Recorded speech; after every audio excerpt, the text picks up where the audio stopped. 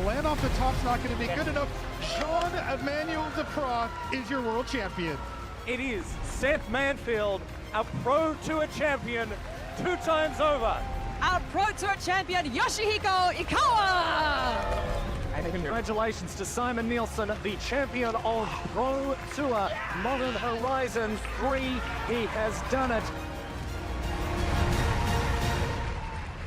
It's time for day 2 here at World Championship 30, live from beautiful Las Vegas, Nevada, having an awesome time here with some of the best players to ever play the game of Magic the Gathering. We started the weekend with 113 players, now we are down to just 57. By the time we're done today, only 8 will remain. We're battling for our share of a $1 million prize pool with 100 grand going to the winner, and of course the title of Best in the World. We're also going to find out who our Player of the Year is this season.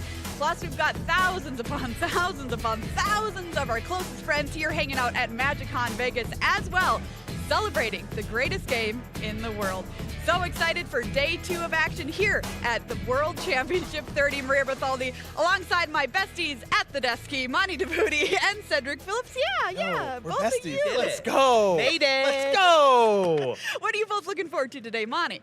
I'm looking forward to one more look at Duskmourn Limited at the World Championship. Tomorrow, the top 8 is all standard, but today, we get to start again with this amazing limited format. I know, it's such a great format. What about you, Cedric? What are you looking forward to? For me, it is standard once again. I love this standard format. I think it's an absolute blast. It's very diverse. We're seeing our reigning world champion, Jean-Emmanuel Depraz, doing very well with the most played deck here this weekend with his own take on it and Gruul prowess. I'm just ready to watch some Magic. I'm doing traditional Magic player stuff right now. You see this? These are Magic cards. See this right here? Oh, wow. And what do we do? Where'd you get we those? just shuffle them. You I don't shuffle do. them. I You don't do just this. I don't shuffle do as fast as Kibler. But, Yeah. you know. But like, I'm Put on ready a to show. I'm ready to just sit back. Yeah, zoom in right there. Yeah, I'm ready to just sit back and just watch some Magic and shuffle these cards in my hand. Absolutely. That's what I'm here legit for. right there, We're the Cedric. current world champion. I know, Not it's today, very tomorrow, but exciting. like this is just going to be awesome to watch. Working our way. Yeah. Working our way. Speaking of working our way, let's talk about what happened and how we're going to crown that champion, starting with what happened yesterday, Monty. Well, Maria, we kick things off, as we always do, with that awesome Duskmourn Limited draft format. It was a blast to watch for the first 3 rounds, and then we swapped over to standard constructed for the afternoon. 4 rounds of that, at the end of which all players with 12 match points or better came back today for day 2. Speaking of day 2, that is where we are right now. It is Saturday here at MagicCon Las Vegas, World Championship 30. We're going to kick things off with 3 rounds of Duskmourn draft, and then we're going to get to those fun standard rounds that I'm looking forward to, where players are going to be in those high leverage rounds to qualify for day number 3 of competition. Remember, it's 10 wins before round 14. That's the idea. Around round 14, and then boom, you're into the Sunday stage. Yes, and Sunday, you won't want to miss a minute of the action. It is single elimination standard in our top 8, best 3 out of 5 games. The winner takes home this glorious trophy, $100,000, and of course, their right to call themselves the Magic the Gathering World Champion.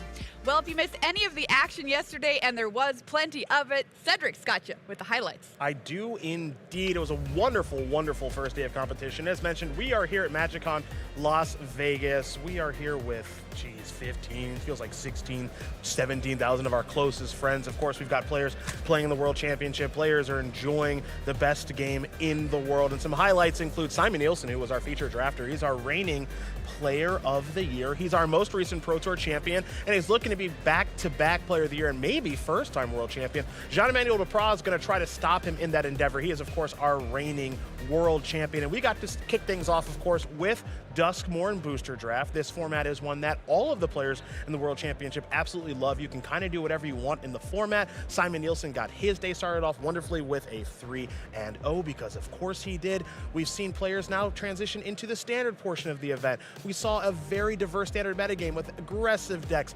combo decks, control decks, and mid-range decks all alike, all of them performing quite well, and everybody is enjoying the weekend of gameplay. But the end of day number 1, as you see Marcio Carvalho raise his fist in the air, it's the cool, calm, and collected reigning world champion, Jean-Emmanuel Depraz, who wants to take that trophy home with him and add it to his ever-growing mantle and say that he is back-to-back world champion. Yeah, you can put it right next to the other one. Yeah, that's right. Just boom, right here. Just got a little space right here for the second one. That's all. Let's take a look at our leaderboard after one day of competition and find out where we're at here in this tournament. Of course, the headline, Jean-Emmanuel Depraz, our reigning world champion, leads the field, the only undefeated player left here in the room at 7-0. But we've got another day of magic to play here. Marcio Carvalho has found himself in the finals of the World Championship twice, but come up short twice. Can he do it again here this weekend and perhaps do one better? Seth Manfield, second in the Player of the Year race, only to Simon Nielsen, and you see them right next to each other there in the standings, 6-1 and 5-2 for those players.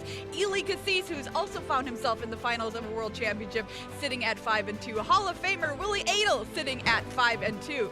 As we work our way down the standings, some more 5-2 players here, including none other than Reed Duke, or how about Hall of Famer Shota Yasooka, both doing very well at 5-2, as is Javier Dominguez, your 2018 world champion, who's been doing so well this season, sitting at 5-2. Checking out here further down the standings, the citrus assassin Greg Orange, currently sitting at 4-3. How about your German juggernaut, the greatest player ever to play Magic the Gathering, Kai Buda, here this weekend, doing 4-3. Let's go, Kai! Check it out there. Jason Yee also hanging in there at 4-3 on Team Sanctum of All. As we continue to work our way down the standings, these players still got a shot if they manage to win out today. A lot of players at 4-3 here, but the players who did not lock up 4 wins yesterday, not back here today playing in day 2 of competition. But so much could happen here on day 2 yet. We've been checking in with a bunch of different player groups throughout the weekend as well. Some of our big testing teams here in the building. Let's check in on how they did on day 1 of competition, starting with Team Handshake, Monty. Team Magic has been the most dominant team on the Pro Tour for the better part of 2 years now, and still doing great this weekend. 7 of their players are back here for day 2. Unfortunately, Mataquisma at 3-1, missing the cut. Team Channel Fireball Ultimate Guard has kind of been the thorn in the side for Team Handshake at times over the past handful of years, and you'll see that they have 1, 2, 3, 4, let's call it 5 players into day number 2 of competition, being headlined by former world champion, a Pro Tour champion, 2-time, and Seth Manfield, who's already won a Pro Tour this year.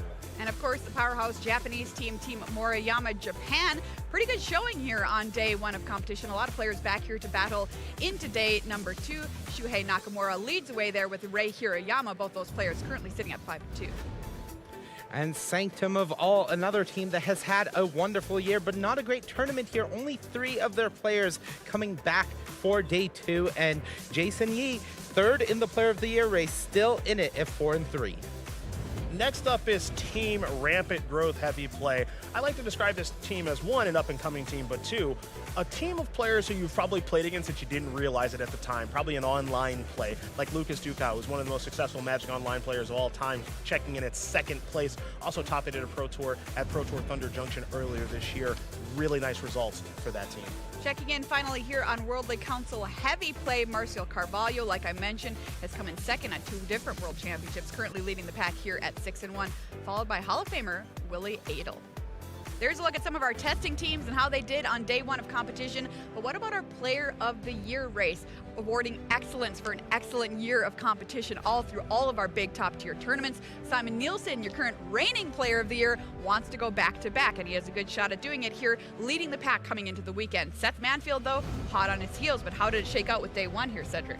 Well, day number 1, you mentioned Seth Manfield hot on Simon's heels, and that's because of the 6-1 record, including a win over Simon in the last round of competition yesterday. So if Simon had won, he'd be 6-1, Seth would be 5-2, but Seth's getting a key victory there. You see Eli Kassis, who's, he's flying under the radar in the race a little bit here, but he's 5-2, and he's got a constructed deck that he absolutely adores. 3 players here at 3 and 4 and worse, and Sean Goddard, Yuta Takahashi, and Sam Pardee. Unfortunately for them, they will not be Player of the Year this year, as they did not make day number 2 of competition. And you saw Javier Dominguez, a player who we haven't talked about much yet this weekend, but I've got a feeling we will be, because he's still in this thing, and he's one of the best players in all of Magic, regardless of what the formats are. Absolutely, definitely keeping our eye on Javier this weekend. Well, we're going to turn our attention now to draft, as we are kicking this morning off with Duskmourn draft. Let's walk us through an overview of the format with the 10 big archetypes we might have our eyes on here. Monty. Well, Maria, on the first slide of archetypes, I've got my eyes on the Azorius archetype of Eerie Investigation, but also Rakdos Serial Sacrifice and Gruul Delirious Rampage, very much in the mix for some of the strongest archetypes in the format. And speaking of strong archetypes, Childhood Fears, the Boros deck, is a very, very good deck in this format if you can get it. Now, most of these archetypes, and you could argue all the archetypes in this draft format, are quite good depending on if you get the cards for the deck. That's what makes this format so appealing. But of these 5, Childhood Fears, and I'd say Manifest Dread, the Simic archetype, 2 of the big favorites amongst the pros here in the room. Let's check in with our 3-0 drafters as well. These are the people who went 3-0 at the first draft yesterday morning. How did they convert here through the rest of the day? Of course, Jean-Emmanuel Depraz 3-0'd that draft and then decided, hey, I'm done with losing games in Magic the Gathering. Didn't lose the rest of the way there. A lot of other 3-0 drafters, turns out draft, very, very important at these tournaments, turn themselves into good records here through day 1 of competition. Some people, though, not so lucky there. One of the new mechanics, Manifest Dread, here from Duskmourn, is very, very cool, and Monty's going to give us a closer look at it. Yeah, Maria, there is quite a lot to love in the Duskmourn limited format, but one of the things that I personally really latched onto, and a lot of players have as well, is the Manifest Dread ability. This is the latest evolution of the morph sort of style of a 2/2 face-down nameless creature, but Manifest Dread adding this extra element of looking at 2 cards, getting to choose one while fueling your graveyard. You get some information, your opponent gets some information, really creates an interesting game, and by having it appear at common across all the colors, it is a key part of this limited format. But specifically, something that I really enjoy is what Manifest Dread has done specifically for the Simic archetype. Simic historically has been one of the worst color combinations in most limited formats. But here, Simic is the dedicated Manifest Dread archetype, and you see some signposts on commons like Growing Dread and Oblivious Bookworm, alongside Paranormal Analysts and threats around every corner. These cards are very, very strong, and allowing Simic to take advantage of Manifest Dread as a whole archetype has made it one of the best archetypes in the format, but also the best Simic has been in Limited in years. Yes, it's very, very exciting. Go draft some Simic if you haven't already, everybody. It's really, really great. Well, let's take a look at our top pods this morning for draft, because we're going in leaderboard order. We've got some stack pods, Cedric. Boy, do we. And you want to talk about a stack pod. No better way to start than the first one here. You've got Jean-Emmanuel Depraz, of course, our reigning world champion, 7-0, first place in the standings. You got Simon Nielsen, Seth Manfield. Of course, Seth is a former world champion. Simon Nielsen is our reigning player of the year, looking to go back-to-back. And as you'll see in the ordering here, Simon is actually going to be passing to Seth. Seth is looking to play spoiler and actually win player of the year himself. And oh, by the way, Marcio Carvalho on that pod, just a 2-time world runner-up. Second pod, Alexander Hayne, a Pro Tour champion. Shuhei Nakamura, a Hall of Famer and a former player of the year. Eli Kassis, a world runner-up among the players in this pod. Draft pod number 2 is certainly no slouch. So now we move on to draft pod number 3, headlined by Reed Duke and Shota Yasooka. And however, a bunch of players who are doing very well that are looking to make a name for themselves by getting their first top finish in a world championship. And then we move on to draft pod number 4. Now, I mentioned Javier Dominguez flying under the radar here a little bit, and this is a perfect encapsulation of that. He is in a pod against a bunch of players that have a record that is worse than Javi, right? Javi's 5-2. He's got the worst record as far as breakers are concerned at 5-2, and then you have other players who are in 4-3. You got a lot of players here in 4-3 that are like, hey, I got to win out to be able to make the top 8 of this thing. Javi obviously wants to win as well, but Javier Dominguez is a player who, he doesn't feel like he's 5-2, right? We've talked about Simon. We've talked about JED, Jean-Emmanuel. We've talked about Seth. 3 of the best players to ever do it are having a fantastic tournament. Javier could also be considered one of the best players to ever do it, and he's just kind of laying low. That's what he's been doing all season. He's been laying low. We're not talking a ton about him, but let's say he 3-0s his pod, and all of a sudden he's 8-2. Oh, we're going to be talking about him. Absolutely. We're going to be talking about him. He's been just under the radar, That's right. So this pod is very, very important for him right now, because if he's able to 2-1 or 3-0 that pod, all of a sudden he's back in the conversation probably around player of the year too. So this could get really good. Ooh, excellent. Well, let's check out who our featured drafter will be this morning. Who do you think it is? Quick guess. Could be anyone. Could be anyone. It's JED. 7 top finishes. Can he make it 8? Can he do the next to impossible and go back-to-back in world championships? Well, he's got to win out here in draft this morning, or at least do extremely well to put himself in top 8 contention. Let's take a look at his path here to the top 8. On his way to the top 8, maybe. Yeah, you just count it. Ahead. Yep. I'm thinking ahead. You're one of the script writers? Yeah, I'm thinking ahead here for JED. Of course, yesterday didn't lose a single match. Look at all those W's in the results column, and went through some pretty good players on his way to doing it, including Simon Nielsen and Eli Kassis. Let's check out our broadcast team as well, who will be hanging out with you here this weekend, bringing you all of the action from World Championship 30. We've got a great team behind the scenes bringing you all of the action from the feature match area. Welcoming back Paul Cheon. Paul Cheon's hanging out with Marshall Sutcliffe in the booth. We're so happy to have him back, as well as Ailey Loney and Corey Baumeister. They always have so much fun in the booth. I wish I could be in there with them. So an awesome team here this weekend. Well, it's time for draft number 2 on day number 2 of action here at World Championship 30. I'm going to send it on over to Marshall and number 1 arena drafter, Paul Cheon. And by the way, you are back to number 1, right? We'll talk about it later. He took his break here just to reclaim the crown. No doubt about it. Welcome back to the booth here at Magic the Gathering World Championship 30. That's Paul Cheon. I'm Marshall Sutcliffe, and we're about to do our favorite thing, which is draft. This is Duskmourn draft, which we're going to head down, and we're going to be seeing John Emmanuel Depraz sit down. John Emmanuel, not only one of the best players, full stop, in the world. I mean, he is the reigning world champion, as you heard at the news desk. He's also an absolute top-tier limited player. Yeah, absolutely insane. I think he had one of the best of 3 win rates on Arena, something around 80%. And then he said, you know, this one I'm not doing as well. I'm 10% lower than what I normally do. So I'm like, are you like a 75% win rate? He's like, yeah, around there. Yeah, unbelievable. He crushes at these high-level drafts as well. It translates across the board for him. You can take a look at the table that he's at. It is absolutely stacked. Seth Manfield, Simon Nielsen fighting it out up there, as well as Marcio Carvalho. And don't overlook Lucas Duco down in the lower left there. He's a veteran of the game and an accomplished limited player himself. Absolutely stacked pod here. I mean, just look at that upper left corner there. That is a death row for sure. As the players come out there, and you can see some of them. There's Simon Nielsen coming out to do his draft. We got a chance to watch him draft yesterday, but as I mentioned, we're going to be watching John Emmanuel Depraz, our only undefeated player left in the field. He is 7-0. And as we were watching the news desk segment here from the booth, Paul, you remarked he's only lost 2 games yesterday. He is doing so well. And one nice thing here with JED is I'm really interested in how he drafts. He drafts very different than how I normally draft, but it still works for the Worlds. I'm Emilia, I will be the one calling the draft for you. First thing, please do not pay attention to anything that is said on the rest of the Worlds. We will only focus on my voice and my instructions. We will first draft, then I will have instruction for you about how we're going to register what you drafted. The very first thing I need you to do is to open pack A and count 14 cards face down for me. Yeah, so that's our head judge for our feature match area, Emilian Wilden. He's going to be guiding the players through the draft. This is a little bit different than a draft at your local game store, but not a lot. This is just called a timed draft, where the judge will tell you when you can look at the cards and how much time you have to pick them, and then when it's time to pick one, and then where to pass them after that. And that's just to make sure that everything stays every time I give you some time, I will also give you first a 10-second warning and later a 5-second warning, so you know when to focus on your pick.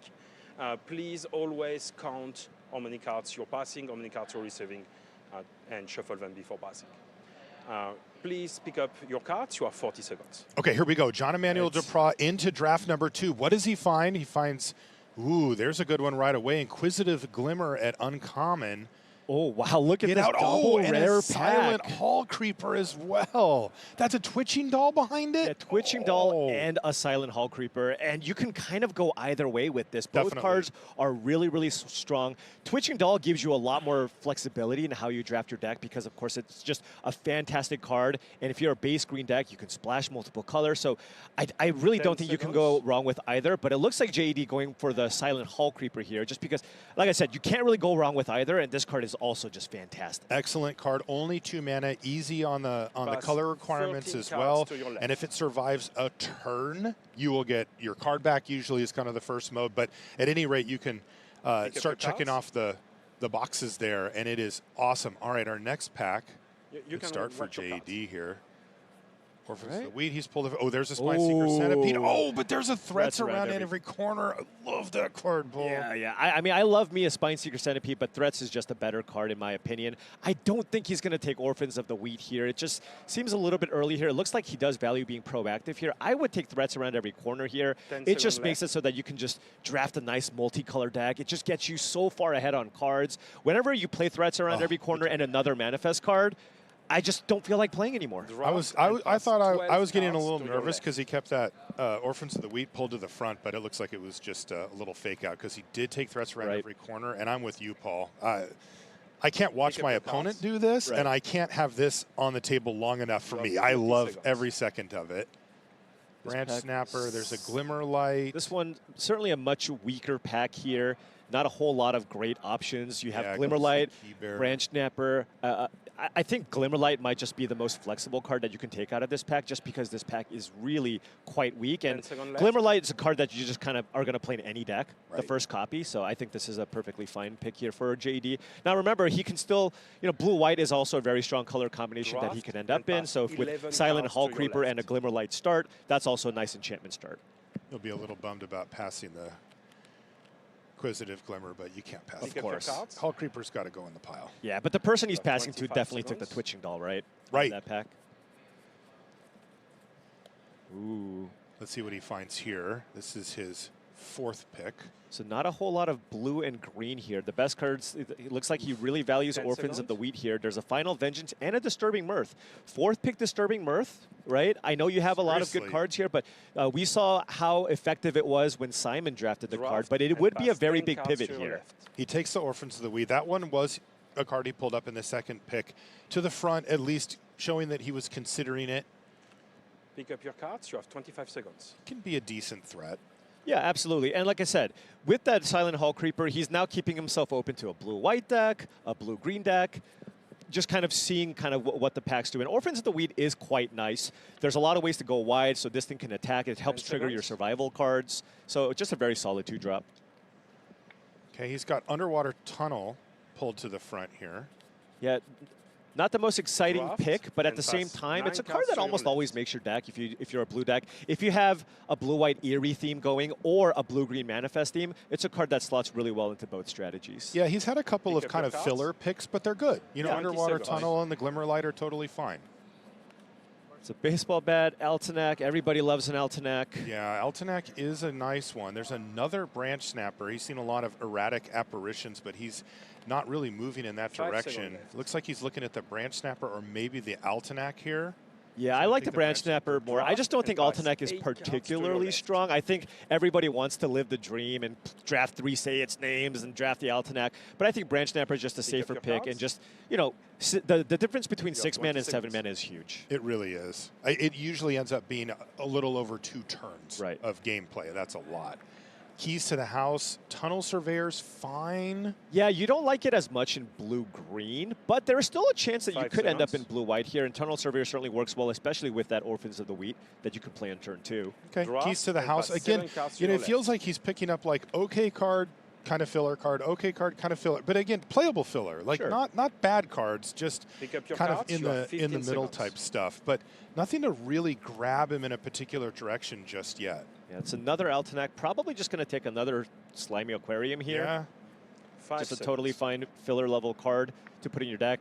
The nice thing with Keys to the House, now that you have threats around every corner plus Keys to the House, it keeps you open to perhaps a splash. Right now you have 2 ways to splash. And if you also need Delirium, it's an artifact, right? It's not a huge cost. You have 10 seconds. Daggermaw Megalodon, Fear of Lost Teeth. Yeah, I imagine this is just a Megalodon. His wheel pack? This is his wheel. So he wheeled that Fear? Draft and pass 5 cards to your left. He's just going to take the Megalodon. Again, not an exciting pickup for him. Not an exciting pickup here, but it's worth noting we are at the World Championship here. Absolutely. Tough table. Exactly. You're just not going to get the insane, I had to cut all these awesome cards from my deck. You're kind of scrapping for every playable in the World Championship here. Yeah, if you're looking at the decks that the players play here and you're comparing them to your arena decks, for example, you should be doing a little bit of a conversion on that. They're not going to be as good as your average arena deck. The one thing though is it was really tough, I feel like, to figure out where JD was even supposed to be. All the packs just seemed really bad. Messy, very messy. And I feel like I can easily put myself in his seat and kind of go, well, I guess okay, sure. And it's just nothing to really grab onto just yet as far as colors or a particular archetype. The only thing that seemed vaguely open was red-black, but it was a little late and it wasn't like wide open. Right. he got a couple of aquariums late, but you know that's a card you kind of get late anyways. We didn't see any glimmer bursts or meat lockers or anything of that nature, or even that many vanish from sites. But hey, you still have a couple of 2s here. Again, with the mana fixing, it does give you that flexibility. We have 2 additional manifest effects here with threats around every corner. So, you know, okay start here, but certainly could do a lot better. But given the power level of just the cards in general that we saw, it doesn't look like at least the people to JD's left and right also likely don't have the best decks here. Yeah, that's the other thing that you have to realize is, what did he pass? Yeah, exactly. If you're taking a mediocre cards, pick 3, 4, and 5, that means the person you're passing to is also going to take a mediocre card out of that pack.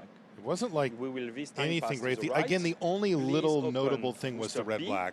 Right. You know, the disturbing mirth and the final vengeance in that one pack kind of stood out, but that was one. Right, but then you didn't see any more sacrifice cards. Right. It's not like you saw an Egotist or a Skin Ripper 7th pick. Nothing obvious there. So a bunch of middling cards here with a couple of highlights at the top, or actually the bottom of the screen there. His first 2 picks were excellent, and then the rest are kind of, I don't know, we'll find out. I think this pack is the one that needs to get JD on the particular plan. Let's see if he can do that. Okay, there's a Meat Locker, Curse Windbreaker, ooh, Patchwork Beastie as well. Ooh, very nice. So I think it's probably a choice between one of the 2 uncommons there. It looks like he's also looking at Meat Locker. I don't take that generally as highly just because you can also get Glimmer Burst as a card draw effect. Beastie is a nice 1-mana play that you can play, but then the Curse Windbreaker works really well in the blue-green archetype just because it's a manifest payoff. And sometimes I find in my blue-green decks I have trouble closing out games, and being able to give something flying in the late game on one of your green monsters also helps. Absolutely. Yeah, he's going to go with the Patchwork Beastie here. I like this pick. Yeah, can't go wrong with that. Yeah. Honestly, this just, especially even in a blue-green deck, which you don't think of as the dedicated Delirium deck, it's actually secretly also a blue-green card. Totally. Delirium is also manifest. Yeah, Delirium is also just a blue-green mechanic, just because you have so much manifest, it's so easy to turn on Delirium in blue-green. Let's see what he gets second pick here in our second pack. Vacuum. He's got a Ghost Vacuum. Yeah, and, oh, there's an Analyst here. And a Growing Dread. Wow. Okay, so he's got Paranormal Analyst and Growing Dread to choose from. This could be a way to move forward. I think the Analyst in general is more powerful, right? I think so. Growing Dread's nice. Growing Dread is good, but Analyst is dumb. When you kind of go off with this, it just, every time you manifest, it's look at the top 2 cards, put the best one in your hand, and then also make a 2/2. Totally. And he just needs more 2-drops as well. So it's just the perfect pickup for his. Of course, Growing Dread also being a 2-drop. Would be good, but a little more mana intensive, a little less powerful. So Paranormal Analyst here for John Emanuel. That could be a signal for him. Let's see if he can pick up something again to kind of stay on this route. Oh, there's a Brood Spinner. There's a Brood Spinner. Its name. Yeah, as the best card in this pack. I'm not a huge fan of Rootwise Survivor unless I'm drafting maybe the red-green aggressive Delirium deck. Brood Spinner, I mean, with the mana fixing that you have, I think it's worth splashing here potentially. I just don't see anything else that's powerful enough to take. Yeah. Brood Spinner's really strong. You saw him bring that Prana Fly up, like, doesn't really want that, so I like the potential for a more powerful option. Plus, also, Patchwork Beastie and all that, too. Yeah, and a great card to manifest. Yeah. As well, right? You just end of turn, flip it up, and then you untap, and you just make 5/1/1s. You have 25 seconds. Let's see what he finds here. Thresher's decent. Wickerfolk Thresher's fine. And it looks like it's the pick here, though, just because there's nothing else really in blue or green. So, again, given that you can get Delirium pretty easily, we do have several 4-drops already. Threats around every corner, double Slimy Aquarium. This is 4-drop number 4. So you do kind of have to be mindful about that. So probably going to be favoring cheaper things to play now that he has the 4th 4-drop here. But very, very solid card here. You know, I will note that the Thresher, when I first saw this, I thought this card was absolutely bananas. Same. It's a very solid card. Fine. It's a very solid card. If you can get the Delirium, it's great. But it's not nearly as good as I thought it was. Definitely. It looks better than it actually plays.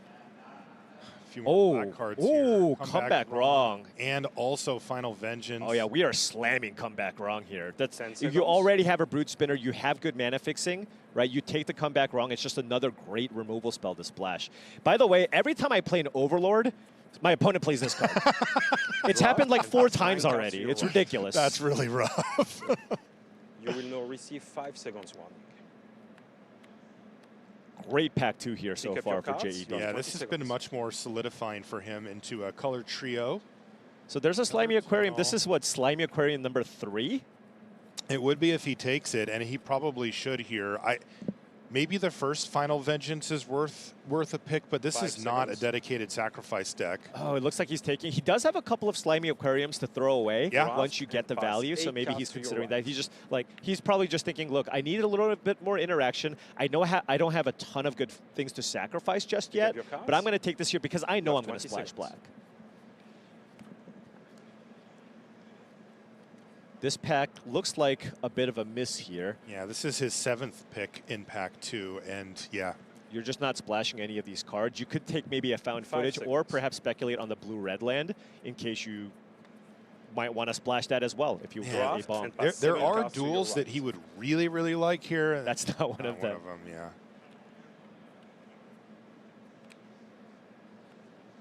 This has been awesome. This up your is cards. navigating You a have 15 difficult seconds. spot.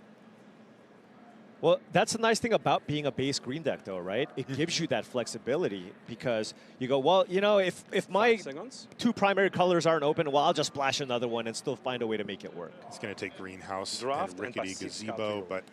would be surprised if that actually made it in. Though sometimes JD surprises me. Yeah, card's a bit slow, Pick up but your if you cards. play have against a 10 slower seconds. matchup, You will I no think it's a longer perfectly receive fine sideboard another card, one. right? There you The go. games go along. There is a lot of winter misanthropic guides floating around the table. Don't know if Draft it's and going to pass find a 5 cards home, to your though. right. Not Oh, it did! surprising. It did. Not surprising. Look at it. What would be surprising your if that cards. ends up in You JED's have 10 deck, seconds. Very surprising, yeah. the old double splash. Although I guess at this point, could he even possibly just be a black-green deck splashing blue? He could be. Yeah. Yeah. Yeah, that's true. Draft and pass 4 Oh, cards to your but right. take- but don't this make a pick kind sound. of makes me think he wants to lean into being blue-green instead because there were a couple of common black Pick up your creatures he could have cards. taken You out have of that 5 pack. seconds. Right. Yeah. Appendage Amalgam is Draft fine. and pass 3 cards to your Victor, right. I wanted it to be good, and it's just Not good. not at all. Not good. Pick up your cards. Crack Skull probably 5 for the seconds. sideboard here for JED in case he finds a matchup. And there's the insurance policy, and the pass malevolent to your right. chandelier. I think that card is fine if Pick you up have your the cards, you absolute, have just the 5 seconds. craziest manifest deck, which Yeah. it doesn't look like JED has, so might not make Draft, it make pass a its way into single the deck card to your here. right. Smoky Lounge, second Please to add it last. to your pile, and you have 90 seconds to review what you have drafted And a so far. Fear of the Dark is the When you last have card finished here. reviewing, So I am please curious. put Let's it take back a look to at how the many board in a blue single cards pile. we see from him here. I will give Well, you of a course, with the 20 Silent seconds Hall warning. Creeper, yeah, it makes Right, sense that you and want then to be. the at least double Aquarium, and then the Paranormal Analyst. Yeah, you're pretty committed. Yeah, yeah. And he's got 3 2-drops now, so I think JD still wants to continue looking for Wary Watchdogs or Manifest Dread, just more 2-mana plays, perhaps even, just a bite spell, right? Just something to play on turn 2, just because it looks like he's got plenty of things to do at the top end of the curve here. He's got a couple of interactive spells, so Pack 2 was great. You started out the draft with 4 uncommons and a rare. Can't really ask for too much more than that. Yeah, you can see he has the Paranormal Analyst, the Hall Creeper, the Glimmerlight, and then potentially the Brood Spinner at 2. Currently, the way he's fanning things out, the 3s are lacking.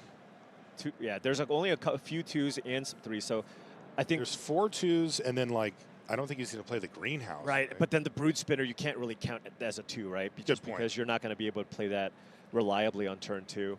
But so I mean that's going to be JED's kind of primary focus. A little more interaction would be nice 20 and cheap seconds. spells because he's I kind of like where he's at the top end of the curve. Okay, so interaction, cheap spells, and then would you like to see him solidify 2 colors with a splash a little more than it is right now? Because Yeah, look at what he's fanning out. This is not just obviously green blue with black. Yeah, I think he would prefer to do so. Put back I your don't know that you're going to cards just face see down him in a randomly single take a murder or The something and cards just you try to draft make from it the work. booster free will be But added to that pile of face course, down. it'll just all depend on the mana fixing that he picks up, the Please lands that he open booster gets, number C. and Because he Count is down light that you on, have on 40 mana cards. fixing right now, right? It's And just as a threats on reminder, every so we this will is going to pass be a to tricky the pack 3 because he's going to be like he's going to have to think: do I need to prioritize fixing? Do I need to take the cheap card? And he might have a lot of those decisions, and this might be a very tough pack 3 here for JED. Yeah, or it could be like yesterday. We saw Simon Nielsen kind of on the edge, and then pack get all 3 was rares. like, here you go. Double Undead Sprinter for the win. Right. Yeah. Maybe You will we'll see a receive bunch of 20 seconds manifest here warning, for pick up your JED in cards. the third. Love Oblivious 40 Bookworm, seconds. maybe, That right? would be a great start. There's a Spine Seeker Centipede. That is an absolute must-have item Unable for his to deck screen. right now. Oh, Balustrade Worm, though. This is a tough pick, right? Because he doesn't have that many 3s, and he needs fixing, so the Centipede's there, but the Worm is awesome. Yeah, I mean, even unable to scream is a defensible play too, right? Just because you need that extra removal. So doesn't look like he has it at the top of his priority list. It looks like he's deciding between the 2 green cards, but taking the power, taking the rare. He's just going to go big here. It's got to really hurt his soul to pass the Spine Seeker Centipede, but Balustrade Worm is awesome. Yeah, it's absolutely insane here. It's just a 5-mana, 5/5 trampling haster that comes back. And then especially in a deck that has a bunch of manifests, you can just put this into the yard too if you want. Paul, it can't be countered. That actually is relevant in this format. Is it a little bit? Yeah, Twist Reality is a card people play. What is that? Oh, Withering Torment, sure. Okay. Oh, there's an Oblivious Bookworm. There it is. That's the one you want to see. He's got that curse recording up because he had that in his deck yesterday and actually used it to good effect here. But he's going to slam this Bookworm. This is one of many Mythic Uncommons in the set, but this is the perfect card for JED. My God. Wanted a 2-drop, wanted a bomb? Well, what about both? And it's even a nice, 2/3. Like, it's a good creature. I don't know why it's a 2/3, Marshall. I don't know either. It could have been a 1/1, and I would have played it happily. Draft and pass 12 cards. If it was a 1/1, it would have also been more in line with its looter roots. Right, yes. But instead, it's just a great blocker it's just in a format 2/3, full of 2/2s. blocks all manifests, draws you cards, 10 does second everything. warnings. Pick up your cards. You have 30 seconds. Okay, great start here for JED. Okay, there's an Inspector for a 3-mana play if you Vanish want that. from sight. But there's also exposure. Okay. There's a Monstrous Emergence. Right, so Monstrous Emergence could be the thing because you still want more things to do early. It's a removal spell. You can put on the draw. You play this as a removal spell turn 2, so I think that's fine. I would take it. 10 I do. seconds. Yeah, I think you're taking the Emergence. I do like Twist Reality and Vanish as well as effects, but I just don't like them more, particularly because JED has a pretty big need for interaction here and cheap things. Yeah, and Monstrous Emergence pass with its 11 extra cards to your claws of being able to reveal from hand is a complete game changer here. Right. If that was a normal, like even just a bite spell, I don't think he could take it because he's got all these expensive cards that he's trying to get to, and this will actually get him there.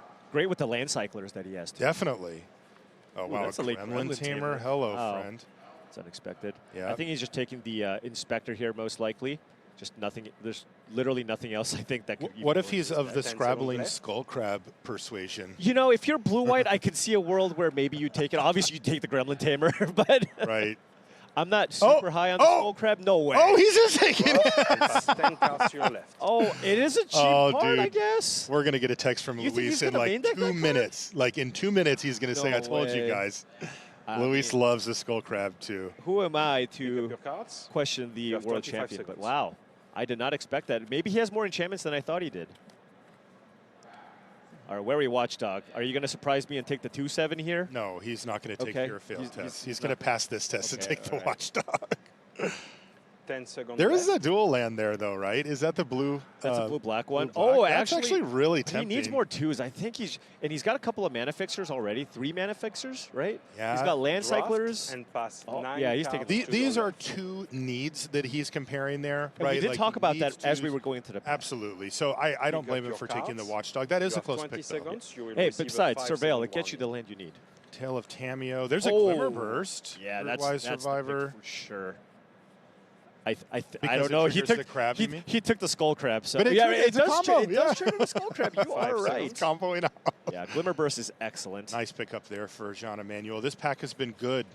Draft and pass. He 8 has found a cards to bit your of left. direction, and he's checked some of the boxes that he needs to check. It does feel like the black splash is getting less and less Pick as up we your go, cards. like him You have not 20 taking that seconds. dual land, for example.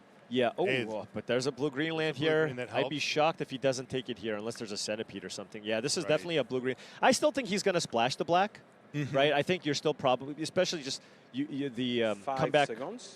wrong. Wrong. Come back wrong, and the Brute Spinner at the very least. Those are likely going to be splashed, given Draft that you have and threats pass around every 7 corner. cards to your And now left. picking up the Lakeside Shad makes the splash a little more palatable here. Definitely. Pick up your cards. You have 15 seconds. Oh, no another way. Analyst? What? That's absurd. That is amazing here for JED. I imagine he's 5 going to take seconds. the analyst here. There's also another underwater tunnel, though. No, it looks like a peculiar lighthouse. It's the blue- Draft He and is pass taking the 6 tunnel. cards to your left. All right. He's taking his medicine It's here. with the He crab. needs more manifest. No, he needs more enchantment triggers with the skull Pick crab. up your cards. You have 10 Game seconds. plan acquired. If he mills somebody, Wow, that's a late murder. that is a late murder, but Gonna be he's happy on the with the flesh flesh burrower. burrower. Yeah, again, the 2 drops that you mentioned. Yeah, perhaps Draft JED and doesn't pass quite 5 have as cards much to your left. manifest as I think he has. I think that's right. I think Yeah, that's why he probably took it. Yeah. Pick up your cards. It's no You good have if 10 you have all the seconds. payoffs but not enough manifest. Exactly. Normally, it works itself out. Right. Getting the manifest is normally the Wow. easy part. This means nobody's in black-red, right? Definitely. Or there's not too many. Vengeful Possession this late. It's Draft, one of the... pass 4 I think it cards to might your actually left. be the best removal spell if you have a good black-red deck with a bunch of sack outlets. So Yeah. surprised to see that card that late. And we have seen those cards at the pod, Pick so up your it cards, is a you have little 5 seconds. surprising to see still here. Cryptid I think he's Inspector, gonna Twist take Reality. Twist Reality here. Draft and pass 3 I'm not a cards huge to fan your of left. the Inspector in general. You need to have a ton of manifest. And given that this is a draft where he took the Slimy Pick up Aquarium your over the cards. Paranormal You have Analyst, 5 it tells me he seconds. doesn't have enough manifest for the Exactly. Cryptid Inspector to actually be good. Probably just hate drafting here or something. Yeah, just Draft take a and duel pass 2 just so cards to somebody your can't left. splash something Right. against you, because the Clammy Pick up Prowler your is not where cards, you you want have to be. 5 Really in seconds. any deck, actually. No. Creeping Peeper. Probably the Storyteller. Definitely takes Storyteller. Oh. He's got Well, enchantments. he might Turn think- 3 Aquarium. He Give might a be card thinking, and add it to your there pile. is an off chance that I run the Peeper, so yeah. Players, I Okay, will fair need enough. you to do a few things for me before you can start building your deck. The very first thing is review all your cards to make sure that you have a stamp that is visible. The stamp does not need to be clear. As you can see, the You head just judge was need taking to them be through the able to last say, stages yes, there there is to a make sure stamp that somewhere on everything's that on the card. up and up, Please but do that that means for that we get a chance to say, how was this draft? Well, I think it started out a little shaky, right? He was trying to find his lane, but Pack 1 overall was fairly pretty weak. But then Pack 2 was amazing, right? You got a bunch of great uncommons there. And then Pack 3 starting out with the Worm and getting past the Bookworm. I think it really kind of rounded out into a pretty solid deck here. So I think he has the potential here to maybe go 3-0. We'll see. And let's take a look here. John Emmanuel definitely has the potential. He always does, of He's course. so good. The Skull Crab's in. Skull Crab's in. Yeah, that's his other 1-drop there with the Patchwork Beastie. The Final Vengeance did make the cut, as you predicted. Both the Brute Spinner and the Comeback Wrong also in there. So And that the is all Greenhouse happening. made it in. So he did play the Greenhouse Right, and he's playing 16 lands with 2 Landsliders. and Cyclers the here. Chandelier. And the Chandelier. I mean, if Okay. you're going Greenhouse, or I should say Rickety Gazebo, like, you want the Chandelier floating around somewhere. Right. Oh, and he's got the keys to the house there, so lots of mana sources. Shouldn't have a problem there. Short up his weakness too. Look, you're looking at 5 2-mana plays that you can actually play. The Skull Crab is also an early play with the Monstrous Emergence. So solid curve, great late game. Right. If the games go late, you have 4 rooms in your deck. Yeah. So set up really nicely here. This is interesting because what this really looks like conceptually is more like a ramp deck, where it has a bunch of action early and a whole bunch of action late, and the middle ground is kind of like we're skipping that part. Right. And yeah, they're going to have, or he's going to have tons of action there. All right, we're going to take a short break, but when we come back up, we'll be here with John Emmanuel Depraz versus Errico. We'll be back right after this.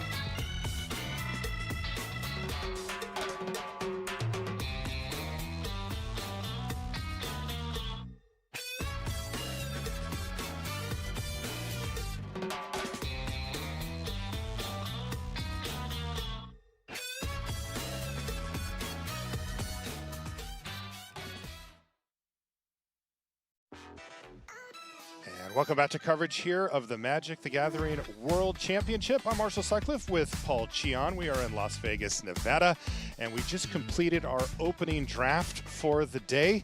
Welcome back. It's nice to have you along. We're going to be watching Jean-Emmanuel Depraz play the deck that we just watched him draft. It ended up being blue-green with a black splash. You can take a look at Jean-Emmanuel here. His opponent is kind of interesting. Look at that record. 6-1. That means a 2-1 in draft. Guess who handed him that loss, Paul? Probably the person who hasn't lost yet. That's the one. They played against each other round one yesterday. Errico was able to pick up the other 2 wins as well as in constructed. But take a look at Jean-Emmanuel's list here. Inevitability, I would say, is on the menu here, Paul. Basically infinite stuff to do with your mana late thanks to the rooms, and then some very nice uncommons to kind of get you there. Right. It is a slower deck. That is not the type of deck that's just going to drop the hammer on people. This is really interesting for me, Paul, because Ivan clearly knows what he's doing with draft. That being said, blue-black is not a favored archetype, generally speaking. Yeah, I only end up in blue-black if it's super open and I have a bunch of crazy rares, including Kaito. He's got Kaito at least in the deck, which certainly helps out a decent amount here. But one interesting thing is Ivan's actually playing the Meat Hook Massacre, which is an extremely difficult card to You mean Meat cast. Hook Massacre 2? Number 2, the sequel, yes. And it's a card that you don't see play too often just because it's super hard to cast. But in this particular matchup with JED, who's playing a slower controlling deck, it could be really strong here. Definitely. Also, speaking of things that could be really strong here, that's a turn 1 Scrappling Skullcrab against blue-black. He's going to prove me wrong. I'm not a really believer. bad until it's good, right? Because Right. you're milling them, you're helping them out, and then it starts to become an actual clock or something that demands removal. It's probably good in this matchup. If Ivan's got so. like a Demir control deck, right? Right. Especially if his first play is Erratic Apparition. Yep. That is traditionally not much of a clock. You can do a couple of things with it in blue-white, but even then it's fringe. In a deck like this is filler. Absolutely. Jean-Emmanuel's going to offer the trade. He also, by the way, kept the card on top with Surveil, and we'll probably keep that card again. Well, maybe oh no, not. it was his last one. Oh, yeah, sure, so it was probably that swamp. Both of those cards don't seem particularly strong. I think it was a land and a Flesh Burrower, although Jean-Emmanuel's got 3 lands in hand and a Thresher, but he's got so many cards in his deck, bunch of rooms and such, so I guess he's just deciding whether or not he wants that Flesh Burrower, because certainly the land is going to go in the yard. Right. But building up the graveyard, certainly good with the Brood Spinner too, right? Just making sure that you can cash in the Brood Spinner for potentially 4 or 5.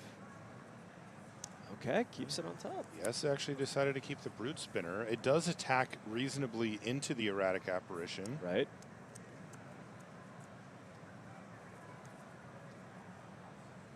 The Apparition can't really make a good attack here, given that the Brood Spinner has reach, even with the Tunnel Surveyor from Ivan. Yeah, he would have to string together 2 triggers somehow to get it through, and even then, Jean-Emmanuel goes, okay, I don't block then. I will say, Wary Watchdog's biggest nightmare, biggest enemy is a 1/1 Glimmer token, which is now in play. Yeah, Watchdog plays better than you'd think it would, but this is the fail case for sure. But even then, you get the extra Surveil. It's like, it's still good. It still does things. Great. Look at this. Take your medicine. Wow. Errico says, can I Yeah. block? Yeah. Oh, both players happy with that exchange, it seems.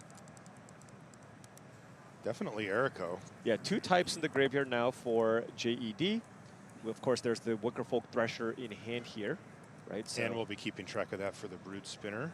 that'll be very big. Ooh, keeps on top. Mystery card. All right. Okay, Wickerfolk Thresher hits the battlefield. As you mentioned, solid card. Not in that upper tier uncommon territory that maybe you'd think it would be when you first read it. Yeah.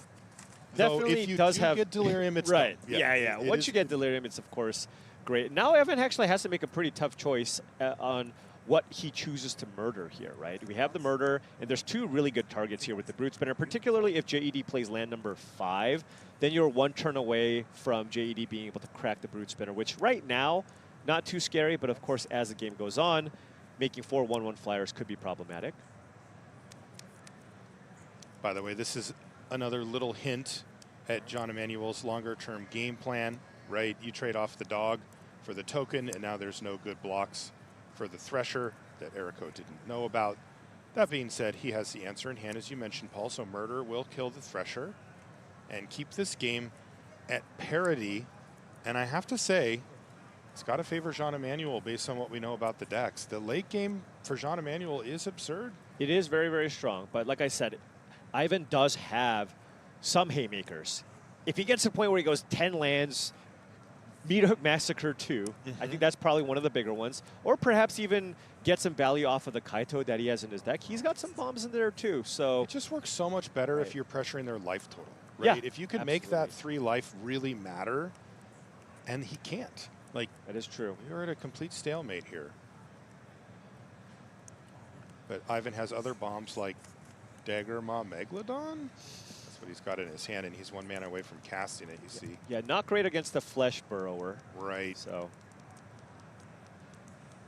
man, how good would that Skullcrab be if it was an analyst with that slimy aquarium?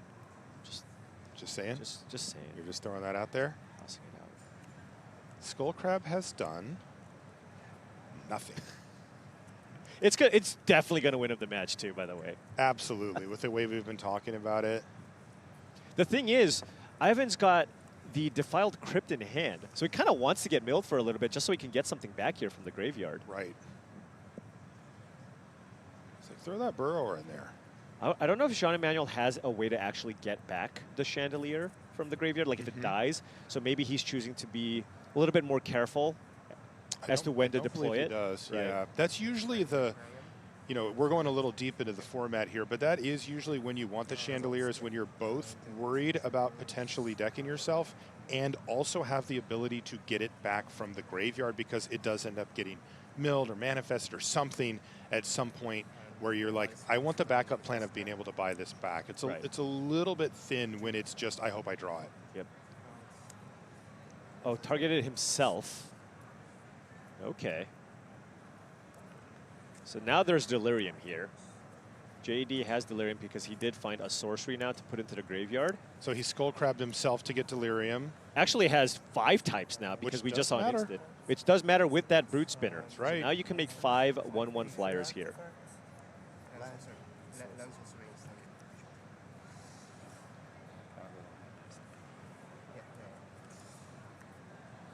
But again, no great attacks. You don't really want to trade Flesh Burrower with a Tunnel Surveyor here. Right. So I think JD is just going to pass here. And there's land number 6 hitting the battlefield for him as well. So Errico will know that Brood Spinner could start doing Brood Spinner things next turn. I think it's Megalodon time here for Ivan.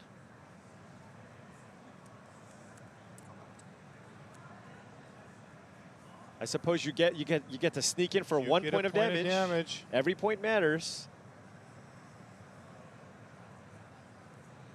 I wonder if JD is trying to think. Did he have a winner's intervention?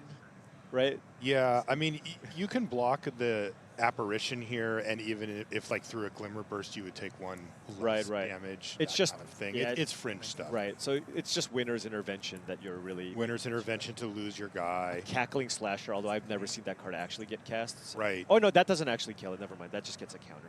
Right. Okay, there it is. Dagger Maw Megalodon, the big hitter here for Ivan Errico. Yeah, I mean, certainly if you can find a way to get that Flesh Burrower off the battlefield, right, then you can start cracking in there with the Megalodon. John Emmanuel's going to transform Patchwork Beastie there on end step. He gets to mill himself. Milling himself here. Maybe he wants to actually get to the point where you have not many cards left, and then you can use the Chandelier to just sculpt the perfect draw every turn. If he does that, like, just give him the trophy. Like, we don't need to play the rest out. If he's stacking his deck in Limited with Malevolent Chandelier to get the perfect draw step, like, he won this whole thing. Yeah, there's also a chance you can just hit a 6 type, right? Which does help with your Brute Spinner too. Right, true. He's going to expose the Chandelier. It is now exposed. There's just a lot of problematic creatures that Ivan needs to deal with here. Yeah, and, you know, let's not forget the Chandelier is a 4/4 flyer. Like, he can just start sending it in. Yeah. Megalodon doesn't have any good attacks right now thanks to the Death Touchers on the other side, or Death Toucher, I should say, on the other side, the Flesh Burrower. Yeah, Ivan should definitely play out this Defiled Crypt. You get a Surveil. If you can hit a creature, put it into the yard, then you can use Cadaver Lab to, you can then get back a creature, make a 2/2. That's a double trigger with the Apparition.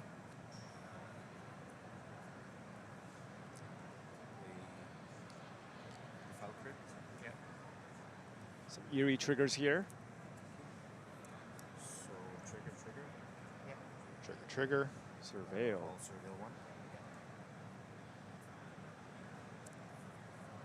Okay. Okay, that That's counts. totally fine, yeah. No attacks. And But there's that's it. no attacks, and every single turn that Ivan Errico passes without being able to really advance his game plan, Sean Emanuel has a chance to find more and more. Was that a Balustrade Worm? He hit a Balustrade Worm off the Beastie. That's not Jeez. bad.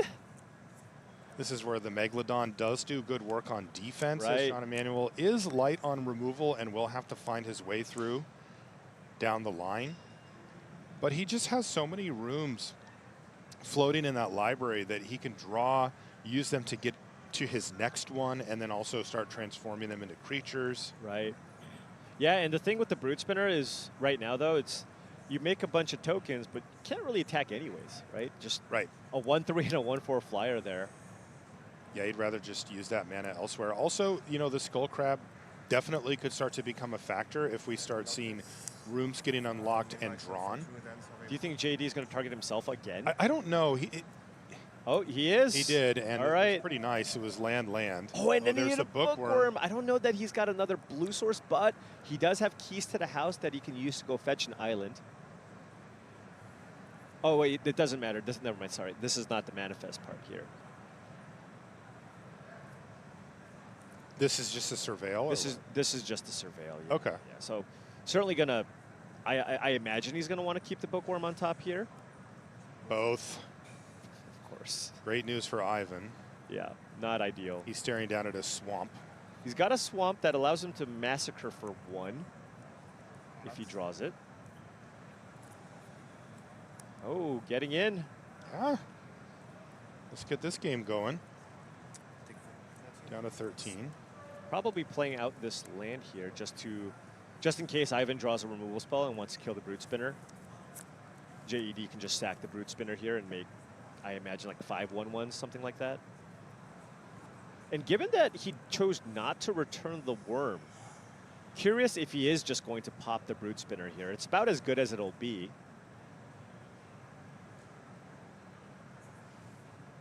Another land here for Ivan, so can't really do much here. No good attacks. You can get in for 1, but that's not ideal. And actually, I mean, JED can just sack the Brute Spinner, make a bunch of 1/1 flyers, and then put them all in front of the Nuisance.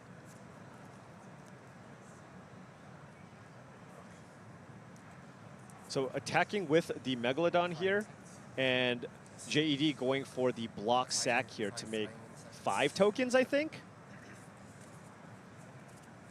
He's got Delirium, so it's at least 4. Looks like 5. Yeah, 5 tokens here. Because Yvonne doesn't care if the Death Toucher blocks, because then he can just get it back and then replay it, right? And then you get another Surveil trigger. And a 2/2, yeah.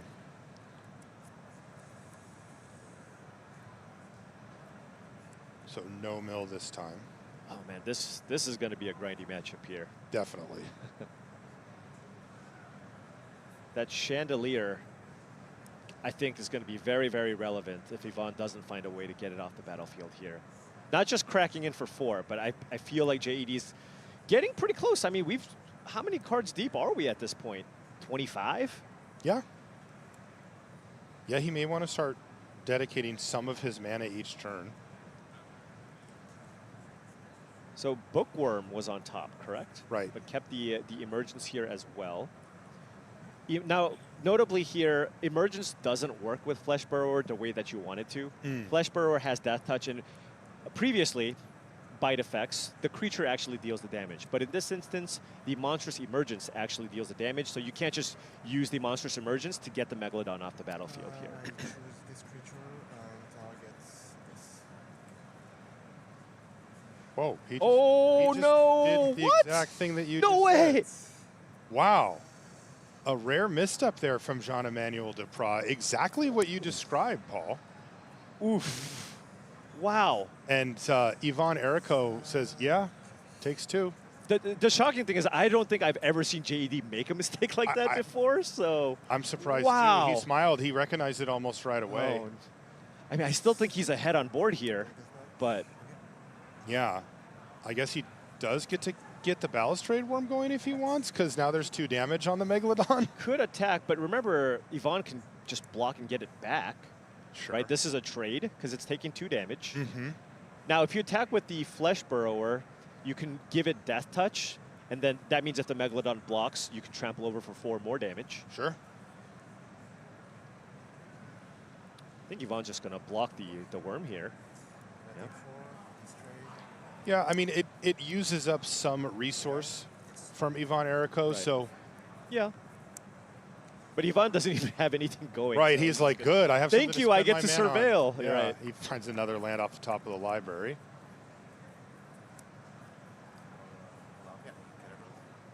Okay, so he's going to unlock the other room. So you get 2 surveil triggers here, which is nice, and 2 triggers here off the apparition. This comes in, you get a 2/2 enchantment creature, which is big.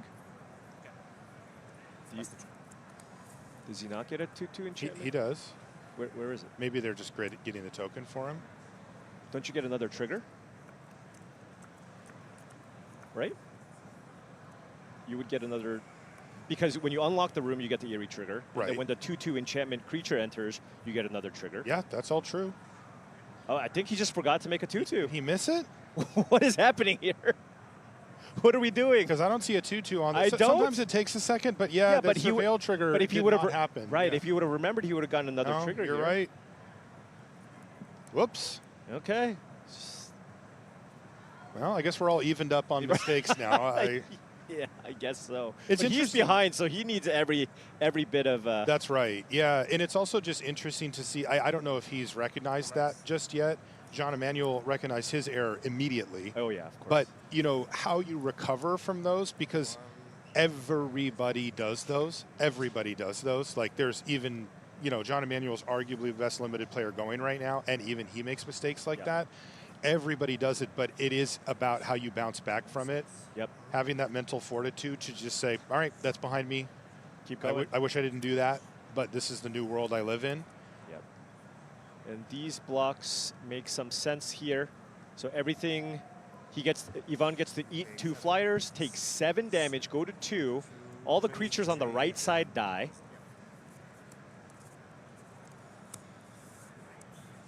And Yvonne needs to find another creature to play. He has to have something. A removal or a flyer, right? Because he's there's facing 4 flyers. He's facing quite lethal here. 4/4 flyer plus 3 1/1s against just the nuisance over there. Not going to be enough. And we know that Yvonne's out of action. Keys to the house. Not going to run out the bookworm? I think you just do. Lock or unlock? Oh, you can lock? I've never used this ability before. You've never used it? I've never used it to lock a room. It's kind of awkward. It has to be fully undone. If you lock both and they're just stuck I've never that way. seen this. Yeah, I did that. You have? Okay, that's I great. did that. I did the bad version, yeah. And then there's the bookworm, and I think Errico is going to do the quick draw step concede unless it's something really fantastic. Did he? Now you don't get an eerie trigger when you lock a room, right? Just making sure. Right? Okay. There you go. Jean-Emmanuel passes the turn back to Yvonne Errico. Is there anything here? Nope, that's going to be it. Okay. So a little bit of misstep from both players, but their game plays out as we expected based on that start. Right. An interesting game for sure. Absolutely. You know, the turn 1 crab I thought could be impactful given that it came down turn 1 and it's a slow matchup. All it did is just bump up a little bit of delirium count for Jean-Emmanuel. It had a very minimal impact on the game. I guess if you mill the worm, it's nice. Yeah. The Right? one that was interesting was there it is again, by the way, was all the way back at the beginning when John Emanuel had to decide whether to keep Flesh Burrower or not, Right. and did, Yeah. and it was huge that game. Absolutely. Like, it held back the Megalodon for the entire game effectively. Yeah, it was basically just a removal spell. Right. Yet at the moment, it didn't look like much. No. So long-term planning, which JD certainly one of the best at. Now I wonder if JD's going to target himself again here with the milling. I think he will. Yeah. He did. And now this is going to be the Surveil. Threats around every corner are certainly very, very nice in this type of matchup. Probably don't want the island. Yep. Okay. Then you can run out the keys to the house here. That you'll use that to get the green source. Now the Monstrous Emergence certainly not doing much just now, but hey, 1 mana 0/3 still blocks, and Yvonne's deck's not really the most aggressive, so you can kind of keep slower hands in this matchup. He must have had a very tough seat, Yvonne. Right. Because he ended up with blue-black, which is already not where you want to be, but sometimes it's open and you just have a really good version. He doesn't even have that. Yeah. Like, he's running Erratic Apparition out both games. I mean, it's a card that's mediocre in its ideal archetype, and that's not even this one. Yeah, I'm guessing maybe he got a Kaito somewhat late. Yeah. Maybe a third pick Kaito, and that kind of pushed him in that direction. Okay, yeah. I mean, and as we mentioned during the draft, World Championship drafts are tough. You don't get anything easy. Good with, certainly Apparition good with Kaito. Yeah, here we go. How about some ninjutsu? Nice. Yeah. This is a big step forward for Yvonne. I mean, if you're going to be blue-black, you better have a Kaito. Or multiple Nashis, or right. Just a bunch of awesome bombs here. But yeah, Kaito's going to be great here. Now Yvonne has a card draw engine going here. Vanish. Oh, looking for lands here probably? Must That's be. why. Because that Vanish from sight would be Oh, it something didn't you'd find a wanna land have. there. Oh. But so Jean Emmanuel cracked the keys to the house here. Did he go one on top, one in graveyard from the Surveil? So it's gone now? Oh, no, he drew the threats around every corner. He drew it. Yeah. Okay. So he has it in hand. Getting the forest now, and then this turn we're going to see him play the threats around every Okay, corner. cool. But a Planeswalker, pretty tough to deal with here. What do you mean he has a creature? He can... Yeah, you can Oh. attack. Oh. Ninjutsu his own Kaito, maybe. Oh, no.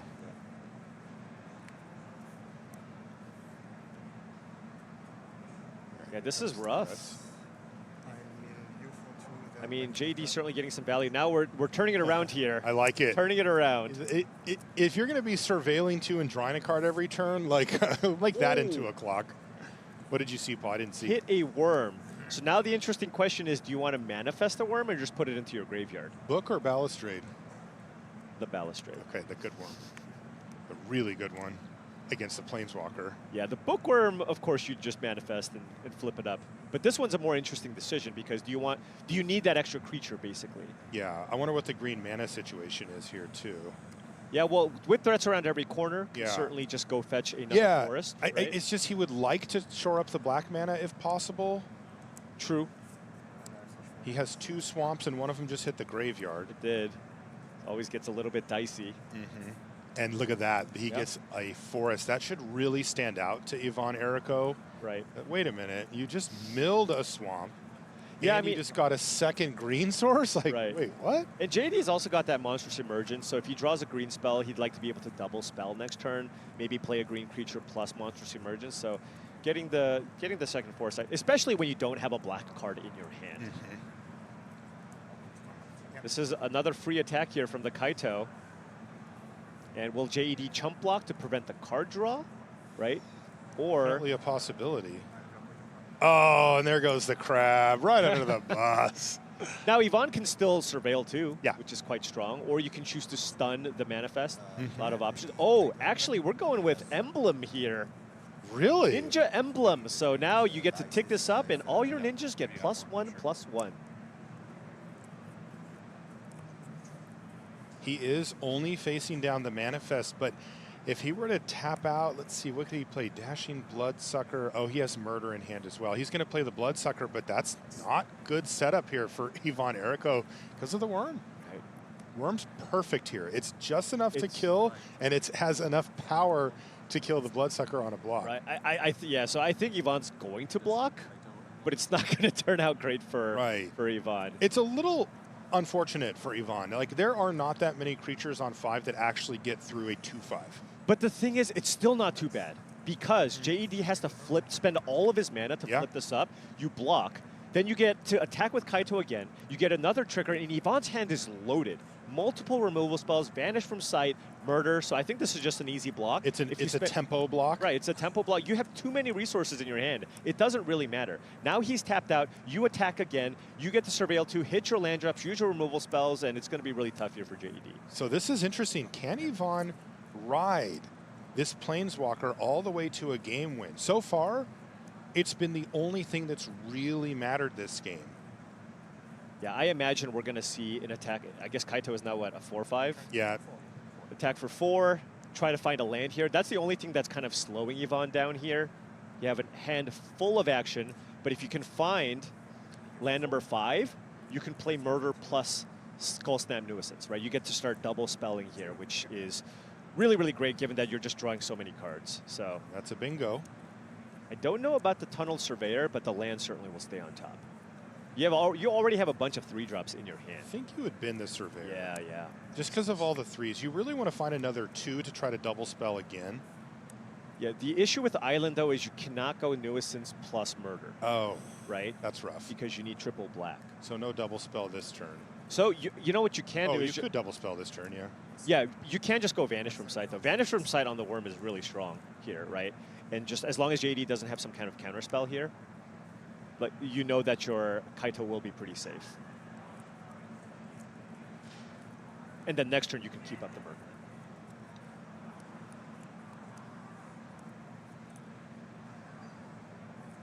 And remember, Kaito is only a creature on Yvonne's turn. There's no monstrous emergence shenanigans to try to get it off the battlefield here. Here comes the Vanish from Sight. Yep. Targeting Balustrade Worm. It's a land, especially if it's a swamp. Is this an island?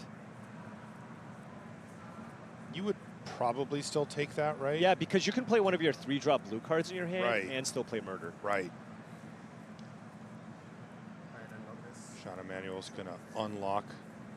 I wonder what's going to get manifested here. Yeah, what could it be? You just know, because if the worm hits the yard, you know, and if it doesn't, you know. And it's the worm. Yep. And you get to... A slightly upgraded version as well. Threats are in every corner. Get you the black source here now, I imagine. And one thing to note again, JED playing 2 swamps in his deck.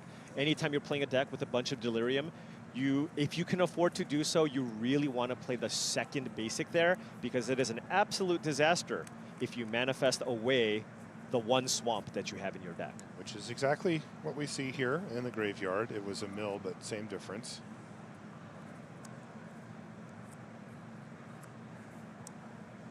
Ooh. Yep. That was his first pick. That was. I don't think Yvonne cares that much at this point, just because it's so late in the game. Hall Creeper kind of takes over if you play a turn 2. It's still a good card, of course. And this Kaito has just gone nuts. Oh, yeah. No good trades here. Another 4. JD down to 9. And now we're going to probably see the Surveil draw. Or you could just tap down what you know is the worm. Right? True. That's true. You can put 2 stun counters on that thing and try to win the game with your flyers. That is also a perfectly fine option here for Yvonne. Because this is a great turn for Yvonne. This is where he gets to really start deploying those cards out of his hand now. Yeah, he's going to lock down the worm. Because you have to think this game probably ends, if Yvonne wins, it probably ends fairly soon. With that Kaito in play, and if you can stun this down for 2 turns. This has been a real clinic. So wait, the turn. So what are the... kept Get Out on top, actually. Get Out plus Murder. Yeah, Get Out plus Murder is quite strong. That makes sense, because you can maintain this board state as it sits, kill the Hall Creeper, counter anything. Yeah. Just nice Dimir control here. Yeah. And JD, it's not like the Hull Creeper can get this Kaito off the battlefield this turn. So probably going to attack and draw a card, and then kind of take it from there.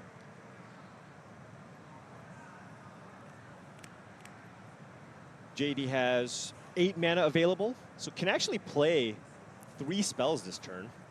You have Emergence, Brood Spinner, and either Wickerfolk Thresher or Glimmer Burst. Wonder if he's leading things out with a Glimmer Burst here just to see. Okay. What you find. Yep. Glimmer Burst quite good here, you know, just to Block 1/1 token, yeah, just to soak up that damage really matters. Plays around the get out as well. Mm-hmm.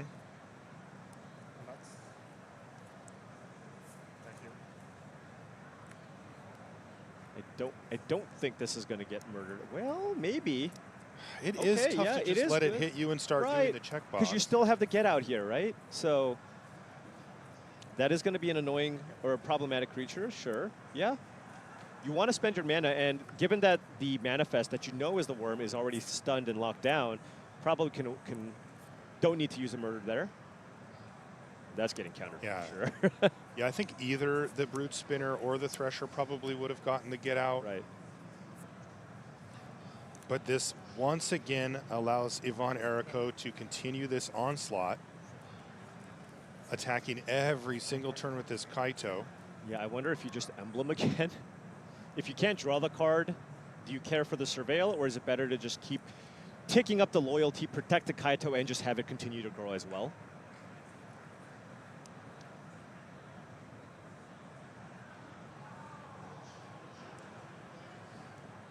Yep. That's a second Kaito emblem. It is now a 5/6. It's not too far away from getting bigger than that Megalodon in JED's hand. Just 2 more emblems is all you need. That's it.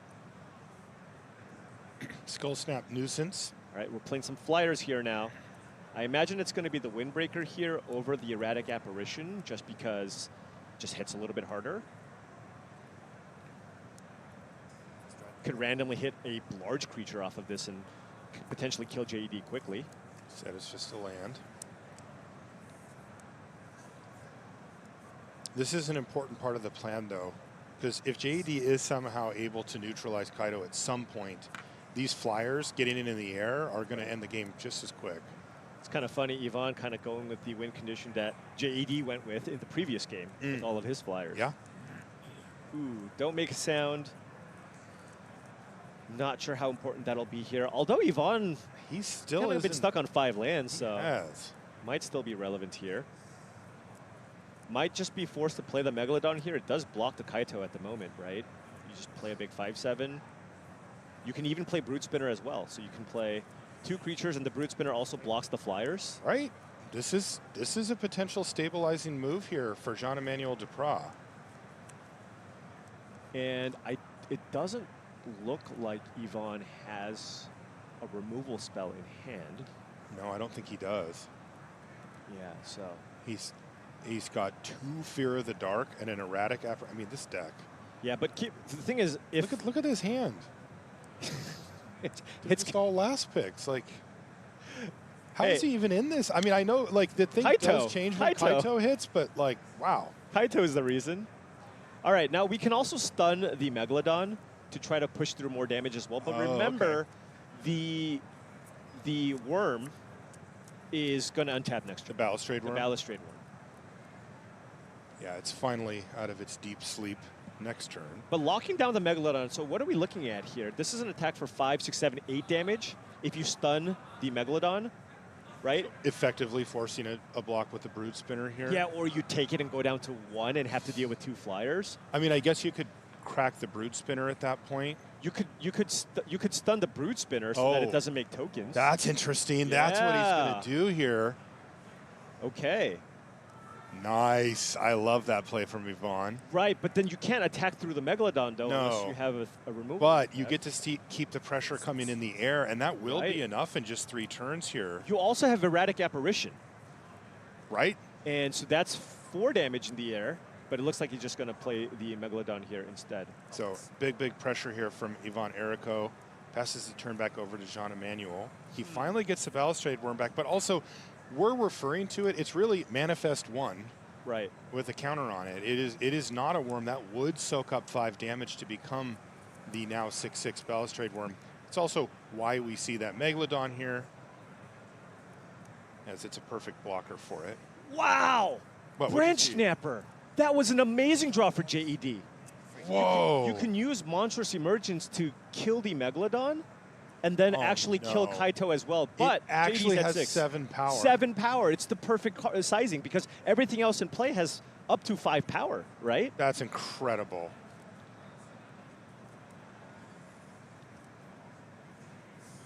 Now JD's still down to 6.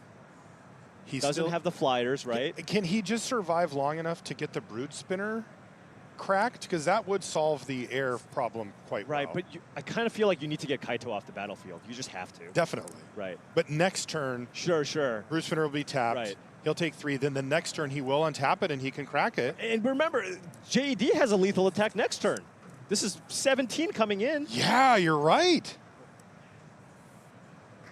I guess when you have 2 6-drops and a 5 that overperforms. That Branch Snapper was an amazing draw here. Incredible from Jean Emmanuel. It really felt like Yvonne Errico was going to be able to use Kaito as a way to win this game, but now that is no longer the case. But, I mean, can Yvonne still take this down? Look, you attack for 3 in the air. Take JED down to 3. You play a Fear of the Dark, which soaks up a lot of damage. It does. And then JED doesn't actually have lethal, right? Because let's say you play the Fear of the Dark and you put it, or even the Erratic Apparition, but I imagine you just play Fear of the Dark here. You just block the Megalodon and you take 7 and 5. You take 12 and you go to 3. So maybe you just go, hey, cross my fingers. Hope you don't have a way to deal with my flyers. I'm going to just chump block one of your 5-power creatures and kill you in 2 swings. Yeah. That probably is the only line here left.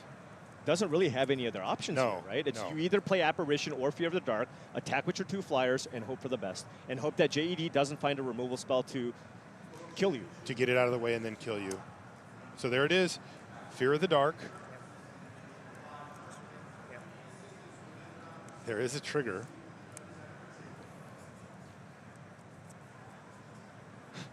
This is really close now. This is a big draw here. Remember, the Brood Spinner does stay tapped this next turn cycle. Right, and the Manifest that's in play is the Balustrade Worm, so it is a 5/5 Trampler. So there's a 7/6 Trampler, a 5/5 Trampler, and a Megalodon. Well, and it'll be a 6/6, right? What will be a 6/6? The Manifest. Oh, does it have a counter on it? Yeah. Oh, I thought that was Manifest 1. But despite that, it'll get in for 13 damage. Exactly. Still non-lethal. Whoa, doesn't attack with the Nuisance. Okay. Wow, that's a whole turn difference. That is. And that's a Brood Spinner being alive. I get it. You block with the Skull Snap. Yeah. You move the Cursed Windbreaker over to Fear of the Dark, and it's still a lethal attack. Of course. Okay. Did Jean Emmanuel find a way?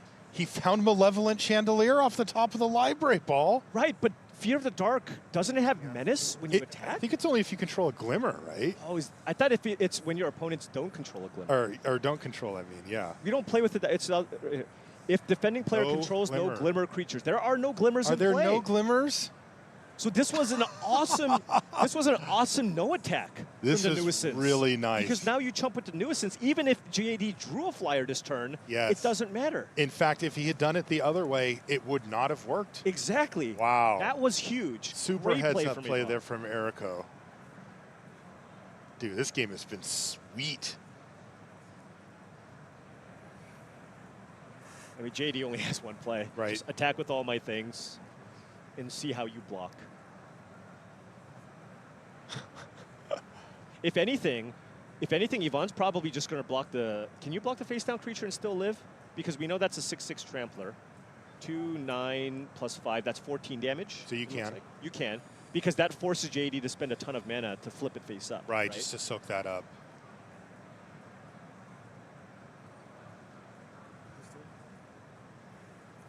Super close. And he's actually just going to attack with the 2 huge 6-drops. Land Cycler's in. What kind of combat tricks do you have? Should I block? Should I not? The thing is, if JED gets to untap, then Yvonne can't win, right? Right. Because of the brute spinner. Right. It will pop off for It'll make like 5 4 or tokens, 5 something. tokens, Yeah, exactly. And I think Yvonne should just go for it here because, like I said, you just can't afford it not to. So I think we're just going to see Curse Windbreaker move over to Fear of the Dark. Probably going to see a game 3 here. And immediately reading the Curse Windbreaker on to Fear of the Dark. Jean-Emmanuel Depraz knows what's coming. It is a lethal attack, and game number 2 goes to Yvonne Errico. Really great. You know, this honestly, like, I've been a little critical of the blue-black deck here, but it is interesting to see that if you can use these cards to surround a great threat like Kaito, all of a sudden it all comes together. Like, you can see how these cards work well together, the high toughness stuff, the tempo stuff. So the question for me is, are we going to see a Kaito again from Yvonne? Because if we don't see it, then I don't like his chances at all. Right. Like, I think it kind of goes off a cliff. Yeah, Kaito just completely carried that game. Totally. I mean, that game was completely different than game 1, and it was all because of Kaito. Without Kaito, that wouldn't even have been a game. Yeah. I mean, turns out Planeswalker is still completely absurd in limited Magic. Definitely. And works well with the color pair that it's in. There's the Glimmer. Where were you? Where were you? Light would have been a nice one, strangely, in that situation. Piranha Fly setting up nicely for a top-decked Kaito, maybe. Okay. Right off the top for Yvonne, let's do it. Interestingly, Jean-Emmanuel is not going to fuss around with that at all.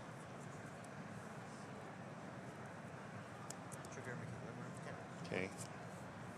Just a normal Tunnel start Surveyor, for both sides. Right. Players playing playables. Do you see the Meat Hook Massacre 2 being a factor? If the game goes really long, we're so far away from that, right? There's only one swamp in play. It costs quad black. It's a tough card to cast. It is a tough card to cast. We did see, by the way, Jean-Emmanuel Depraz did bring in the Cracked Skull. Remember when we were watching the draft and we mentioned that might be for the sideboard? It is. Yeah. So. Yeah, especially if you're on the play and you can find a way to play a turn 3 that prevents your opponent from ever actually being able to Kaito you if they have it in their hand. By the way, Jean-Emmanuel in a very difficult position here. He has 2 splash cards in hand and no way to cast them currently. He needs to find a keys to the house or threats around every corner or just naturally draw it, of course. Yeah, and a Megalodon, too. It's just so awkward. It's so mean.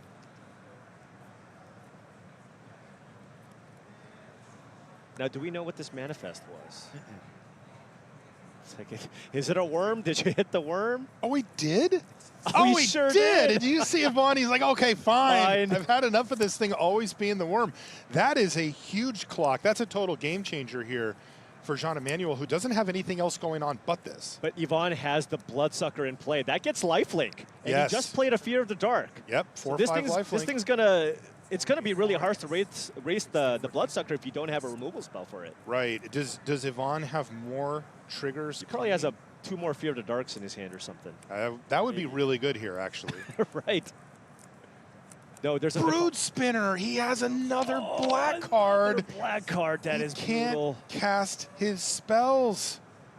That is, of course, the risk of splashing. Sometimes, you know, mathematically, you will find it a reasonable amount of the time, and JD has a pretty decent mana base. Although I think he only has four ways to get black. I think so. I think it's on the lighter the, side. The 2 swamps plus the keys. But with the surveilling, you can also increase the chances of finding. See a lot of cards. But of course, when you don't, this is of course extremely difficult here. Now we see the double block, although it will only. Yeah, everything trades.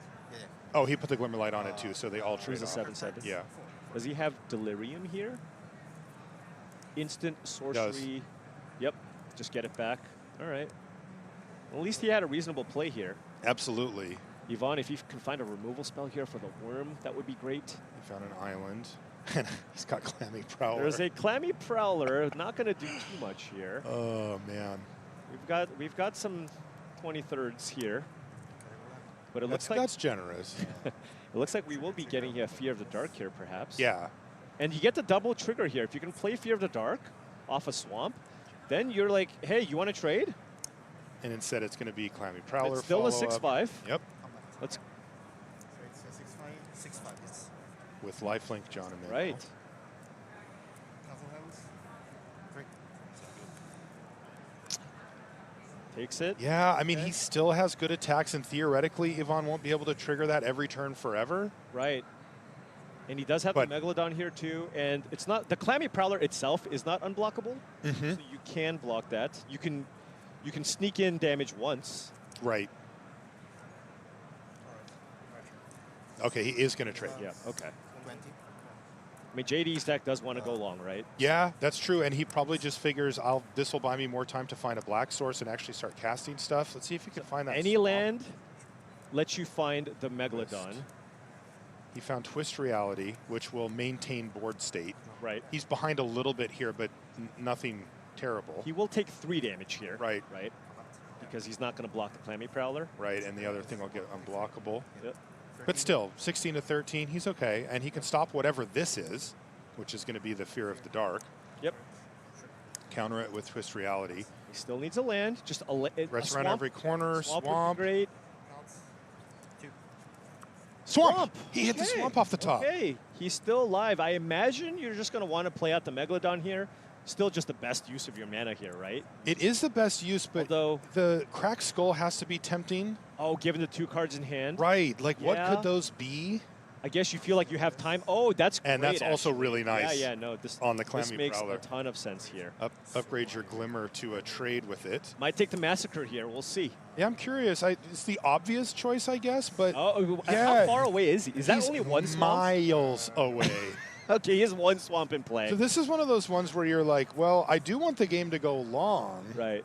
But is it going to go 3 more swamps? Also, don't you just win the game if Yvonne finds 3 swamps off the top of like that's not great draw steps for him either. Yeah, unless Yvonne can find maybe a card draw spell to kind of chain it.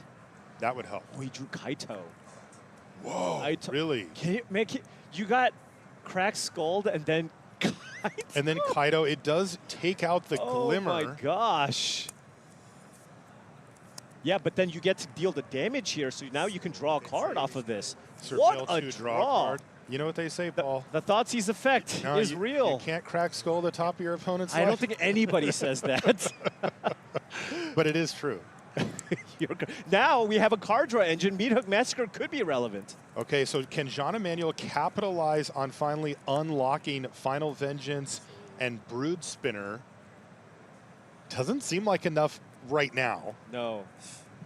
Now we do have the Megalodon here, which can just get in the way of Kaito. Yeah. But Yvonne found Vanish from Sight. Vanish from Sight on the 6-drop? That's such a huge and play. while you're hitting and surveilling and that's drawing cards. Really tough.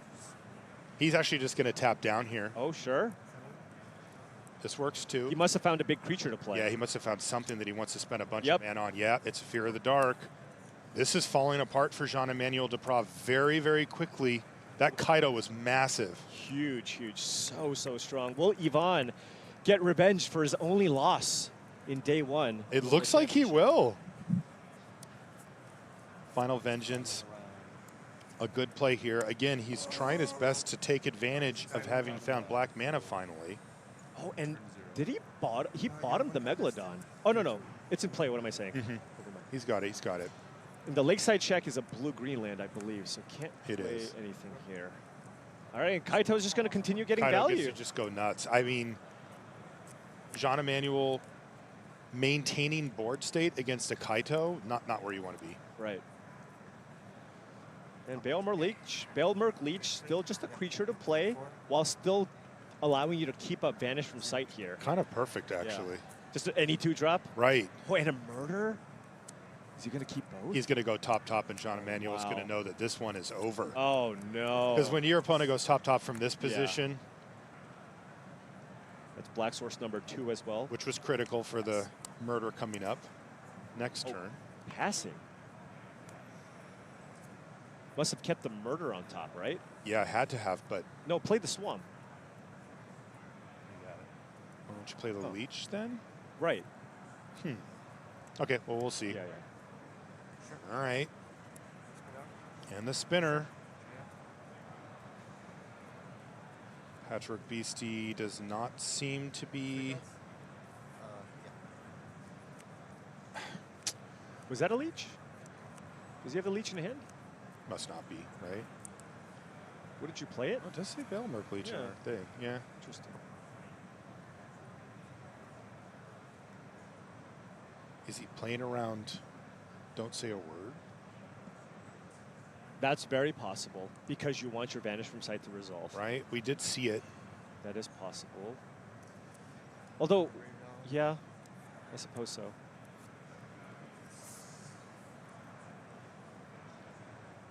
And we have the murder on top. Certainly going to use this vanish from sight here. And then wants to kill the brood spinner. Yeah, this is a decision here, Jean Emmanuel. Yeah, is it on top or bottom? Top of the You- sure. Sorry. Yeah, Jean Emmanuel gets to choose. This might not be the card he actually wants to draw next turn. Right. It's effectively a 2-mana 1/1. Like, Now, he's way, way, way behind. Now remember, the Megalodon does get to untap next turn. Next turn. So just something else to be mindful of here. Now JD is down to 4. We have Kaito, which you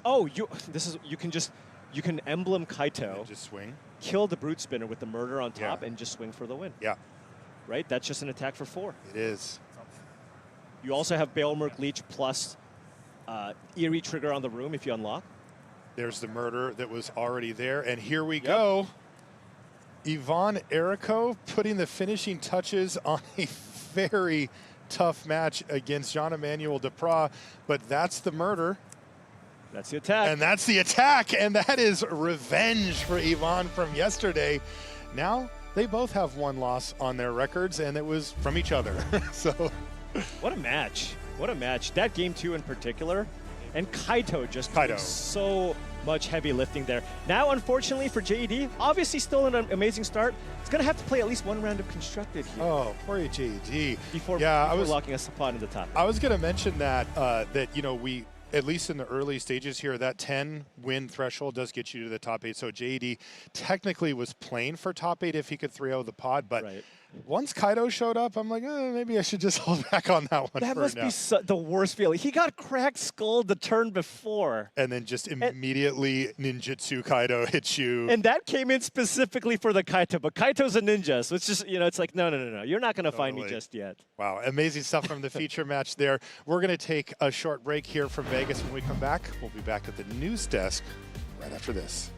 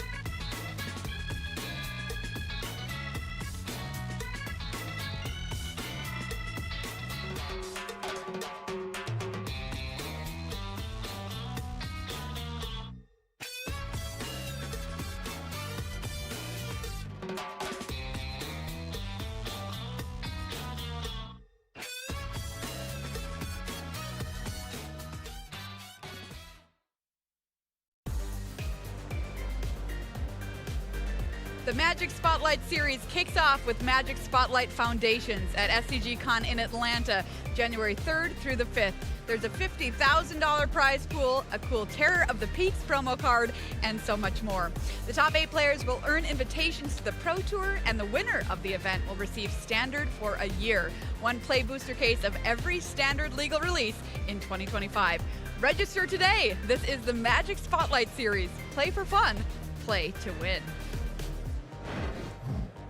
And what are they winning this weekend, everybody? We are playing to win this trophy here at World Championship 30. We have 57 players left in the tournament, and somebody is going home hoisting that above their heads if they can lift it this weekend. I'll tell you what, that's a heck of a Roomba.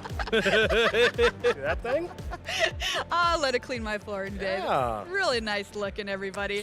Welcome back to the news. That's Maria Bartholdi, Monty DeVuti, and Cedric Phillips here on day 2 of World Championship 30. 100 grand going to the winner, and of course, the ability to call themselves the best Magic player in the world. Let's check out our leaderboard and find out where we are at after 8 rounds of competition.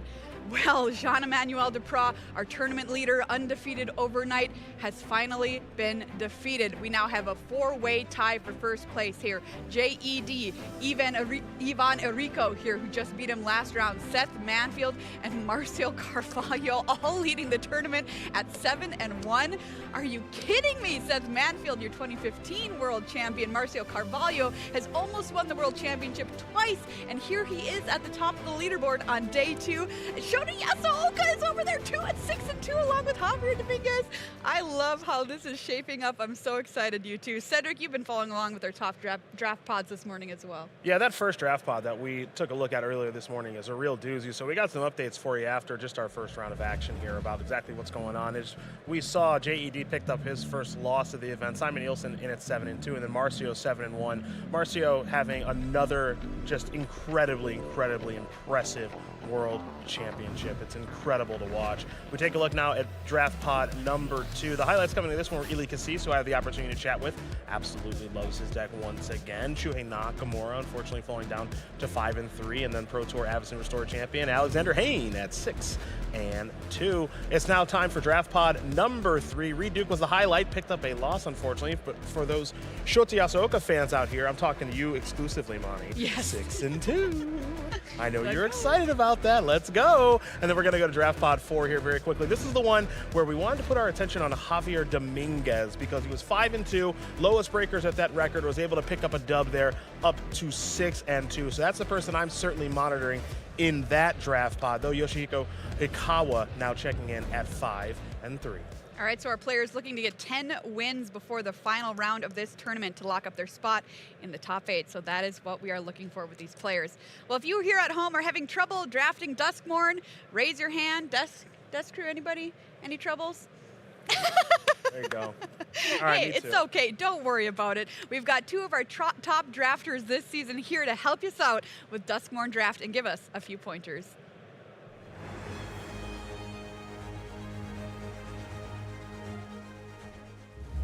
Duskmourn has a lot of variety to it. You can almost be any color combination, really, and especially when it's open, you're going to have a great deck if you know how to draft it.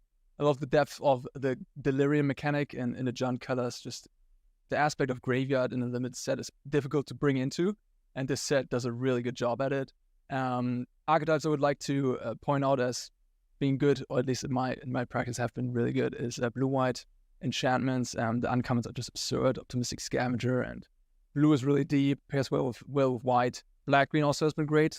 MVP Swarmweaver, whenever you get that one, I just straight up force black-green. No questions asked. Archetypes I try to avoid are green-white, never do that, and black-white is really difficult to come by because you need like reanimation spells, the big good creatures to reanimate, and then also discard outlets. Everything in the right order is a little difficult to come by.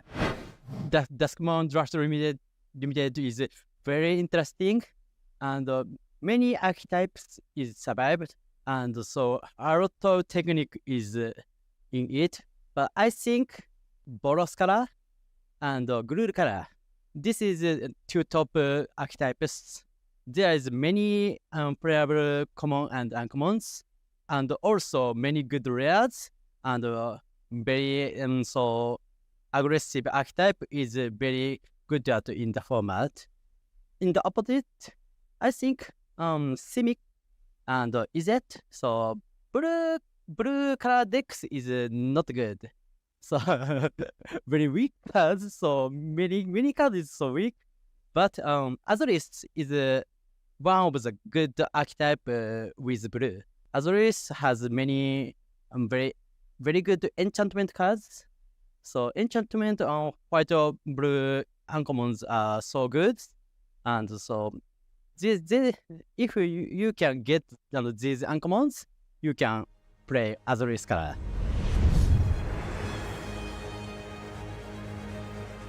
Well, we are gearing up for round number 9 here in the building. Let's take a look at our feature match here for some more draft action this morning at World Championship 30.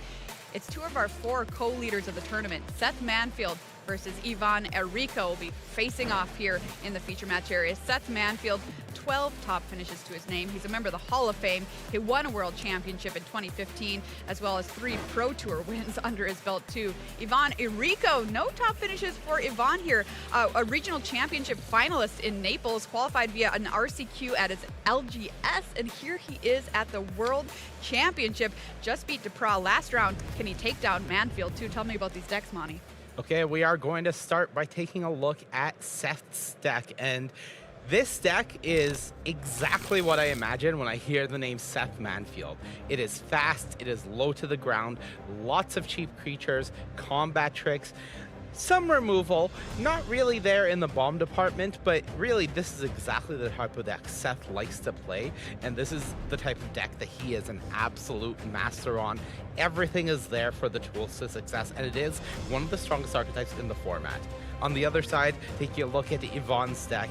Ivan has a Dimir deck, and this one is more interesting. Dimir, one of the weaker archetypes in a lot of players' minds, but Ivan does have Kaido, Bane of Nightmares, which is an absolute powerhouse, and some nice removal to go with it. The curve a little slower here, so he may be in trouble against a deck like CEST so fast, but I do want to highlight the Meat Hook Massacre 2 here in Ivan's deck. A little awkward considering there is an 8/8 plus a Terramorphic Expanse mana base, but if he is able to resolve the quadruple black card, that can be really nice. All right, there's a look at the players and the decks for round number 9. We'll see who comes out on top. I'm going to pass things on over to Ailey and Corey with round 9 here at World Championship 30.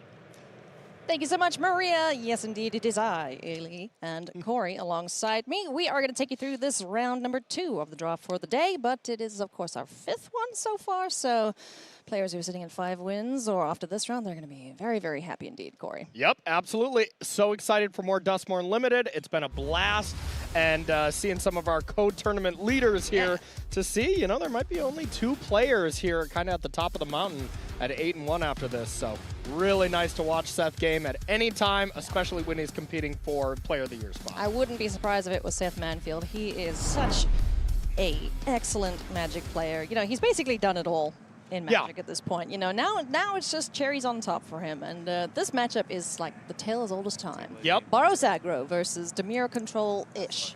Yep, and Seth's deck looks really strong here as well. Ivan's deck is pretty strong as well. Kaido and friends. We see Kaido in hand here, so that is going to be great for him. But Ivan is no slouch when it comes to limited, especially as well. He is 7-1, only losing to John Emmanuel Depraz earlier yesterday in the limited rounds. Got his revenge last round as well.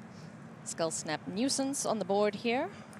Isn't a very good blocker up against this cheerleader, so Seth will be able to get the flying counter on this creature, and he's playing 3 of these cards. Yep, just a very good 2-drop, being able to turn it sideways. Seth has a bunch of pump spells to be able to kind of force it through. Unidentified hover ship says, get out of there, little bug. One of Seth's best card in his deck. Seth is just a very streamlined, good aggressive deck here. Nothing too flashy, but pump spells is a great recipe when mixed with the couple removal spells he has here. Only 3 of them, but that usually is enough to push through some damage. For sure. So hover ship and the flying cheerleader. I mean, yeah, he's got enough cheerleaders to make full squad. Yeah, there you go.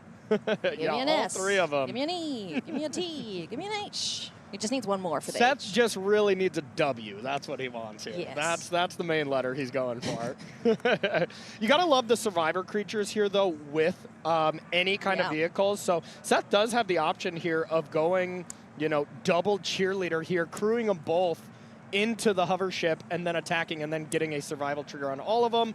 The Gremlin here is a little bit too good of a top deck here, as you can get rid of that pesky mountain that Seth has in hand. Yeah, who needs more than 4 mana to borrow stuff? Yeah, not this one. Yeah, that's sweet. Irreverent Gremlin into a 2-drop, just being able to filter through the deck, get rid of the cards you don't need in hand, and yeah, we get to swing. We get another flying cheerleader. Yep. A swing in for 4 with the Flyers. So this is looking excellent so far for Seth Manfield. Yeah, this is ideal for Seth. 2-drop, a 3-drop removal spell that is also a vehicle, and then 2 2-drops is really, really, really nice. Yeah, we do say nowhere to run. It's kind of funny because they're all flying. Nowhere to run will take care of the Gremlin, so no card there, I believe, for Seth. So. Yep, it was definitely with the creature on the stack, I would assume. That's the way you want to do it. Yeah, there we go. So another cheerleader. Here comes the squad. Looking at Ivan's hand, we have Tunnel Surveyor, Cursed Windbreaker, Fear of the Dark, and Kaito, Bane of Nightmares. So some solid creatures there, but, you know, Seth is putting on pressure now. Yeah, here's the bit of the trouble with Kaito. Kaito is a very, very excellent planeswalker here, but it doesn't catch you up very easily. You know, the most powerful planeswalkers of all time, their negative ability kills a creature, and then you're able to survive the next combat, but with a vehicle in place as well as just 2/2/2 flyers, you really don't have the option to cast that one quite yet. So Yvonne's going to need to amass a battlefield first and then get Kaito down to be able to get this going. But does have land 5 plus Fear of the Dark next turn to put up a big roadblock. Yeah. But the problem is Seth has a lot of flyers. Oh, yeah. Big roadblock being the important thing, not air traffic control. Exactly, yeah. So these Flyers doing good work here for Seth Manfield so far. Another cheerleader is going to join the squad here. And yeah, 6 damage coming through now. Seth is hellbent now, though. You know, has 2 lands in hand, which, you know, you need 2 more lands for his most expensive card, Fear of Abduction, in the deck. But outside of that, he just really would like to be drawing anything but land right now. Yeah. But next turn, if we find another creature, we can swing in for lethal. Yep. Absolutely. I'm wondering if he missed the flying thing. I'm sure they're probably just printing it out, but you do kind of have to remember that. Yeah. Used all the flying. There we go. Close enough. We ran out of flying labels, friends. Sometimes it just happens. You know, you run out of tokens after, you know, your 6 millionth made, so. Yep, absolutely. So it looks like Yvonne is just going for Glimmer Burst here as the Fear of the Dark, just not doing anything to this army of cheerleaders. Did we get a creature just trying for to Seth? find something No, here. just mountain in hand, so land. That's a little unfortunate for Seth, so no lethal as it stands. So well, he should have drawn a card because he had the mountain last turn, so maybe we just don't have it updated yet. Okay. We'll see if Seth plays a creature here. Okay. Yeah, all right, has something for sure. Okay. Oh, there we go. Okay. Pretty nice. So did have the creature to crew up the hover ship to, like you were saying, attack for lethal. But this also just does it, as you can give one of your... This is plus 2 damage regardless. Give a flyer a double strike, so... Yeah, and now Seth doesn't have to risk the hover ship. Yeah. And now as long Great as... pick up there for Seth. As long as Yvonne doesn't have a 1 mana, 1 black way to interact here, which I don't believe he does, this should be GG going to the next game. Oh. Yeah. Oh, there we go. Oh. Yeah, has the blocker here and doesn't have to trade. Yeah, the excellent. Windbreaker has flying. Okay, that was huge. 8 the double striker, I imagine. Mm-hmm. Stays alive. You know, that Cursed Windbreaker. Yeah. It's a great card. I really did not think it was very good right away, but that card has proven to be extremely strong. So Glimmer Burst available. We have Bottomless Pool Locker Room. Okay, so Bottomless Pool can get rid of one of these flying attackers, but you know, it would be all right then. Ivan can buy himself another turn. Yep, with the bottomless pool returning a creature to hand. Yvonne just has the brutal aspect of only having one island here, so looks like he's trying to just draw a couple cards to find a second blue source. There we go. Which he did. So now has the ability to bounce one of these flyers. But Seth can still just take this down if he's able to find any piece of removal to get that flyer out of the way. The flyer or the Cursed Windbreaker. We do have Trapped in the Screen for Seth. Jump Scare would probably do it too. Yeah, Just or the extra Fear of +2/+2. Abduction would be pretty nice. Yeah, Fear of Abduction. Fear of Mobility wouldn't do anything just yet. There's a Betrayer's Bargain to kill the Fear of the Dark. Well, Fear of Immobility would be real nice. Get the only flyer out of there. Crack it. Oh, Fear of Abduction off the top. That should do it. Asking ye shall receive. So the hover ship brought an alien friend down with it. So does have to exile the flyer, but then can crew the hover ship, give it double strike, and attack for Xaxis. Yeah. Nice draw from Seth there. Sweet. Boom, boom. That's going to do it for Seth Manfield. So that was an excellent pickup there at exactly the time that he needed it.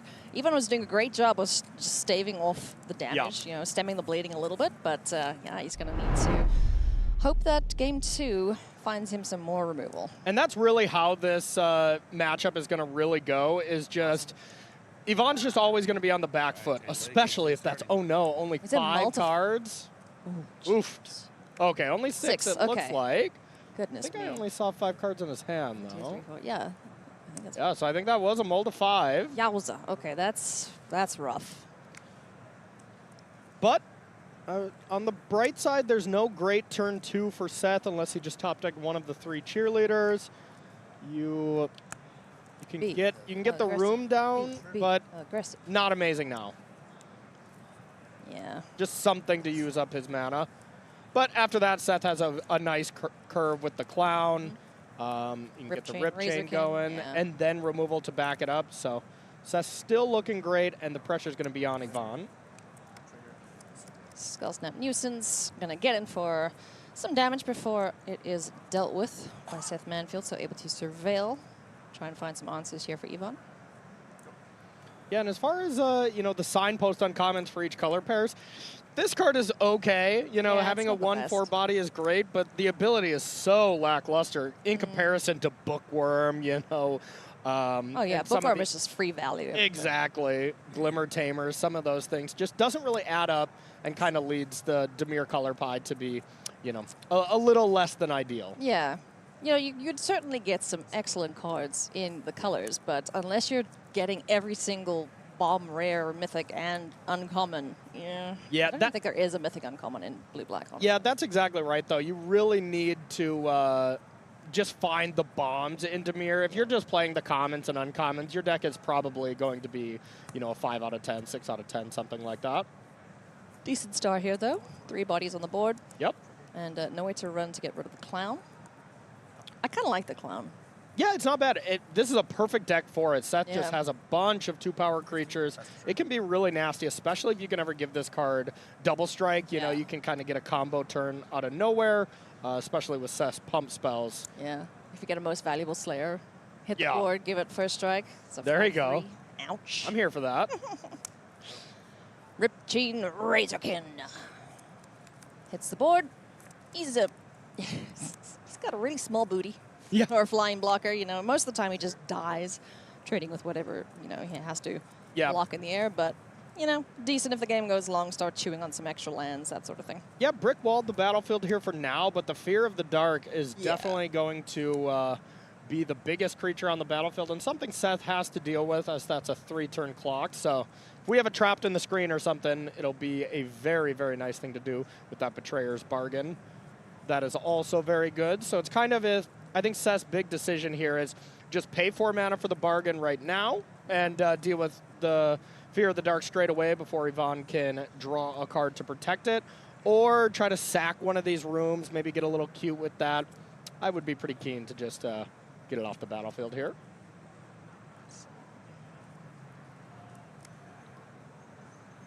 So if we were to do that, then attacking with a Defaced Gallery unlocked, does our Razorkin survive? +1/0, just +1/0. So the 3 creatures left could still kill it, but that's a lot to commit to 1 creature.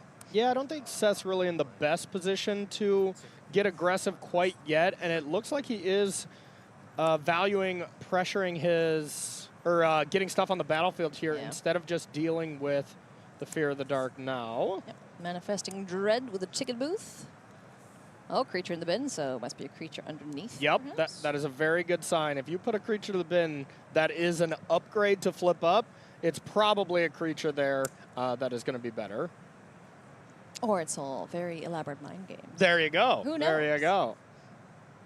Looks like he is planning on using the bargain here and getting rid of one of these rooms, I would assume. But both of them still have some good value here, so it's an interesting play to me. One of them's a little better than the other. Yeah, I would want to keep the Painter Studio around to get value with that. And that is the one that he decides to keep around. He has 2 of the double striking rooms, but Tunnel of Hate can just be really, really nice at creating a gigantically fast clock. So that play surprised me a little bit, but of course Seth's one of the GOATs, so I'm not going to question him.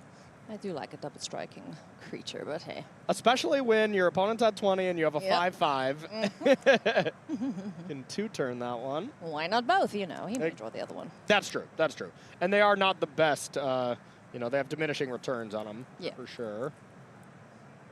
We do enjoy the rooms that keep on giving, you know? Yep.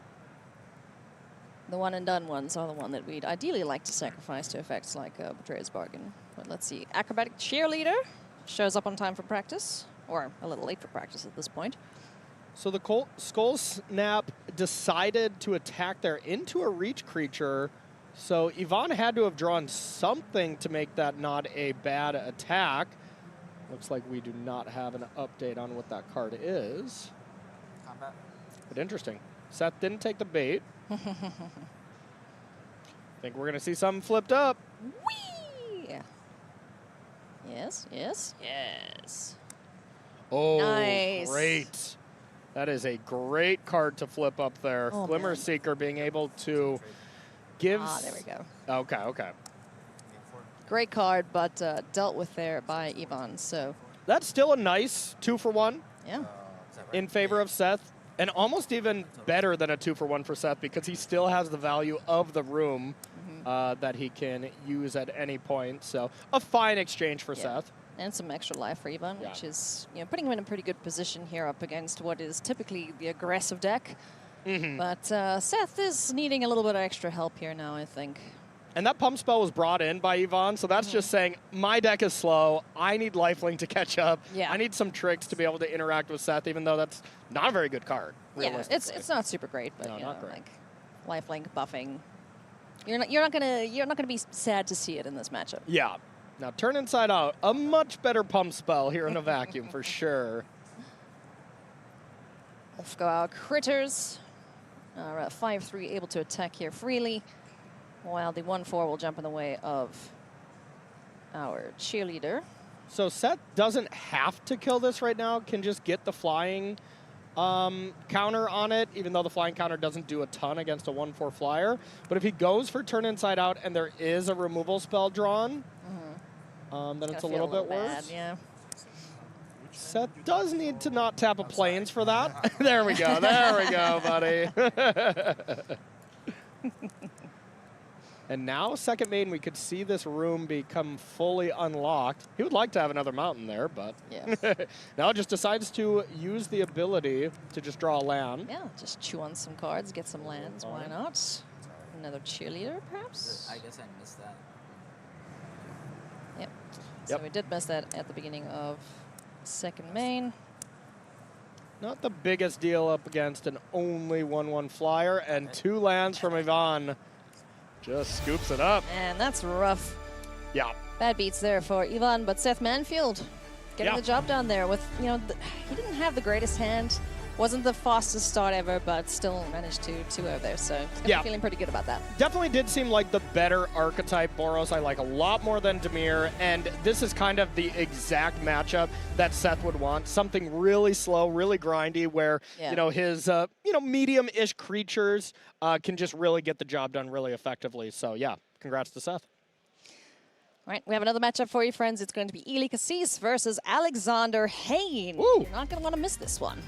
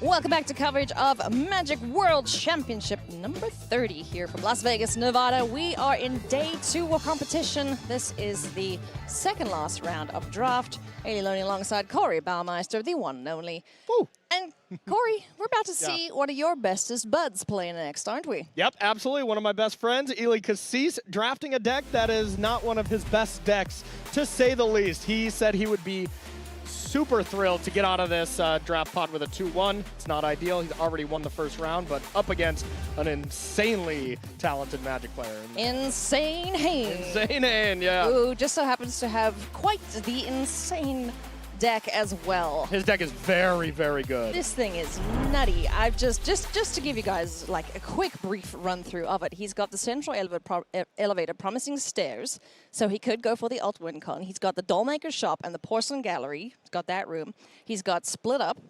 He's got Sheltered by Ghosts, he's got Inquisitive Glimmer, he's got Mirror Room and Fractured Realm. Just like every single rare and mythic room he could pick up, he's picked up. Yeah, the mythic rooms especially are just unbelievable here in this deck. Really, really strong deck here from Hayne.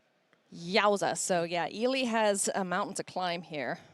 And, you know, as a Canadian, I've got to root for Alex in this one. Of course, Corey, yeah, so I hope we can absolutely. be friends after this one, no matter which way it goes. I mean, looking at the two decks, I would definitely be picking Hayne to win this. His deck looks incredible.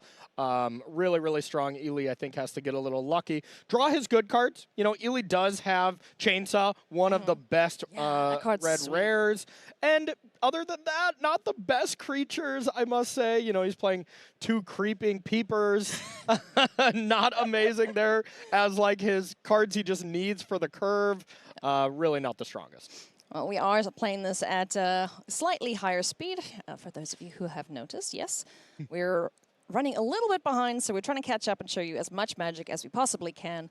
So yeah, let's get buckled in for this one because it's gonna be quite the whiz. Let's go. Clammy Prowler on the board, 2/5. Great attacker against a slightly smaller toughness deck, but Ethereal Armor now on. Oof, that's a nasty combination. Alongside the Tunnel Surveyor, so 2 extra enchantments here. Lifelink. So this is now a 5/5 swinging in. Yeah, 5/5 lifelinker swinging in, so Ely's plan of kind of getting a little aggressive here, not really going out too well here, but does have the Ghost Vacuum. That is a card that can just kind of win out of nowhere. Yeah. You know, Ghost Vacuum seemed like just one of the most busted rares in the set early on, but now, you know, like there are certain times when I've played this card, I've exiled a bunch of things and just never activated it, or activated it, got 3 1/1s, and it's not amazing. But the ceiling on Ghost Vacuum is through the roof. Oh, it's crazy. Yeah. But even if you're just keeping control of the Delirium deck's graveyard, you know how many times I've had my poor little beastie shut off because someone just takes my 4th card out of it. That is one of the low-key best aspects of it, is mid-combat being able to turn off Delirium things is very good. But here is one of the best uncommons in the set, if not the best. Yeah. It is up there with some of the rares as far as rankings. It's you know. so good. Really, really tough to deal with. Sheltered by Ghosts, extra lifelink here. So Hayne is just putting his foot on the gas and saying, all right, Ely, deal with me. And I don't know if he can, honestly. What is in this deck that can get him out of this? Yeah, I was going to need to find some of his very few amount of removal spells to be able to deal with it. Yeah. The really big Ethereum armor creature, he has very little pieces of removal for. A Vanish from Sight, as well as a Monstrous Emergence if he can find a gigantic creature to pair with it. Otherwise, just a lot of, okay, Chainsaw is great. So it's able to deal with one of the creatures, get one of his biggest and best creatures back. Okay, that's cool. So this Cult Leader is still a little bit spooky. Yeah, and this race situation is just really, really brutal, as Hayne's already at 31. So Ely just has to play defense here for quite a while. Defense. Oh, no, wait, Alex has the cheerleaders. There you go. So it looks like we might have missed the rev counter here from Ely when Chainsaw destroyed a creature. Not the biggest deal, but is something to keep an eye on. There we go. We got the second one. Got the Glimmer down now, too. Inquisitive Glimmer making everything a little cheaper for Alex. There's another Peeper. Ghost Vacuum going to start grabbing as many creatures as I possibly can and hope to heck that Ely can get to 6 mana and crack it. Yeah, if Ely can control this healer, then the board is pretty stabilized here. But, like I was saying, not a lot of ways to actually do so. There's a Roaring Furnace as well if you can get a lot of cards in hand, which I'm guessing Ely doesn't have that many this late into the game. Yes, that's a 6/6 now, the healer. Yeah, the healer, and it's just the first strike is probably the biggest thing. Maybe Ely eventually will have to do this of just amassing a double or a triple block, but Hayne will know that and will be like, okay, if you have to double or triple block this, maybe it's time where I can attack all in, and then you can't triple block it because the other 4 creatures would have a lethal attack. But, there's a good one. Dollmaker Shop, I think? Yeah, yep. Yeah. This card is nasty. Yeah, it looks like we unlocked the other side, though, the gallery. Yeah?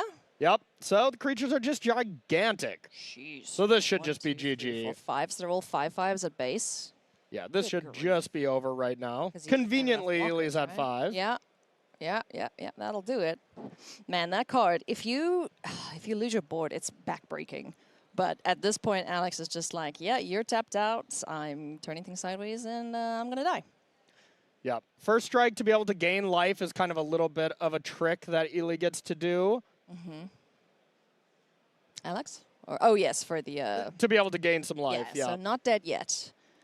Well, for the Grasping Longneck, when it dies, it does gain 2, so he will be at 2. Staying alive. Whew. Good grief, how many creatures died? So we can get those rev counters on that saw. If he had one more land there where the Peeper could have attacked, would have been GG. Yeah. Now it looks like these players are just figuring out exactly what dies, because after the creatures dies, they do shrink. Yeah. So now they should all be 4/4s. The Ethereum armor creature would be larger, of course. So that's 1, 2. So yeah, that would be now a 6/6. Oh, or if that dies too, then it's a 4/4.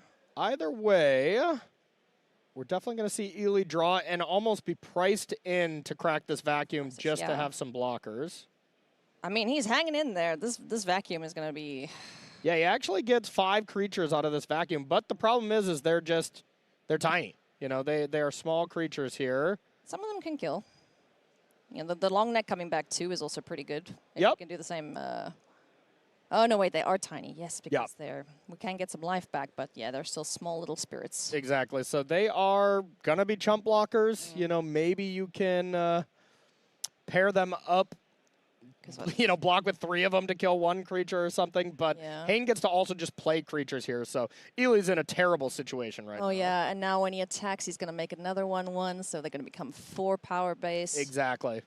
That's just the base. Yeah. Good grief. Okay, so can he actually kill any of these? I don't...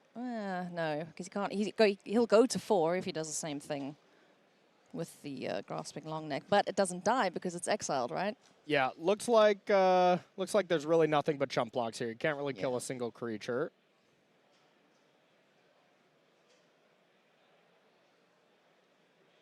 Man, that is just brutal. He's doing the best he can, but... Yeah, and just kind of delaying the inevitable here. There's not much Ely has for catch-up. Board whip? To really beat this incredibly powerful Mythic Room. Yeah, that's I don't think I've ever beaten that room, if I'm being honest. Dollmaker's Shop is so good on turn 2, and then you just win the game when you unlock the 1-on-6 pretty easily. Well, they do die. Yeah, they do die. Okay, so not exiled. It's not a finality counter, but regardless, nothing that Ely Kassis could do at that point. So game number 2 is where our players went and managed to tie it up. So we're going to jump into game number 3 here. Ely Kassis fighting back with his, as he put it, terrible deck. Yep, pretty terrible. Yep, he said if he can get a 2-1, he will be super, super excited. And honestly, getting a game off Hayne here with this deck, since I would say, you know, Alexander Hayne's deck is like a 9, and Ely's deck is like a 4.5. So being able to even squeak out a game here is impressive, but of course, Ely's looking for much more. And this is the best card he's got on turn 2, so this was a solid start. I was about to say, oof. Probably just going to see a trade, but wow. Yeah. Okay, all right. Hayne, he smells no fear. That's a bad sign for Ely, I would imagine, if you don't take that trade. Because this Wickerfolk can get pretty large as the game progresses and Delirium is achieved, but let's see what the follow-up is. Cool, all right, Cult Healer. So we have a Flyer, we have a Cult Healer, and we have, let's see if we can spy in hand there, what enchantment to follow it up with. Yeah, something to be able to give that lifelink just makes racing against other aggressive decks much easier for Hayne, for sure. Scorching Dragonfire to deal with the healer. Good news there for Hayne. Excuse me, good for Ely Kassis. Flyer going to get in again. So both players just trading blows at this point. The follow-up here now being the Piranha Fly, comes tapped. And I believe I saw Flood Pit's Drowner as well, so nice. Hayne has a nice play at beginning of combat here to be able to tap this down. And then all of a sudden, he's just got 6 power coming back. Yeah, that's rough. Yep. This is reminding me a little bit of CEST last mana curve. You know, going a 2-drop into a 3-drop into double 2s. I mean, kind of all you can ask for here in this format. Yeah, no, he's just... It's going a little crazy here with these 2-drops, all very, very good evasive creatures, able to get through for damage. A Glimmer Burst coming in now, getting a blocker in the way. Let's draw some cards, hopefully find an answer. So it's a good block. He can just shuffle away, so you don't have to just trade with a Glimmer here. 4 mana, draw 2 cards, kill a creature would be an excellent rate on a card. So Hayne being able to negate that is very important. Both creatures shuffled away. So still 4 power flying in the air, a little Glimmer on the ground here for Ely Kassis. What does he find to deal with these? And he doesn't have a lot of flyers and doesn't have a lot of removals, so these 2 power flyers are going to be really brutal. Needs to find something like a chainsaw, has a Fear of Isolation, which is probably my favorite uncommon in the entire set. There's so many things you can do with Fear of Isolation to combo, pick up your rooms, that kind of thing. Grasping Longneck and Weary Watchdog hit the board here, so some blockers for the sky people. Yep, not bad. Being able to kind of negate this whole attack if that's all Hayne has. Just block, gain 2. Yep. But looks like he's going to draw some cards first, find some more gas. Yeah, Glimmer Burst. Let's see if we can get this reach creature out the way. What an amazing card that ended up being. Oh, Glimmer Burst is so sweet. Yeah, absolutely. Oh, boy. Well, that's not good. Yep, there is 4 power coming in, and now this demands an answer. And 4 toughness is very important. Ely has Dragonfire and Chainsaw, but does not have a lot of ways to kill that besides bouncing it. So I mean, Vanish from sight he's going to need pretty quickly. Chainsaw. Okay, yeah, that's cool. That's perfect. That'll deal with the flyer. Otherwise, Chainsaw into Scorching Dragonfire would work, killing the Glimmer creature, so 1 less enchantment, 1 less toughness. But Roaring Furnace can deal with that critter, one of the rares that Ely is playing. Yeah, and if you can find the second blue to be able to unlock the other side of the room, the sweet. Sauna is real nice. Oh, yeah. Who doesn't love a good song? Exactly. Good block there. I heard Paul's quite the fan. Ooh, has a nice trick. Trixie, nice. Keeps it alive, gets some extra damage in, and a bye-bye Piranha Fly. So Great turn for +2/+2 Ely. trample, that's excellent. Now, 7 points, 7 life to 8. This is looking pretty darn good now for Kassis, who's just annihilated Alex's board. And Kassis didn't play a... Ooh, Duskmourn's Domination. Thank you, I'll take that. Yoink. Very, very strong. It's still such a big creature, though, with the buff. Yeah, no, that is a great target for the Domination, as you do actually get some power off this. Be a 3/2? A 3/4, right? Oh, yeah, 3/4. Yep. Jeez, that's a good blocker with reach. See, now Very that's good. what a reach creature should be. Now we'll see if Ely wants to unlock the Sauna here, or if he has a better play. Unlocking the Sauna is all fine and good, but then you take 4 damage, take half your life total. That's rough, yeah. So Fear of Exposure hits the board now, paying the 2 extra for it. It's been a great game. Yeah, this has been sweet. 5/4 will line up nicely with the spider on the other side. Yeah, we'll see if Hayne can push through. Doesn't look like he can, so we're probably just going to see creature pass. Yeah. I think that last card was a land there from Hayne. Could be wrong. Maybe he has 2 cards there. Tunnel Surveyor. This looks like a pass gesture. That's excellent for Ely, because if he can stabilize the battlefield and get this Sauna going, you can just gain so much advantage over time. Then the onus is on Alex to get this game over as soon as he possibly can, because Yeah. while Ely's deck isn't the greatest, having more cards is typically better than not. Very good sign for Ely attacking here with this. And a reminder, Ely Kassis is one of the players here still within the Player of the Year race. Yeah. To be able to catch Seth, catch Simon. It's going to be an exciting race to see who makes the top 8 of our Player of the Year. Goes, Potentials. Are we goes for the triple double blocking? block. So the best block would be the 3/4 plus the 2/2 in an ideal world. Then you only lose 1, but this seems a little bit more safe. Okay, does have the Vanish. Excellent. Nice. So bounces the pseudo mind control here. So within combat, Ely will get his own creature back, and then you'll trample over for 4, as the Glimmer would be the only thing being blocked. That's a sweet play. And you can't, still have a creature in combat blocking on your own side of the battlefield. So That is so sweet. And won't be able to recast that either. So, yeah. oh my. Oh, there is the Fear of Isolation to pick up the Roaring Furnace and all. Oh, nice. And Hayne's just drawing that mind control again. That's not going to be enough. No. Wow. He's just going to be able to dome him for the 2 there. Shock to the face. Yeah. I'm going to throw a room at you, Alex.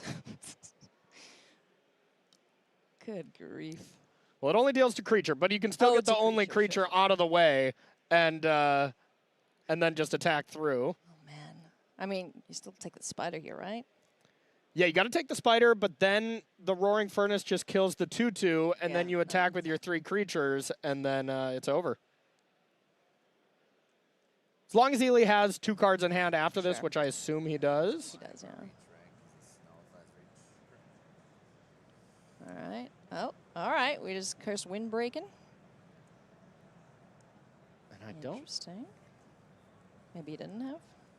Okay, Oh, I mean, okay, that's just still 2 moving it lethal over, yeah. flyers, yeah. He could There you pick go. multiple ways to win the game there. That was pretty impressive for a deck that he did not like. So mission accomplished almost. Yeah, Ely gets to play for the trophy next round, and where he was saying 2-1 is all he would be happy with. So no matter what can do that. But of course, if you got a chance to 3-0 your pod, might as well take it. You're going to take it. So best of luck for the next round. One more round of Limited. We are going to be back at the desk after this break. Don't go anywhere.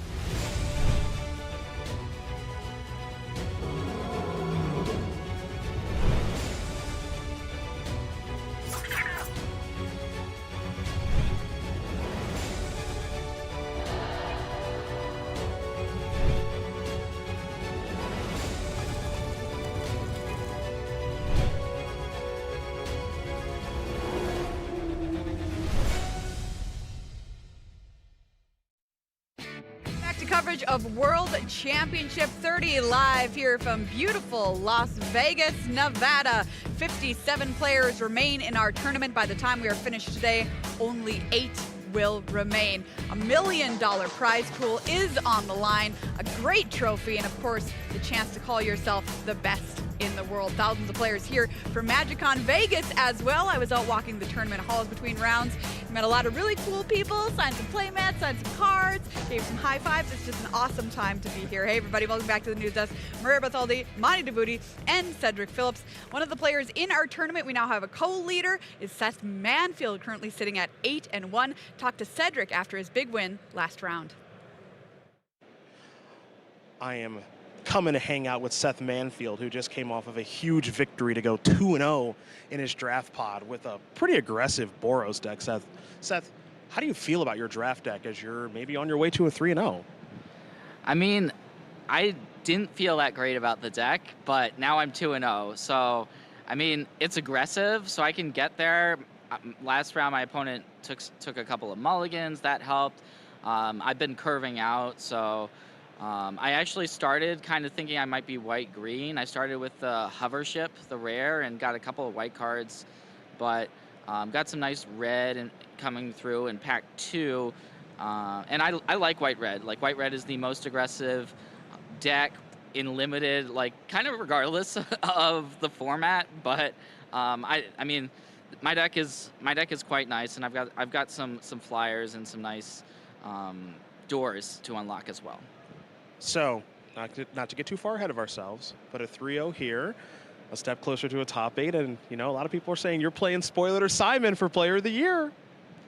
I mean, it's kind of unreal, to be honest, that like a lot of the same guys who have been doing well, you know, the same people that have been doing well the past few Pro Tours are still doing well at this tournament. I don't know if that's going to continue through the standard rounds, but Simon's in the same pot as me. He's won his match. So I did play him yesterday. I was able to get a really tight W, so I feel good about that.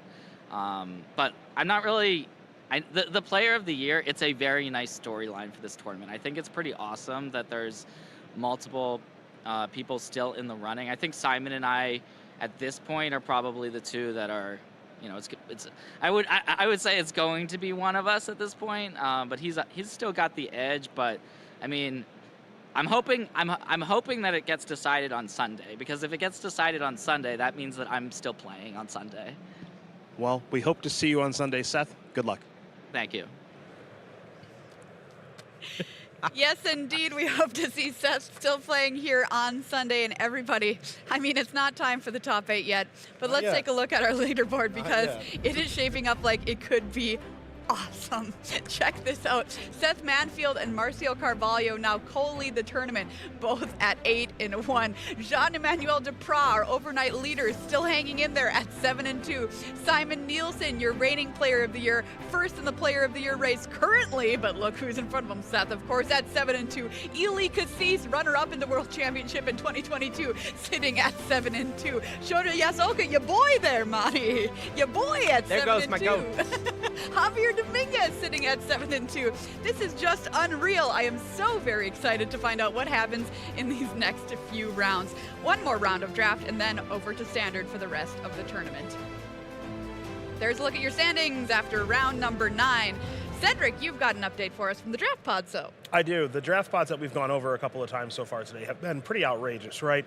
We've just seen all these good players in these pods together, and so as we take a look at our draft pod number 1 here with Simon and John Emmanuel and Seth and Lucas and Marcio, you see the 2 records here of Marcio and Seth at 8-1. They're about to do battle. Of course, Marcio, 2-time world's runner-up, Seth 2015 world champion, and of course won Pro Tour Motors at Karloff Manor in Chicago earlier this year. Next up, we're going to go to pod number 2, where we're going to see Eli Kassis, again, continuing to headline things. Shohei Nakamura having a tough pot here at 5-4, and Eli's is going to be going up against, Pham, who qualified for this tournament via regional championship, I do believe. But one thing we know about Eli is that he's qualified via constant success, and of course is also a world championship runner-up. On to pod number 3, where we will turn our attention to Shota Yasooka. You a fan of this? Oh, okay, kind of lukewarm.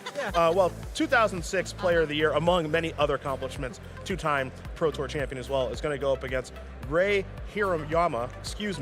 That's going to be an interesting and fun match between those two. And then last but not least, my GOAT, my dark horse, someone no one's ever heard of before, Javier Dominguez. I thought JED was your dark horse. Yeah, so as I said, Javi, my GOAT and my dark horse here this weekend. 2-0 in the pod, 7-2 now is the record. Going to be going up against Yoshihiko Ikawa, who of course won Pro Tour Thunder Junction in Seattle earlier this year. So just a couple of good matches to come up. Nothing crazy here in Las Vegas. This is awesome. This is awesome stuff, everybody. So excited to be here with you. Let's take a look at our feature match here for round number 10. It's our tournament co-leaders, Marcio Carvalho and Seth Manfield, both on 8-1. The winner is playing for top 8 in standard, because remember, 10 is our magic number of wins. If you get that before the final round, you're into the top 8, so putting themselves in excellent position here. Marcio, 2-time runner-up at the World Championship. Seth Manfield, your 2015 World Champion, Hall of Famer, 2-time Pro Tour winner, won a Mythic Championship as well. Those are the players. Awesome matchup. Monty, talk to me about the decks. Well, this is the last round of Duskmourn draft here. And I'm really excited because if you are a fan of creature strategies and beatdown, you have to keep an eye on this match between two of the best to ever play the archetypes. Marcio, Boros aggro, incredible curve, combat tricks, removal, one of those signpost uncommons in Midnight Mayhem. Deck looks great. Marcio, one of the best aggressive players of all time. Other side of the board, Seth Manfield. What is he playing? Boros, curve, combat tricks, removal. Oh, I'm so excited. Seth, one of the best aggressive players of all time. Getting to watch a Boros aggro, one of the best archetypes in this format, mirror match between two of the best to ever play a combat trick in the game of Magic the Gathering is such a delight. Oh, this is awesome. Monty, though, I'm going to put it to you. Who's going to be our tournament leader after this match? I gotta go with Marcio. I don't know. Sweet. I feel it. He's on a rampage. All right, let's find out what happens. It's time for the final round of draft here at World Championship 30. I'm going to send it on over to the booth. Take it away. Yeah, thank you, Maria. Welcome back to the booth here. Marshall Sutcliffe with Paul Cheon. And as I mentioned, you know, one of the features of Limited is that it is so heavily based on creature combat, and it doesn't get any more creature combat-y than these two archetypes. The same one facing off against each other, red, white, Boros, in the hands of both of our players. And we've got some experts at these type of decks. Marcio Carvalho versus Seth Manfield. You know, we mentioned it with John Emmanuel Depraz before. And by the way, you're seeing a theme here. Some of the best players in the world are the best Limited players in the world too. Seth Manfield is an absolute beast at Limited, and Marcio Carvalho has made a good chunk of his career on it as well. I mean, Marcio has an argument to be maybe top 3, top 5 Limited player of all time. Yeah. That's just Limited Magic is his bread and butter. He loves to be aggressive as well, even in Limited. He also chooses aggressive constructed decks. So this is a clash of the titans here, and they're both playing the exact same archetype. One note, though. Marcio was passing to Simon Nielsen, who was passing to Seth Manfield. So theoretically speaking, Marcio should have a slightly stronger deck here because he was the one passing to Seth. Right, that's if they were right next to each other, it's a really big advantage, but even one person apart's pretty strong. There's a Reverent Gremlin hitting the battlefield turn 2 here for Manfield. Carvalho follows up with fear of surveillance, but it's not going to do much here, and a Hardened Escort turn 3. So 2-drop and a 3-drop for Manfield. Can Marcio meet that same pace? And look, Seth, if you're Marcio, you have to feel pretty bad about this. Seth chose not to discard off the Irreverent Gremlin trigger just because he likes the land, the machete, and the bargain here. He's got the goods. Now, Trapped in the Screen was a pretty big draw here from Marcio, allowing him to deal with the Escort here. He also topped off of the surveillance from, off of the surveil. So it must be a land or a removal spell. I can't imagine keeping anything else based on the complexion of Marcio's hand here. Marcio has Norin, Swift Survivalist in his hand. There's some interesting things you can do with that card. Generally, kind of turn it sideways, right. But one cool thing about the interaction between Conductive Machete and the Reverend Gremlin is that the manifest creature actually comes into play as a 2/2, so you do get the Irreverent Gremlin trigger here, even though you would think it would be a 4/3 when it comes into play. And then we have an interesting choice. Do you throw away that turn inside out for potentially another creature, or do you just keep it? Oh, and that should ring alarm bells for Marcio Carvalho. Seth with 4 lands in play and binning Fear of Immobility into the grave. So you know that's going to be a relevant creature that's face down on Seth Manfield's side. And Marcio will have noticed that for sure. There's land number 4 for Marcio, so that must have been what he kept on top. I wonder if Marcio will try to bluff damage here with Fear of Surveillance. He's kind of behind here. You know that's a valuable creature. And Marcio does have a couple of turn inside outs in his deck, right? Okay. He's not, but he is going to continue his curve. Right. He plays Vicious Clown. He even gets a trigger off of Norn, but nothing to do with it. Passes the turn back. No attacks from Carvalho. He does not like that. Right. Now remember, Norn can't block. That's right. Land number 5 now for Manfield. Yeah, and this is going to be really under tough that here. manifest. Right. And the thing is, Seth can just use Betrayer's Bargain to kill the clown, and you just get a pretty clean attack with both creatures.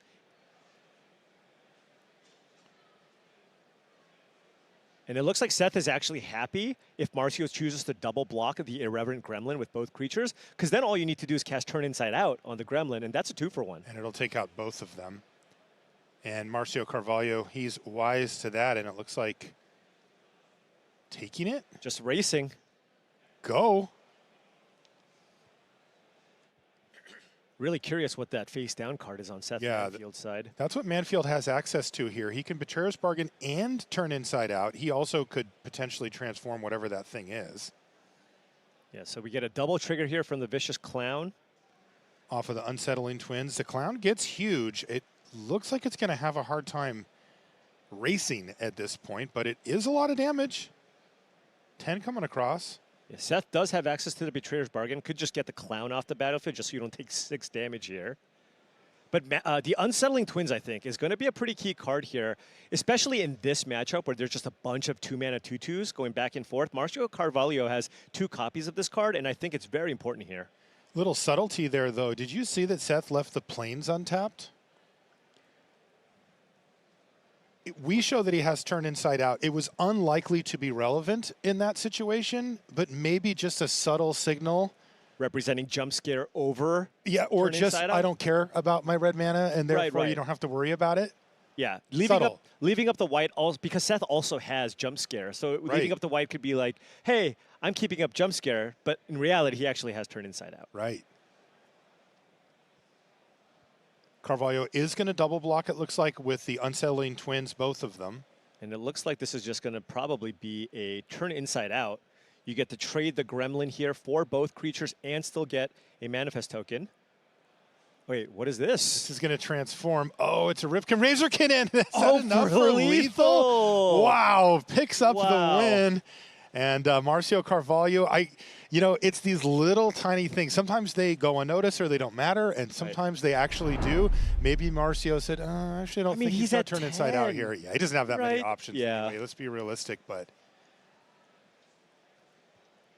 All right, so game number 1, a quick one, as they tend to be in this matchup, goes to Seth Manfield. Now, to set the stage on a bigger picture here, if you take a look at our players' records, they're both 8-1 and they're playing for this pod. But Paul, if whoever picks up the win is 9-1, you only need to get to 10 wins to secure top 8 at the World Championship, as in next round. Their standard round, they could just win that and be like, see you guys later. So that means they have 3 win-ins? They could lose that one and do it next, and then they could lose that one and then do it again. It's a good place to be. Good place to be. It is a... this field is bigger than we've had for World Championships in the past, but it's much smaller than Pro Tours, and that changes things dramatically for the records that you need. Seth's hand, by the way, is absolutely absurd, and Marcio only has mountains. Look at Seth's hand. Cheerleader into Hovership. He's got Glimmer Seeker too. You can crew the Hovership, and the Glimmer Seeker stays tapped, and you get a Glimmer out of this field as well. This is perfect. This is everything you want. The survival cards plus vehicles. You don't see it that often. There's only a couple of rare vehicles in the entire set, but that is a match made in heaven here. And Seth with just the perfect start. Meanwhile, Marcio stumbling, no 2-drop, just a Vicious Clown. He has Betrayer's Bargain here, though, right? He does. Yeah, see, this is the tough part, because he'd actually rather kill the Hovership, but he's going to take out the Glimmer Seeker. Needs a Plains. Plains. He's got an Exercise, which you can use on the Hovership. Found the Plains. He did find the Plains. Has a lot of removal, actually, too, so probably wants to get that Hovership off the battlefield. Then you can manifest a token as well, or you can maybe spend more mana and just try to get in for 3 here with the Midnight Mayhem. That's what he's going to do. Okay. He's going to get in while the getting is good. Remember, these are going to also swing the life total back in his favor, because at least temporarily they'll have lifelink. Yeah. And if Marcio doesn't draw a cheap creature, another Plains wouldn't be the worst draw, because he could double spell and use, for example, Seize from Slumber plus Exercise to kind of turn things around. But now he just got an army of 1/1s, which really don't do that much, given that Seth's probably going to add to his board. And remember, that Clown that you see over on Seth's side has been exiled. It's not on the battlefield. Speaking of clowns, the Clown show continues. The Vicious Clown comes down, jumps in the Hovership. And it's another 4 damage coming across. So Carvalho, with that Plains, has given himself a chance, but he is still under some very nice pressure. Keeping one back. Yeah. just for clown blocks. Just to block the clown. I wonder if he drew something like a turn inside out or something, just to maybe perhaps even trade with the clown or just try to mitigate the damage that he takes. I mean, the clown can hit for 6, right? All of a sudden. Yep, and he found a ragged playmate, so I imagine this turn is going to be playmate plus something, and I think he's just deciding, do I keep up the Seize from Slumber? Do I go Exercise? He can cast any 3 of those cards if he wants, so it's going to be pretty big here. Noting that if Marcio passes, it's pretty unlikely for Seth to actually crew up the hover ship, so yeah, just going for the Exercise here and making sure that he gets the Manifest here instead. Just one small note that is, if this was going to be his plan, might be better to start with Exercise just in case maybe you manifest something that you might want to flip over. But hey, Marcio, look at the board now. Marcio is the one with more permanents in play. Yeah, now Seth is the one that's stuck on 3 lands and is only able to add one permanent to the board each turn. And Marcio's got a hand with 2 removal spells here too. That Plains was huge. Massive. He needed that, and he needed it then. Yeah, and drawing a 2-drop here was also great because you can go 2-drop plus use the Exercise there on the hover ship. The interesting question is, if the pendulum has swung back towards Marcio, is he able to apply pressure? Because look at Seth's hand. Like, if he can find a couple of lands, all of those things will come onto the battlefield, and theoretically that would put him back ahead. Right.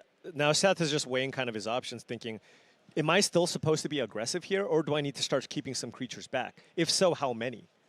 Cheerleader might want to get in there, right, just because it's a flyer. And then, getting really aggressive. Still staying aggressive. And now Marcio's going, is it time to race? Right. You have it. Once again, by the way, turn inside out is front and center. Seth Manfield with that very ominous mountain sitting there and a needed double block on a clown. Right, and this is an attack for 6. If he takes this, he goes down to 7. He does have Seize from Slumber to take down the Acrobat at some point. Right, but if he uses that, Seth does have the turn inside out to turn that into a Manifest token. Yeah. Now, with Trapped in the Screen, you can actually use that as protection. Yeah, and but I'm looking at Marcio's board, and if you're facing down a Manifest on the ground, fine. If you're facing down a 2/2 flyer, that's a problem. Yep, absolutely. So he's actually going to take the more conservative route here, Marcio. He's just going to chump block with a Gremlin. Take 2 in the air, prevent the 4. This plays around turn inside out, and it also could potentially strand that mana for Seth. Normally, 1 mana stranded is like, thumbs up, I did it. Yeah. In this case, that's a third of his total mana. Yeah. He may just want to also try to use it to upgrade his Fear of Surveillance. And look at this, attacking with both 2/2s. If Seth chooses to block and go turn inside out, Marcio can get the clean 2-for-1 here by casting Seize from Slumber in response to the turn inside out to get, so that Seth doesn't get the Manifest token here. And Seth knows this. He does. He could have an instant speed removal spell here, and if he does, I am in some trouble here. Maybe you just he go may for the just trade. say, "Is that okay?" Right. And yeah. yep.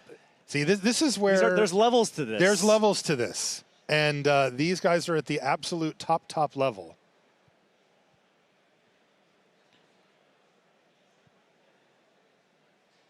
There's a ticket booth here, and if Marcio's going to run out that Seize from Slumber, you definitely just want to wait. Seth is stuck on lands, so just wait for him to make the attack before you go for the Seize from Slumber. Might want to just cast it anyways, just because next turn you have Trapped in the Screen as well as a follow-up, and once you hit land number 6, you're also kind of interested in unlocking Tunnel of Hate. Right. There's also the white mana scenario here for Carvalho. If he draws, he wants to deploy these cards, and he's only able to cast 1 white card per turn currently with the 1 Plains.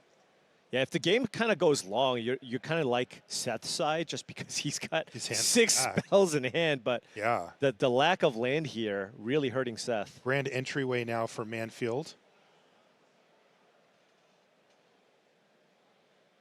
As he's going to pick up the Glimmer. Elegant Rotunda's going to have to hang. Weighing out his options here. How do I want to attack? Because Marcio is pretty happy, I think. At this point, he might be happy just trading the Manifest and the token for the Clown if Seth passes priority, right? There's a possibility.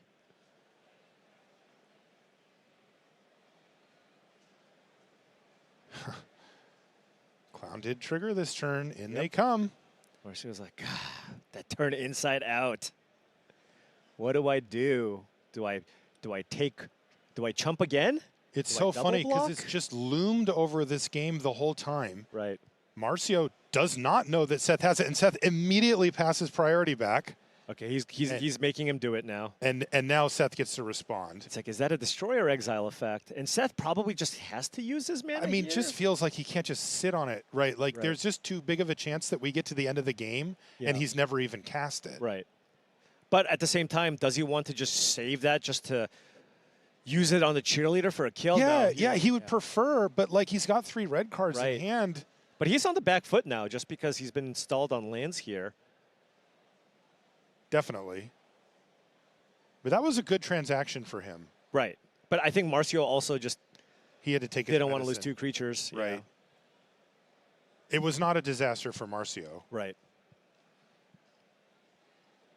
Oh, that was a great draw. What did he find? He found a piggy bank. So now he can go piggy Wow. bank plus trapped in the screen. Just perfect. Just anytime you can double spell, just allows him to just continue building the board, whereas Seth, again, just stuck on 1 play per turn here. All right, we're getting really aggressive here now for Marcio. Marcio's ready to rumble. There's only a 1/1 back here for Manfield. He's at 13 life. Marcio's down a game here, and he's trying to close this one out before Seth can find the mana to deploy all of his spells. Basically, he's like, I hope you lose this game with 3 cards in your hand. Yeah, Seth is down to 8. 4 attackers here. Seth just has 1 blocker. The cheerleader probably can't even attack at this point. Right. But if Marcio draws land number 6, all of a sudden Tunnel of Hate is online. And that's a major problem. Yeah, Hardened Escort, I think it's just too late. Another missed land drop here from Manfield. This is the difference between 3 lands and 5 lands in a matchup like this. Like, Marcio's been able to deploy everything. 2 red. Hand that feeds, and he's got Delirium. Does he have Delirium as well? Does. Oh, yeah, that should do it then, right? Like 2-turn clock, something like that? Well, if you at least attack with the hand that feeds, it at least trades with the Hardened Escort. Right. But the thing is, the other creatures don't have great attacks just because there's a 2/4 in play. And Seth is still at 8 here. I mean, he could get really aggressive. Just attack with everything. He If that could. happens, a 2/4 goes in front of the piggy bank, and then the cheerleader goes in front of the gremlin, and then you would take 6 damage and go down to 2. Down to 2. But so with only 2 creatures in play. And Seth would keep both of his creatures. yeah, so that's not good. Unless he has other ways to push through damage, but he doesn't have them in his hand. Marcio did just flip up the hand that feeds, which is pretty aggressive. It's just like, all right, I guess you're kind of, are you committed to attacking here? Oh, and Marcio is going for the all-in attack. Aggro. Wow, wow, wow.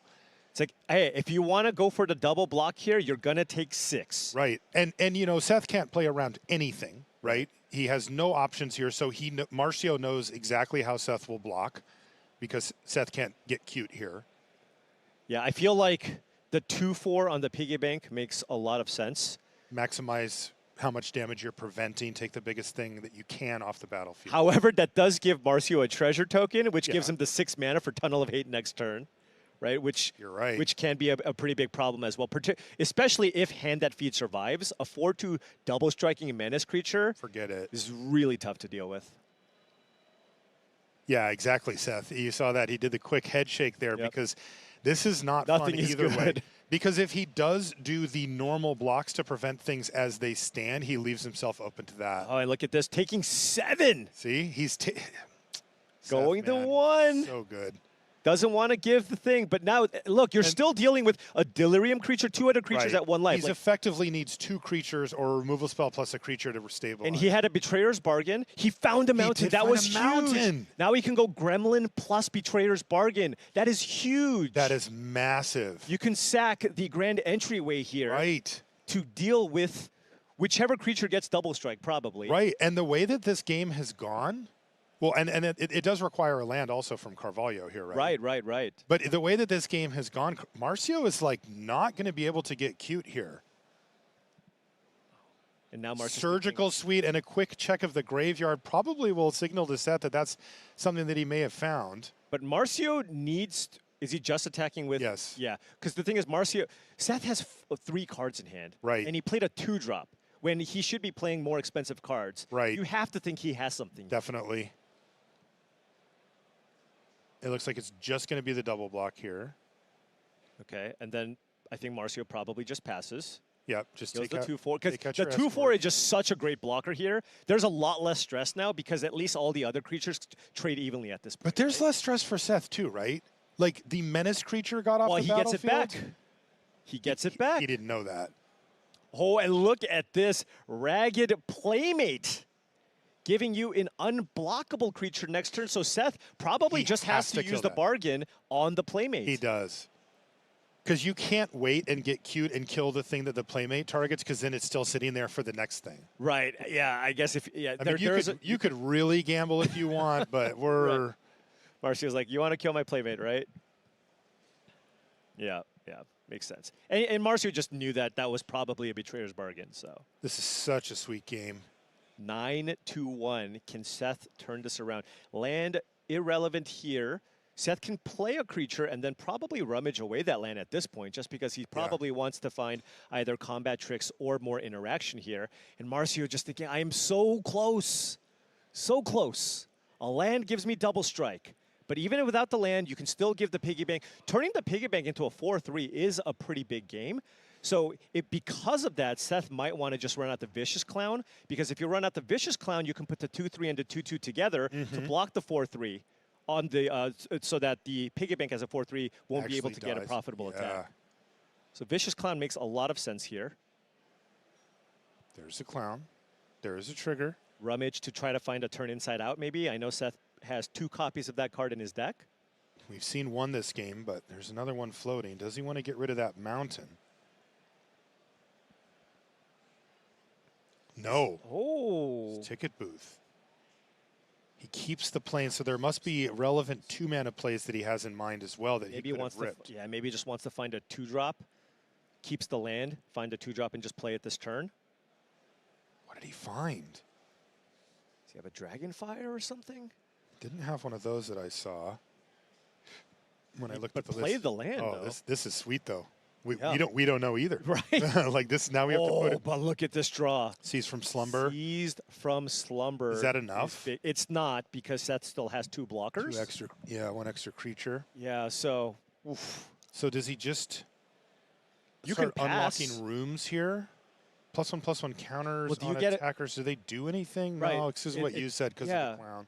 You don't really get a great attack here. I think the play might be to just pass, cast Seize from Slumber, end of turn or what have you, and then untap and then unlock a room. Mm-hmm.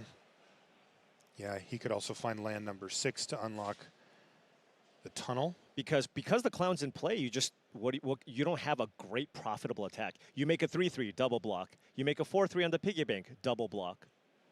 And he has to be wondering, what the heck do you have in your hand, Seth? Because he discarded a spell and played a land for the turn. He could perhaps attack with, okay. Oh, that's aggressive. Well, he does get the treasure here if the block happens. You can Makes it still double. cast Seize from Slumber if Seth chooses to be aggressive enough. That's right. If something weird happens, and then it also guarantees the tunnel next Right. turn. Okay. And you do get the clown off the battlefield this way. Right. Okay, sure. So that's the thing. It's kind of a forced double block here. Right. Right. And then I think Marcio is pretty interested in getting the. Ooh. He killed a gremlin. Okay. He's like, if this game goes longer, this gremlin is the more problematic creature. Because any lands drawn off the top could just get rummaged away. Also, maybe this gives Seth a little more incentive to play a creature and attack with the Vicious Clown because it gets pumped, and then you have the Seize from Slumber to get it off. Fear of Abduction and Trapped in the Screen in his hand is his hand. I don't know which one he drew when, but that's his hand right now. Wow. So he's going to play Trapped in the Screen. So now no creatures. No creatures in play here for Marcio. And he gets to start turning them sideways. That is only 4, but it's going to go really quickly. I feel like you got to just kill the clown here. Probably just minimize the damage you take. Just burn the treasure. Just use your mana, right? It does feel like that. Oh, man. And Seth has a Fear of Abduction? Yes. Okay. Does he have a haste creature? A percussionist? He has one in his list.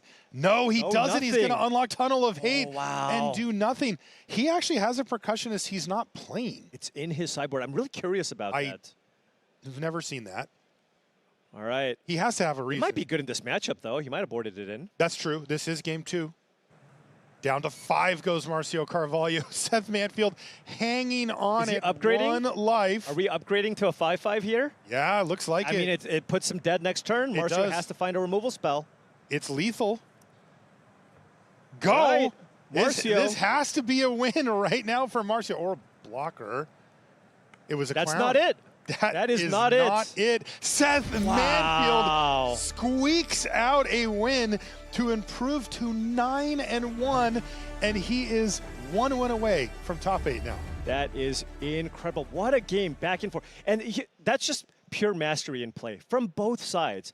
Because oftentimes when you see a Boros mirror, you're just thinking, all right, I attack you, you attack me, let's see who dies. But both players playing around all the mana that they have up, all the different combat tricks, just thinking about every single possible out. And Seth eventually, because at different points in that game, different players were ahead. Right. Seth started out aggressive, got stuck on lands. Then Marcio made a comeback. And then Seth did everything he could to survive, and then finally found the answers to come back in that game. Yeah, what an incredible game. Yeah, we got that beautiful last stretch where it was very back and forth, a top deck here or there. Big decision points, especially with Marcio. That big all-in attack to get him down to 1 just couldn't quite get over the finish line. Yeah, absolutely. Wow, that was great stuff. All right, we're going to go right into our next match here. This is Javier Dominguez versus Yoshihiko Ikawa. Javier still in the hunt for Player of the Year, potentially. And Ikawa, of course, a PG champ from this season. So let's get into the action. What an incredible season it's been here for Javier Dominguez. Kind of almost a little bit slightly overshadowed by his teammate Simon Nielsen, who's just been absolutely crushing it for the past 2 years. But Javier Dominguez also in the mix. Just here's the thing with Javier. It's like, yeah, 5-2 day 1, 2-1 to draft. A few rounds later, oh yeah, another top 8. Like you do. All right, there's a twitchy doll, but it's going to get taken out immediately. You can see we're playing perhaps a little bit quicker. That's also going to be, how many House Cartographer triggers are we going to see this weekend, Paul? It's more than I've ever seen. I must be, maybe I should start taking this card higher because we've seen awesome. a lot more triggers here. That's 2 triggers now. What is going on here? Oh wow, I like Javier's deck. Javier, yeah. He's going to play his land and pass. I like Ikawa's deck less. Yeah, I like his deck a lot Another thing you don't see on the battlefield that often, that was get out to counter. This is boy. 3 Cartographer triggers. Oh my gosh. Man, Ikawa started off with Twitchy Doll. And it was all downhill. And now it's been a little bit of a What is that? downgrade. Is that Nico? Nico, that's Nico. Nico? Light of Hope. Wow, that I have card is not seen that amazing. variant, but I've seen that card, and it is unreal. Very, very strong. 2 shards, and Javier can start copying things, or just sack them to scry and draw a card. Right. So just when that's your backup plan, you're doing really, really good. Yeah. Let's just say Javier's not going to run out of things to do with his mana for the rest of the game.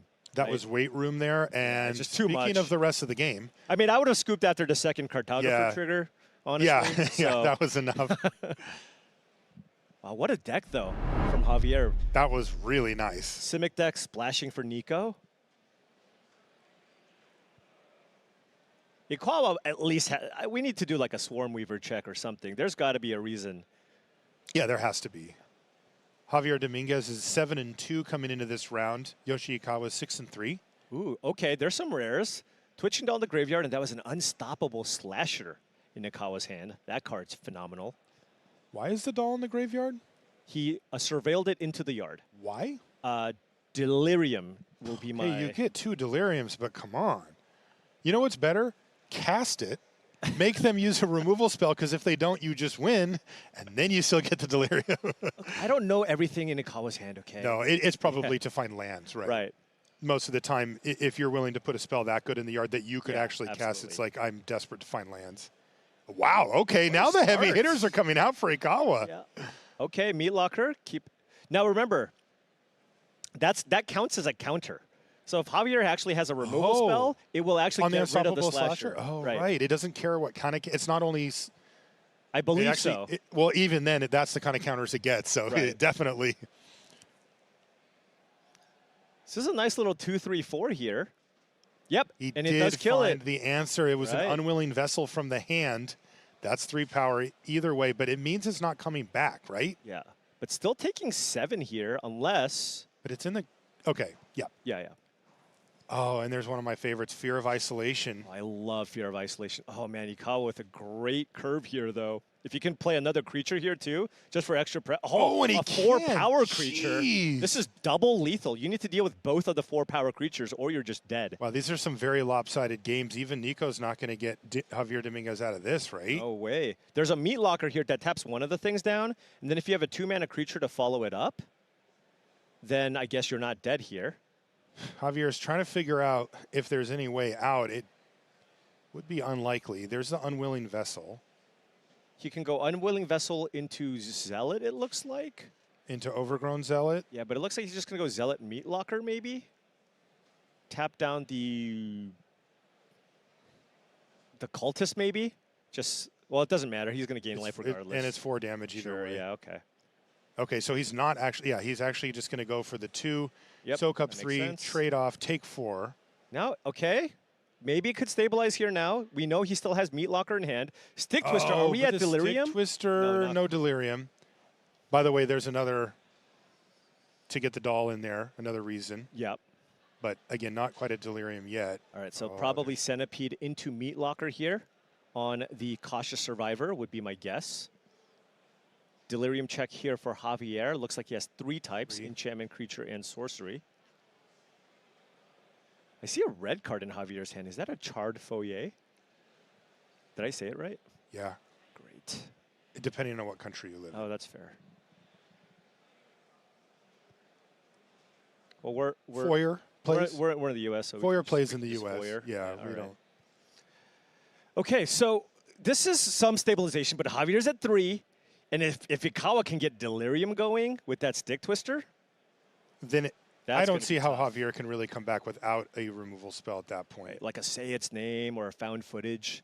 No good attacks here. No attack, okay.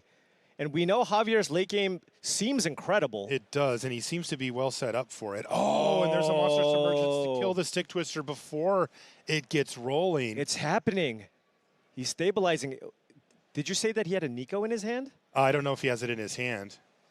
It does look like it, though, actually. No. Oh.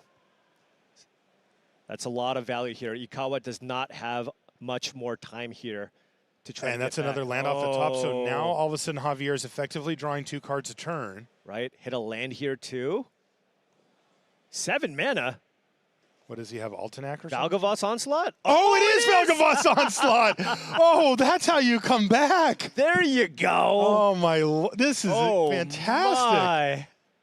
Javier Dominguez just playing the deck that Paul plays every day on Arena. You gotta love Look at this thing. I'm assuming he has Delirium at this point, too, right? You just manifested 4 times. Yeah. Or 3 times. And he was already 3/4 of the way there before. Right. It's got Vigilance.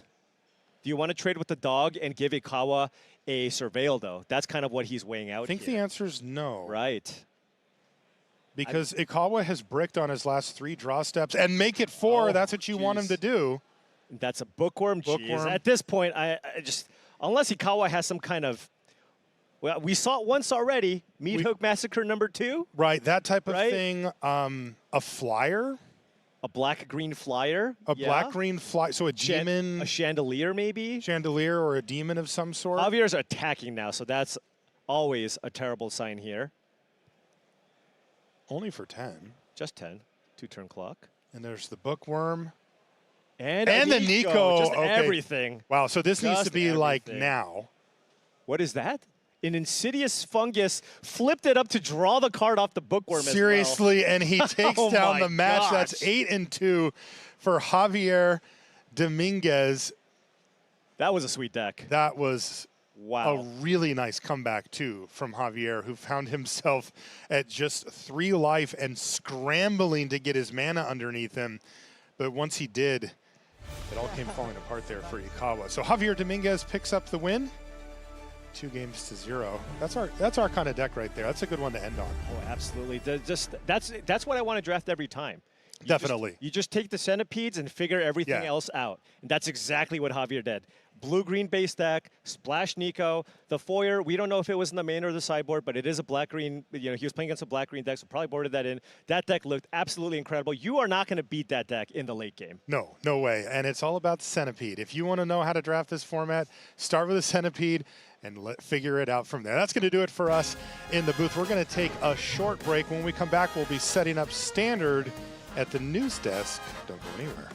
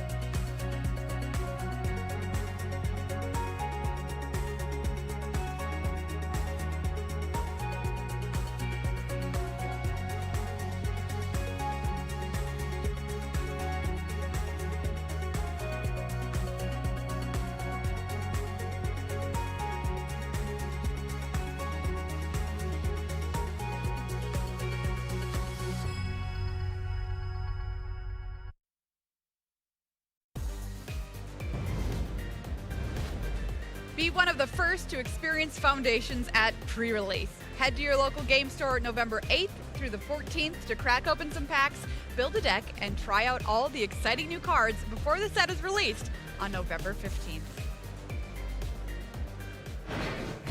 Hey everybody, welcome back to coverage of World Championship 30. We are live here in Las Vegas, Nevada, MagicCon Vegas. Also happening here this weekend, around 17,000 Magic players swarming the convention center. It's been very, very awesome to see.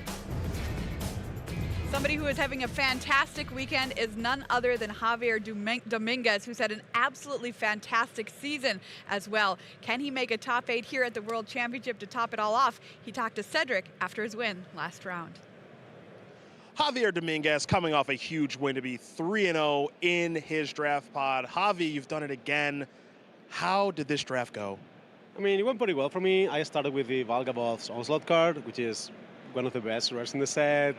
So I ended up being green as well, so I didn't have to splash it. And I also got the Nico, which is a white blue mythic. So I had 2 rares, lands go on my side, and you know, sometimes things go well. My opponents also didn't have the best mana draws. One of those days. Hey, a little luck never hurts. Now you're transitioning to Constructed with a deck that you're a little unsure about. Do you have to maybe get lucky there too, or maybe things just go as well as it did yesterday? That's the thing, I don't really know, because it's like a brew we had this for this tournament, our team, and you're never sure when you're playing a brew if it's going to be good or not. So let's hope either it's good or I get lucky. I'll take either. And look out if it's both. If it's lucky, and if you're lucky and it's good, oh my, oh my. He's getting himself into the thick of things in this Player of the Year race, but I think you said you'll be happy if you just top 8. Yeah, top 8's good. Like, also, you know, if Simon ends good in it, I will be happy for him as well, because he had a great year. So I'm just having my eyes on the top 8, and then we'll see. Maybe the trophy. We will see indeed. That's Javier Dominguez. Javi, good luck. Thank you. Javier Dominguez, your 2018 world champ, I think went 10th and 9th and then top 8 this season. Up and comer. Up and comer. On his way. Javier Dominguez. Yeah. Let's check out our leaderboard, everybody, as we get ready for the next round here at World Championship 30. Check it out. Seth Manfield currently leading at 9-1, your 2015 world champion. Can he come back and do it again? Marcial Carvalho leading the pack of the 8-2s. Simon Nielsen, your leader in this year's Player of the Year race, sitting at 8-2. Shota Yasooka, the Hall of Famer, sitting at 8-2. Javier Dominguez, who we just heard from, sitting at 8-2. Jean-Emmanuel Depraz, by the way, our overnight leader, was undefeated at the start of the day, now dropping to 7-3, but of course, not out of it. I want to also highlight Kai Buda there in 16th, sitting at 7-3. Aced his draft, was 4-3 coming into today, turning it into 7-3. The German juggernaut. You'll love to see it.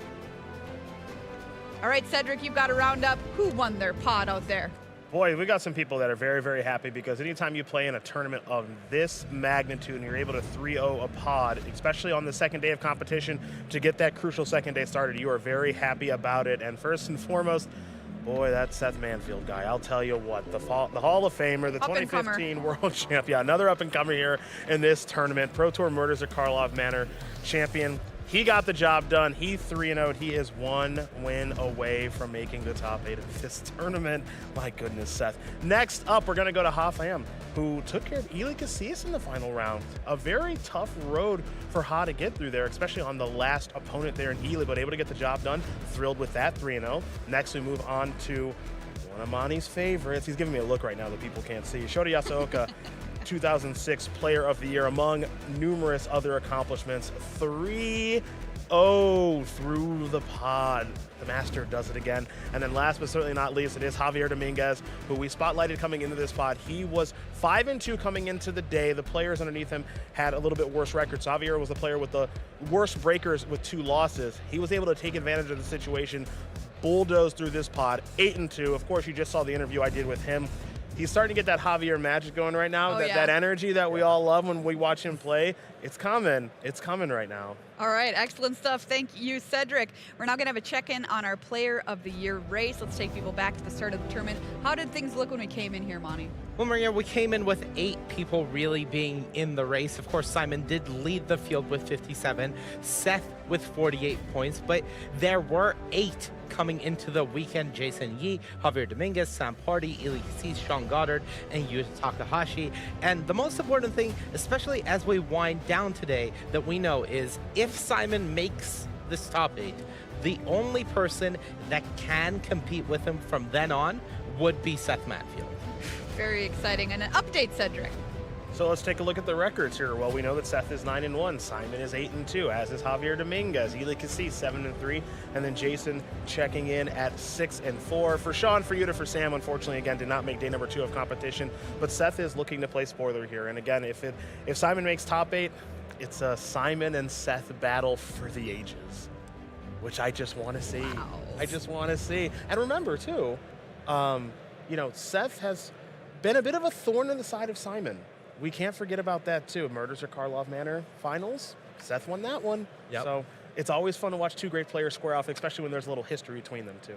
Absolutely. Well, we are done with the draft here for World Championship 30. We are now moving on to Standard, and Monty's got you covered with the metagame.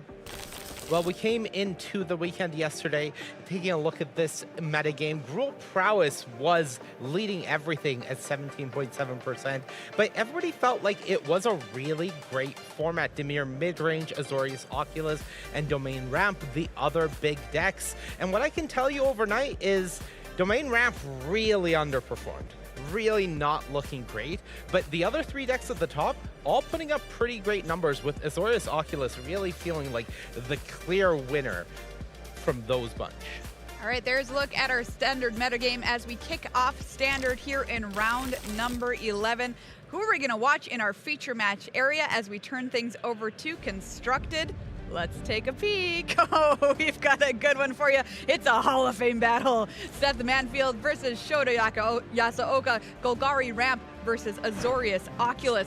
Let's get to meet the players. Seth Manfield, 12 top finishes to his name, 2015 World Champion, Hall of Famer, like I mentioned, 2-time Pro Tour winner, and if he wins this, he'll be in the top 8. Shota Yasooka, also a Hall of Famer, your 2006 Player of the Year, also a 2-time Pro Tour champion. Remember, 10 is the magic number, so Seth here could lock up atop of spot 8 at wait, how did I say that? Lock up a spot in the top 8 with a win here. Tell me about these decks, though, Monty. They're very cool. Okay, well, we're going to start by taking a look at Seth's deck. This is one of the 2 decks that Team Channel Fireball Ultimate Guard brought, which is Golgari Ramp, and Seth is actually the main advocate that started off this idea. They wanted to take some of the elements of the Domain Ramp deck that we've seen, specifically Overlord of the Hauntwoods plus Up the Beanstalk, but they weren't really happy with that Domain shell, and instead trying to take advantage of one of the more powerful cards in Standard that has a hard time finding a home, Glissa Sunslayer. This is a great home for this card, and it is really powerful. So Seth, as always, was a little unsure about his deck, but so far it has served him well. On the other side, we have Shota Yasooka on what Frank Carson this morning called the best deck in the room. This is Azorius Oculus. It has been performing the best, but specifically Shota's version. Shota, the only non-Ely Kassis person to find Founding the Third Path. This is the card that really pushed this deck over the top in terms of consistency. And one of the other innovations that Shota actually has in his version of the deck is Afara's Dispersal. This card is an absolute house when it comes to the prowess matchup, and that's why Shota has been having great success so far, undefeated in Standard. Ooh, nice, nice, nice. All right, everyone, round number 11 is on the way. Who's going to take it down? I'm going to send it on over to Ailey and Corey in the booth with the call. We're going to take it down, Maria, of course. Is there any doubt? No Corey doubt. Baumeister alongside myself, Ailey. How are you? Hi. Welcome, friends, to Constructed Standard. No more drop from here on out, friendos. We have a few rounds of Constructed today, and then tomorrow, the top 8, it is all Constructed. So for any draft lovers, sorry. We'll just have to play some more Duskmourn cards in these decks, yeah, Corey? Duskmourn draft was amazing, though. I must say, what a great limited format. But now it's time for winning in Magic pretty much from here on out. I cannot wait for that. Let's go, Seth Manfield. An absolute powerhouse in Magic the Gathering is at 9-1 up against another player who you have to think is just like one excellent run away from being a world champion as well. At 8-2, Shota Yasooka, 2 Hall of Famers. They've basically done it all between them. So let's see who comes out on top in this matchup. Golgari Ramp versus Azorius Oculus. Yeah, 2 absolute masters and 2 innovative takes on these kind of established decks that we've seen before. There's just some extra spice in both of their decks that would, give them an advantage here. Founding the Third Path from Shota being the new spice, and then the take on Overlord and Up the Beanstalk from Seth being kind of the spice from this Golgari version. Who doesn't love drawing many cards on turn 3 with that Beanstalk Overlord of the Hauntwoods combo? Yeah, absolutely. Really slow start here from Seth. He would have loved to have Up the Beanstalk there to be able to get that card advantage going, even if Shota were to interact with these spells. But still has Overlord or Glissa for turn 3 as something to cast. And we didn't see Founding the Third Path cast there from Shota, so wants to do some interacting. Yeah, Phantom Interference, Soul Partition. A couple ways to keep this Golgari deck on its toes. Yeah, and if we had Up the Beanstalk, jamming the Impending from the Overlord here would be great. You get to draw a card. If it gets countered, who cares? But as it stands, game 1 without a bunch of duresses, you're going to see just basically anything that Shota can't deal with is going to get countered. So we might see this Soul Partitioned or just countered here, deciding what, depending on what Shota would like to do. Glissa Sunslayer, really one of the most powerful cards in Golgari. Has been looking for a home desperately, and starting to wonder if Golgari is looking pretty darn good, because the other Golgari iterations at the tournament this weekend have, I believe it was a 6-0 record against the Oculus deck, and nothing on the end step there. Yeah, and didn't counter this. That was extremely interesting here, as that's a card you really got to deal with. I mean, is that just saying that Shota is going to take a hit from Glissa here? Would be... Maybe.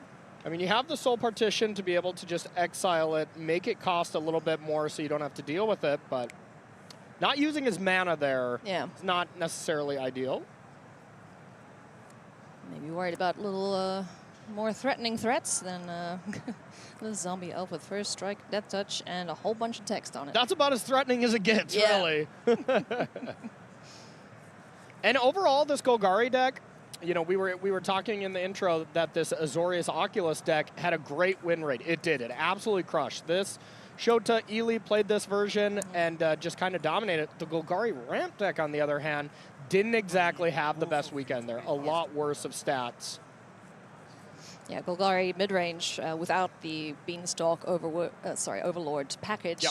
Having a bit of a better time, but we're going to take a look in hand here. With duress is Seth Manfield, so let's see how Shota wants to respond to this. Yeah, and can't counter it with the Phantom Interference. It just has 3 soul partitions in hand, so we'll more than likely see Shota just show the hand and then Shota can interact with Glissa, but... It's a lot of partitioning happening over there.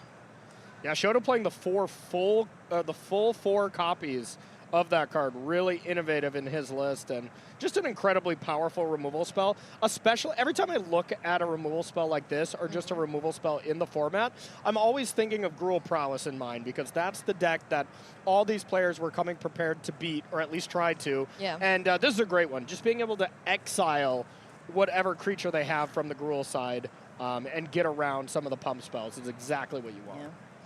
And as far as Dispersal card, we don't see in too many of the blue-based decks. Yeah, I think this is just Shota. Yeah, it's just, you know, 1 mana bounce an attacking creature, so, you know. I suppose that gives Shota more options as to how he wants to deal with this Glissa. And Surveil, which is really important. If you can ever surveil one of your Oculi to the graveyard, it ends up being really, really strong. Yeah, that's actually a very good inclusion. It's a nice deck. Shota's a real smart guy. I'm It really is. Just gonna say. And for anyone who doesn't know a lot about Shota, well, you must be living under a rock for a while, as he is one of the GOATs. But he likes to test by himself. Yeah. Yeah, so kind of finds all this tech by himself. And it's been the case in the past, too, that he just really theory crafts a lot more than even playing, which is just something I can't do, that's for sure. I got to play the games to know what's going on. Theory crafting is one of the most favorite pastimes of Magic, that's for sure. Definitely. You're like, ooh, but what about this? What about that? What about this card? Nope. Shota says, no thank you, get that out of here, so no Overlord of the Hauntwoods, no Everywhere Land.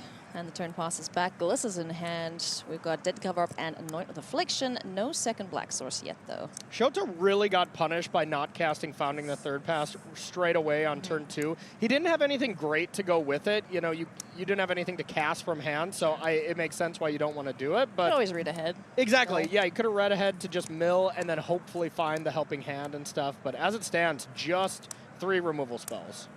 Oof. Hey. Great draw. Okie dokie. We got a big old floating eyeball.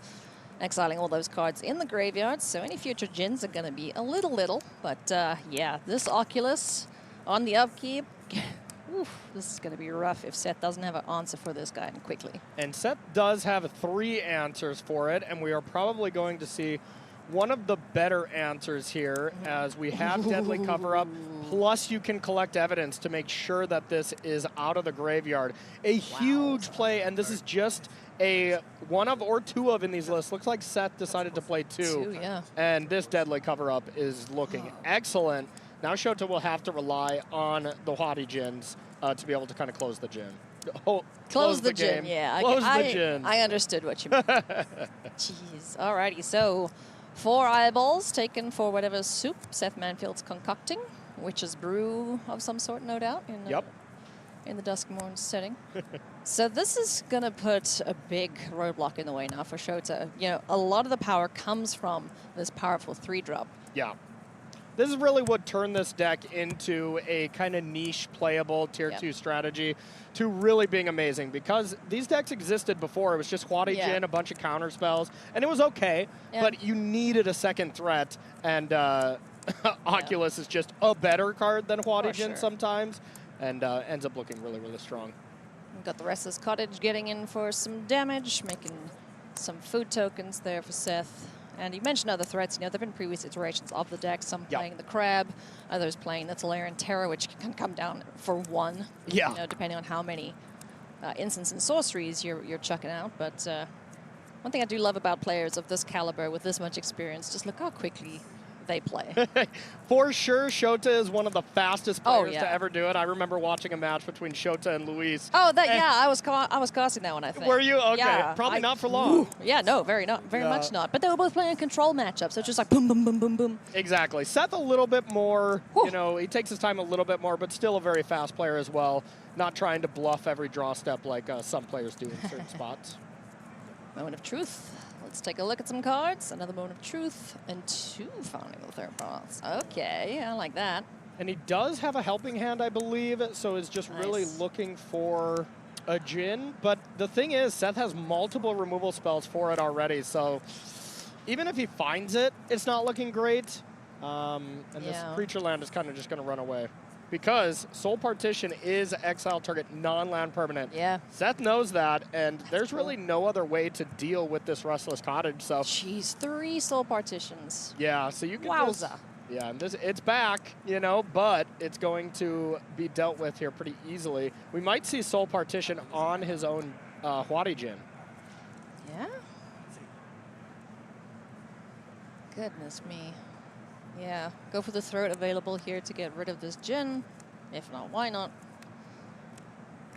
No real need to munch some food there, but yeah, Soul Partition will take care of the Djinn, getting the cost reduction from the Djinn itself. So Shota is in bad ways, nonetheless. Yeah, and here comes more damage, and now all of a sudden this cottage is lethal next turn. He's got more food, so he's gaining a ton of life. He's got a buffet there. Go ahead. Mark it as a 3-on-1 token. Yeah, just get one of those tokens out of there. You have 3 now. Make that one go buffet. There we go. There we go. We got there. And now the best case scenario is Shota being able to play the Djinn and just block. Yeah. You know, and just trade for this, but we know that there's a good amount of removal spells. Yeah, Night of Affliction can take care of that. Cut down won't be able to. I believe it's big enough to get beyond that. Yeah, and Soul Partition, the player's double checking if an opponent were to cast it, it costs 2 more. Otherwise, you just get to recast it. So Soul Partition doing a nice kind of double duty job here.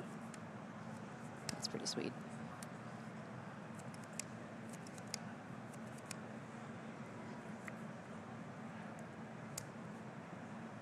In response, we're going to see Anoint with Affliction. And that should just do it, to be honest, as there's no counter spell or anything, and if he were to just Soul Partition his own Djinn, it just saves it once again. Yeah. But then the creature will just get it done. Chart a course there, discarding a land. And there's another Hwari Djinn, but no mana to cast it, so this should be game 1.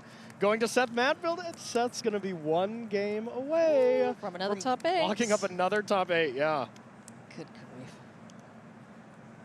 You know, when the best players in Magic are having a good run, they're having a really good run. Yeah, and I mean, I remember talking to Seth, you know, well before he won the Pro Tour with the breakout deck, the Vampires deck in Pioneer earlier, and he was, you know, a little taken back with Magic. He wasn't necessarily putting everything into it like he had in the past. But when you win a Pro Tour, believe it or not, it rejuvenates. Oh, yeah, for sure. I would imagine. Of course, I would not know, but. Yeah, you know, because like at that moment in time, you are the best player in the world. And now, I mean, he just has an incredible resume. He's won so many big tournaments. And looks like Shota mold to 5 here. Oh, that's painful, especially with the duress here from Seth Manfield, getting rid of one of the spells, one of the duplicates in hand here for Shota. Helping hand in the bin. Yeah, and just another threat here makes a lot of sense from Shota, just with those deadly cover-ups, being able to take care of 4 out of your 8 threats. You really need something else, so he has 3 Monastery Mentors in the board to just kind of hedge against that a little bit. We do have a Anoint with Affliction. Go for the throat to take care of this Mentor. So no little critters. No land yet. He still has 2 other up the beanstalk. Yeah. So, He'll draw out of it. You'll get some return on investment here for sure. Okay. Nice.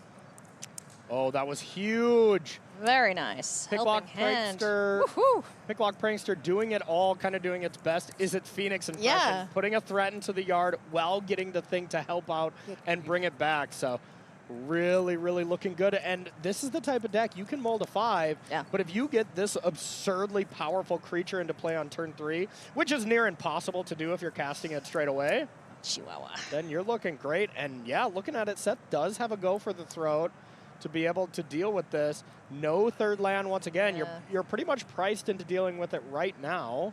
Yeah, otherwise it's going to hurt real bad for attacks. But, I mean, does he think... I mean, is this the only chance now for him to up the beanstalk again to try and find a third land?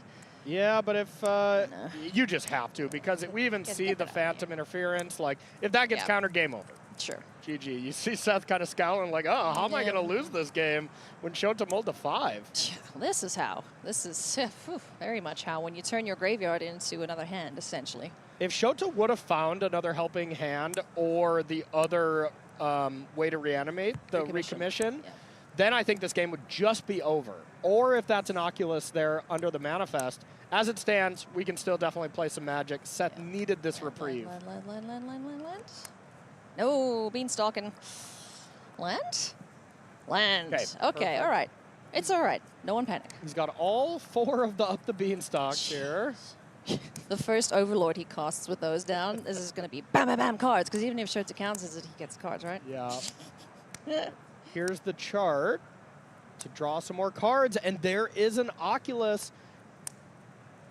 And this is bad news bears here for Seth. I think Seth's best chance in his mind is to get to 5 mana and cast the Deadly Cover-Up to protect it.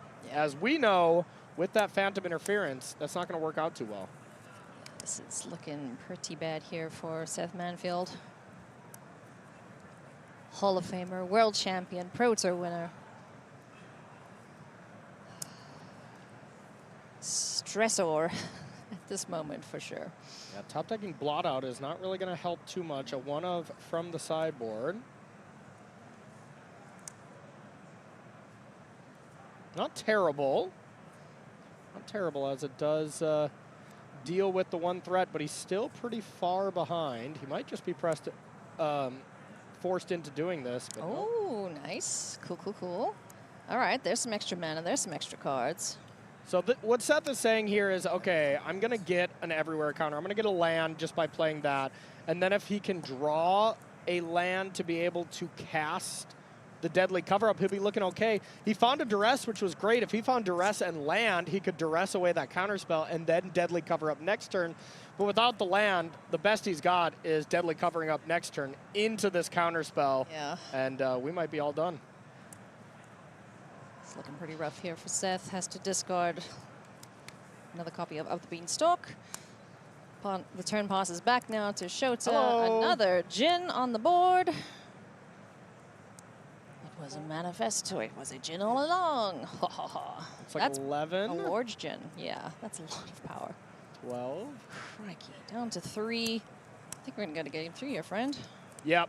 Because he needs a land just to compete. Here's the cover-up, here's the counterspell, and we're on to the next one. Ba-boom, scooping it up. Alrighty, let's go. Game number 3. You know what? It's kind of funny. If Seth had just found land 3 on time, you got to think like that was his game, 100%, because of the insane start that he had. But that just really shows the power to me of this Azorius Oculus deck.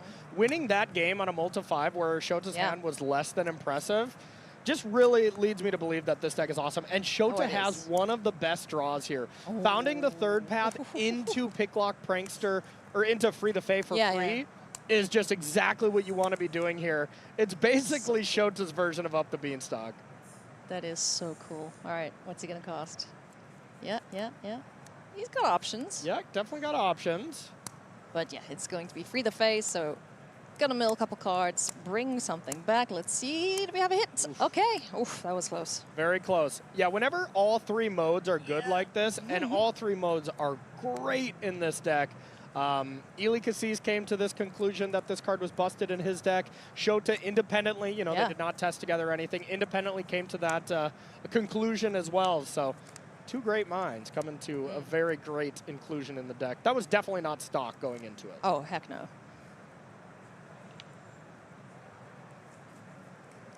This is the biggest break we've had with these two players. Just having a big think here. Restless Cottage down for Seth Manfield. Has a go for the third. Shieldred, Pillage the Bog, Overlord, and Anoint with Affliction alongside Duress.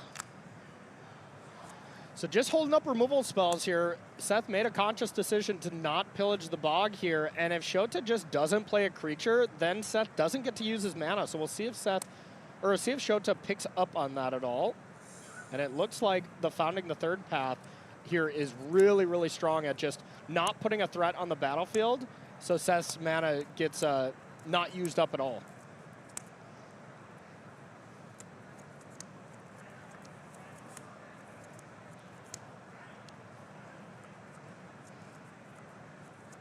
Shota got so much value on the board here now.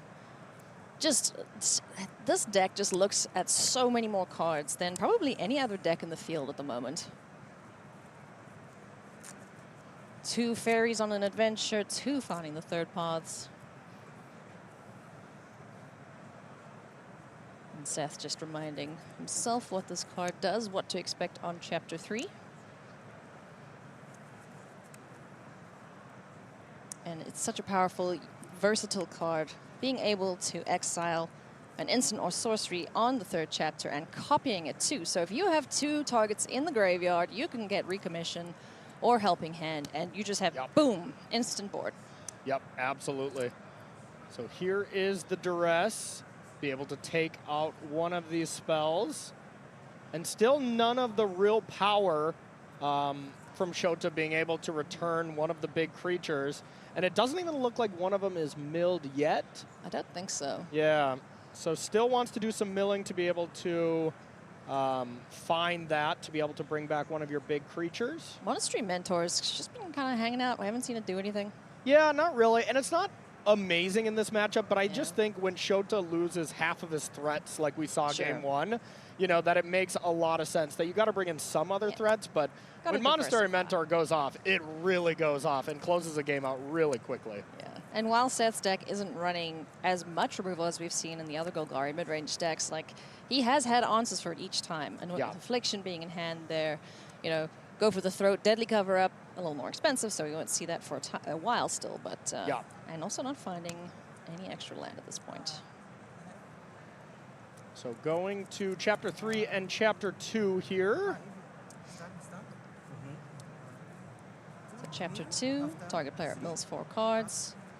And then Chapter 3 would be exile target instant or sorcery. You want to mill and then target after? Okay, so Shota's trying to see if he can mill 4 cards and then target one of those 4 cards that gets milled. And I believe the answer is no, because you have to choose a target from the one Founding the Third path, and then the mill goes on the stack. So the one would have to target one of these spells. Okay. So 2 separate instances. Exactly. Gotcha. But mainly you have to target before you mill. That's the big part.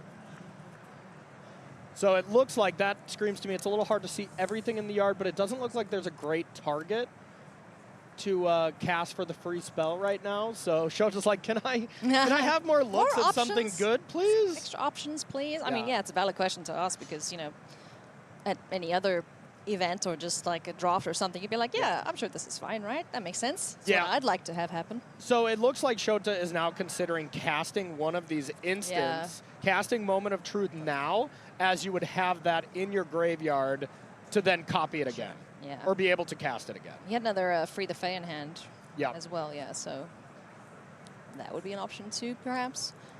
But let's see what he goes for here with Chapter 3, Phantom Interference. So nothing. Okay, there is the Helping Hand, and there was a Djinn as well. So, yeah, if it would have worked out the way Shota wanted to, this would have been excellent. Yeah. We're like, oh, cool, game over, Yeah, but that is how it will work out next turn. You know, he'll be able to target that Helping Hand and bring back one of the bigger threats. But can he find it for this turn is the big thing he wants to do. Yeah. Do we have land 4, or is this just going to be a 3-land game for both of these players? All right, Soul Partition. In the bin as well. There's land 4, Charter Course, Picklock Prankster, and Monastery Mentor in hand for Shota. Yeah, more than likely just thinking about freeing the Fae or playing one of these picklock pranksters. Once again, Shota has done a great job of just attacking CEST's mana. Just making sure he doesn't use up his mana, because the Golgari deck's going to do one thing with 2 mana. You know, it's not going to cast any draw spells like Shota's been doing. It's trying to kill a creature. That's it. And once again, Seth just stuck on mana and has to make another tough decision. Do I start playing something into a probable counterspell? Pillage the bog. Just what he's looking going to for go a land. for. Yeah, needs to find one. So going to look at the top X cards, where X is twice the number of lands. So I guess look at 6 and see if he can find something of use here.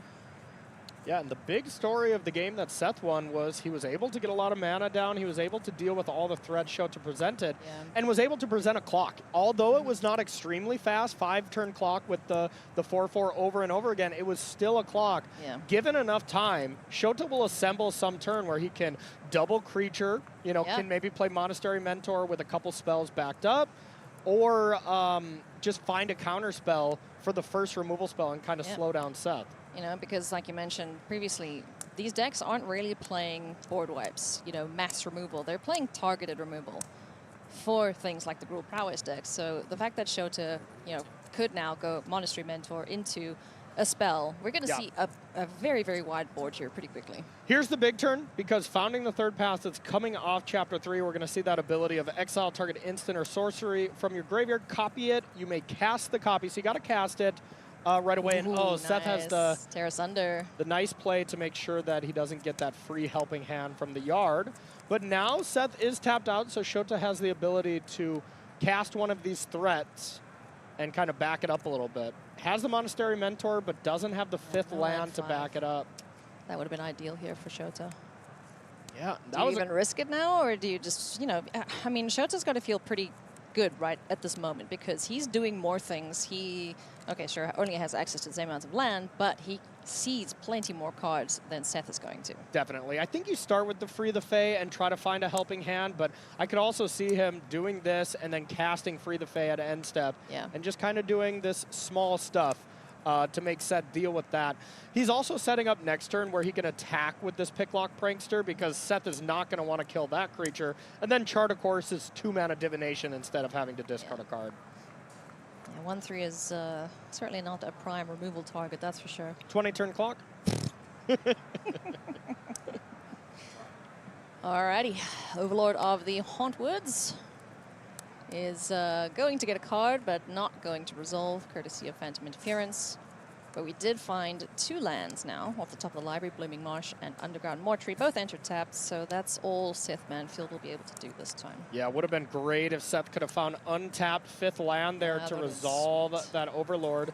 The Overlord, you know, not amazing against Shota, as by the time it comes down, you know, ideally from Shota's perspective, he's going to win the game already, but here is the drawing 2 cards off Chart a Course. Oh, no, did we attack already? You already attacked, yep. Okay. Yeah, you blink and you miss it from Shota. Sure did. There is Helping Hand and another threat, though, so now it can just start to be, Shota has so many threats that he can just start deploying them and just working his way through the removal spells. But he does have to be very wary of that deadly cover-up play where Seth can get rid of all the Oculus. Yeah, I mean, like you mentioned, though, you know, having multiple threats, it won't be too much of a downside to lose all the Oculi or all the, you know, all the fairies or all the Monastery Mentors. Yeah. But it does also give Seth a look at the deck to see what it is he needs to be worried about. And a look at the hand, most importantly, how to exactly play around Shota's threats.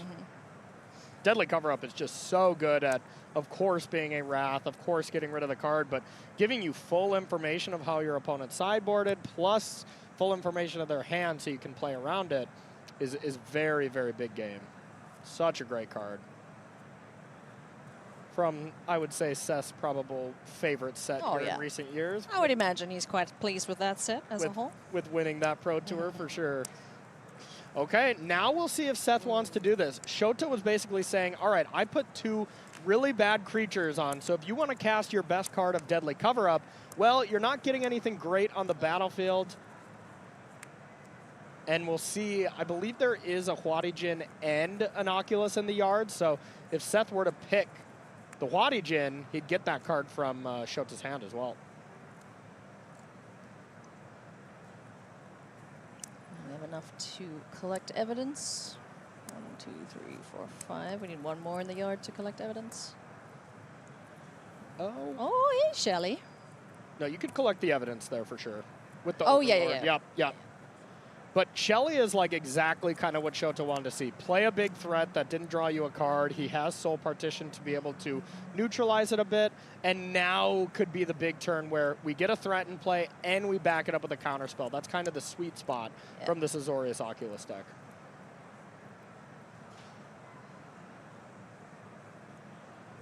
Who wins? 2 1-3s or a 4-5 Praetor? Stay tuned to find out. First things first, we're going to help out one of these critters in the bin.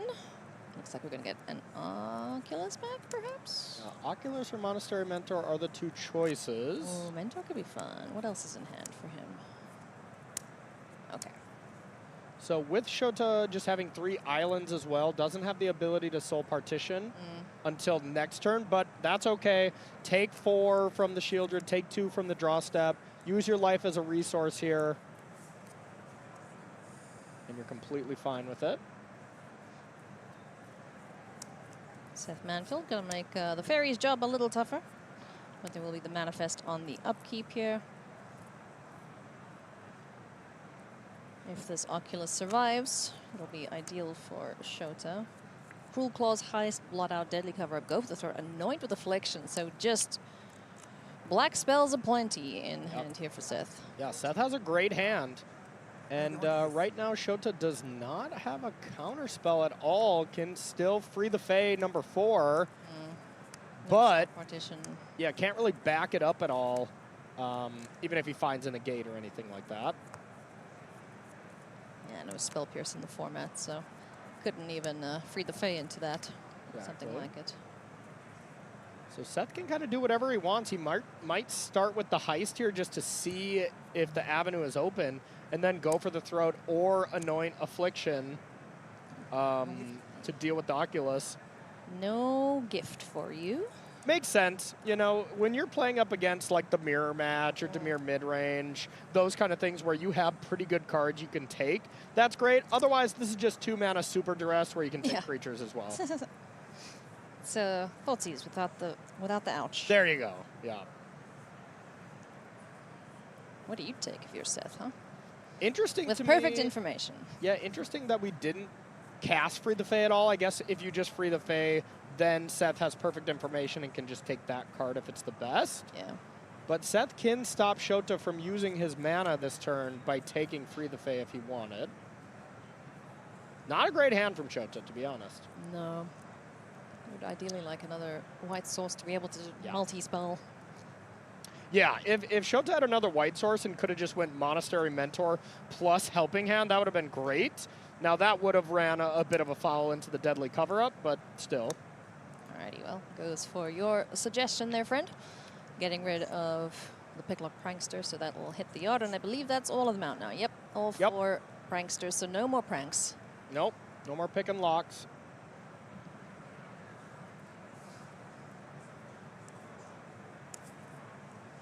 And now that was a bit of a cost for not casting the Charter Course as well, but holding up mana seems to be a little bit more important.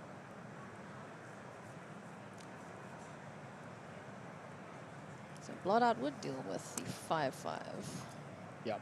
And so will either the Go for the Throat or the Anoint. So looks like Seth is stopping Shota on the upkeep.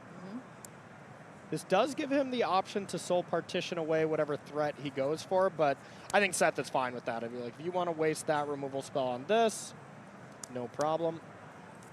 Not interested in that line, so Go for the Throat takes care of the Oculus. Negate off the top is pretty big game.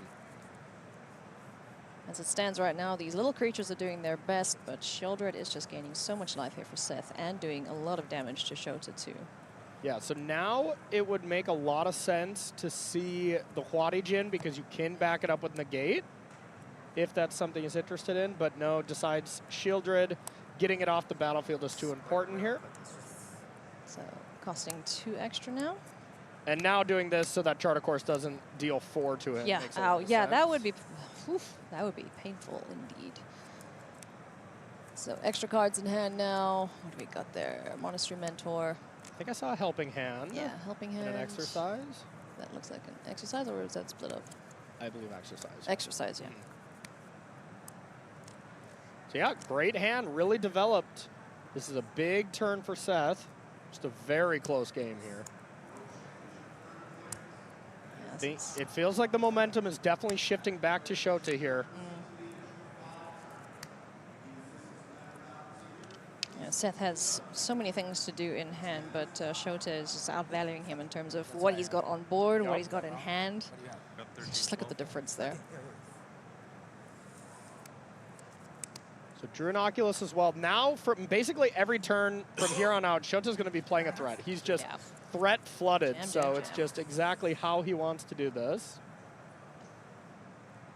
Still would just love a second white source. That would be so Yeah, huge. oh, that just unlocks his hand entirely. Exactly. And remember that Shieldred can be cast at a little bit higher rate. Yeah.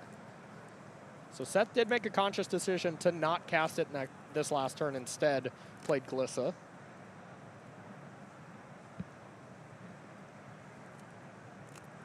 Glissa would still be a pretty good attacker. A little extra card draw at the cost of some life, though, so let's be careful with using his life. Yeah, tough spot here from Shota. As Huadigen with the negate backup, that seems decent as gives you that cost reduction. But Seth can just anoint that at end step, and then even if it gets negated, Seth has the whole next turn to do whatever.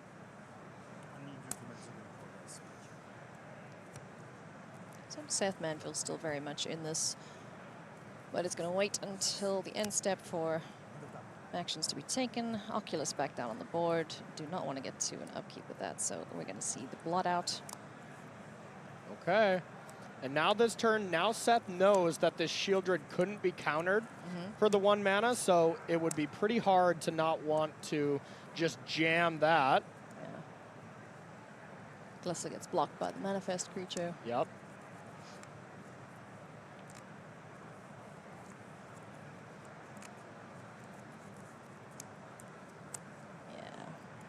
All right, Shieldred back on the board. Dealing more damage to Shota. He is down to 10. Seth at 11. These little fairies are doing their best, man. Yeah, hey, they've done an excellent job. Solid work. Here comes the big guy. Huge turn here. Huadigen plus getting rid of Shieldred for good. Now, Seth, I believe, doesn't... Oh, yeah, he still has the anoint, so he can anoint the Huadigen. Yep. Plus then has a bunch of hand disruption. What an incredible game. This has been awesome. Like, here's a contender for a match of the day for Yeah, sure. absolutely. Kind of 2 beatings the first 2 games, but this third game, very, very close. Much more back and forth. It's a mentor, moment of truth. The helping hand there too, as well as the negate. So now Seth can also anoint the Huadigen, and basically has to. Yeah. I mean, that thing is going to be gigantic. We don't have a perfect view of the graveyard, of course. Oh, I mean, the graveyard's almost as big as his I'm gonna say library. it's lethal. Yeah. We're just gonna guess it's gonna be lethal. Look at the size of the shadows there. That's a large graveyard. All right, yeah. So Seth gets to essentially pick 2 of these cards because he's gonna bat. Mm-hmm.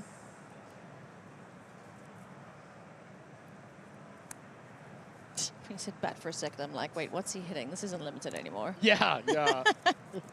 The deep cavern bat. Exactly. Flap, flap. So now, what do we want to take? Gate. I mean, yeah, he's just kind of got the world is his oyster right now. You know, he can Yeah. just do whatever he wants with no mana open here for. I'm a little bit more tempted to take the threat here. Yeah.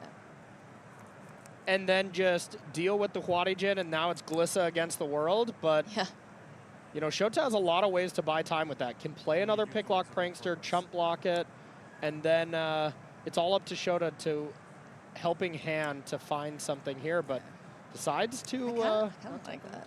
Now, if Shota finds land 5 and can go mentor with negate backup, though, that will be quite strong. I mean, at that point, though, Manfield could just play around it, right? Just don't play any non-creatures. Yeah, yeah.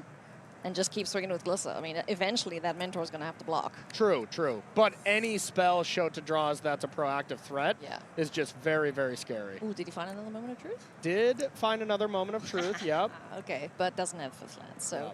Is that a Gix command? Whoa. Ooh, okay. That is big game. That's a big spell that's going to go unchecked. Oh my, what a top deck.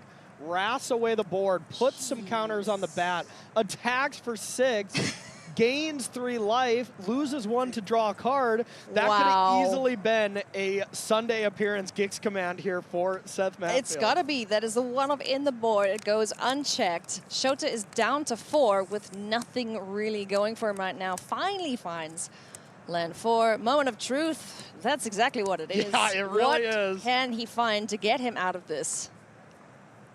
Soul Partition to be able to deal with the bat, get the moment of truth back. But now Glissa will just put Shota down to 1. That's going to be it. Unbelievable stuff. Seth Manfield, another top 8 for the Hall of Famer, former world champion, and could well be world champion once again. Once again, and I remember sitting back at home on my couch watching Seth win the world championship. You know, I teared up. He was so excited. The emotions just overwhelmed him when he won that championship so many years ago. I know how much these moments mean so to much him. to him. So huge congrats to Seth. What a deserving first top 8 competitor. Unbelievable Awesome stuff. Congratulations, match. Awesome Seth. match. Shota still has a chance, though, obviously. Plenty. Still plenty more opportunities to join Seth there. So, Shota fans, keep rooting for him, friends. We're going to take a very quick break, but when we come back, we're going to have Maria at the desk.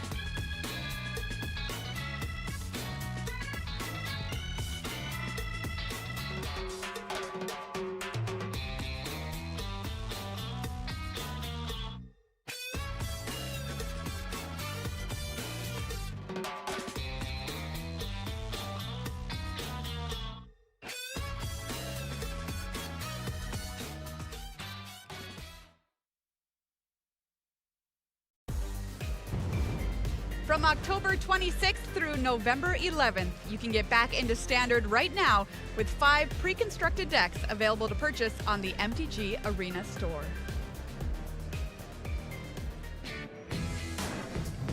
Hey everybody, welcome back to coverage of World Championship 30, now deep into day number 2 of competition here in beautiful Las Vegas, Nevada. 57 competitors came back for day number 2.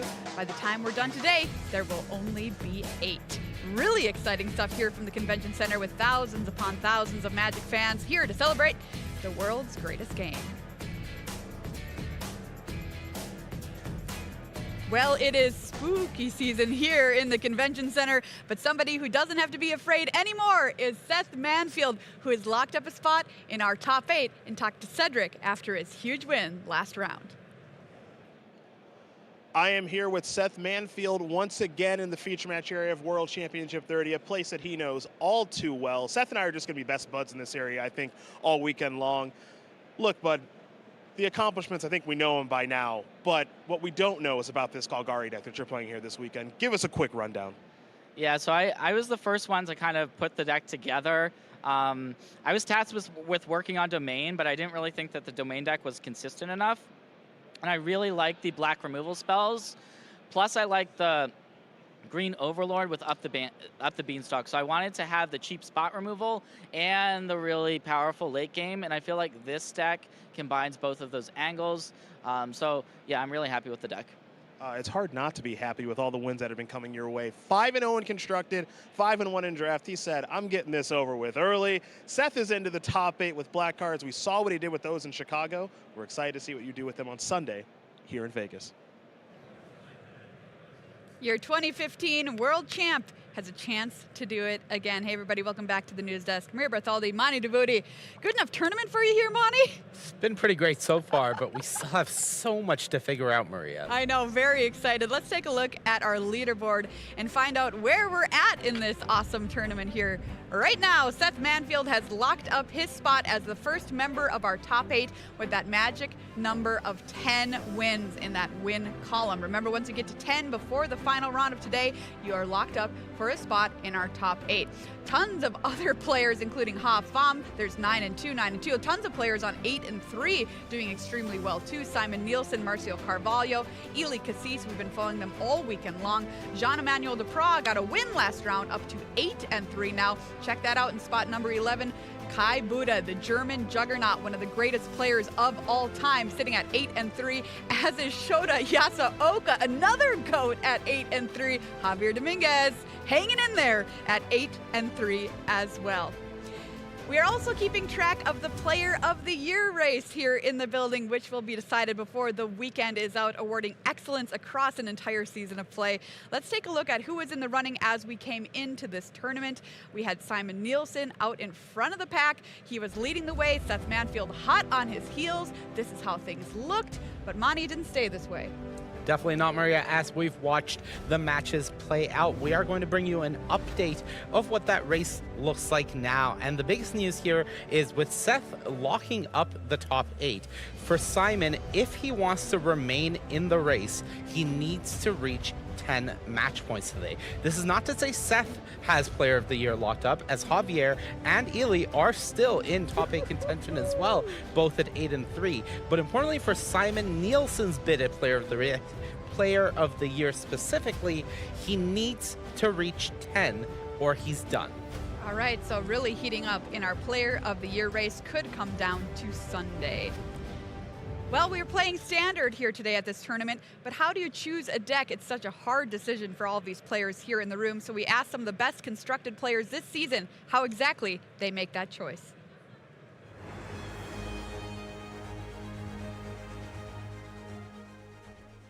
First thing first, I try to see if we are in a tier S metagame like Nadu 1 with an obvious better deck, or if we are in a tier 1 larger with 2 or 3 deck and a tier 2 and 3 deck like most of the metagame. On the Pro Tour, many people will know the metagame very well, play well, so you have to be ready to face what they bring in. At the professional level, it's really important to think about not just the deck you're going to bring, but what are other professional players doing in their preparation. For me, that usually means not playing a deck that they expect to play against. If I play a deck like the most popular deck in a format, it's not that I've got a bad deck, but all of my really talented, really well-prepared opponents are going to have a plan. They're going to have practice against me. It tends not to work out that well, with some exceptions where a particular deck is really broken.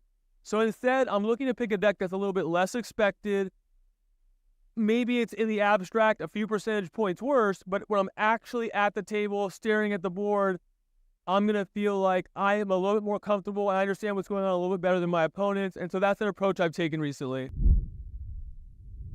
So I like decks that do really powerful things. And one way that I really see if a deck is doing that is I conceive of the best possible hand that my deck could possibly have and pay really close attention to what happens when I draw those hands. If my deck is really doing its thing and it's still getting crushed, probably not a good sign. That deck's probably not a winner. But the reverse is true. If you're winning a large number of games where you're actually doing the thing, that's a very convincing case for me to play a deck. And this is especially helpful when considering a brew, because if the core thing you're doing is powerful, it's probably worth exploring. Only a few rounds left to go here on day 2 of competition at World Championship 30. We're getting ready for round number 12.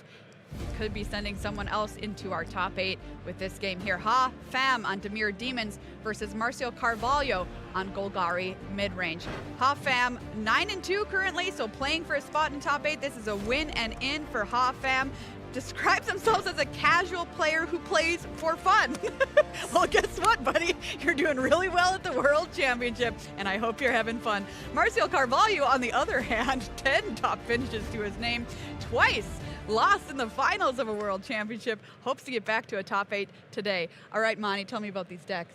All right, well, we are going to start by taking a look at Pham's build of Dimir Demons. Now, this is a little bit different from the Dimir Demons build that we saw the Team Handshake players bring. Specifically, this deck has gone for more of a combo finish using Unstoppable Slasher plus Bloodletter of Aklazos. You do also see the one copy of Rush of Dread to combo with that Bloodletter of Aklazos, just trying to get that, you know, one-shot kill, as it were. But the rest of the deck is pretty similar to the Dimir mid-range decks that we are seeing. Some disruption, some removal, duress, and then Unholy Annex just continues to prove its worth in these decks, just giving you that powerful draw engine that once you get a demon on the battlefield, really closes out the game. Now on the other side, Marcio Carvalho has gone with Golgari mid-range. Similar to Dimir mid-range, but once again trying to take advantage of the power of Glissa Sunslayer. This deck is quite good, and you do see, once again, card advantage is key, as we see that all-powerful curve of Unholy Annex into Archfiend of the Dross. This is definitely a mid-range mirror. It's just that has the combo kill on top of what's going on. So disruption going to be really important for Marcio. All right, this is a bit of a David versus Goliath matchup here. Monty, what deck do you like? Well, has already beat Golgari midrange once this weekend, so just based on that alone, I would want to give it to him, but, you know, it's Marcio. Yeah, good point, Monty, good point. Round number 12, Ailey and Corey are in the booth with the call. Thank you so much, Maria. Thank you, Monty. Yeah, David versus Goliath. Definitely. But to me, these two decks, it kind of looks like a Halloween party, if I'm honest. Yeah. The number of spooky things in both of these lists, it's going to be a little frightening indeed. Definitely. So, friends, we have a winning in here for Pham. He is at 9 wins, 1 more to go if he is able to do that. His, I'm just playing this for fun, casual, happy-go-lucky. Yeah. I don't know if it's going to alter at all, because it seems to be working for him so far. Yeah, and Pham, you know, kind of told us in his survey that whenever he was taking the game a little too seriously, which is kind of what he did at his first Pro Tour in PT Chicago, it didn't go well for him. He went 1-5 in that Pro Tour and really attributed it to kind of taking Magic too seriously, and it felt like a chore to him. So for this World Championship, he took it very chill, really relaxed, and it seems to be very much working. Pham was the winner of the regional championship in Toronto. Yep. Woo, Canada. There you go. Let's go, buddy. These are the absolute stories that I just love love so it much from this system. Winning the regional championship, making it here, and now playing a win-in against one of the better players here in the world in the hands of Marcio. Like, how's that for a story? I'm just going to play this at my LGS. Oh, oops, I qualified for a regional championship. Oh, oops, I won the championship. Oh, oops, I'm now playing against one of the best in the world for our spot in the top 8. Exactly, yeah. If he makes the top 8 of the World Championship next year, he might have to be burdened a little bit with taking Magic a little more seriously, as he'll be qualified for a lot of events. I do love the approach of, just take it easy, enjoy the game. It's a game. Honestly, At though, the end of the day, it's a game. I think that's great advice, to be honest, because I have had multiple times in my much shorter, much less exciting career than, Pham's already doing. And I would always do a lot better at the beginning of the year when the pressure's really low. And then when the pressure's coming late, like, oh, if you win this, you're qualified for the next 4 Pro Tours type thing, my results would always tank. So I think this is a very good approach to the game. You need to relax. You need to be, kind of just playing your comfortable game of Magic. Take it too seriously. Sometimes you can be playing not to lose instead of playing to win. You end up beating yourself. Yeah, very true. Get into your own head. And one piece of advice that I actually believe came from your brother, Brad Nelson, is like, what do you do after a bad beat? No, just forget about it. Carry on. Yeah, yeah. Each game is a new game. So we're going to see both players taking apart each other's hands here. Dreams of Steel and Oil and Duress here to just whittle down the resources a little bit. Both players taking note of what's in hand. How would you rate these 2 hands now that we've seen them both from both players? I would think Pham's probably got the better end of it here, as there's a lot of really good plays that he can play next turn. I feel like the Unstoppable Slasher is a very troublesome card, but does have the Anoint of Affliction to be able to deal with it. Just really close. It's just shaping up to be a very good game. And with Pham beating Golgari already, like Monty was saying at the desk, the flip side is actually true as well. We saw Marcio beat the Dimir Demon deck. It was a little different, but in the last round that we were casting yesterday, he kind of did some good work against Adrian. Rush of Dread's not a card we've seen very often this weekend, and it's kind of like another way to get the combo going, because you can force the losing half the life with the Bloodletter on the board if the Unstoppable Slasher gets stopped, Yeah. That's what happens to it most of the time it hits the board. And can be really nice up against a battlefield going wide, but yeah. Overall, not the most exciting card by any means. Mosswood Dread Knight on the board now. For Marcio, the Deep Cavern Bats keeping Go for the Throat under lockdown. So both players just, getting ready for what looks to be a pretty grindy matchup. Yep, absolutely. So can attack here, can play a land, and to be mana efficient, we might easily see this Unstoppable Slasher, but the Anoint with Affliction is face-up information. So Pham does know about that. What do you think Marcio would value killing more, the Slasher or the Bat to get the other piece of removal back? Gotta be the Slasher. I mean, taking 11, when you're at 20 is just so brutal. Going down to 16, taking 8, it just hits for 10 here. You just have to deal with that card. And that is why Ha just decides to prioritize keeping it in hand until he can find another piece of removal to deal with that Anoint the Affliction. Because if you just deal with Unstoppable Slasher with a normal removal spell like Go for the Throat, that's fine. You'll get it back eventually, and these mid-range mirrors can go pretty long. Yeah. Archfiend of the Dross hits the board now for Marcio.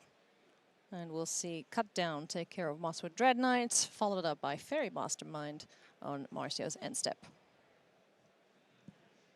Yeah, really good turn there for Ha, being able to deal with the threat and get another threat down. Yeah. Kind of forcing Marcio into this turn. Next turn has to cast the adventure side of the Dread Knight. Alrighty, Dread Return. Paying 4.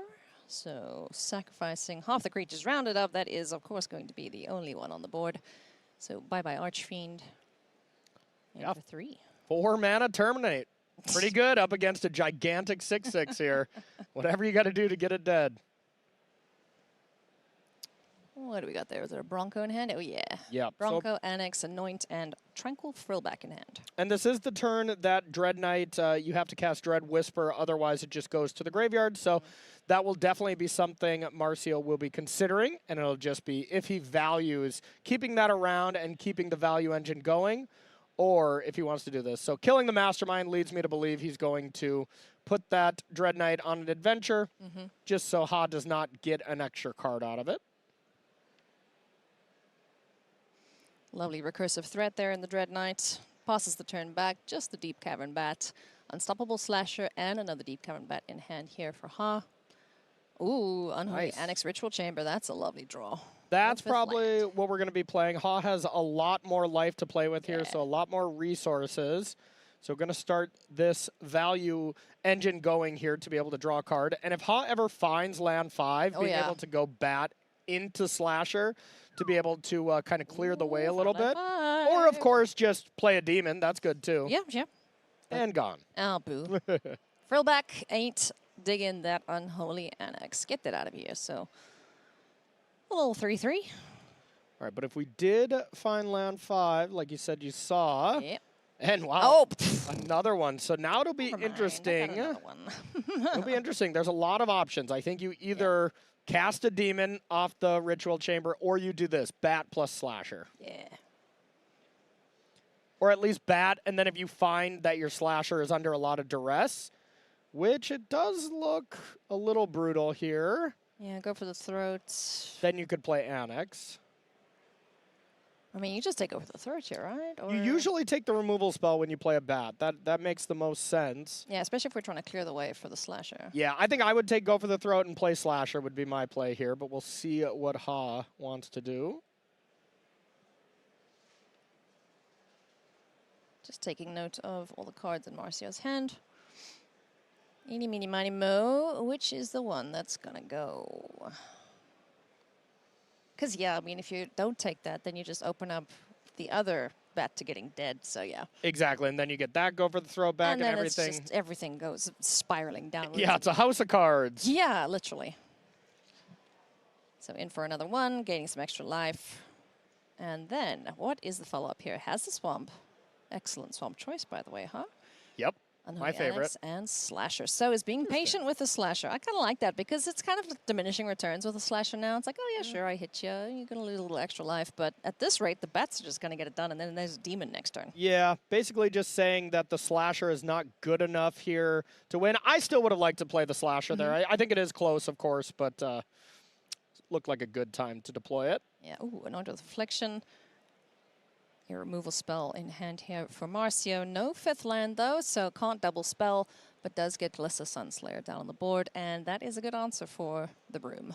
Yeah, Anoint with Affliction was an excellent draw here from Marcio. Being able to cleanly deal with the Demon or the Slasher is going to be awesome. So now it would make a lot of sense for Ha to just be mana efficient and use all 5 mana to get the Demon. I agree with that because, yeah, if Glissa is going to come swinging in, I bet you Ha does not want to block with a Bat. He doesn't know about the Anoint with Affliction in Marcio's hand, though, so the Demon's not going to stick around, but will get him some extra life, will do some damage, and will get him a card before that disappears. And Marcio can take the play now that it's not an unstoppable Slasher and you don't need the exile aspect where you can anoint a Bat and then go for the throat the Demon. Sure. That would use all your mana, which is a little brutal. Glissa can also connect and deal with the Unholy Annex.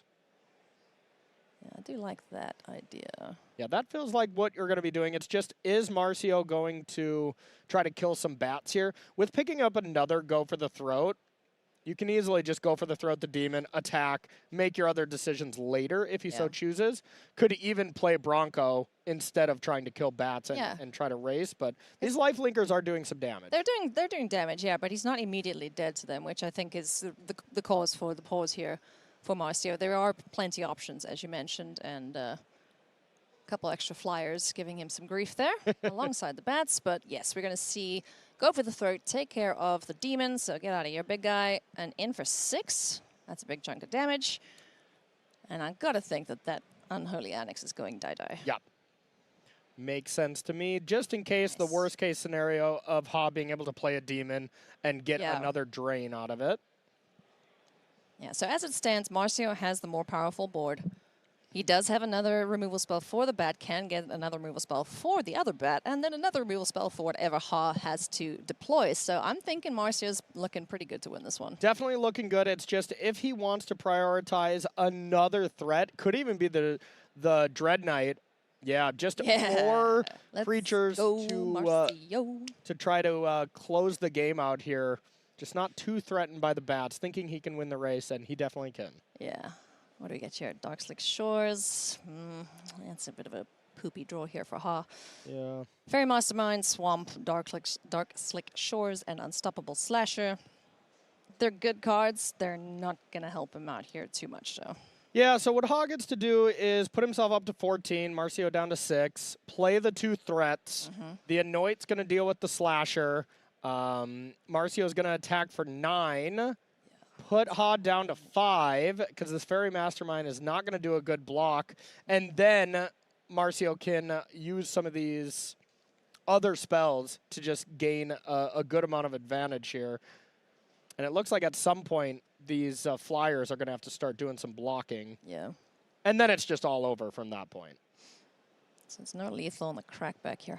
There's no Restless Reef on the board, is there? Doesn't look like it for Restless Cottage? Oh, the Reef. No, Reef. does not look like it. Is it in his deck? I wonder. Let's find out. There is the Cottage, though, for Marcio. So if we were to be able to find land 5, that could pressure lethal for next turn. Yeah, no, he doesn't have it in his deck. Okay. So he's got some big things to do here. Does have an emergency blocker with a Fairy Mastermind. Isn't dead with this attack just yet. Yeah, normally you'd want to maybe point a removal spell at one of the bats, then use that removal spell for the Slasher. But you really want to exile the Slasher. Yeah. It also doesn't matter too much. The 2 stun counters. I think the game's going to be over before he even wakes up, you know? Yeah. He's just having a nap. A good old nap. It's hard slashing, you know? Yeah, it's a full day's work. Sure is. Oh, boy. All right, so here comes the attack for 9. Glissa is a rough one to block. First strike, Death Touch is going to block the creature that gives Marcio more value. Strange. Yeah, you could block the Frillback if you wanted there, and it would kind of be the same. Archfiend in hand, Anoint, Caustic Bronco, Unholy Annex. So plenty of gas in hand. There's land 5. Ooh, and a big misstep there. It was communicated. Glissa dealt first strike damage and then went to draw a card. Ha wanted to play the Fairy Mastermind in response to get a card. And Marcio kind of shrugged and was like, you missed that. Okay. So a bit of a misstep there from Ha.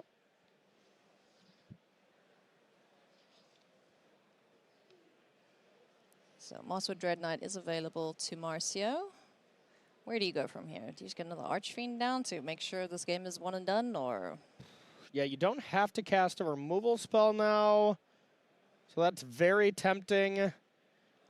I think it's either Anoint the bat and then go for the throat the other bat, or this Fairy Mastermind that Marcio has to know about now. The way Ha just expressed that, Marcio is a pro. You know, it's been around the block for a while. He knows now that one of your 2 cards is Fairy Mastermind. It's the only thing that makes sense. Alrighty. So it is going to be the big old beater.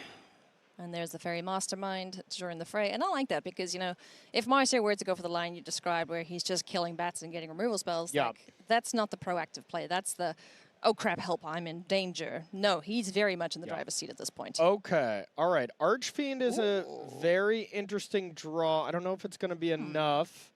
Ha really needs Archfiend plus removal spell. Of course, doesn't have the ability to do so. But we'll see what he can put together here, because you can attack with these 3 creatures, get 2 damage through.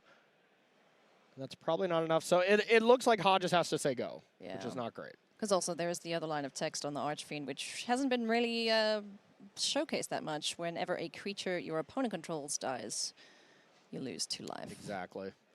So now we're at this point of the game where Ha is no longer able to attack, and Marcio's battlefield is just much stronger, much more powerful. He still has cards. Ha is out of cards. I can just start clearing the way, and it's lethal, right? Yeah. Boom, boom, dead. I would think so. This game seems to be over. So I get that back, and then I kill that one, and I get that back. Yeah. And then I kill that one, and then I attack you, and then you die. The house of cards here. It's all coming tumbling down here. And one more for good measure. Why not? Yeah, no, that's that Each is one's followed by 2 life as well. Oh, yes. Oh my goodness gracious me. Yep. That's how you kill a board there, friend. Yep, absolutely. Absolutely. Damn. A couple small missteps there from Ha at the end of the game, so we'll see if he can get it back here, get ready for this final game. As not only is this a win and in for top 8 for Ha, he has a lot of win and in. Oh, so, yeah, he sure does. Ha's still in a great position. Is this a Malta 5? No. Yeah, it looks like it. Ugh. Not in a great situation this game, though, I will say. Jeez, I think, Marcio's just going to put foot here and go.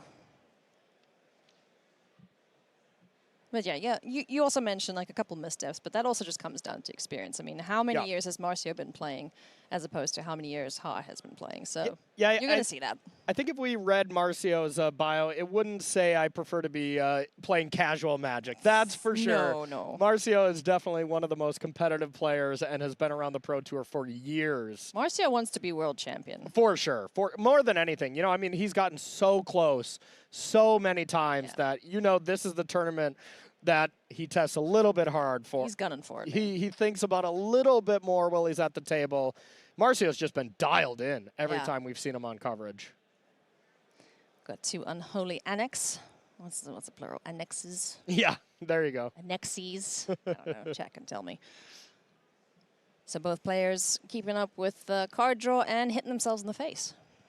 Yep.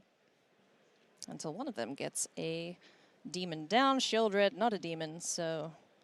I will say this was the absolute best draw for Ha after that duress. Finding the, kind of Phyrexian Arena style card, something to gain you a bunch of value over time. But this is kind of where this Golgari deck really shines, is Marcio has a lot of ways to deal with enchantments, and Ha does not have any.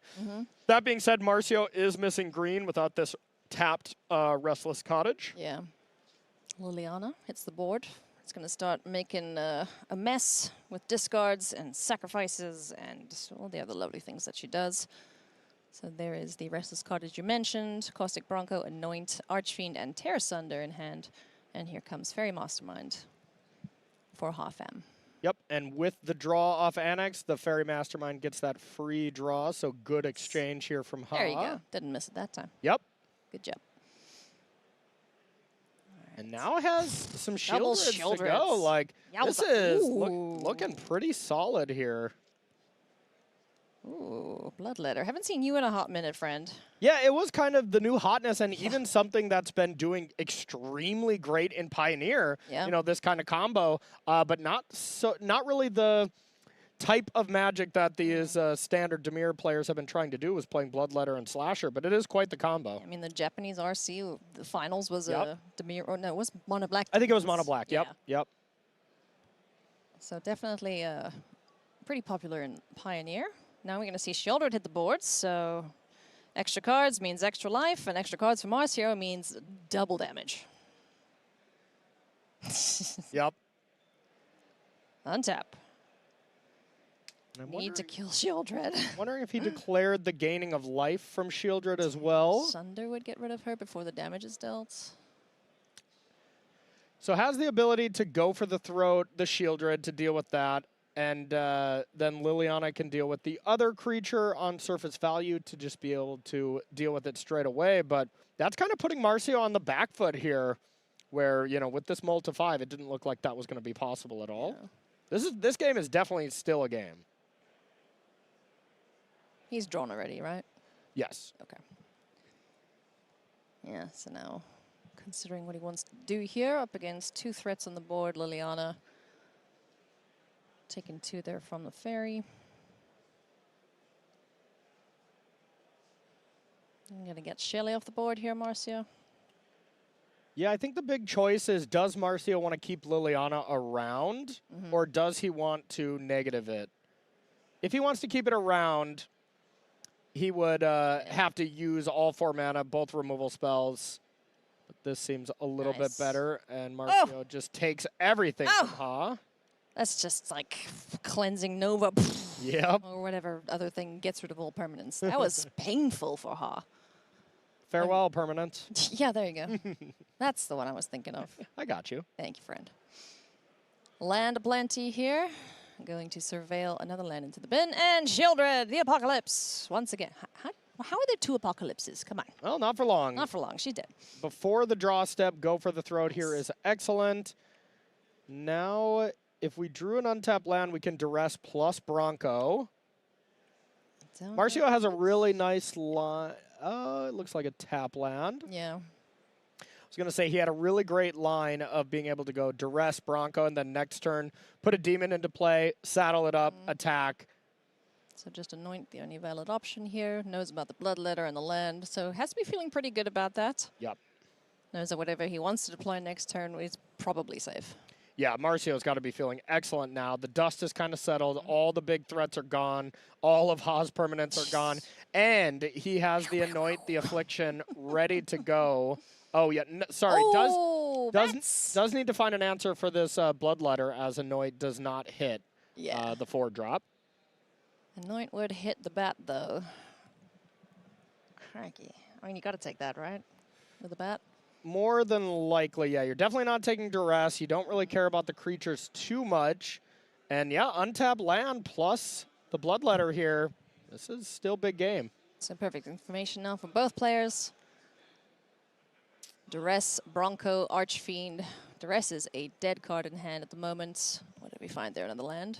So now Marcio can either 6/6 Demon here, or could have played out the Bronco and Archfiend.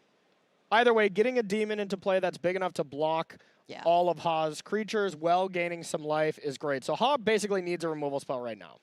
Was it a removal spell? I think that was an Unholy Onyx. Unholy Onyx. Okay, so we Pretty could good. see, we could see another demon here as well. Otherwise, the Bloodletter that's not a demon. It's a bat, right? Bat vampire. It's a demon. Yep. It's a demon. Okay, good. So then he'll be able to start the gain and drain there. Vampire demon.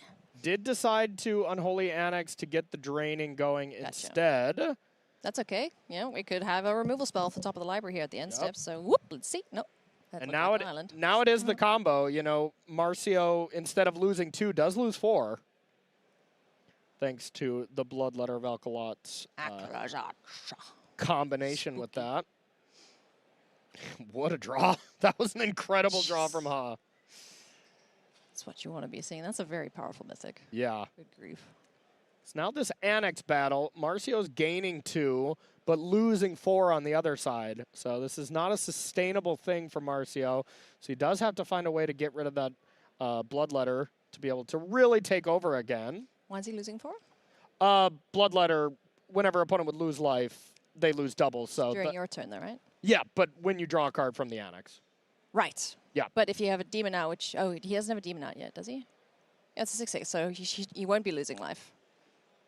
Yeah. If you have a demon, you gain the life, and then your opponent loses the life. Yeah, Marcio would be gaining 2 on his turn, but then on Ha's turn, Marcio takes 4 from the interaction with Bloodletter. Right. There you go. Gotcha. Yeah. Sorry. Catching up there.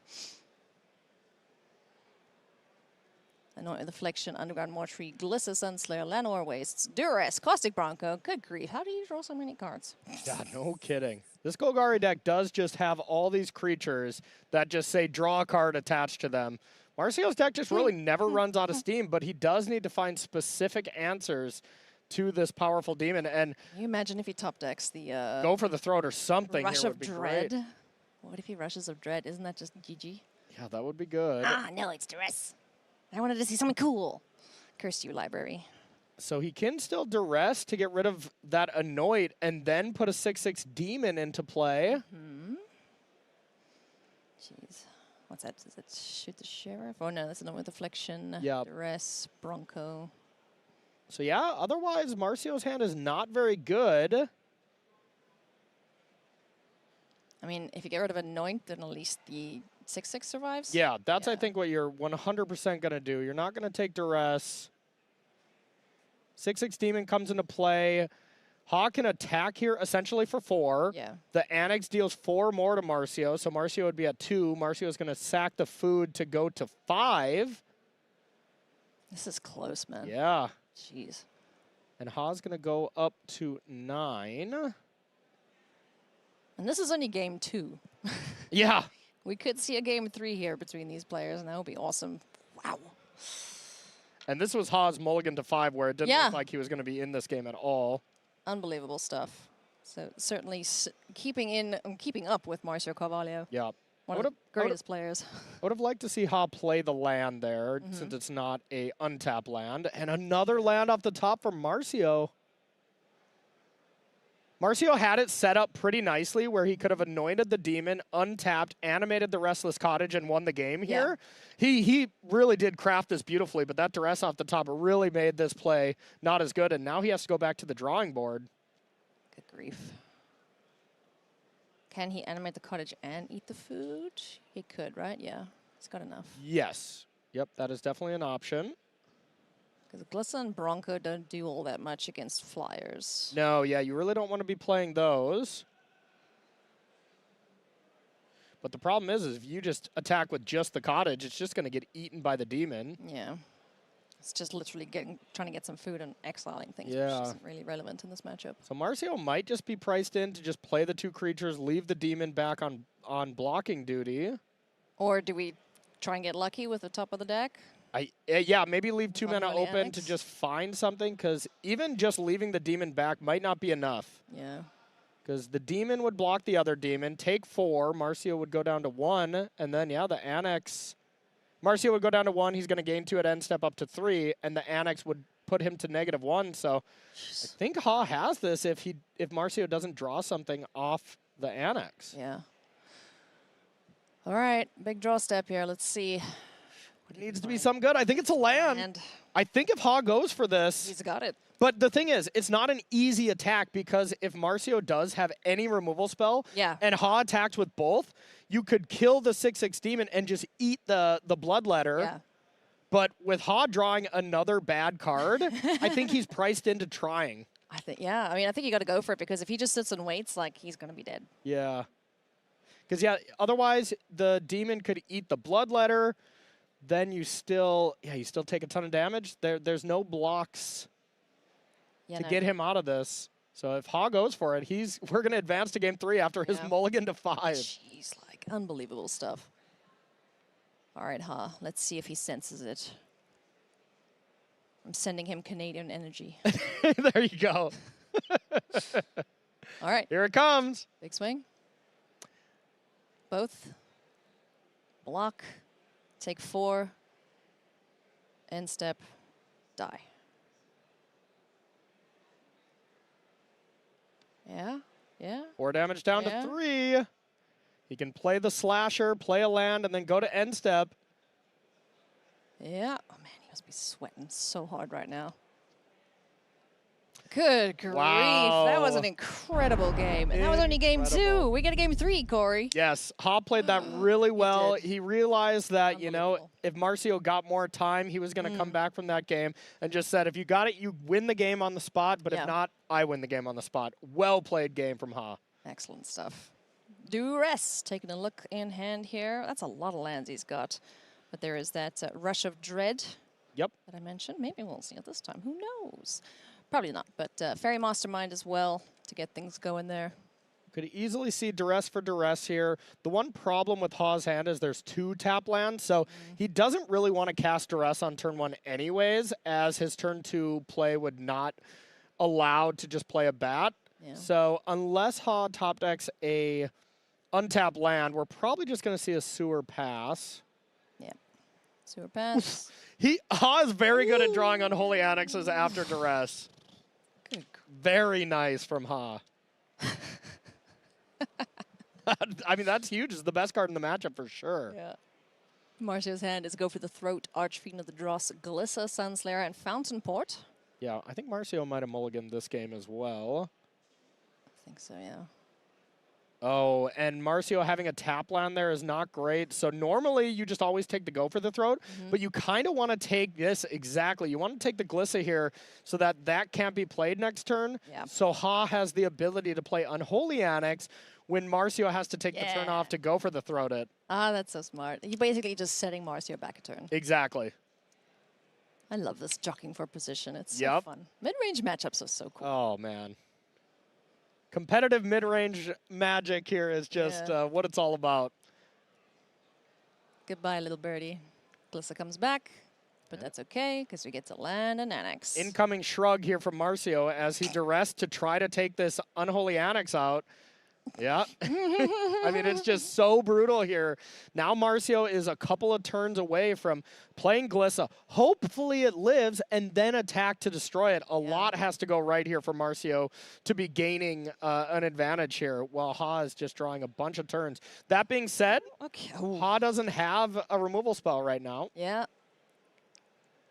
So it's just going to duress again and get rid of the Anoint. Pretty bad news here from Ha because he has another duress. He doesn't get to take anything with that. And, you know, Shieldred just gets eaten by Glissa. He might just flash in a Fairy Mastermind to block, to just chump block. Yeah, I mean, I kind of would. Like, this is so, it's just so much value over time.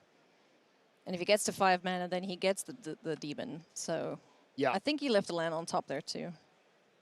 Gloom Lake Verge. Yeah, okay. So I'm sniffing the block here from. Yeah, I don't love keeping a land there because the demon's not very good for you. You really want to find a removal spell. You want to find a go for the throat. You want to find something to deal with Glissa instead of just chump blocking here. True.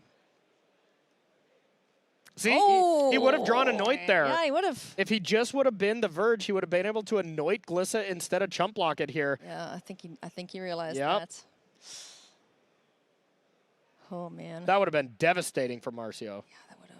Where now, you're in a rough spot. You can Anoint now, but then you can't cast anything else besides a Duress, but we know it's the Bronco, so. Yeah. Good grief. Okay, and that's a lot of power on Marcio's board now. The 6/6 Demon, the 3/4 Glissa. Yeah, and we could animate this creature land as well if Marcio wants to get super aggressive here. Jeez, yeah. I mean, why not? If not, why not? Yeah, I mean, it's either that or play the Bronco, but then you have 3 mana just left on the table. To be mana efficient, getting this cottage in here is definitely better, but that's the big decision Marcio has here. As it stands, it looks better to animate the creature land, but if Ha were to have 2 pieces of spot removal, 2 Anoints, for instance, it would be devastating to animate that creature land. That would be absolutely backbreaking, but I love Marcio's play Good here. play. He's just going to go for it. You know, Ha is down to 12. That Annex is going to keep hitting him. You might not even see Marcio blow that up. Well, it's gonna have to die here. And he's gonna take 10 down to 2, so that means he has to play a demon to just not die. Yeah. And even if he plays a demon, he goes up to 4, where the Restless Cottage paired with the demon Archfiend is enough no matter what. Yep, Marcio's got this. Pham, a excellent effort here against Marcio Carvalho. Won't be making the top 8 here unless something goes drastically wrong. Yeah, if he can top deck a 1 mana removal spell, then sure. He has 2 Into the Floodmaws in his sideboard. I don't think those are for this matchup, though, so I doubt they're coming in. But Drew, go for the throat. Honestly, I think Ha probably would have won this game if he would have surveilled that land and draw Anoint. Unbelievable stuff. There's the handshake. Marcio progresses his wins to 9, so needs 1 more to crack into another top 8. Pham still has plenty more chances there. So that was a great matchup between those 2 players. That was excellent. You know, I love that. Still 2 matches left to play, so both these players will have 2 win-and-ins for top 8. So still both doing quite well. Friends, we do have plenty more action for you. We're going to find out where we're going very shortly. Let's go and check out Simon Nielsen, shall we? Let's do Wins it. and Noli. That's coming up very soon.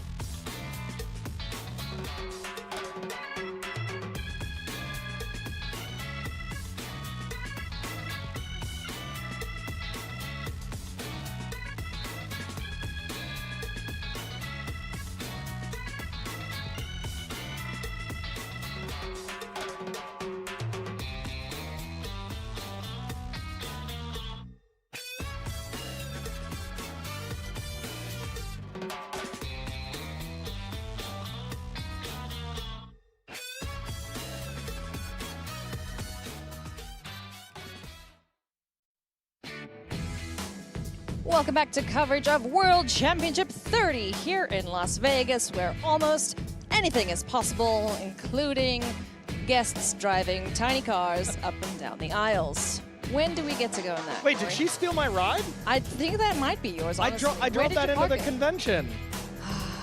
Honestly. Oopsies. That's some outside interference there. I think we'll have to call a judge. Yeah, I think so. I think so. Anything can happen at Vegas, it would seem. It can indeed, friends, and we've seen some excellent magic so far today. We are in the standard portion. It is constructed all the way through until someone hoists that very, very big trophy, and we call them champion. Two people that we could be calling champion this weekend. Tonole, Nielsen. Which of these two players is going to be wrapping up a top 8? Quinn Tonole is playing good old Mono Red, is playing for a win and in here up against Simon Nielsen, reigning player of the year. Could be two-time player of the year, but needs to keep winning. He is playing Demir Demons. Quinn is playing good old Mono Red, which we haven't really seen roll this weekend. No, haven't seen it all, and in fact, Quinn is the only player playing Mono Red, but has been dominating with it. So far, undefeated with the really powerful strategy that has since been a little bit forgotten about. And yeah, like you were saying for Simon, you know, we have 3 rounds left. Yeah. Simon has to win 2 of them to have a chance to still be player of the year. Otherwise, going back-to-back, which, you know, I think everyone wants to see, especially Simon, would be over. Good grief, what a scrum for for a player of the year at the moment. Yeah. CEST, Simon, Ely, all of them just like in there trying to, and Heavier. Yeah. Trying to stake their claim there. Hired Claw. Pretty sure this is the only deck playing this little guy. Probably. But he's cute.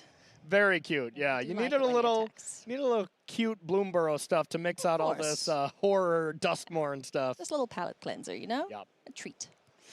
Hard Claw, the first thing down on the board. You attack with a lizard, you're going to deal some damage. And I played against Quinn a couple times here over on the SCG circuit. A great player, really, really knows what's going on, and almost always plays these hyper-aggressive strategies across a lot of formats. So you kind of have these players that are specialists in certain archetypes, certain type of decks, and this is definitely one of them from Quinn. Certainly going well for him. I'm actually going to take a look here and see what his 2 losses were. Yeah, and 3 creatures here, really ideal here. Being able to go 1-drop into double 1-drop for the Mono Red deck is excellent. And Quinn has the big advantage of testing against other people that are not prepared for your Mono Red deck, where he can be prepared for other decks. He's undefeated. Yeah, I know, yeah. Only losing in the limited rounds, so 2-1. a pair for those 2 days. So he is going to be having the best time ever. Just absolutely smorking face here. Yeah, and 4-2 in limited, still great, you know. But yeah, the perfect 5-0 in mono red. We look at our statistics of how decks have done, and most of the time you're like, oh, we'll look at the stats of decks that are played, you know, by a lot of players. People, yeah. So Azorius Oculus was the highest one, played by a good chunk of players. Yeah. But at the top was mono red because it was only played by Quinn, and he has not lost. Oh, brilliant stuff. So a quick judge call here as Shoot the Sheriff, I believe, is on the stack. Shoot the Sheriff did kill the Nemesis.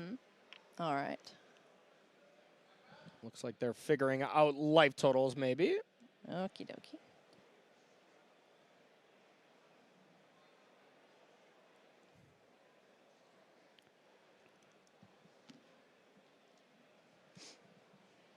Players just figuring out exactly what's going on. Yep.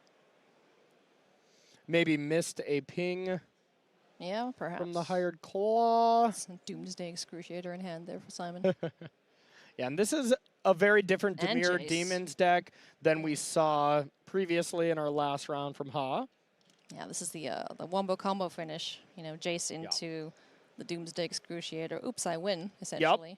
And I will say that is a cool combo and it's great and everything, but up against mono red, Quinn is like, yep, you got it. Yep. Play Jace, the perfected mine all day, Please buddy. do, yeah, because he's not protecting your life total there, friend. Exactly. So Simon now down to 12. Has a 6/6 blocker in the way, and that's not something you want to be calling an archery into the draw. So you want this guy attacking. Yep. So now we'll see what Quinn has as a follow-up to be able to push through that. Shenanigans. Now there is Witchstalker Frenzy as well in the deck, so I mean the absolute best thing we could be doing is finishing off this Archfiend here, but looks like we do not have it. Screaming Nemesis gets some damage in there. Down to 6 goes Simon, and I think it's going to be a very quick game 1 here for Quinn. Yeah, I feel like no matter what, Quinn is in the market of quick games, either, you know, losing quick or, in his case, so far, winning very quickly. Goodness me. Hi, Jace. Resolves, Yeah, says Quinn. sure does. All good. But it does look like Quinn might only have 1 card, so that does neutralize the Nemesis. And now there's just 2 attackers here. Nemesis still getting in there. Hey, there's the Witchstalker Frenzy, so that is going to be that for game number 1. Let's go to game number 2. That's what we call a combination here. Yeah, and it's not even a combo deck. Yeah, really nice stuff there. So what does Simon have in the sideboard for something this aggressive? And not really a known, well, I suppose it's a known quantity, but not an expected quantity this week. Yeah, basically just everything Simon wants to bring in is something that says kill a creature, anoint with affliction, there's a deadly cover-up, Gix command, which is probably going to be his best card, but that's only a 1 of. Hey, Corey, 2 I'm going to time him. cut-downs. Let's see how quickly he can kill him. Yeah, yeah, right. All right, hot fire, here we go. And of course, that last game was finished off with Screaming Nemesis' ability. Whenever it gets dealt damage, you get to deal that much damage. Kind of a Boros Reckoner style of effect. Right. Anybody who remembers that classic card. Hard fire hero swinging in here. Just 1 point of damage for now. For now. Hard claw and another hard fire hero. Oh my goodness! It's just attack of the 1-drops here. This is the dream for Quinn, and don't get me wrong, he has a ton of 1-drops. There are just 12 straight away. Yeah. But this is exactly what you want. Just Oh my. 3 creatures. Oh, and then the Demons deck just hitting themselves, and then they play the Bronco too. I think Simon's playing the Bronco in this list. Yeah, I think you're right. Good grief. Okay, cool. More hasty critters. Let's go. Oh wait. This is too great. This is an absolute beating. It does not look like Simon is going to be taking down this one. This might be our second player here into the top 8 Oh my with goodness. Quinn Tonoli on mono red, just obliterating Simon Nielsen. This is not word. These aren't words I thought I would utter this weekend. I thought Oh. Simon was just cruising. Oh, what do you do? Okay, he's like, okay, I'm going out on my own terms here, but geez, that was a thrashing of note. Really close match there. Really close. Really well played by both players. You know, a lot of back and forth. You know, Simon had to really decide, do I want to concede and shake hand with my right hand or my left? That was probably the biggest decision Simon had there. Wow, that deck looked awesome from Quinn. To be fair, Quinn did give Simon a lengthy break until the next round. Yeah. Silver lining. Get his head in the game. Now Simon, with 2 rounds left after this, does have to win the last 2 to be in the conversation for Player of the Year, so that was huge. Our next matchup, friends, 2 of the greatest players of all time, Kai Buddha, the German juggernaut, up against Shota Yasooka Demir mid-range, Azorius Oculus, both players at 8 and 3, so still very much in the running for top 8. How great would it be to see both of these players in the top 8? Agreed. I don't know. I don't want to pick who I want to win. I love both of these players so much. Me too. And they're in the same kind of spot as Simon here that we just saw. There is 3 rounds left, so these players both need to win 2 of them. So the loser of this, no matter what, will still have a chance to be playing on the Sunday stage. Yeah. But you'd like to not have to force yourself to win the last 2. Meticulous Archive, getting things started there for Shota. Land number 2, and founding the third path. Kai taking a look there, this card making its way into competitive standard. Yep. Only recently, i.e. like 3 days ago. Yeah, exactly. And how crazy is this? This is our 3rd Demir mid-range of the match, and it's the 3rd different list. I know, right? Turns out blue-black's kind of good at the moment. Exactly. Kai is playing the version with Unstoppable Slasher, but not playing Bloodletter. Yeah. It's Unstoppable Slasher and then just Enduring Curiosity as the 4-drop of choice to just gain enough card advantage to win the game instead of the, I would say, more cute thing of trying to combine Unstoppable Slasher with Bloodletter. I don't think they would take too kindly to being called cute. Okay, okay. Just saying. They are demons and stuff. Sure. Also playing Kaito, which is really cool, so. Yep. Yeah. Sweet new Planeswalker from the latest set. So we got a chapter 2 for Shota, milling some cards. And a Jin, which is 1, 2, 3, 4 power? Yep, looks like it. Now, we saw Shota play against CEST here not too long ago, and I think that matchup is a little bit better for Shota than it is against Kai. Kai just has a lot more interaction, has a lot more early interaction, duresses to be able to pick apart the hand, and then just a lot of 2-mana spot removal. Plus, Kai can act on Shota's end step instead of CEST, where he got put in that squeeze where he didn't get to use his mana as efficiently because Shota didn't play a creature. Kai just says, you're not going to play a creature, I'll play a flash threat like Enduring Curiosity. So I would think this is going to favor the German Juggernaut for sure. Things are looking good so far. Has a threat on the board, was able to phantomly interfere with that haughty Jin hitting the board. Chapter 3 of Founding the Third Path is fired off. And going to be able to recast a spell. And copy it.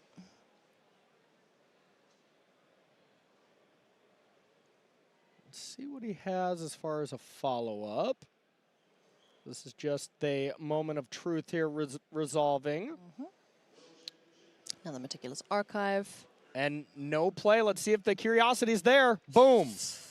Oh, that's okay. huge. Shota's in trouble now. And we're going to see Ifar's Dispersal taking care of one of these creatures, so no cards should be drawn here. But what does Kai have in response? Does he have a counterspell for it? Yeah. Does indeed. 3 steps ahead. 2 extra cards in hand.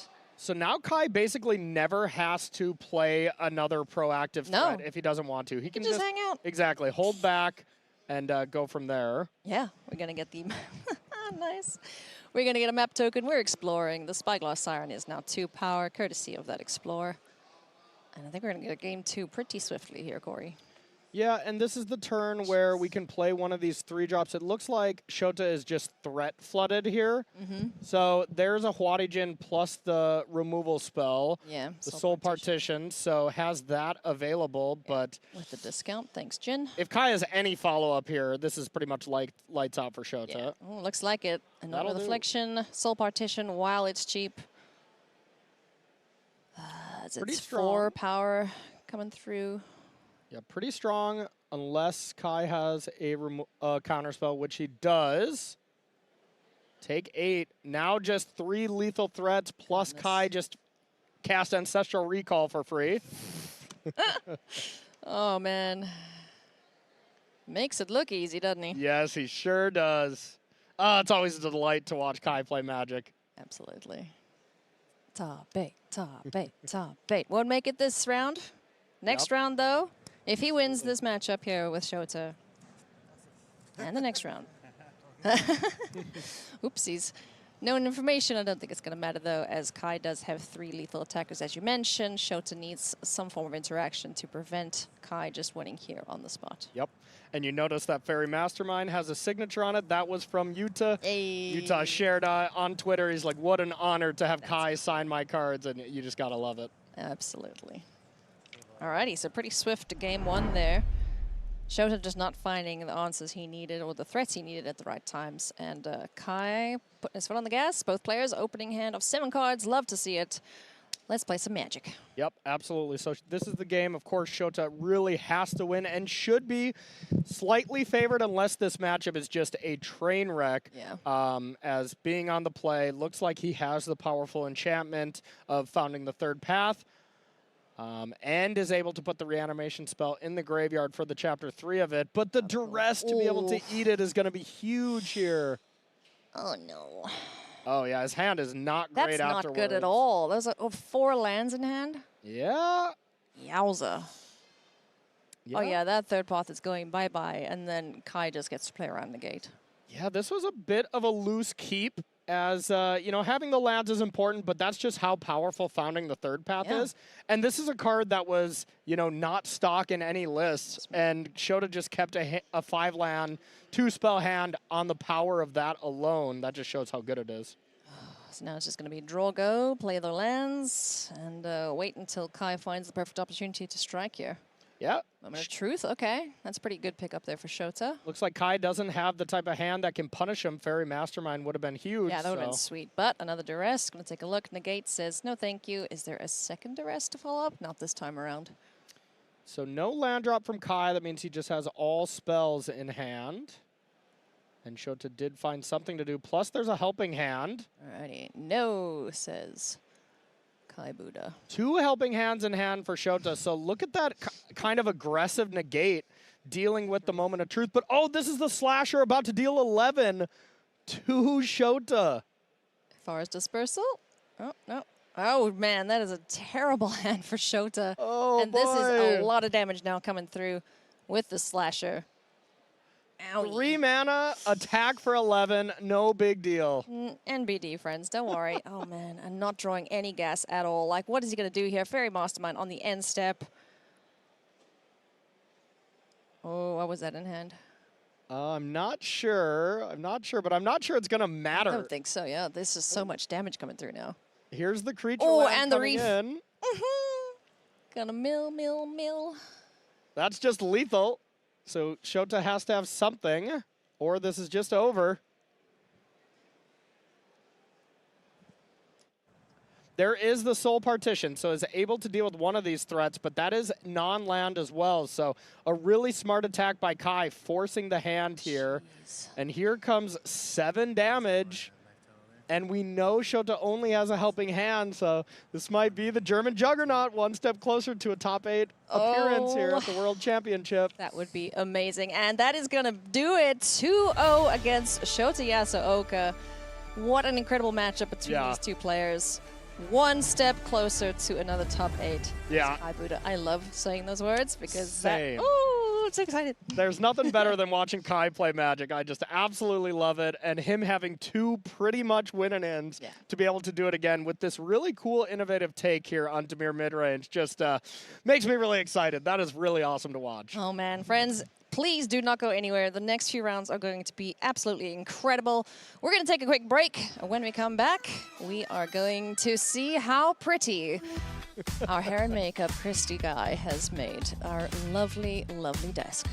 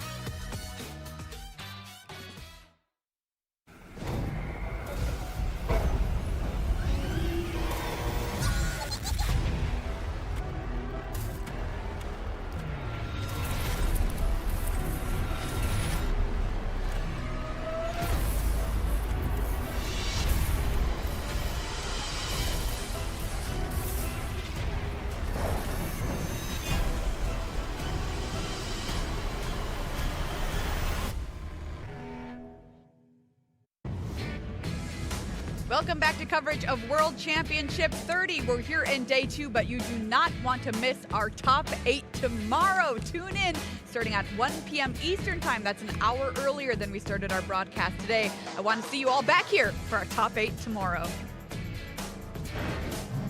And here is a shot of the convention center floor here in Las Vegas, Nevada. We have MagicCon Vegas happening this weekend as well. About 17,000 of our closest friends here to celebrate their love of Magic the Gathering.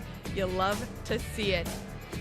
Well, I know we're here in Vegas where 7 is supposed to be the lucky number, but it appears 8 is the lucky number for Quinn Tonoli, who went 8-8 at all 3 Pro Tours this season to end up here at the World Championship and has now locked up a spot in our top 8 as the second player to do so. Talked with Cedric after their big win.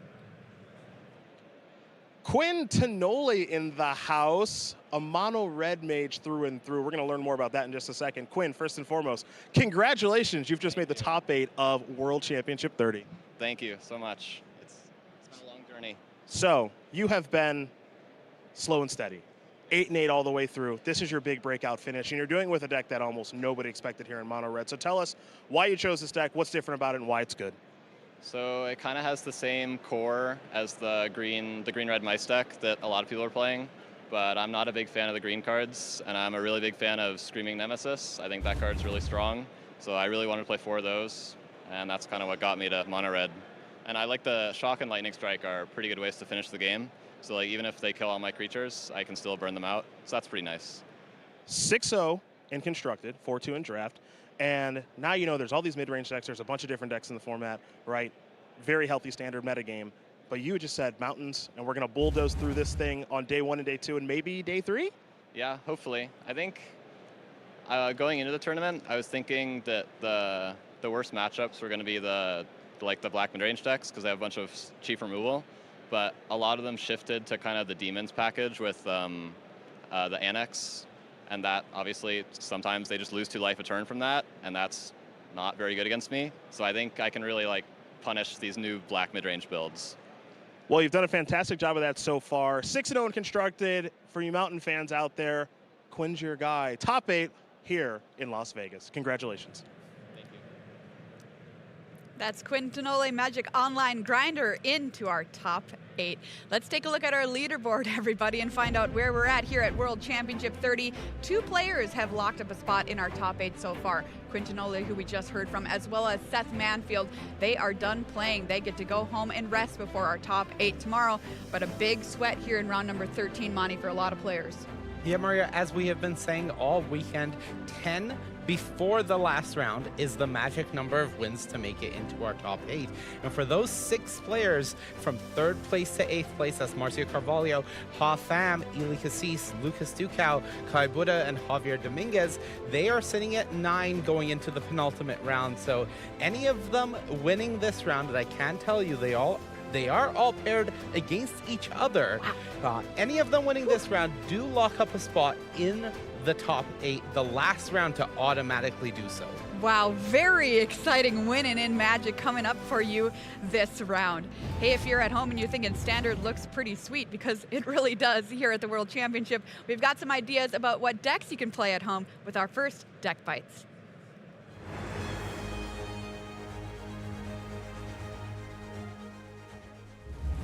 I'm here with Jean-Emmanuel Depraz, reigning world champion. JED, what are you playing and what does it do? I'm playing Growl Leyline, which is a deck that kills people very fast. What's a good matchup? All the slower decks like Domain, and basically everything that isn't built to interact a lot.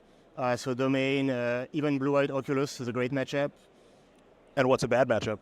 I don't know if there are actually bad matchups. But the most difficult ones are Demir and Golgari. Basically, to beat Growl, you need to have a fast clock with cheap threats that lets you keep your removal up for the whole game, and that's what they are doing. Good luck to you. Go. I'm here with Jim Davis. Jim, what are you playing? What does it do? Golgari Ramp, Seth Manfield special, and kind of takes all the good parts of Golgari mid-range, all the kill spells, Shieldry, Glissa, melds it with the Beans and Overlord package from Domain. Has some Fountain Port action going on too. What's a good matchup and why? Growl's pretty good, obviously. Million kill spells, Ghost is hard to kill as well. And all the mid-range matchups rung over the top was pretty cool too. And what's a bad matchup? Convoke. We laid out all of our plans and all of our decks and stuff in our meetings, and we're like, man, nothing we have beats Convoke. But Convoke can't beat Gruul. So if someone's out there taking that risk, please don't play against me. Well, Jim, don't play against Convoke. I'm here with Reed Duke. Reed, what are you playing and what does it do? I'm playing Dimir midrange. My key card is Enduring Curiosity. So the goal is to get out a bunch of cheap flyers, hit them, draw some extra cards, and then win the game from there. Tell me a good matchup. I like the polar matchups. Like I feel ahead against the super aggressive decks and the really slow decks where my counter spells are effective. Tell me a bad matchup. The toughest matchups are probably like the black mid-range mirrors where they get to kill a lot of your creatures. Sometimes it's hard to get some traction, and then if they stick like a Sholdred or a big demon, you can be in trouble. Well, that's Reed Duke's deck. 2 rounds left to play before our cut to the top 8 here at World Championship 30. Let's find out who we're going to watch do battle in the feature match area here for lucky round number 13. Hey, all right. Kai Buddha versus Marcio Carvalho. Dimir midrange versus Golgari midrange.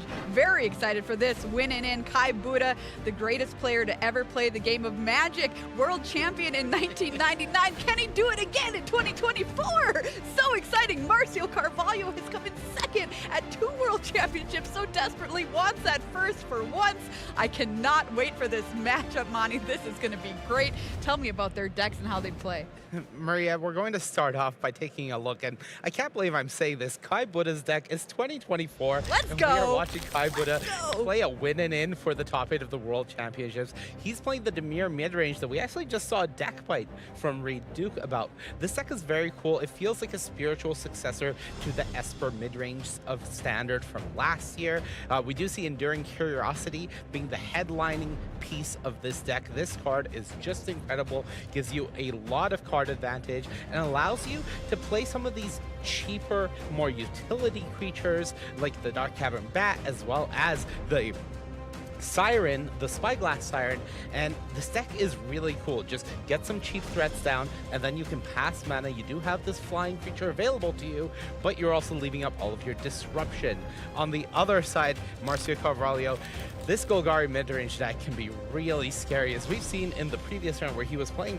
Marcio doesn't really run out of cards. There is so much card advantage in this deck, and of course, Glissa Sunslayer, the headlining creature here, even if there is only 2 copies, it is one of the most powerful cards in Standard, and one of the key reasons to play this Golgari strategy. And we do see just all of these tools adding up together to allow this deck to be so disruptive while never really running out of cards. All right, who do you like in this match, Monty? As much as I hate to say it for Kai, I think it has to be Marcio. We saw Reed in his deck bite saying the matchups he's most afraid of are the other mid-range decks that can answer your threats and then land something afterwards. Kai has already picked up 1 loss to Golgari midrange this weekend, and that was in the hands of maybe somebody we don't know very well in Richie Ong, but here he's against Marcio Carvalho, one of the best to play the game, so it's going to be a tough one for Kai. Well, it might be an uphill battle for Kai, but you know one thing about goats, they're good going up mountains. See what I did there? It's round number 13. Marshall and Paul, take it away. We're going to take it away now. Yeah, thank you. You've had enough, Maria, the mountain goat, apparently, in the feature match area. Welcome back to the booth here. That's Paul Chian. I'm Marshall Cyclist. Thanks so much for joining us. As I mentioned at the desk, well, we've got 2 of the better/best players. We've got one of the GOATs, Kai Buddha, sitting down there with Dimir mid-range. He's facing off, though, against Marcio Carvalho. This is, by the way, Golgari mid-range for Marcio. This is a win and in. Yep. This is a World Championship top 8 win and in. It doesn't get any more stressful than this for the players. They seem calm, cool, and collected. Both of them have been here before. A nice mid-range slugfest here between the 2. But as Monty mentioned, I do think I like Marcio's side here. Of course, it's a mid-range matchup. Nobody can be a huge favorite here. But I just feel like Marcio has bigger threats answers for Kai's threats and also a few more ways to get card advantage because he has multiple copies of the Unholy Annex, which needs to be dealt with along with the Caustic Bronco, which requires a removal spell. Additionally, Kai's main way of getting ahead on cards is the 4 copies of Enduring Curiosity that he has in his deck.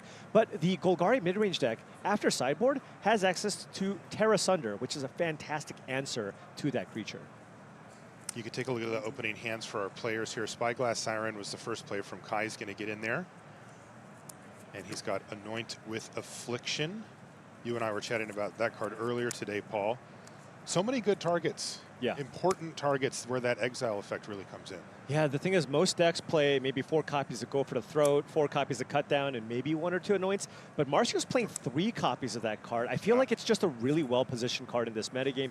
Tons of good things to exile. Unstoppable Slasher, Mosswood Dread Knight, and of course the 1-mana red creatures in the Gruul Prowess deck. This is Caustic Bronco. It is going to get anointed there by Kai Buddha, so it's going to get exiled. A little 2-for-2 exchange, which allows the Spyglass Siren to continue to chip in. Kai a little flooded here, has a 3 steps ahead, and not much else here. Marcio perhaps relieved to not see Kaito. Yeah, that is definitely a card that can kind of help swing the matchup there. And a really, really problematic card for Marcio to answer. Does Kai find off the top of the library? He's fine to just keep chipping away for now. It's not much of a clock here, right? It really isn't. Probably, if you do have that cut down, maybe this is an okay time to just fire 1 off just to kind of try to use your mana here. Marcio is going to try his best to play around Phantom Interference, which is a counter spell that this deck plays. Kai playing, I believe, 2 copies of the card here, along with the 2 copies of 3 steps ahead here. But Marcio not really just jamming his spells here. Could have run out the Unholy Annex, but choosing not to. Just taking things slow because he has the 2 removal spells in hand. Yeah, and you see that look on Kai's face. He says, oh, okay, I guess we'll just keep doing this, and eventually it will die. And that is likely a cut down before blockers. Right. So that a ninjutsu does not occur. And Kai just says land go. He's sitting on the 3 steps ahead. It has to be tempting to fire that off on a draw 2 discard, but he wants to keep the counterspell version, it looks like. So this could be a decent opportunity for Marcio to run at Unholy Annex, because even if he does, he'll still have access to Go for the Throat if Kai flashes in something like an Enduring Curiosity. You see Chishana's Tidebinder in hand for Kai Buddha as well. So he's got answers. This is a key turn. We haven't seen a lot of action, but we're going to see something here for sure. Yeah. Even if Carvalho passes, Kai's got stuff to do. Yeah, if Marcio runs out the Annex, you might just see Kai go ahead and use that 3 steps ahead and use the 5 mana effect where you catalog as well, where you counter a spell, draw 2, and discard 1, just to try to continue sculpting his hand here. Tricky spot, though. It's always difficult playing against this Dimir mid-range deck because you have to think, do they have a counter spell? Do they have an Enduring Curiosity? Kai can have anything here. So we're going to see it. Unholy Annex go on the stack. There's not too many 2-mana plays that Kai might be concerned about here. Maybe a Bronco, something along those lines. But I feel like a clean counterspell here is pretty good, along with the draw 2, discard 1 effect here.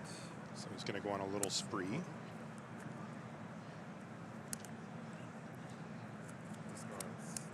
Finally get rid of one of those extra lands. His hand has definitely improved over the course of the game, and he certainly found things to do with that mana. Now, there's no pressure right now, but as you can see, he's got Enduring Curiosity, Cut Down, that Tidebinder. Oh, he redrew the 3 steps ahead to the other one here, so that's good. It's great. And he gets hit his land drop. It's a second copy, so almost playing like a Dimir control deck right now here. It does feel like that. Mosswood Dread Knight is one of the better cards of this matchup, just because it doesn't cost a lot of mana, and it allows Marcio to just continue getting ahead on cards. Really good draw here for Marcio. Kai could even consider countering this, but might just let it resolve, because if you counter this and then Marcio resolves a Glissa or something like that, that could be problematic. So he is gonna let that go. And Marcio just says, well, I'm just gonna Dread Knight here. If you're gonna counter it, you're gonna counter it. Marcio did find a land here to be able to cast Go for the Throat. the Mosswood Dread Knight also just happy to get in front of Enduring Curiosity because you can just continue getting value. The only way to cleanly remove this is Anoint with Affliction. He's already used one. And Kai only has one copy. He has already used the one. The one. He had to use it on a Bronco, which wasn't really his preferred target, but also leaving a Bronco unchecked is not a preferred line of play. There it is. Enduring Curiosity is going to hit the battlefield on end step. Kill the Dread Knight. And still on end step, we'll see cut down. I wonder if Marcio's now going to fire off the Go for the Throat before Kai can untap here, because it's kind of a disaster. Yeah, good timing here for Marcio. It's kind of a disaster if Kai gets to untap here and have any counter spell for a removal spell. You get to connect for 4 and draw a card. And now, see, the Enduring Curiosity has become an enchantment. Yeah, so it's still in play, so Kai could activate his Restless Reef here, but that kind of taps you out and you can't cast 3 steps ahead, right? You only have 2 mana available. It is a way to draw a card, but it does kind of tap you out. You have 3 cards, right? 3 cards.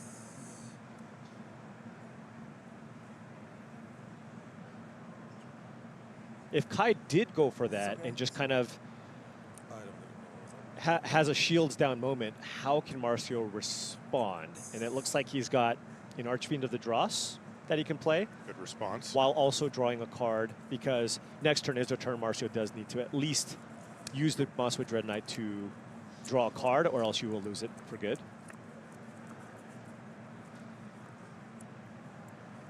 Yeah, he can cast it from Adventure here, but he does need to do it this turn. Great draw here for Marcio at Duress, allowing him to play around a counterspell here. That is rough. That is rough. Now, I wonder if Kai just is going to counter it and draw 2, discard 1, just to try to find more answers while also not showcasing his hand. But of course, if he does, he's not going to have anything else left in play, right? That's right. Which means the door is open for Marcio to resolve his biggest threat. But Kai would prefer not to just let the Duress take it away. He wants to get rid of that land and see if he can reload. Yeah, I think you want to lead things off with the Dread Knight here, because you definitely don't want to lose that. I think it's one of the better cards in the matchup here. So you're probably going to see Marcio draw a card here. If he can find a land, there's a pretty interesting question too. Do you just play the Archfiend of the Dross? Right. Or do you play Tranquil Furlback and just kill the Enduring Curiosity? Right. Kai's still at 20 life. Well, it looks like he's just going to go for the Dread Knight. This Dread Knight's just going to be a problem here. You said it. You weren't wrong. It's already looped. It's been on the battlefield twice. That's a lot of cards going into the hand here for Marcio, and quite a few leaving for Kai Bude. Yeah, oftentimes when you see this Dimir mid-range that kind of go off, it's flyer, flyer, flyer, Curiosity. It's a lot rougher when you're playing against another deck with a ton of removal. It just kills all your flyers. Okay. Unstoppable Slasher is going to hit the battlefield now for Bude. But Marcio does have a cut down here to kind of slow that down. If he draws one of his 3 Anoint with Afflictions, that'll also be quite strong. But this is a nice little new addition that you see in several mid-range black-based decks, just because when you play against decks like the Domain deck, it's such a huge clock, right? When you specifically against Domain, it's hard to just play the game where you draw a bunch of cards and hope to get there, because at some point they go Cavern of Souls into Atraxa. In this matchup, it's just kind of a sticky threat. It's not as impactful because Marcio can just simply block with the Mosswood Dread Knight. So it's fine, but it's not that great here. See Fountain Port hit the battlefield for Kai Bude as well. Perhaps he can start. The modes are when it comes into play. When 4 destroy enchantment or artifact, exaggerate. So it can kill this thing. Kai just clarifying what the Frillback. That's like a triggered ability when it comes into play, or is that a triggered ability? Yeah. Why would you be asking, Kai? You're asking for a friend. Yeah, asking for a Tidebinder. So how does this work exactly? Like, remind me of the card name, please. Tranquil Furlback. I know it's a trigger, and I can pay like how many times I want. Up to 3. Up to all modes. Yeah, no, I know what it does, but it's a battlefield trigger. My question is, when do you have to pay the mana? Like in resolution, or? I have to pay when it comes into play. It's an end of the battlefield trigger. I got it. Yeah, but so he pays, the trigger goes on the step. Yeah. Kai is wondering if he can counter it. Right. But at what point does he need to cast the Tidebinder? So basically, because he can definitely counter it for 3 mana with Marcio not paying any mana. What Kai's wondering is, can he get Marcio to pay all 3 green mana to use all the modes and then counter it? Right. Okay. Once you've done that, that creates an additional trigger, right? When you pay this cost 1 or more times, you do this many things. Oh, wow. The judge is saying it's actually separate triggers that are created? Yeah, and then I have to ask something too. Yeah. Because that would mean that the Tidebinder would have to pick which trigger to counter? Right. Yes, I suppose so. And then it would shut down the rest of the frillback itself, but that's not doing it. It's just stats anyway. I mean, the big one you want to counter here anyways is the Destroy Target Enchantment effect. The 4 life isn't as relevant. The Graveyard also not that relevant here, but Kai, of course, just wanting to make sure that Marcio can't follow this up with another big play and would rather Marcio tap a bunch of mana to get a bunch of different effects here. It looks like the Enduring Curiosity is in fact in play, and the Tidebinder is also in play here. Man, that Dread Knight just posing all kinds of problems here for Kai, because now, I mean, the Slasher just seems kind of embarrassing on this board. What are you going to do, attack and then let Marcio draw another card? Doesn't really work. You could activate the creature land, and so the land has Death Touch. You can kill both of the creatures, but again, Marcio just keeps drawing cards. Now remember, you don't want to map token the Slasher, because if you do and you give it a counter and then Marcio uses a removal spell to kill the Slasher, it's gone for good. And by the way, the resolution for that was that the frillback produces 1 reflexive trigger regardless of whether you pay G, GG, or GGG. Got it. Which is good news for the Tidebinder. And yes, the frillback loses its abilities, but right. That wasn't really the focus since it's a 3/3. Yeah. Kai activating the Reef here. Ooh, we're trying to draw a bunch of cards here. Yeah, so he's really lined up a big attack. The Reef is going to Togger Carvalho. Now, Marcio has double removal here, so this is not going to go very well here for Kai. Marcio can kill the Restless Reef, block Tidebinder, and yeah, just use Go for the Throat on the Restless Reef, and Kai gets to draw no cards. Doesn't have much else to do this turn, and then Marcio just can use the Mosswood Dread Knight again next turn. He could even finish off the Slasher if he really wants, now that it's got the counters on it, with the Cut Down in his hand. Solve that problem. He does have time Could wait. to wait. Right. With the stun counters. It just needs to have a counter on it. Yeah, if Marcio can find a land here, he can go draw a card off the Dread Knight, play the Dread Knight, and play Archfiend of the Dross here. That'd be a very nice swing in Marcio Carvalho's direction. Yeah, and that's a Fountain Port, so he did find a land, so he can just do all of the things, and it's not like Kai has a whole lot of pressure here left, right? Right. The 6/6 flyer just kind of blocks all of Kai's deck. Kai needs to find a removal spell for Archfiend of the Dross.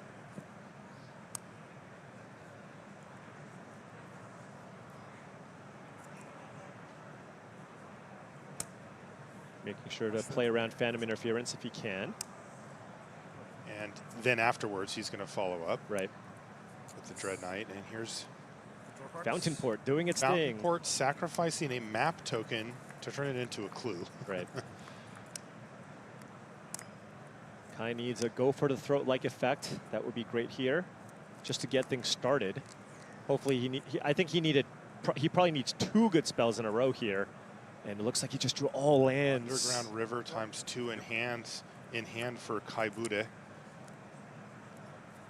He's facing a lot of pressure from Marcio Carvalho. How aggressive? Does Marcio want to attack with the land here as well? Yeah, this does feel like an inflection point where Marcio may just try to put the pedal to the metal and start attacking as much as possible. Yeah, I mean, Kai doesn't really have a whole lot here. And Marcio doesn't really either. Right. Like, this is an attack. What else is he going to do, I so guess? this is an attack for 13. Likely going to play the Swamp untap so that he can make a token here off the Fountain Port as well. Okay, Cottage comes in. Dread Knight and the Archfiend. Yeah, Marcio realizes he said he doesn't think it's relevant. There's just really no graveyard recursion type effect in the blue-black deck. So he'll just grab a Tidebinder because why not?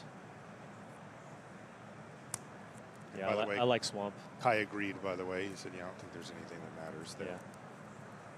These are 2 of the more known decks. There's a couple. There's room for a little bit of variation, but there's not much. So they know kind of more or less what each decks are capable of. Kai's going to make a treasure. And are we going to see the cut down now? Yeah. And remember, because Marcio made the food token, you can still use the fountain port to sack the food to draw a card. Right. So the cottage doing work, at least on that side of the equation. And there's a cut down for Kai Buddha, but it is not going to be enough for game number 1. That's going to go to Marcio Carvalho. Yeah, and that a convincing victory. And, you know, it's interesting because I go back to when you were talking to us about the Dread Knight, and then it did exactly what you said. Yeah. It was just a loop that that Kai was not able to solve, and he cast it, what, 3 times, maybe 4? Yeah, I mean, Anoint with an Affliction is the only real solid answer for that thing, especially because just the creatures in the Dimir deck just don't really block very well. One card that many Dimir mid-range decks usually play is Preacher of the Schism.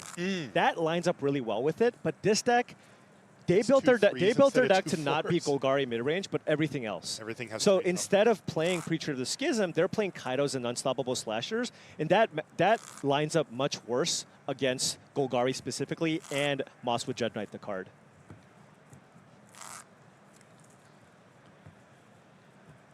And I don't know that it gets much better here, honestly, for the Dimir deck, because now your biggest answer or your biggest card that lets you go over the top is the Enduring Curiosity. Then Marcio now has access to double Terra Sunder out of the sideboard. For 2 mana, you can just exile the 4-mana creature. That's right. This does seem to favor Marcio. But you know how it goes. Yeah, it's a mid-range matchup. It's a mid-range matchup. If a deck is favored, what are we talking about? 56%? 56 is what I was going to say, yeah. Paul. We're on the same page. This is a win-in for top 8 here at the World Championship if you're just tuning in. We've got a couple more of those going on in the feature match area, by the way. This isn't the only one happening. Yeah, only 2 players locked in so far, right? Yeah. Mono Red's in. Mono Red. I am a fan of the Hired Claw, so I'm glad that's getting some love.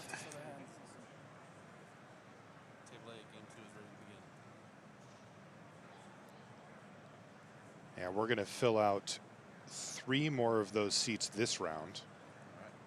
Ooh, Kai with and then the last 3 will be filled out next round. Right. And I'll tell you about it in a minute, but that's going to get a little messy. Oh yeah. Oh yeah. That is going to. There's going to be some disappointed people and some very happy people next round. 7 cards each for our players as we begin game number 2. And just a pair of lands for both players. Yeah, super reactive hand for both players. Just some removal spells. Marcio just doesn't have a threat here for the time being. Did find a Mosswood Dread Knight. Has to think about what Kai can run out here for 3 mana.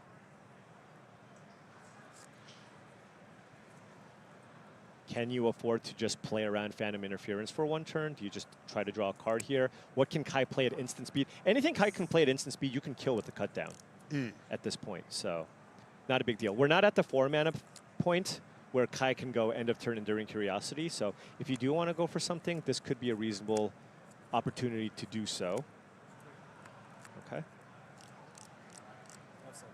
Both players staying patient. So passing tells me that Marcio wants to try to play around Phantom Interference. This game's going to go pretty long. But now, with Kai with the Fountain Port, that also kind of forces the action just a little bit. Bit. Because if both players just, well, I see your Fountain Port and raise you my own. Yeah, Fountain Port is very incremental in the way that it gains, but it counts. Right. And in these mid-range matchups, it's really common to see small incremental advantages add up over time and end up being the decider. And here we go again. All right, the Mosswood Dread Knight train has left the station. And if Kai goes end of turn Curiosity, Marcio has the clean answer here in that Terra Sunder. So if Kai anticipates that, do you just make a 1/1 here? You know what I mean? Because you know Marcio has some removal in his hand. It's at least a go for the throat, maybe a cut down. It could be all kinds of stuff. The only thing he's really worried about is the Terra Sunder. Because if you just use a go for the throat on the Enduring Curiosity, it's not that bad. You still have that effect in play, the card draw effect. So Yeah, He's going for it. Decided it's time to run it out there. No, Marcio's going to just... I mean, this is what he brought it in for, right? Yep. So there it is, tear asunder to exile Enduring Curiosity. Yeah, such a strong card in this matchup, also very effective against... It's just a nice catch-all. You just kind of bring this in any mid-range or slower matchup, and it's just always going to be good. But whenever you get to use the 2-mana effect, feels like you got away with something. Especially on something that costs 4. Right. And something that's sticky. Like, Enduring Curiosity is hard to get rid of. Now, Kai found a Kaito off the top. Do you just play it? Oh, that's interesting. Now, there is a Restless Cottage, though.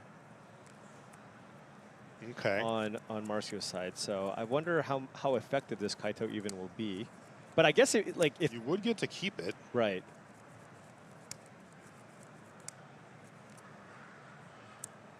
He is just going to run it out there. Kai Buddha plays Kaito, Bane of Nightmares. Tick it up, right? That's right. Tick it up to 5. He just gets to keep it that way. Terra Sunder would answer it, but Marcio's already cast one. That was a great draw off the top here for Kai. Yeah, and you know, the other thing that we have to recognize is that if Marcio does feel compelled to fire up the cottage and attack it, I mean, that's a great tempo swing for Kai. It's not going to kill the Planeswalker, and it's going to use up most of his mana for the turn. Right.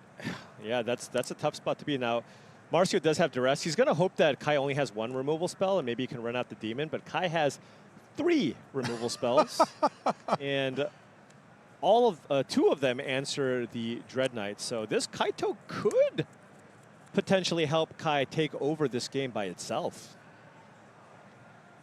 Kaito being able to go up to 5 loyalty is coming up very clutch here.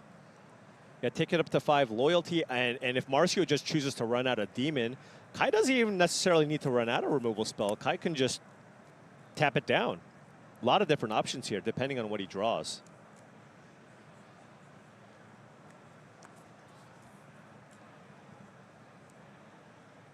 There's so many good 3-mana options in the Dimir mid-range deck. It's just kind of pick whichever thing you think is going to be most effective in a particular metagame. In a metagame, right? yeah. Because every card is good depending on what you expect to see.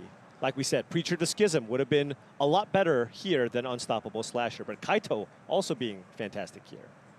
But if everybody's playing aggressive decks, Kaito not so good. Right, and obviously the choices that they made have served them. 9 and 3 playing for top 8. Absolutely. So it signifies that they've predicted the metagame at least somewhat well. Marcio really taking his time here. It's blot out or go for the throat would be my guess. So one of the exile effects here. Blot out.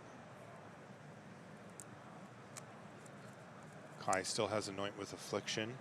Now go Kai for the throat and an Underground River. Right, and Kaito has hexproof on Kai's turn, so Marcio can't even just use a normal removal spell to get it off the battlefield here.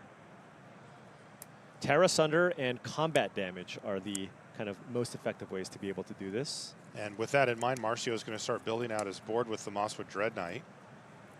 Something that can start applying pressure. As it stands, though, Kaito's on 5, like, didn't take anything. Right, and now Kai has the Anoint with Affliction. He's going to try to use this on the Dread Knight, but Marcio does have the cut down, might actually cut down his own Dread Knight to be able to get it back. Keep here. the loop going? Right. That's interesting.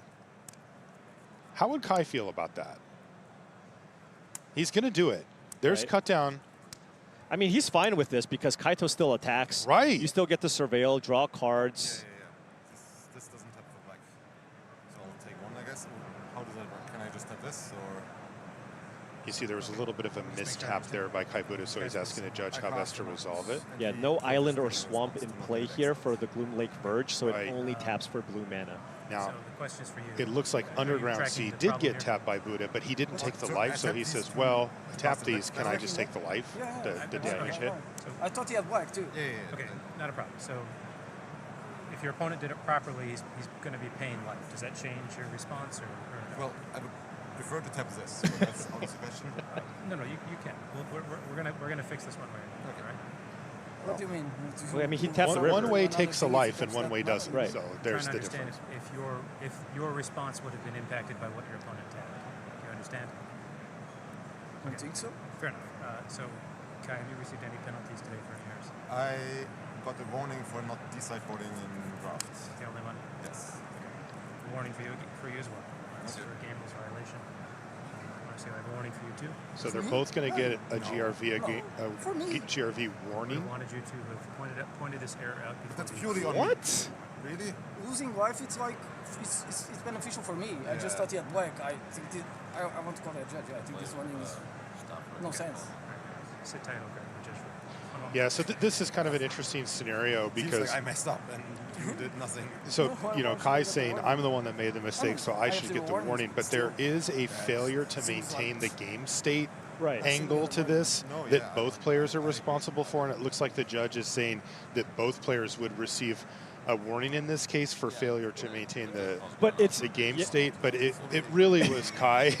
And it's beneficial for Marcio if Kai takes the damage here. Well, I don't think that they look at that. No, I mean, I think totally, you have to maintain totally the game state accurately, whether it's beneficial or not. Sure. It just happened so fast, and I think both players just assumed the survival. And that's probably what they want to experience. So I can't attack with this anyways. Yeah.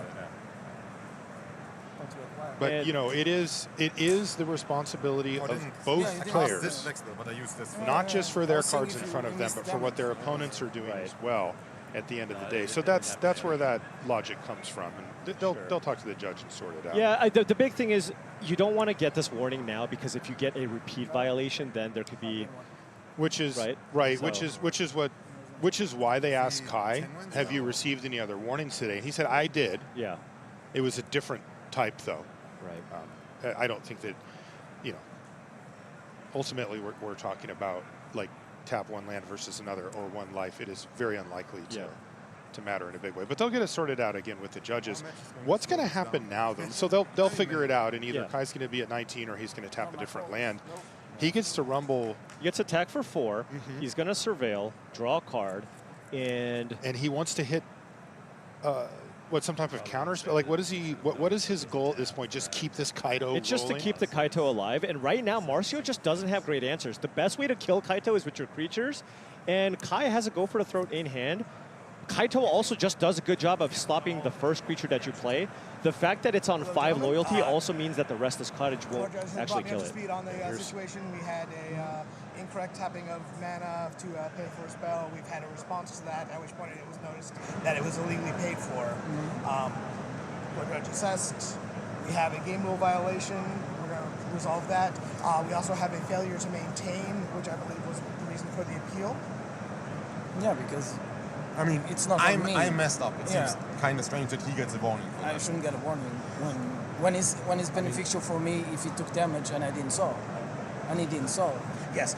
So in these situations, we treat the game as the responsibility of both players. The fact that part of the reason why we are having to take additional steps to resolve this is because there was a response to this error, that it wasn't caught immediately. So it's, for our purposes, this is something that we are going to do to track that you were involved in this. He's getting the game rule violation warning, and yours is saying that you were involved, but you didn't catch the error when it happened. So yours matters way less. Yeah. Yes. It's about the most minimal warning you get. And we'll play on from there. A GRV is very different than what Marcio was receiving. Now, would this play out the same way with this type of thing? So we're just going to continue playing. Yes. Thank you.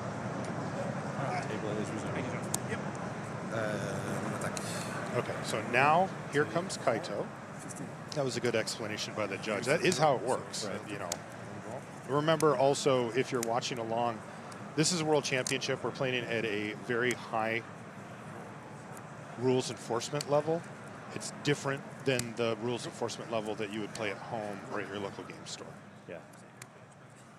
Right, finds a Fairy Mastermind here. Nice little instant speed play here, but Marcio does need to just keep playing all of his creatures. That's honestly the only thing that he can do here. So I imagine it's or find the other Terra Sunder. I believe there's 2 copies. Sure, let me double check that for you, Paul. But yeah, there are. Two copies. 2 copies. Some decks play 1 main. It doesn't look like that Marcio did. So yeah, 2 in the sideboard. But this Kaito, so for at least 2 turns, it's going to get value. So Marcio is just trying to overwhelm Kai's ability to answer the threats, because that's going to be very difficult if Kaito gets to keep connecting. Yeah, absolutely. Now you could, you know, get this Dread Knight in the way of the Kaito and just kind of block every single turn, but of course we know that Kai has some removal. Also, Kai had that Fairy Mastermind, which he could have actually played in response to the Dread Knight ability, but maybe thinks Marcio likely has a removal spell, so just chose not to do it, and just running out the fish token here instead.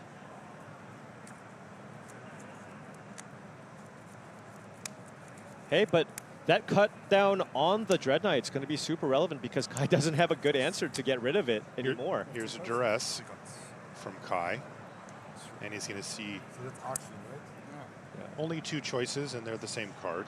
Yeah, the go for the throat's not all that effective here anyways, so not a complete miss, but not really changing what Marcio's game plan is here at the moment.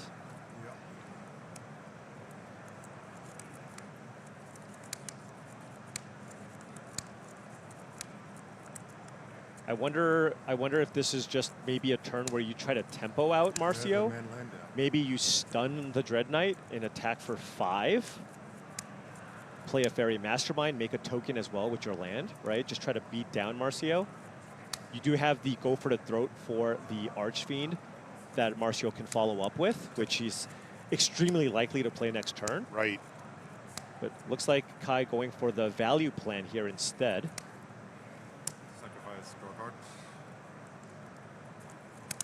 So the fish token gets blocked, but it's going to get sacrificed to the Fountain Port to draw a card before damage happens, and then Kaito's going to connect. Looks like he's going to try to find some more. Ooh! Was that an Anoint? That was an Anoint. Anoint with Affliction. Just quite nice here. That's also 3 steps ahead. Could just keep both, right? Could just keep both. Oh, doesn't even want the Anoint here. Choosing to keep the 3 steps ahead here. Has go for the throat and 3 steps ahead here available. And Marcio has no play here.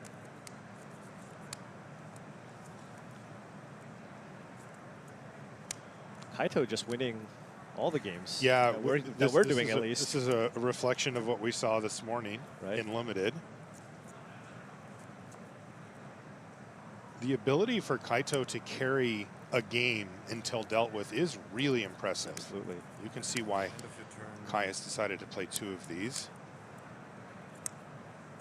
And there's the Fairy Mastermind on end step.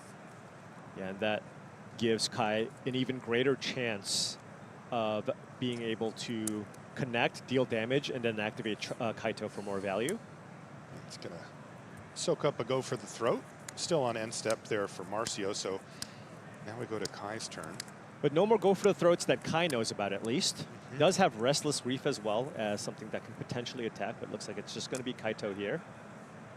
Oh, we got a backup Kaito as well. Yeah, we got a little fish here. And fish is just going to soak up the damage. To prevent the card draw here from Kai. Kai doesn't really have much more to do here, but can just go land Fountain Port with 3 steps ahead backup. He can actually cast 3 steps ahead and make a token if he wants. Has to decide what to do with the Kaito here, though. Right. Do you still just want to Surveil 2, or do you just want to Emblem again? All right. Emblem again. With the backup Kaito, that kind of makes sense. Even if Marcio finds a way to kill this Kaito, the next one's still going to be huge. Yeah, emblems carry over. I don't believe there were any other ninjas. Duress off the top for Marcio. Yeah. So likely to see that start things off. That will take that backup Kaito plan out of the equation. Right. So you can even go Duress, and then you have the potential to attack with the Restless Cottage and the Mosswood Dread Knight here. But it'll definitely depend on what Kai chooses to do. Do you go 3 steps ahead? Do you just counter it? Do you draw 2, discard 1? If you draw 2, discard 1, then you can't utilize the Fountain Port for anything. It does still give you access to go for the throat, which you might be interested in casting anyways. Right, so definitely, it just feels like the Kaito is such a great insurance plan here. Right. So it'd be worth protecting, but no. Kai is going to show his hand, and Marcio can take actually any of these. Okay, taking the go for the throat here. Okay. And you see the 3 steps ahead in the Kaito are what's left over. So Marcio has a lot to slog through here. Absolutely. Now, Kai does have a Restless Reef to block with a ton of mana. He can actually activate the Restless Reef, block, and still make a token afterwards. Oh, with the Fountain Port too. Or block and just cast 3 steps ahead. So Marcio actually choosing to do nothing here. Give me a fish. Yeah, I mean, Marcio just didn't really have any play there. Yeah, I mean, given the 3 steps ahead, he's just not running out the draws here. Maybe waiting for another duress here. Right, no reason to just throw it away. Remember, Kaito's still a creature. It can die if Marcio double blocks. It doesn't have indestructible. It's just a 5/6, I believe, here. Yeah. Kai draws Dark Slick Shores.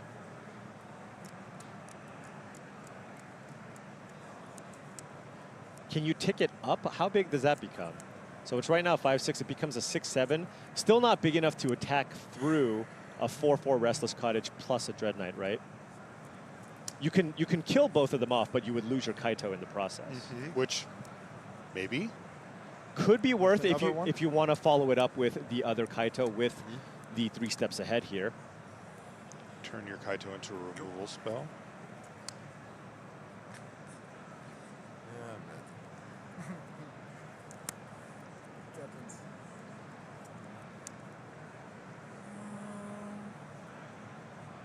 Oh, did Kai say go and I not think he use said Kaito? go and didn't use Kaito. Oh, that's rough. I was waiting to say something because I'm not sure. Yeah. But I kind of saw him say go and then shake his head. I heard him say, might- I'm bad. So I think that means he forgot gave to up a use free Kaito. surveil too. And that's huge in this type of Right. matchup. You need to maximize your draw steps at this point. And we saw that. I mean, Dark Slick Shores was the card drawn here from Bude. Not what he wants. And if you're on Marcio's side, you just got to be thrilled here, right? Kaito, not actually getting Kaito this turn, still able to make a fish. It was looking really bad, and now maybe there's a glimmer of hope here. Yeah, I mean, Kai didn't have that much he could really do, but except for just activate for 0, but it matters. And that's a second Fountain Port. Really? Yeah. So strong in these mid-range matchups. These mid-range matchups just come down to stuff like this all the time. In fact, we're going to see it activated from Bude right now. Yeah, now is Kai on the make a fish plan, or is it crack a fish to try to find something else plan? Marcio just not playing the Archfiend into the 3 steps ahead here. He's like, you know what, I'm just fine just making a bunch of little fishies here. And he has don't really have good attacks. Right, he has so much mana that he can just wait to find 2 threats and try to overwhelm Kai's ability to counter. Right. If he finds a duress before that, it's great. Yeah, he is actually going to dig deeper. This is where if he finds something nice, he can forgive himself a bit. Yeah, there's Shauna's That was a Tidebinder. relevant card. Not super strong on the board currently. Right. What Kai really wants is a flying creature, maybe, just to start pecking away, because Marcio's got the ground covered, but not the skies. And at least game 1, Kai has quite a few flying creatures, but perhaps something post-sideboard has been removed. I don't know. I just want to see 7 emblems in play at one point. I just think, you know, I'm just going to keep ticking this up. My It's a Kaito's going to 10, be 11. so big. Go. Plus Kaito, some more emblems, please, if you have. I'm sorry. Just one more. How many Kaito emblems do you think they brought? Yeah. At least 3. Our judges might be getting a little hot under the collar trying to figure out if there's enough. It is not normal to see 3 Kaito emblems on the battlefield, but here we are. But Marcio also, remember, every time you make a fish, you take 1. It is, and so Marcio's going to fall down to 6 here. Life total is dropping. Getting low. And Kai's at a comfortable 18 life, so there's no real obvious offensive opportunity for Marcio. So Marcio just needs to make sure he doesn't go low enough where maybe out of nowhere Kai just flashes in Fairy Mastermind or something like that and just gets in for 2 damage there. At some point, he might be interested in cashing in these fish for cards. Right. It's a Bronco. I imagine you're just going to run that one out. You don't mind if that one gets countered. Marcio's got a bit of an aquarium going over there. as long as you have enough mana to activate, because the thing is, I think Marcio still wants to use the mana that he has to just keep activating the fountain ports. So he's probably just got to count his mana here. 3 lands plus fountain port, 3 lands plus fountain port. Do you have 10 lands in play? It looks like he's got 9. So what he can do though still is play a Bronco, make a token, and then, oh wow. And this is going to be Tidebinder on the activation. Okay, just kind of, it's kind of a tempo play. Marcio just doesn't attack. It just doesn't turn into a creature land this turn. Because it turns back to a land, the ability gets countered. Thing doesn't matter anymore. The triggered ability gets countered. Right, but he can't activate that one anymore, right? Is that true? Perhaps. Yeah. But he's got the other one in place. He does have another one. Yeah. Hence that one. Right. Yeah, I don't imagine Marcio's interested in so that. artifact, creature, planeswalker are the only ones that it loses. Right, yeah. You can counter any ability, but it only takes it away from artifact. Would you like to counter this? If you counter this, I will play my demon. Yeah, and Buddha says, sure, you got the Bronco.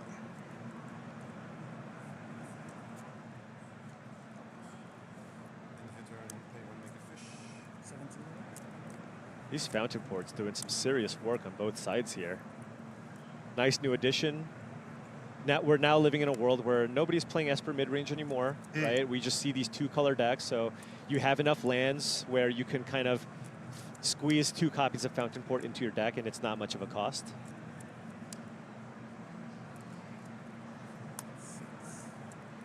That's 6.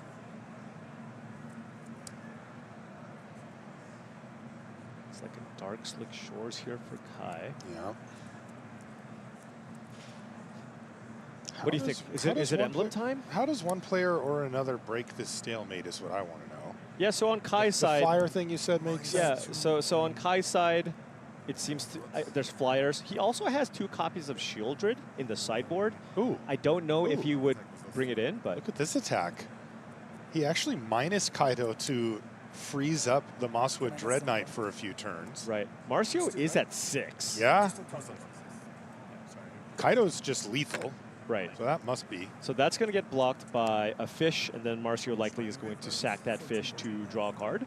And then the Tidebinder gets... You could double block the double Tidebinder, or just block with the Bronco. That's you're not going to be doing that anytime soon anyway, right? Because you need to saddle it up, and the Dread Knight's tapped down. Right. So just blocking it makes sense. It does, especially if you're at 6. Doesn't have trample, right? Doesn't have trample. Good question, Marcio.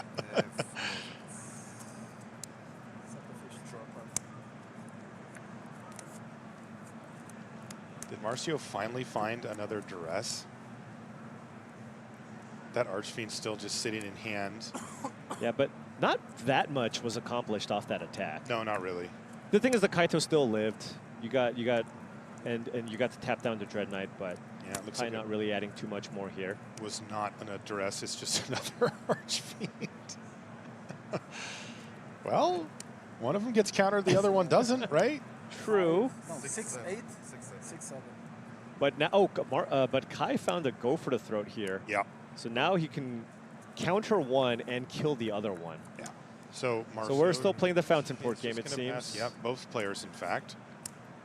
But Kai's got a way more life, but only 1 Fountain Port. But he's got that Kaito.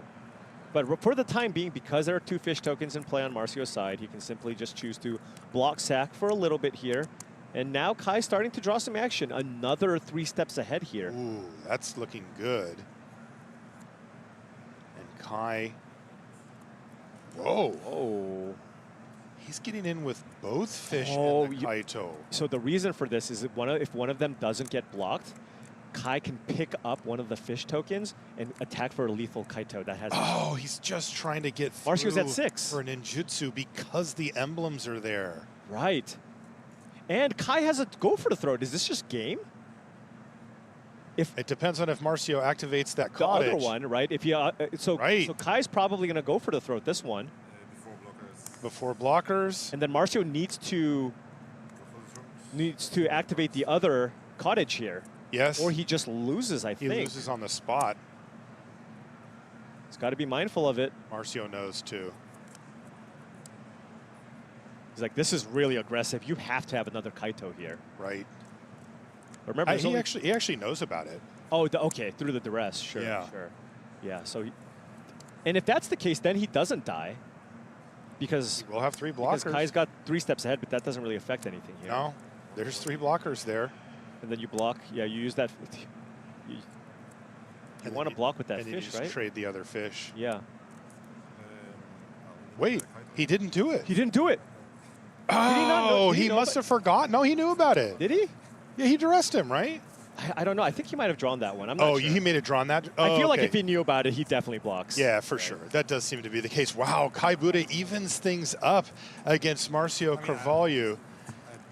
Now, I mentioned earlier that we have other top 8 contention matches here in the feature match area, so we're going to jump over to one of them. Don't worry, we're not going to miss anything. We're going to get back to Kai Buddha and Marcio Carvalho as well. But let's take a look at Lucas Duco versus Pham. And again, they're in the same position that Kai and Marcio are playing for, which is top 8, winning in. Yeah. Huge Lucas Duco with some top finishes here. One of the more accomplished online players. If you ever play against him online, you know you're going to be in for a rough time, and he's translating that success now onto the tabletop. This is game number 2 with Pham up a game over Lucas. On Demir Demons versus Gruul Prowess. That's right. Gruul Prowess on the play here for Lucas. No one drop. Now Lucas on the kind of quote-unquote slower version of Gruul Prowess, which was the more popular version coming into this tournament. Only a handful of players playing the Leyline of Resonance version.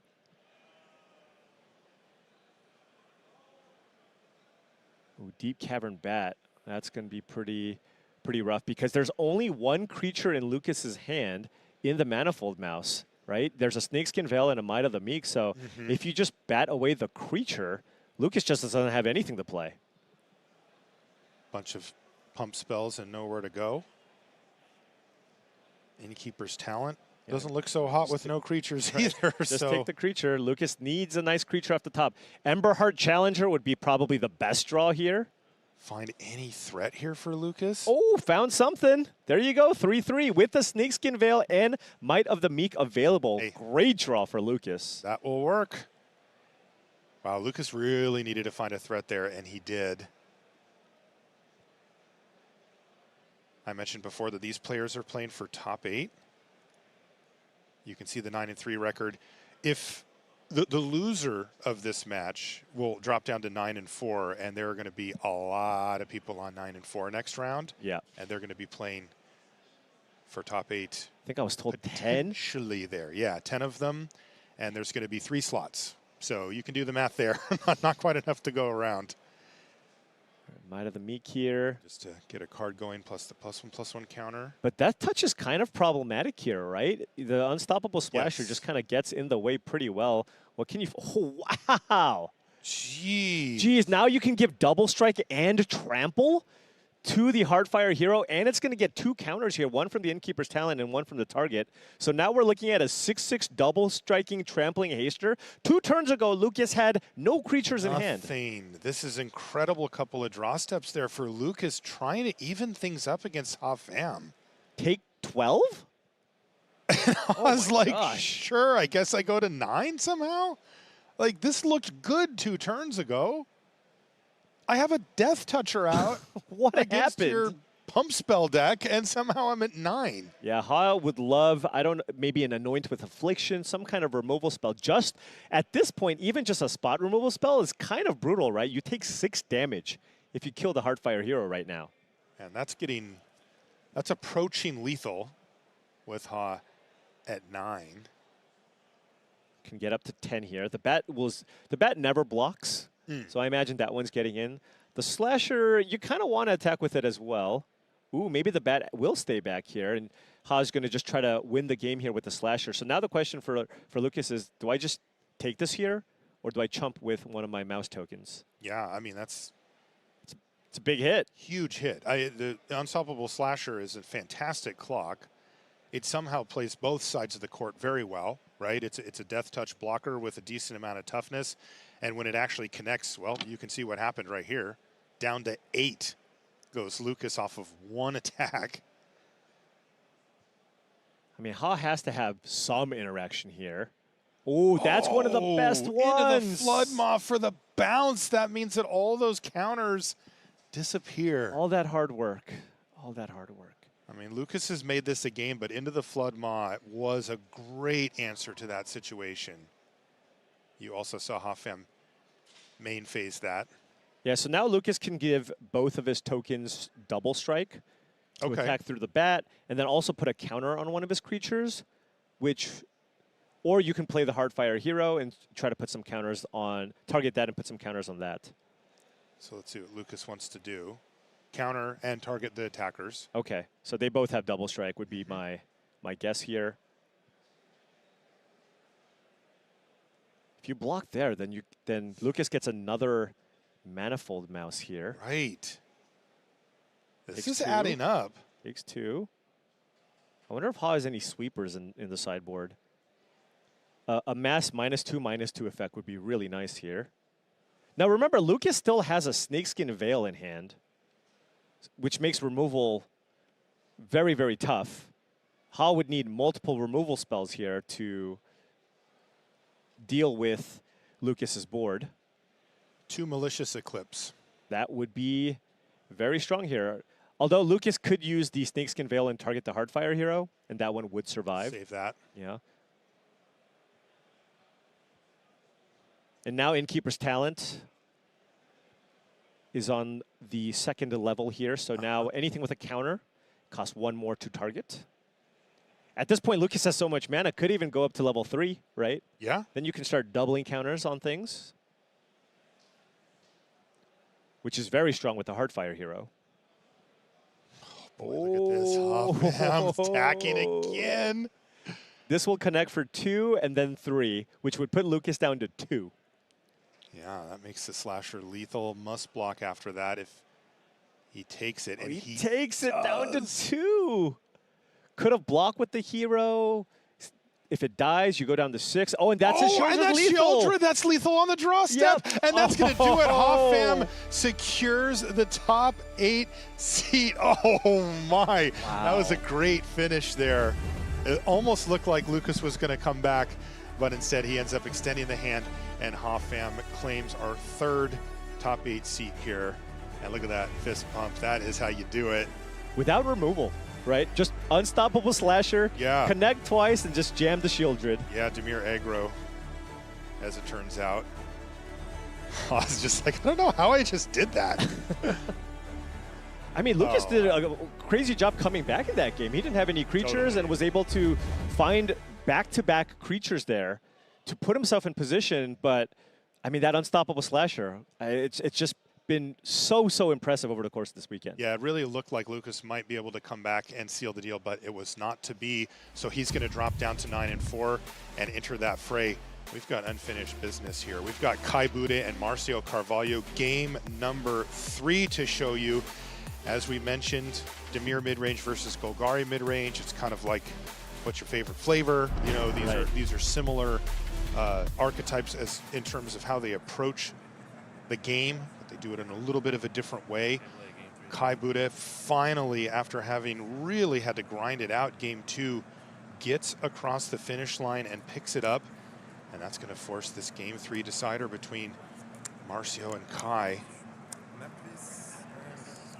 And both players, Siren once again to start things off. Both players keeping 7 here. That's great. Some really interesting potential here as well.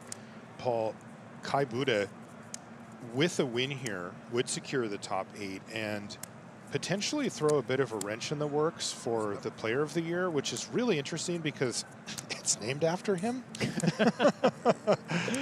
among other things. And, you know, if anybody watched the last Pro Tour, you know, you'll have heard the kind of sad news, you know, that Kai's facing some very difficult medical challenges these days. And, you know, we don't know how many more tournaments we'll have Kai with us. So just getting a chance to see him in this environment is really, really special. I mean, this is where he flourishes.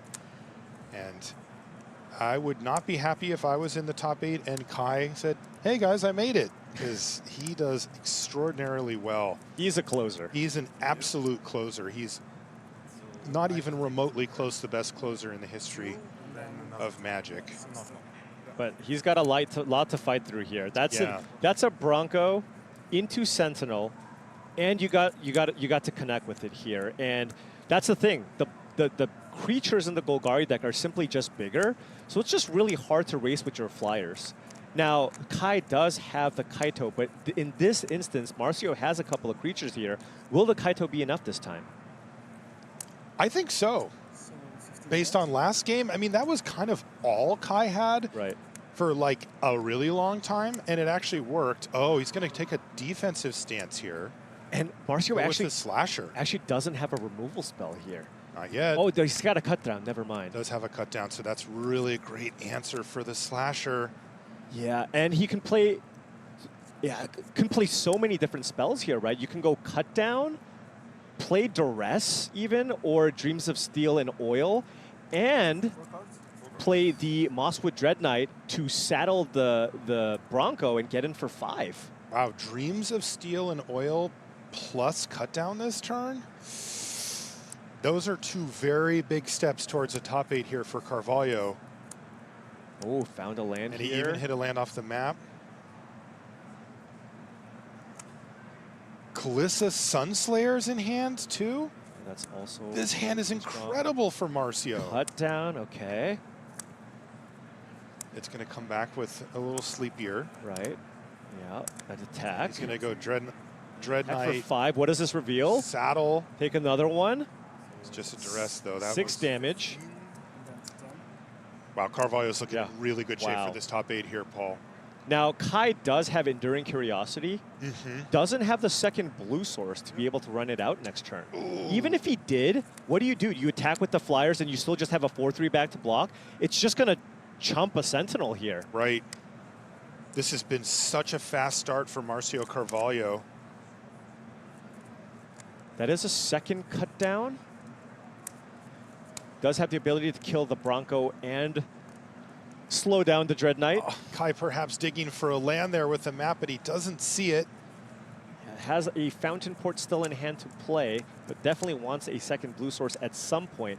But this just might be too many powerful, efficient creatures on Marcio's side. We're looking at these 2/2 flyers versus just all these 2-drops that give you value on Marcio's side. Wow. Kai continues to send his creatures sideways. How does he get out of this? Because Marcio Carvalho has definitely planted his flag on this game and said, I'm going to take the lead, and it's up to Kai to try to take it back from him. It looks very difficult for me. And Marcio is just going to lead with a duress here, most likely, just get perfect information, and Kai's going to be kind of forced to run out these cutdowns here, I think, on both of the creatures. Lose the Kaito here, even. And the Kaito ends up getting duressed. Yeah, the Kaito ends up getting duress, and all he has is this Enduring Curiosity, but that did slow down Marcio a fair amount. Yeah, I mean, you got to feel that if Kai can find that second blue source, get a hit in with Enduring Curiosity, and still survive the turn cycle, that could put him in a good position. But Marcio has 2 awesome plays here. He can go Dreams of Steel and Oil, get your Enduring Curiosity, and play Glissa, or just play Archfiend of the Dross. What do you do to Archfiend of the Dross? Kai doesn't have a removal spell. Right, and it also completely stops the attacks. Right. Yeah, those are both awesome plays. The Unstoppable Slasher still has a counter on it, so it's not going to come back for another turn cycle. Looks like he just wants to get the Curiosity out and run out Glissa. Is it Steel thing or? Just so efficient, this Golgari deck. I mean, right? look just at this all mana 1 mana use. plays. Perfect mana use here yet again for Marcio Carvalho, where Kai Buddha has had to leave some mana fallow a few times. Kai's at 7. What can he even find here? A Kaito, maybe, to tap down the Glissa to kind of stick around. But you have the Sentinel. Even if you keep the... Yeah, you're just attacking here, it seems. Maybe make a Fountain Port to chump the Glissa, and that's kind of all he has available. So if that's the case... That's 6, take 3. If that's the case, Marcio wants to run out the Archfiend first, because if he blocks, he still takes 2 damage from the trigger from the Archfiend. Right. And it looks like Marcio doesn't have any other plays anyway. Right, there's no Restless Cottage in play, so I think you just run out the Archfiend and then just attack. It seems which like would leave Kai at 1?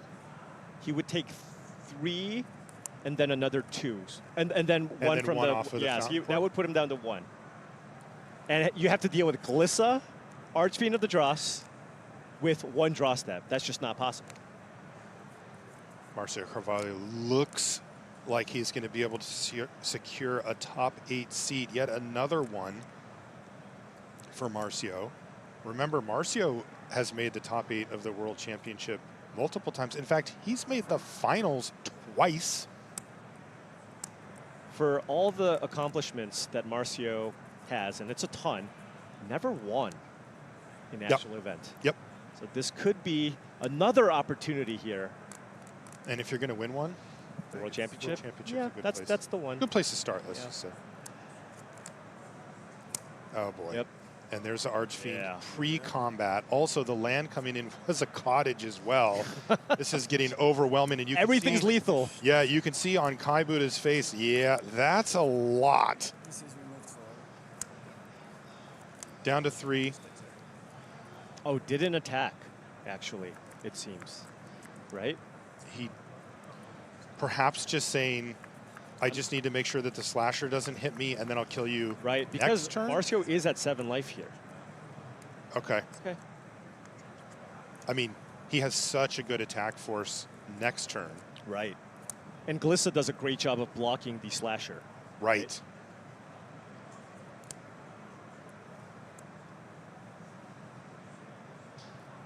Oh, Sentinel attacked, I believe. Right, it has vigilance. But really the Glissa, The Glissa staying question back mark is there. to block the slasher. This is just so much, though. Every single creature is a lethal attack here from Marcio's side. Everything has 3 power. Kai's at 3. He finds a land. Now he's going to keep the slasher back on defense here.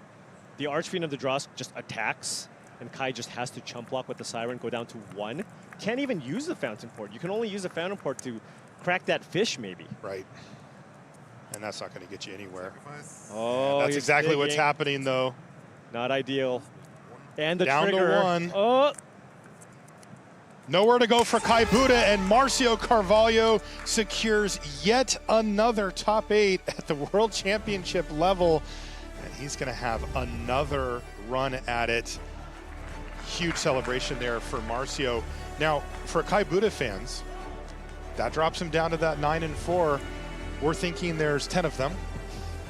There's going to be 3 slots by the time we're done with this round. So win and see what happens. Win and 60% shot of making the top 8. Right, it's a tiebreaker situation at that point. And take a look at Marcio's team, family members, friends, giving him a huge hug and a big congratulations on yet another top 8 here at the World Championship level. Super impressive from Marcio. It can't feel great to go, okay, I got to win it, and you sit down and it's Kai.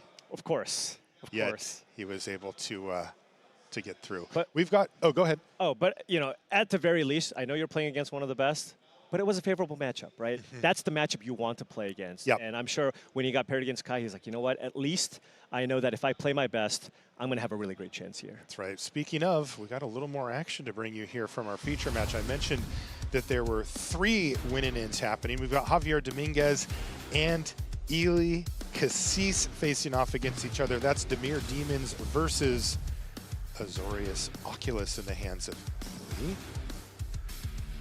He has a similar build to what Shota Yasooka built, actually. They share a few cards that were not standard for the deck until this tournament, though they did not test together, so they either found them completely independently, or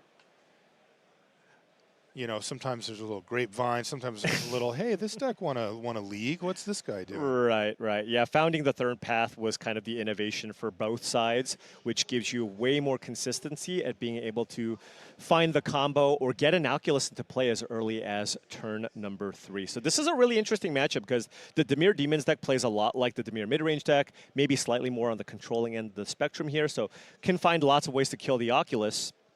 But at the same time, we've seen the Oculus deck doesn't really need that many resources to win, right? And if your hand is full of a bunch of clunky spells, you just get an Oculus in play with some counter magic, and that's it. We saw Kaito carry huge portion of the win share, I would say, for some of the decks that we've seen, and Oculus can do the same. And here's the Bronco actually doing work, because in this matchup, your life isn't as important because Eli Kassis' deck chunks you, right? So it's not like you're playing against a mono-red deck where the attack trigger's painful. In this instance, the Bronco, very, very nice. You still want to avoid hitting Unholy Annex, though. Taking 8 damages. A little painful. A little bit painful. A little bit. You'll note here that this is game 3 between our 2 players. So this is a game 3 decider for top 8. No big creature here in the graveyard for Eli Kassis. Is that is that a sleight of hand? Yes. Okay, just, ooh. And that's a Monastery Mentor. Monastery Mentor? Yeah, and that's a, oh, he hit the Annex! Oh, no. Annex was on top. That's the 8. Against a turn 3 Mentor. Javier better have a removal spell for this Mentor. But that, when you play with fire, sometimes it can burn you. Oh, boy. Oh, but it looks like he blocked. Eli maybe either assumed it may die or has a different game plan going. Well, he probably down has to a 10 reanimation goes Dominguez. Yeah, or just gets it back. Maybe get it back, play a thing, make a couple of tokens. Right. There it is. It's tapped, but its friends won't be. Maybe have some follow-up spells here. Definitely. Okay, sleight of hand. Mentor going off here. This is a common sideboard card here in these Azorius Oculus decks where a lot of decks bring in Graveyard Hate to kind of combat your reanimation stuff. And you go, you know what, if you want to play that game, I can just play kind of a mid-range deck that wins with the Mentor. Yeah, I bet you don't have many sweepers. Here's a board state. Right. This looked really good for Javier. And now all of a sudden it looks really sketchy. He lost half his life total in 1 turn cycle. And he's facing down a really annoying threat. Yeah, and I think Eli actually has a backup helping hand here. So if Javier kills this Mentor, Eli can just get it back again. And get some prowess triggers going. Eli does, I mean, a demon would certainly help. I believe he can just flip it here now if you wanted, but it looks like he has a lot of options here. I see a Gix's command maybe,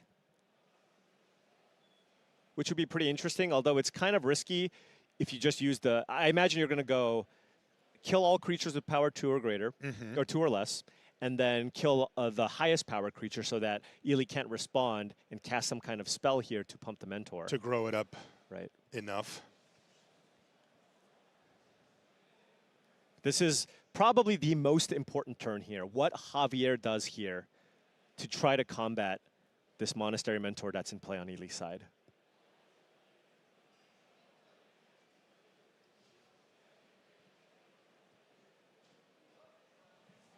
You live by the Bronco, you die by the Bronco.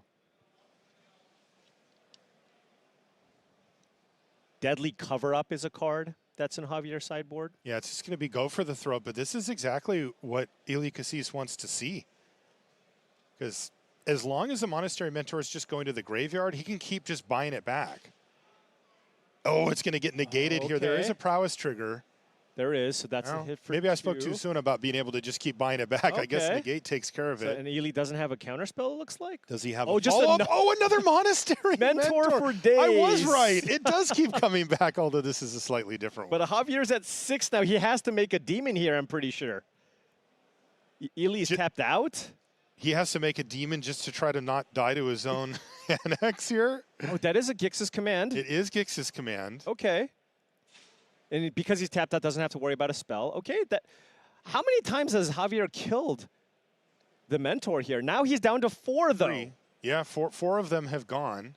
If Eli can just find a way to kill the demons, like he can just win. Yes. He just has some bounce spells for some demons. Totally. The Unholy Annex could just kill Javier here. Yeah, win condition acquired. Right. That's what a weird game. This has been a very sideboard game. Right. That's a recommission now that he's found, so you can get the Mentor back again. Oh, you got to figure if he can get the Mentor back again. That's a 3/3. Like, how is Javier going to get around a Mentor and also his own Annex? Like, well, that's a lot. He's got to hope that his demon lives, right? Because then you start gaining life. But right? I just feel like the Mentor's going to spit out enough things to get it through for 4. Well, he has another removal spell, and now he's made a demon. He's up to 6 now. Okay. He answered my question. No doubt about that. Ely, do you have an answer How to about these just demon tokens? double spell? It's still just one demon. Right, but he can make another one next turn. Okay. It's exercise to take it out. Didn't kill the annex. Now Javier can unlock is Javier another 4? demon. Yes. I thought he was at 6. He was at 6. Okay, so now if Ely has an instant speed removal spell for a demon, Javier will die to his own unholy annexes. Soul Partition into the Flood Maw? He still has a locked annex on the second one, right? Oh, you're absolutely correct. Because he It's went just for 2 the damage. demon. Right, you're absolutely correct. So this is just down to 2. And Ely doesn't have an answer. Oh, boy. This could turn around very, very quickly. No negate. Oh, and he's going to negate. Wow. Javier seemingly with all the answers here. He has had it all. And Ely Kassis only plays Picklock, Prankster, and passes.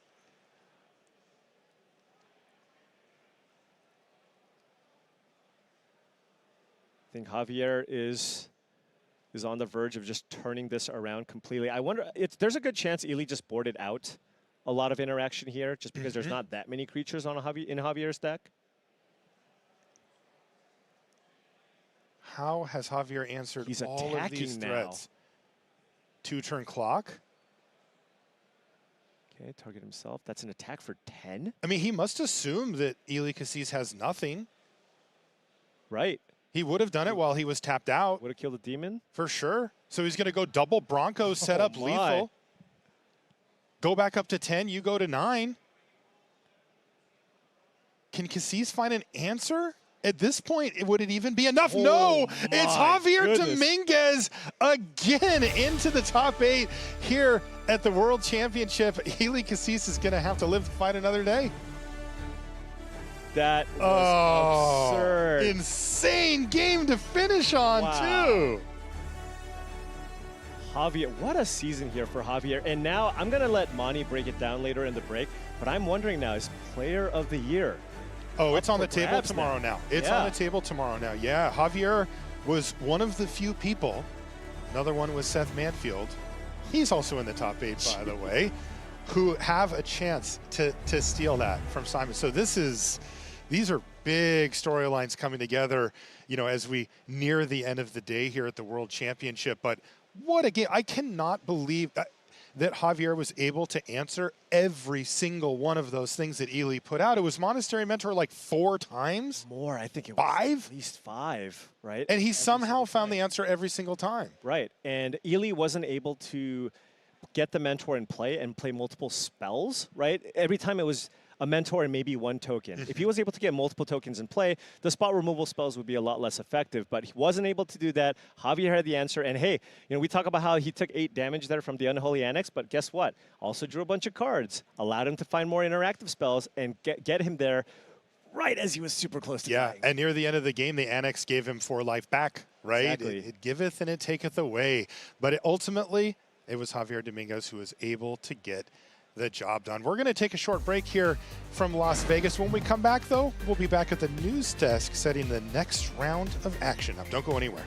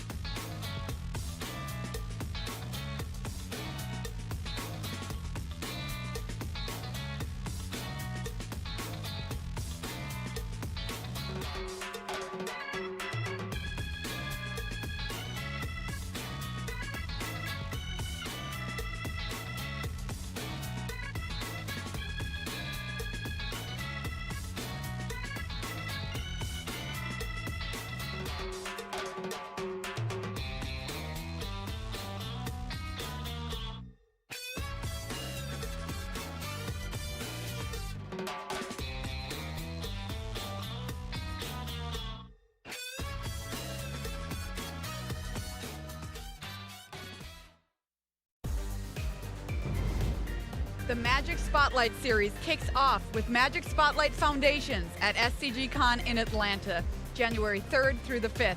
There's a $50,000 prize pool, a cool Terror of the Peaks promo card, and so much more.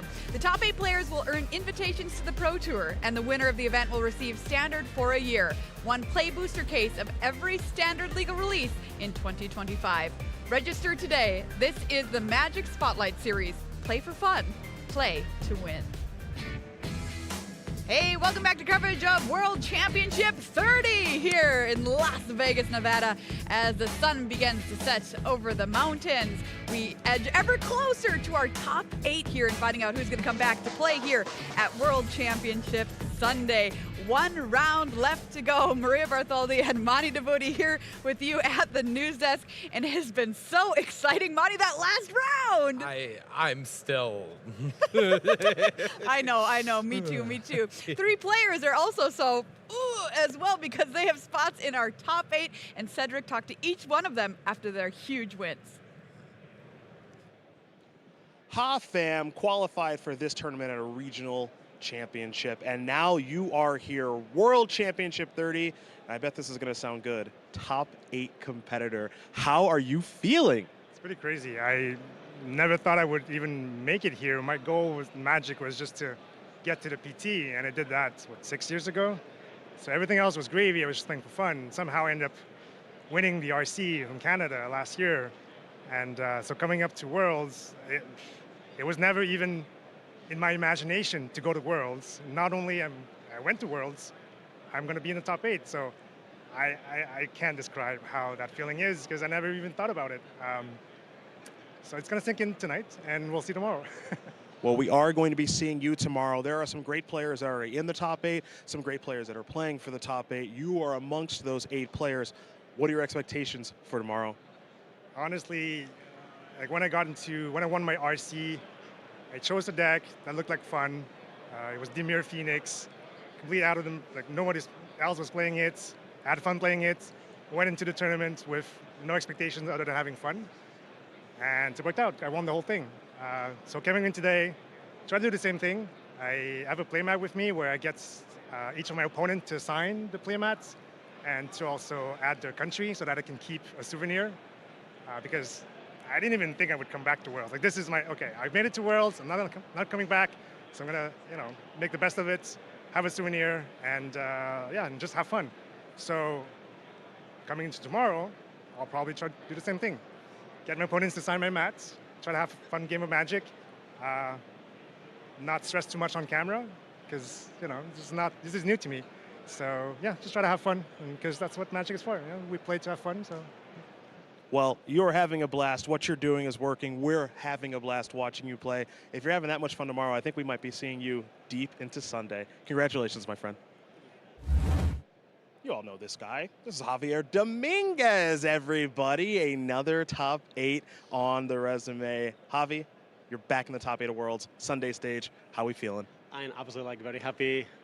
Things have been going my way truly today. I still have not processed because I kind of felt this tournament was not going to be very good for me because our metagame deck was not very well positioned. There's a lot of decks we didn't expect. But here I am, guess who's back again? You are back again. Now you're back with something that you didn't play a ton, kind of coming into the tournament. You got this card in your deck, this Bronco, this Caustic Bronco, that the teammates weren't sure, but you were pretty sure. Well, I would not say I was pretty sure. I was pretty sure I wanted to play it. I wasn't sure it was right. But as someone that has flipped many Emrakuls to Confidence in Cube, I'm not afraid of Bronco. And actually, in the last game, I flipped the Annex to Bronco, took 8 damage, but it was good enough. So let's hope the Broncos carry me tomorrow also. Javi's going to saddle up. He's in to Sunday. Is it time for another World Championship win? Can't wait to find out.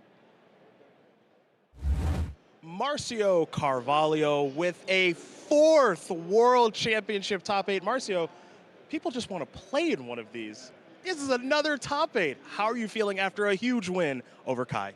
Yeah, I'm feeling great. I didn't top 8 since 2020, and I lost twice on finals. Just let me win one. I'll stop coming, I promise. Just let me win one. Marcio just wants to win one of these things. Now, our top 8, is pretty good right now. I know you've been in some World's top 8s that have also been really, really good. Is there anything special you can do to finally get over the hump and raise that super big trophy? Well, I hope I play well, and I hope I play Javier on the finals too, so it's a grudge match. It's a grudge match that we want to see, and they're both in the top 8 in the Sunday stage here in Las Vegas. Marcio, good luck. I love each and every one of those interviews. So excited to see all 3 of those players clinching a spot in our top 8. We have 1 round left to play here of Swiss. Let's take a look at our leaderboard and find out what is going on as we head into the final round. You see Seth Manfield and Quintinoli both locking up their spots earlier into our top 8. And now those 3 players with 10 points, welcome to the top 8 as well, Marcio Ha and Javier Dominguez. Then you're gonna see 10 players all on 9 and 4. That means there is a lot riding on all of those matches for the 3 final spots remaining in our top 8 after 15th place on our leaderboard. Unfortunately, top 8 is a dream that is dead. It is irrelevant for those players. But for a lot of them, the dream is still alive, and we're gonna find out what happens in this final round of Swiss play. Well, if you've been watching these standard decks here this weekend, we have a whole awesome mess of them here in standard. The metagame is awesome. If you're thinking you want to try playing some standard at home, we've got the pros here to tell you which decks you might want to check out.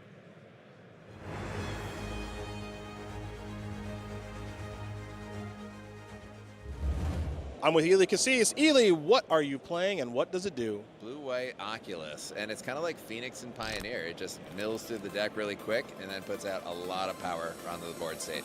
What's a good matchup? Good matchups are aggro matchups. I think I'm just a tad faster than them, but it's standard, so if they're on the play, anybody would be favorable. But I think the red-green prowess decks and like the other aggro decks are just pretty good matchups. But if you want the really best matchups, it's all the people playing these weird combo things that like Rug Prowess or like the 4-mana sorcery combo things that play Song of Totendens. They take so long to set up that it's kind of just like a free win. And what's a bad matchup? Bad matchups, Domain, and then Blue-White Auras if anybody's playing that, but it's not really present in the metagame. Alrighty, Ely, good luck. I'm here with Christian Calcano. Calc, what are you playing and what's it do? I'm playing just like Convoke, just play cheap creatures, make a bunch of tokens, Convoke out of 4/4, and then finish them off with Recruiter and Case of the Gateway Express. What's a good matchup? Good matchups are Black-Green, Doomsday, Domain, and the rest I would say is kind of close. What's a bad matchup? And then bad matchups are mostly like the Lockdown decks or the Eclipse, like -2/-2. Basically anything with cheap board wipes can be pretty tough. Maybe even that Teamer combo deck with the Pyroclasm. I'm here with Anthony Lee. Anthony, what are you playing and what does it do? I'm playing Handshake's Dimir Demons deck. It's a mid-range demon deck with a combo finish with Doomsday Excruciator. What's a good matchup? Domain and mono white. Any deck that doesn't put a lot of pressure on you and can't interact with the combo. And what's a bad matchup? Dimir mid-range. I think they're very good at disrupting us and pressuring us. I'm with Nicole Tipple. Nicole, what are you playing and what does it do? I am playing Teamer Prowess. It's a pretty cool like tempo combo deck that plays a lot of interaction for the format, and then it ends up in the long game going infinite with Valley Floodcaller, Enduring Vitality, Town Ain't Big Enough, and then spells. What's a good matchup? Probably Caretaker's Talent. That deck has a pretty hard time against us. And what's a bad matchup? I don't think there's a deck in the room that I feel unfavored against. Probably the worst matchup is if we're playing against Gruul Prowess on the draw. Sometimes like they just aggregate out a little bit too hard, but we teched pretty hard for them in the sideboard, so hopefully it should be okay. Nicole, good luck. Thank you. All right, everybody, 1 round to go of Swiss here in the room at World Championship 30. A lot of matches really matter this round because we have 3 more spots to give away in our top 8. And we're going to break down those matches for you right now and tell you exactly what the implications of each and every one of them are. Starting things off, good gravy!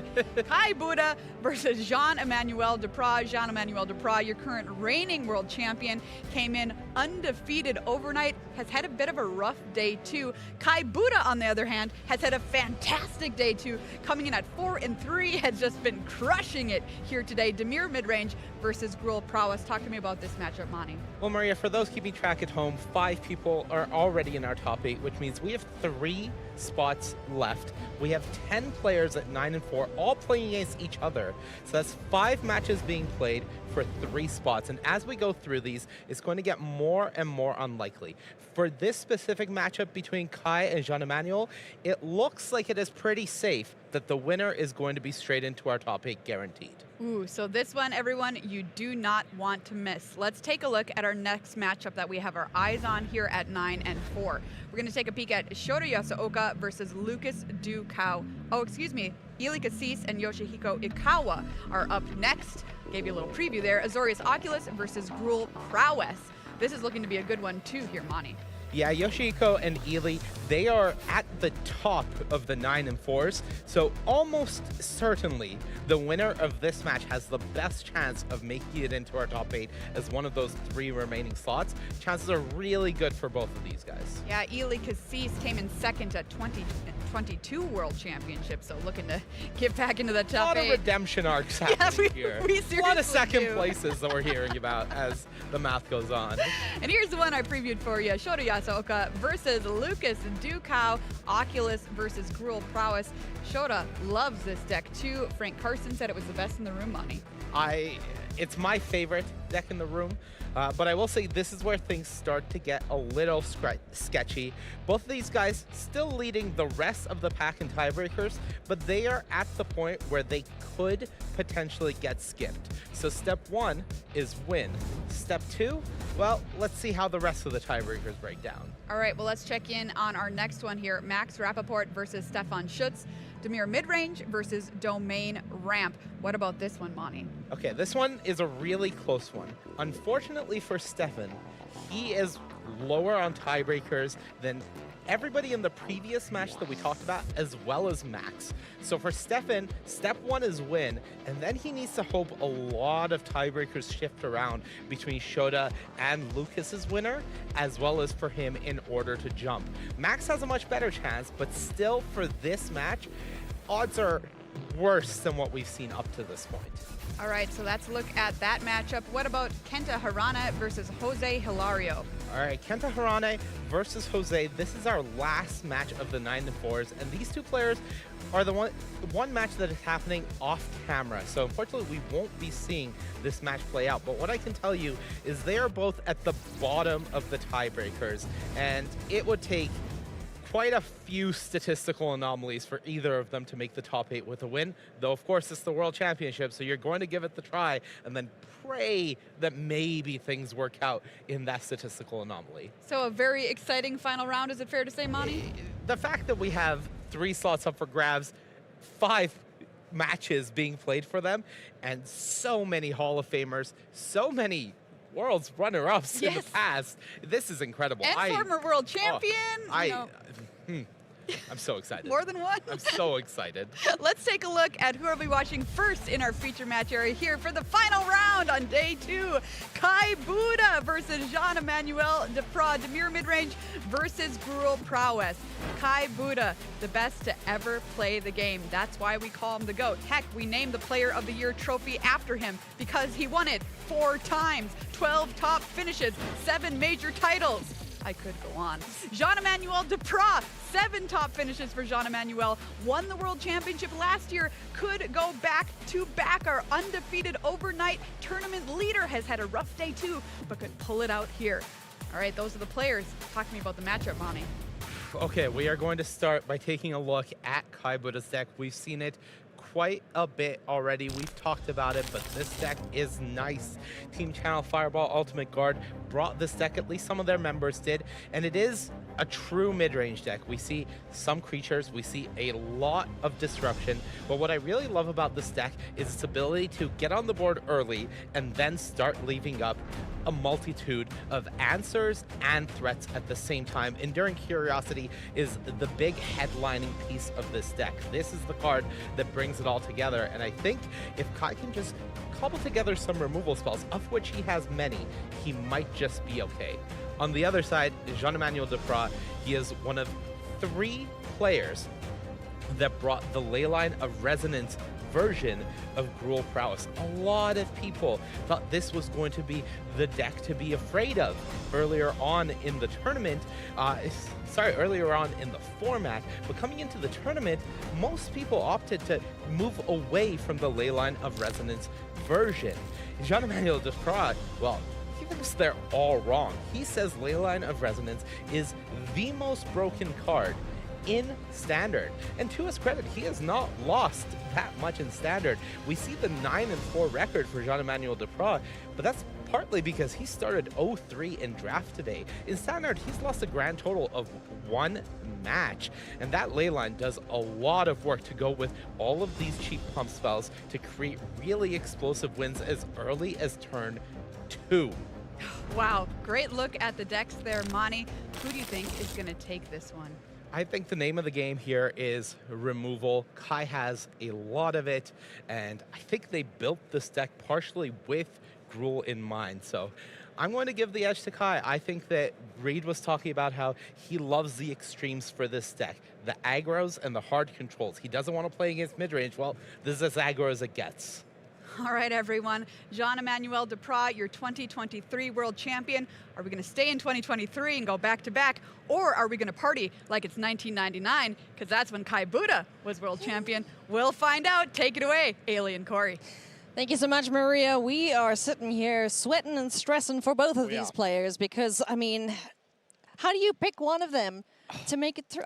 This is going to be heartbreaking for someone and absolutely phenomenal for the other player that makes it in. And 2 of the greatest players, the best there is, the best there was, the best there'll ever be in Kai Buddha, and the reigning world champion in JED. This is going to be one heck of a game of Magic. Yeah, absolutely. And this matchup's really close statistically that we've seen so far. And as far as just, you know, what these players want to play against, it is a very, very close matchup. I think the big difference is going to be right here with the pregame actions. If Jean-Emmanuel has the ley line to get it started, huge advantage. If not, which I don't think we see it right now, then I would put that advantage to Kai until I see a mull to 5. Oh, man. That is rough. Kai on the play here, mull to 5. Spyglass Siren to kick things off. Map token. And Jean-Emmanuel Depraz has a decent looking hand. Fair Magic. With the Cacophony Scamp to kick things off for him. So Kai doesn't have land too, so he really wants to top deck that to be able to have the bat as some interaction. Worst case scenario, you do the map, try to find a land, but oof. That's a kitty, that's going in the bin. Assume we didn't top deck a land, otherwise you would have just wanted to jam it, so could be a bit of a rough game here. He actually did top deck a land, but it's a tap land. All right. So, Siren on blocking duty against this Cacophony Scamp. Yeah, and I did see Kai sent out a tweet after the first day, and it was just like, yeah, you know, it just looked like I didn't want to play this type of really aggressive deck like Gruul, and after his kind of medium day 1, he's like, I should have just played Gruul. So we'll see. He's in, of course, a much better situation now after winning a lot of matches in a row. Yeah. I mean, yeah, he finished the day on 4-3, I believe, day 1. Yep, 4-3, and has been XO up until playing against Marcio last round in that winning, so. That was a nail-biter for sure. It was a great match. Jeez. Cacophony Scamp getting in here, and Spyglass Siren's going to jump in the way, but there is not dead after all. Or, excuse me.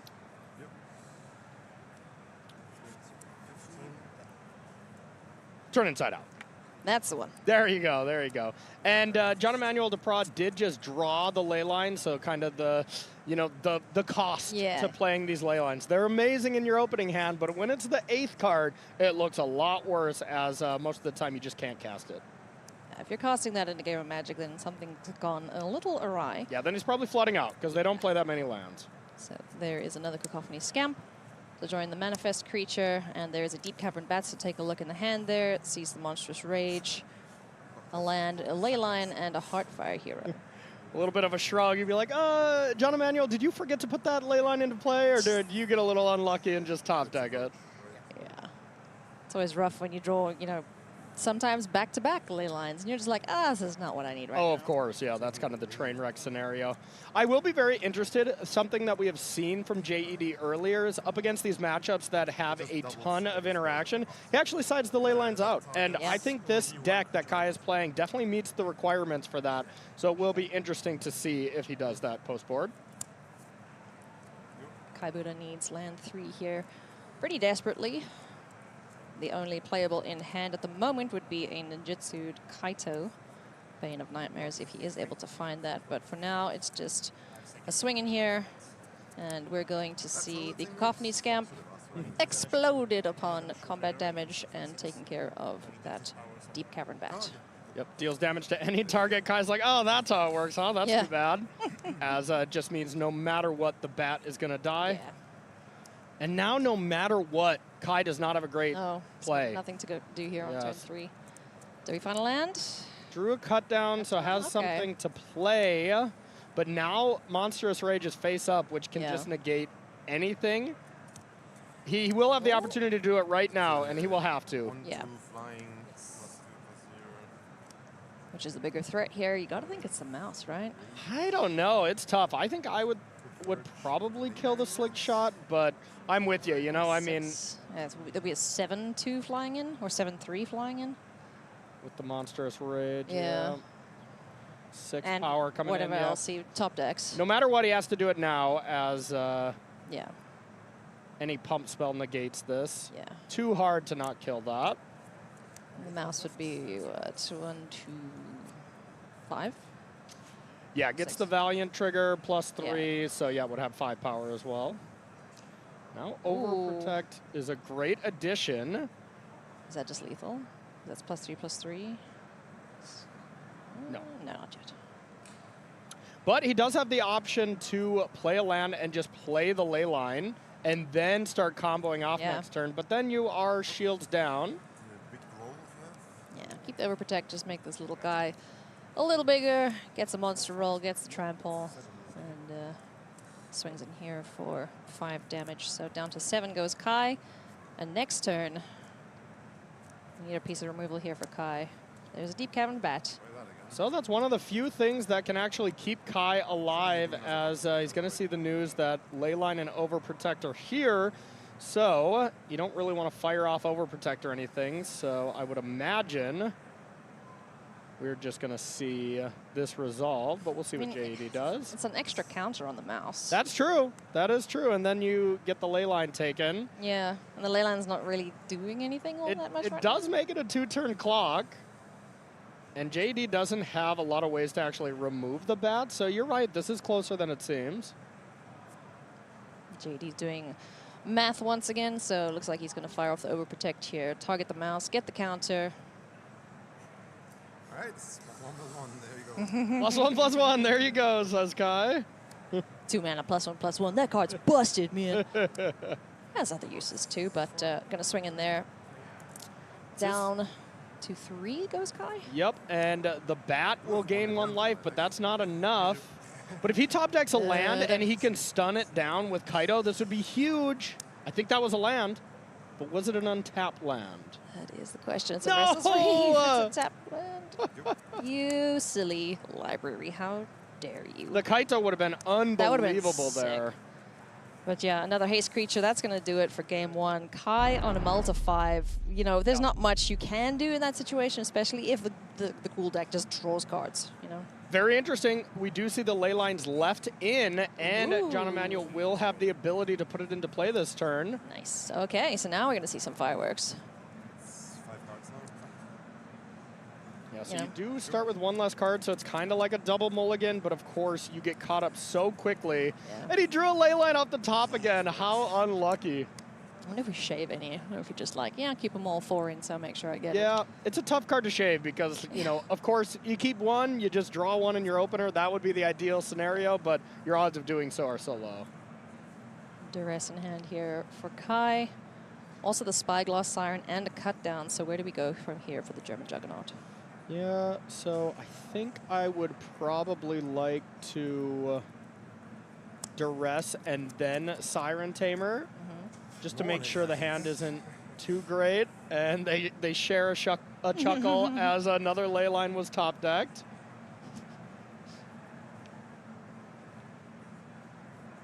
Turn inside out, ley line, the only two options. Can't take away the creature there. And I'm sure Kai might love to take that instead. Questing Druid, Seek the Beast. Yeah, Seek the Beast is going to be excellent. Just waiting for Kai's end step, being able to then pseudo draw a couple of cards, but still has to find green mana if you want to play Questing Druid. There you go. A way to make it so it's uncounterable, as you just have to wait till your end step. It's a much better sequence there. And finds one land plus a creature, kind of ideal. Good. Yeah. 1/9 creature, overprotect the draw. Leyline of Resonance, probably not going to see cost unless things get really, really sticky. And Questing Druid, Seek the Beast in hand too.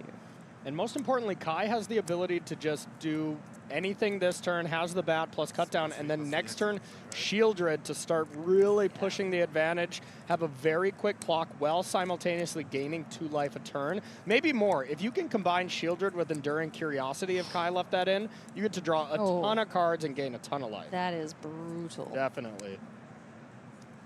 Aren't cats great? Yeah. What a good kitty. Overprotect is going to be the choice there for the Deep Cavern Bat. Land for turn, in for 1. First blood, yeah. There we go. Yeah. And doesn't crack the map, so JD will probably pick up on that there is a piece of removal, and there's only 1 card it could be, so if JD is paying attention, which he always is. Oh, for sure. We'll know that cut down is in the hand. Let's see. Druid first into the Heartfire Hero, get a counter on the Druid. So Kai is going to want to cut down this turn as he has land 4 and Shieldred. If he's going to do it, he wants to do it now so he can slam the powerful creature. Which critter is the biggest problem here? You know, I think it's probably the mouse, but they're pretty close when the Druid already has a counter on it. Yeah, well, JD is tapped down. Yeah. Yeah. No other spell has been like, a surprise gotcha, so cut down is still a valid. The mouse is always terrifying because there is the one cell sword in there that you can kind of combo off with, and there is the curiosity off the top. Oh, let's draw some cards. I like this because Shieldred next turn, if there's no piece of removal from JED, this is just going to be pretty much a landslide at this If it's up to JED, there won't be a next turn, but he doesn't really have it set up so far, as there is just creatures and the ley line which is basically blank right now. No targeted spells. I mean, Seek the Beast could find something.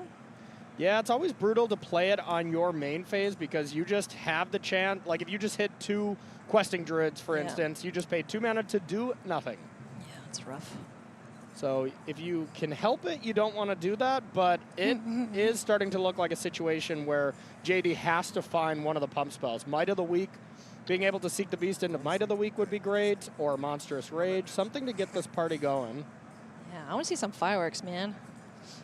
Leon Resonance is very, very good at doing that, but as such, I don't think we've seen a single targeted spell, barring the turn inside out. So Kai has a Gix command in hand as well, so that can be an absolute game ender. We saw, Seth take it down, lock up his spot in the top 8 here, thanks to the powerful card. Being able to put a couple counters on a creature, gain lifelink, that's already great. Yeah. And then either make your opponent sacrifice a creature or destroy all their tiny creatures, whatever mode fits you best, are devastating. Both of those effects are devastating, and Kai gets 2 of them. Gix's command is certainly brutal. 4 options, pick your favorite 2. Yeah, it never happens when that card gets cast and you're like, oh, that was okay. It's like, no, the game completely ended. Yeah. That's what we saw earlier in the 2 rounds ago when we were here. Exactly. Yeah, I like this. You got to take the risk here. Green? Okay, there's one. All right. Guy says, I don't like that with the first card. But he is going to like the fact that there is no 4th land. Yeah. Turn inside out twice. Yep. So the mouse is the right way around, therefore. So if you cast that, so it's plus 6, 7. So it's 8 damage. It would be 8 damage, yep. We see a cat get in the way here? I don't think so. So Kai's just Sheldrick doing the coming out? math. Is there any combination that you could kill me? And I think he's going to come to the conclusion that no. Well, I guess burn just- together would get it done. Yep. So playing around the one of. Yeah. Is he gonna risk it? No blocks. Pump, pump.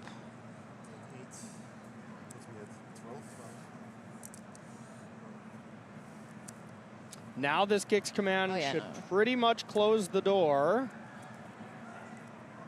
Yeah, you gotta think so, right? Pump up the bat. Yeah, it looks like he's not even going for it. Duress, take a Okay. look at the hand, and then just Shieldred gain 6 life. Ew. Plenty reasonable here. Yeah, no, that's pretty gross. Yeah, Shieldred and Gix command actually gain equal amount of life right Yeah, now. okay. But it's just, does your opponent have a creature in play this turn? I think if Kai knew JD's hand was 2 creatures there, and the Duress only took kind of a blank ley line, he might have went with the Gix, but pretty close either way. Gross. So up to 19. Yep, going up to 19. 3 cards. Seems good. Oh, the bat's got lifelink too. Yeah, there we go. Yep. Cool. All right, Tidebender, Gix's command, and 1 on the card, 2 lands. All right, I think this has to Alrighty. start with something like a Might of the Week to just get going. There was a Monstrous Rage. Okay, so the double striking mouse can come into play. Give double Manifold strike, and then Monstrous Rage. I don't think that would be enough, but let's see. I'm going to target the mouse, give it double strike, swings in, can take care of Shieldred. 3, 4, 5, 6, 7, 8. This looks like 16 damage to me. So I think it's actually much scarier if Kai does block, because you would take the trample damage and then you would take the damage from it dying. So I think Kai will probably come to the conclusion that he shouldn't block. All right, that's going to do it. So we lock things up here, friends. Both of these players, both incredible at this game. They are at 9 and 4, playing for a spot in the top 8. This is the game that decides it all. Let's see what's in this opening hand. The final game for one of these players, and for sure the final game for the other player, but a much happier ending, as this looks to be about as clean of a win and in as it gets. Duress to kick things off here for Kai. Cacophony Scamp on the board, and the only valid target looks like is the turn inside out. That's a lot of lands there from JD. That is not ideal by any means. And it's really interesting, most of the time when you have Duress in your main deck or your sideboard, it does not come in against the very aggressive red deck, but these Gruul Prowess decks are built in such a combo-esque way that breaking up one of these spells is actually really, really strong. Very powerful indeed, and just getting the information about, okay, what do I need to be prepared for next turn, you know, to determine, okay, right, sure, let's fire up the real spell now or later. Draw here for Kai. Has a go for the throat in hand. Yep, dealing Take care of the bigger creature.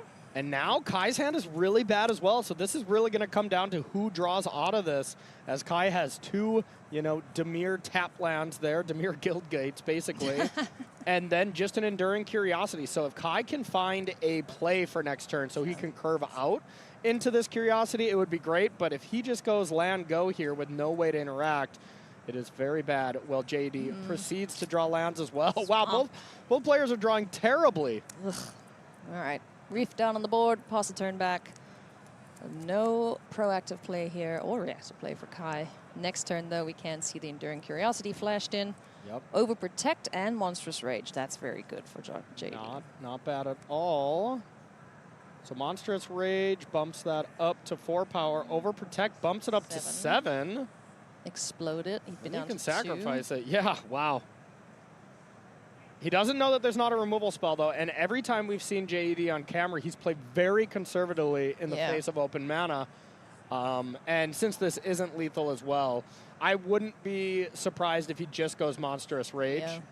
And that's For it. sure, and then just protect it for the next time. Exactly. Overprotect it, really. Overprotect, yeah. He's one of those helicopter parents. There you go, there you go. So it doesn't go for anything right. here. Just gonna play it cool. Plays a land, passes the turn back. Yeah, JD would really love something like a Seek the Beast to be able to gain some extra cards. Cut down. Yeah. All right, so that's a something for Kai. Not bad. Cut down against these prowess decks, though, sometimes rough, just huh? looks terrible. Like, early game, of course, turn 2. Oh, oh. Corey. This could Double be the protection. last turn of the game. I think this would be lethal then. If Kai goes for the removal spell, he won't have a blocker. Yeah, and the thing is JED can preemptively start with one of these protection spells. Yeah. So if John Emanuel goes for this, he has it. Which, with 2 protection spells, it's hard to not want to. Do you think Kai then buys into that, though? Because that's a bait, right? I mean, it doesn't matter. Kai's hand is forced. The only thing that JED would be playing around is 2 pieces of interaction. Yeah. And then Kai could actually do something about it. Yeah, no, I'm just saying, like, if he thinks that JD has multiple spells, yeah, and he starts with, which he's not going to, the protection spell, then just wait to see what else he piles on, then chuck the blocker in the way and maybe survive. But here we're just going to see Monstrous Rage on the Cacophony Scamp. Yeah, I don't even think the blocker would be enough either. I don't think either of the avenue Kai would take here is good enough as long as John Emanuel just plays his spells here. Yeah. Okay, JD didn't go for it. Wow. Okay. Conservative here. Cool, cool. Oh, another cut down. Okay. Jeez. Another cut down here actually interacts with this. This could have been John Emanuel playing too conservatively and actually letting Kai back into this game. Because now the 2 cut downs does stop this. Yeah.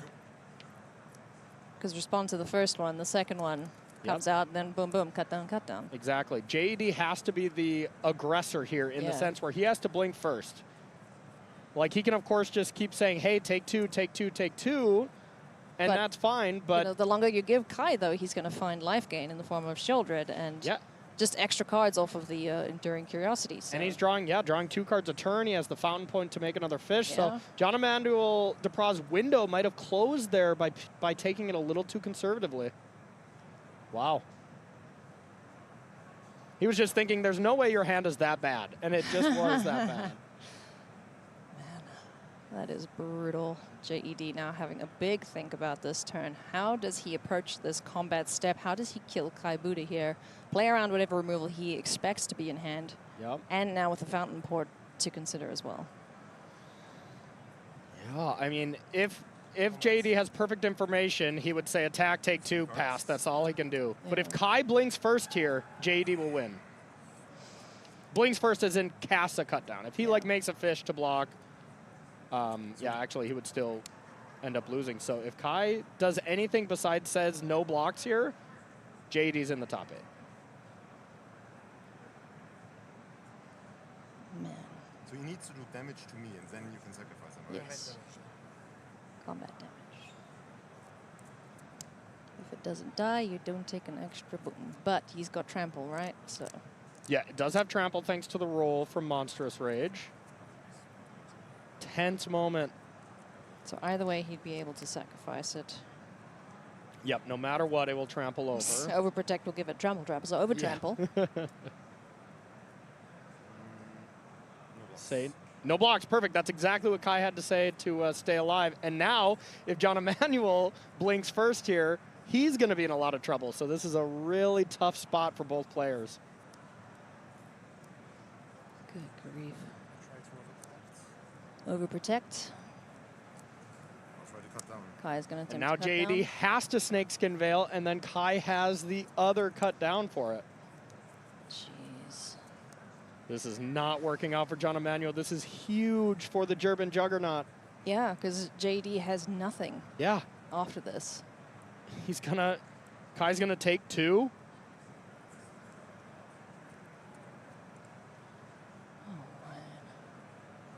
This game really imploded for JED It sure so did. quickly.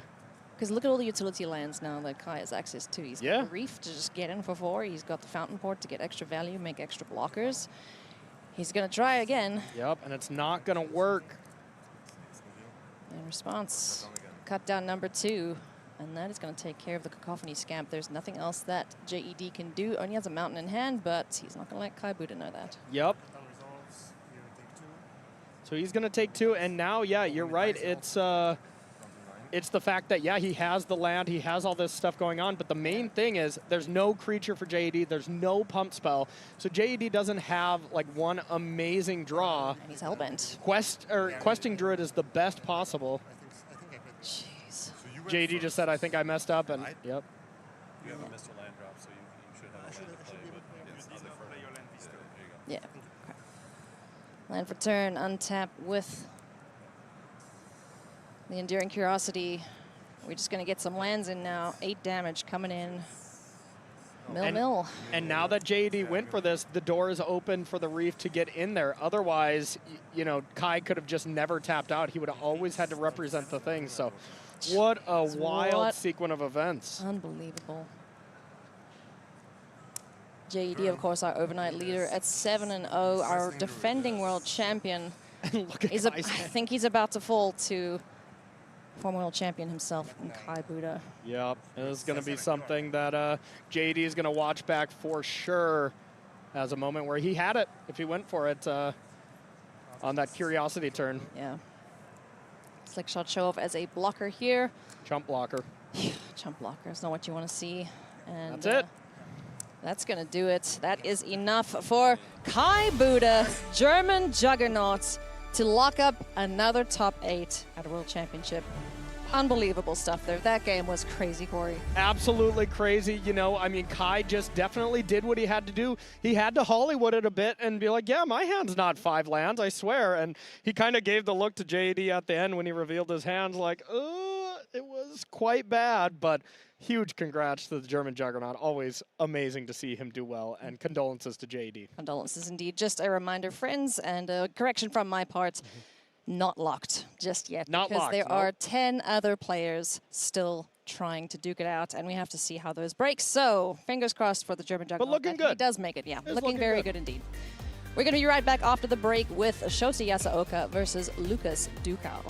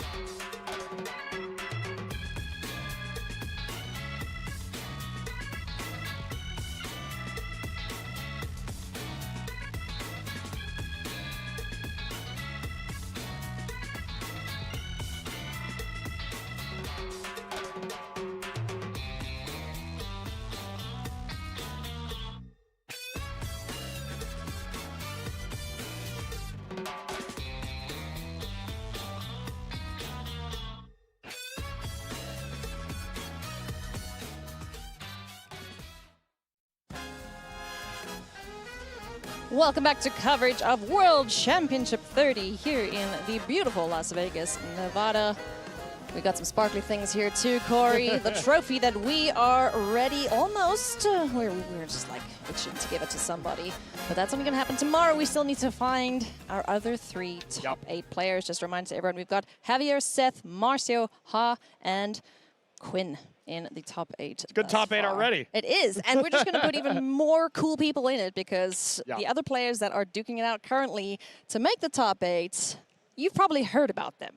I like the Duke It Out reference with our next one. That was a good one. Totally unintentional. I mean, I'm very good at my job. Lucas Ducal, Gruul Prowess, Shota Yasooka on Azorius Oculus. Corey, to me, these 2 decks are the decks of the tournament. I think you're totally right. Yeah, I think whatever iteration of Gruul that you had in mind, whether it be with ley lines or not, it still did good. It was the deck to beat, but this is definitely the spiciest new addition here with the Azorius Oculus, and 2 very scary opponents. Indeed, indeed. Lucas Ducal, an absolute killer on Magic Online. Duke 1-2, in case any of y'all have been losing to him over and over. Probably have many, many times. Heartfire Hero, an excellent start here indeed. Followed up by our little, is that the Manifold Mouse? It is, yep. It was. It's dead now. Courtesy of, well, it's having a nap.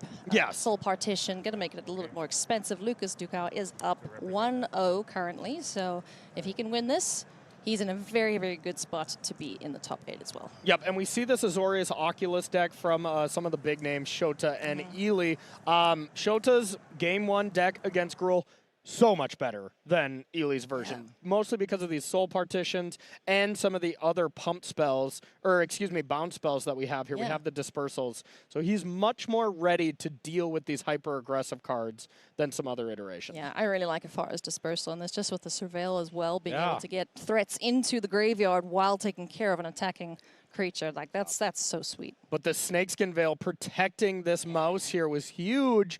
Shota's really up against it, and he's main phasing a Charter Course, but here is the helping hand to at least put something on the battlefield. But there's a solid chance, Ailey, that he just doesn't untap, that he ends his tournament right here, as we're untapping with 2 of the Deadly Mice. Yeah. 1 to give double strike. If there's a lot of pump spells, which I saw a few from Lucas, it looks very scary for Shota.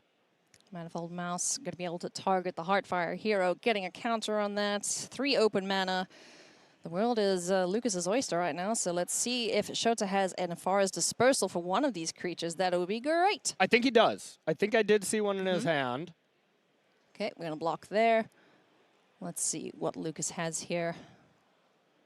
I saw a 1 pump spell, but it looks like he held it. I saw Might of the Meek, I believe. Okay, another Heartfire Hero down. Okay, nice. Paw Patch Formation takes care of Oculus, so no extra value there for Shota Yasooka. That was just a 4 of that this team decided to play as well. Like, such a very versatile sideboard card with the Paw Patch Formation. Yeah, it's really nice. I love the art. It's a great addition, yeah. With the amount of flyers at the moment and enchantments with like the Overlords and the annexes and you know, all that stuff, the rooms, everything from Duskmourn can die to Paw Patch Formation. And the fact that you can just cycle it away if you draw 2 of them or something, a very versatile, amazing sideboard card. Don't need Naturalize anymore. It's just a strict upgrade. There's Afara's Dispersal that's going to bounce one of these threatening Heartfire Heroes, so we're going to get a Monk token off of the Monastery Mentor too. Yep, absolutely. And Shota did have to do this proactively, which is kind of brutal. You really want to wait until Lucas fires off a bunch of pump spells and then you get good value off of it. Yeah. So I had to do this before blockers to then pump this up to a big creature. And now here is the fireworks. There's Might of the Meek. And we don't know exactly what got double strike there, so we'll see how much damage Shota does take, and took a big hit there. Yowza, but that does take care of the Manifold Mouse. So thank you, extra blocker and prowess. Hey, more mentors. Oh boy, oh boy. Okay. Okay. Oh, this is getting interesting. Yeah, Lucas has to have a nice follow-up, and I think I only see 1 card there. So I don't know if 1 card's enough. He might need to string together a couple of things. Into the Floodmaw. Do we have a creature? Nope, we don't. So there's another manifest that won't be popping up to go, hello. And a Screaming Nemesis and another 1-drop there, plus a Carplusion Forest. So not looking great here for Lucas Ducal to close this game out. And any Shota fan, which there are many, looks like we might have ourselves another game. I'm cool with that. Yeah. Lucas does have the ability to play that other manifold mouse for a little bit extra. You know, that does cost 2 extra on top of the offspring, so you could, of course, play it for 6.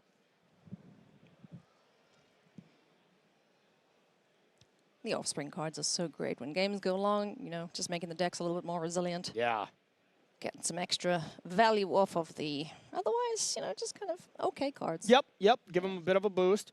So blocking the Screaming Nemesis, which is always scary. Now that does kind of turn on that secret ability that no more gaining life allowed. I don't know if Shota has a ton of ways to gain life anyways, but not anymore. I don't think so, but even if he wanted to, no. Not allowed. Not allowed, nope.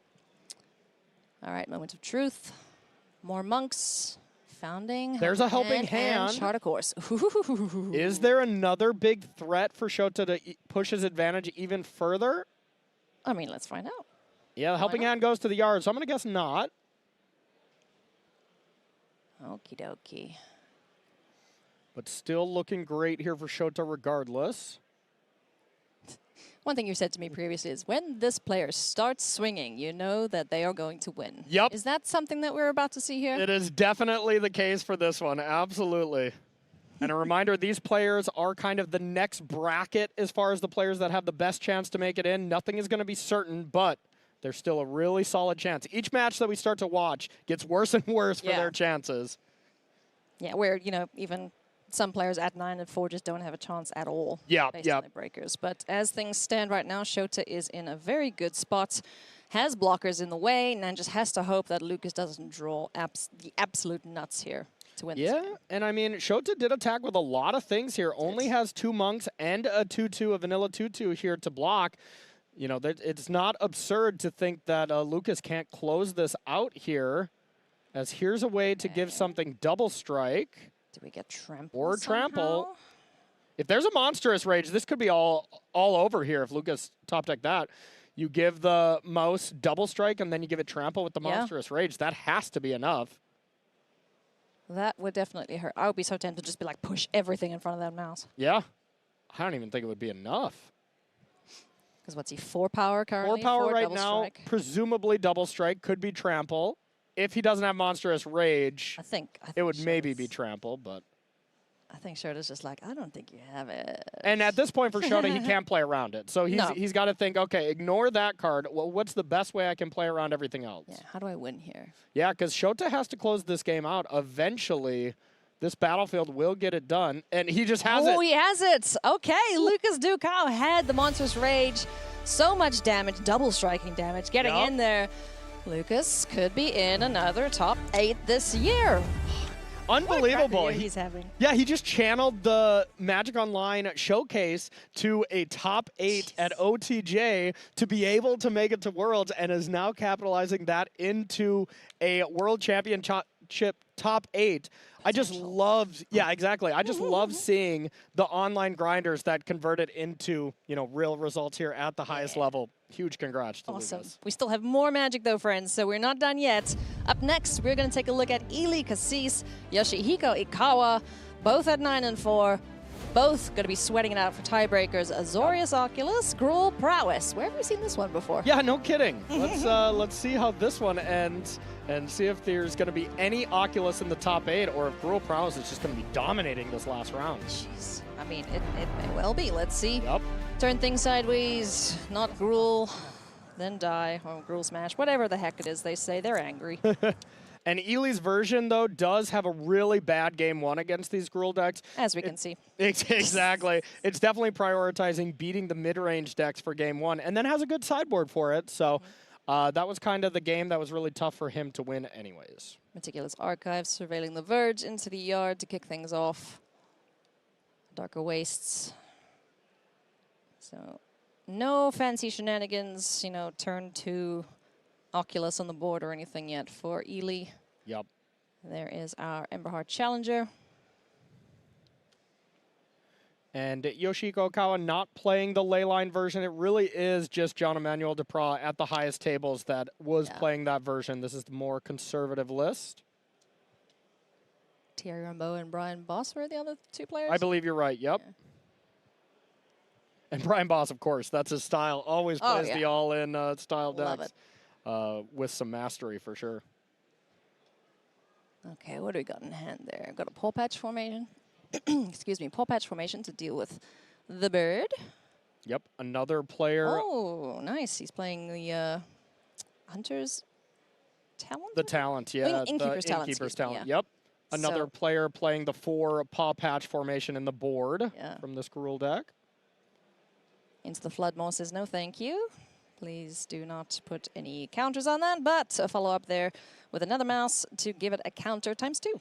Ely got a little punished there. He said before combat wanted to bounce the other thing, and now this got to be boosted up there, so.